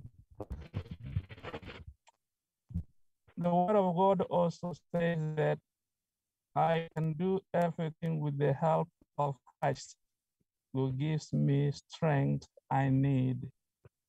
What more comforting words than that in our circle, as you strive forward, as you look for possibilities, that Jesus Christ can give us strength that we need to move forward.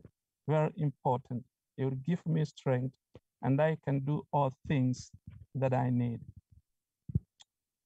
And in the same chapter, Philippians 4, verse 19, the writer, who is the Apostle Paul, also says that the same God who takes care of me will supply all your needs from his glorious riches. So that means Christ will supply all our deficiencies, all our needs. He will be able to meet us at our points of needs. These are three important principles that I would like to leave to everyone. I think it's Madam Jerusa who said that regardless, all of us, we may come from different faiths, but we have a point that where we converge, and that is in God. So if we put him first, everything would be okay. Let me pray for you all. I know time is gone. Let me close with a word of prayer, and then we'll bring this meeting to an end. And we thank God that you were able to start the meeting with God, and we are able to proceed with God. Let's pray. Our mighty God, our heavenly Father, we are so much thankful today. You are faithful and your mercies are abundant. We did not know that this day could have gone the way it has gone, but you knew it better. Thank you for the success that we have seen in this meeting. You have been leading. You have given the members of this circle the patience to stay in this platform. Those who are in Kenya and in many different places of the world, Lord, you have given the patience to endure these long hours, to be able to listen to the good advices and information that we have gathered today that will propel our circle to greater heights as we move on. And therefore, Lord Jesus, I want to pray for the management, the people who you have placed at the top, as they guide us, as they lead us. May you be with each one of them. Give them the vision. They already have the vision for this circle. Lord, I pray that may you continue to guide them to achieve this great vision that they have for us. I want to pray for every member who is in this circle already, and those who will be planning to join as we move on. May you give us a sense of unity, a bond of togetherness, a spirit of transparency and accountability as we move forward, Lord. We know that you have set us as a beacon of light, not only in these worldly achievements, but also in the achievement of the world to come. Oh, I pray that your spirit will rest upon each member. And now as we bring this meeting to a close, may you be with all members wherever parts they are, Bless them in a very special way. Bless them, bless their families, bless the workstations where they work. And above all, Lord, I want to pray that when you come in your second time to take us home, remember us in that eternal kingdom where you have prepared a place for us. If there is anything that went wrong and did not bring glory to your holy name, we ask that you forgive us. Thanks, Jesus, and thanks for hearing us today. Disperse us with your love and not from your presence. Till we meet again for another annual meeting is our prayer in Jesus' name. Amen. Thank you, members, very much. Amen. God bless you and have a wonderful evening or night. All right. Also, Dr. Fred, thank you so much. Thank you for there's a lot of background. If some of you can mute, please. Thank you, members. Thank you. And this one comes to an end. We will take for the board members and the chairs will take about 5 minutes break. Dr. will organize a quick Zoom that we will meet. We will not meet live on here for a quick review. All of you, thank you so much. Good night. God bless you. And thank you for taking time to attend this meeting. Thank you so much. Mr. Chair, for those people who wants to send those kids who are really struggling over there, I was late. Please give them something small donation. Please be open to you as something for them. I mean, it was late. I feel sorry for them. Tip wakati unakula ukitoka kwa hoteli unawacha 1%, please. Yeah. All right, thank you so much. Thank you, Mr. Orina.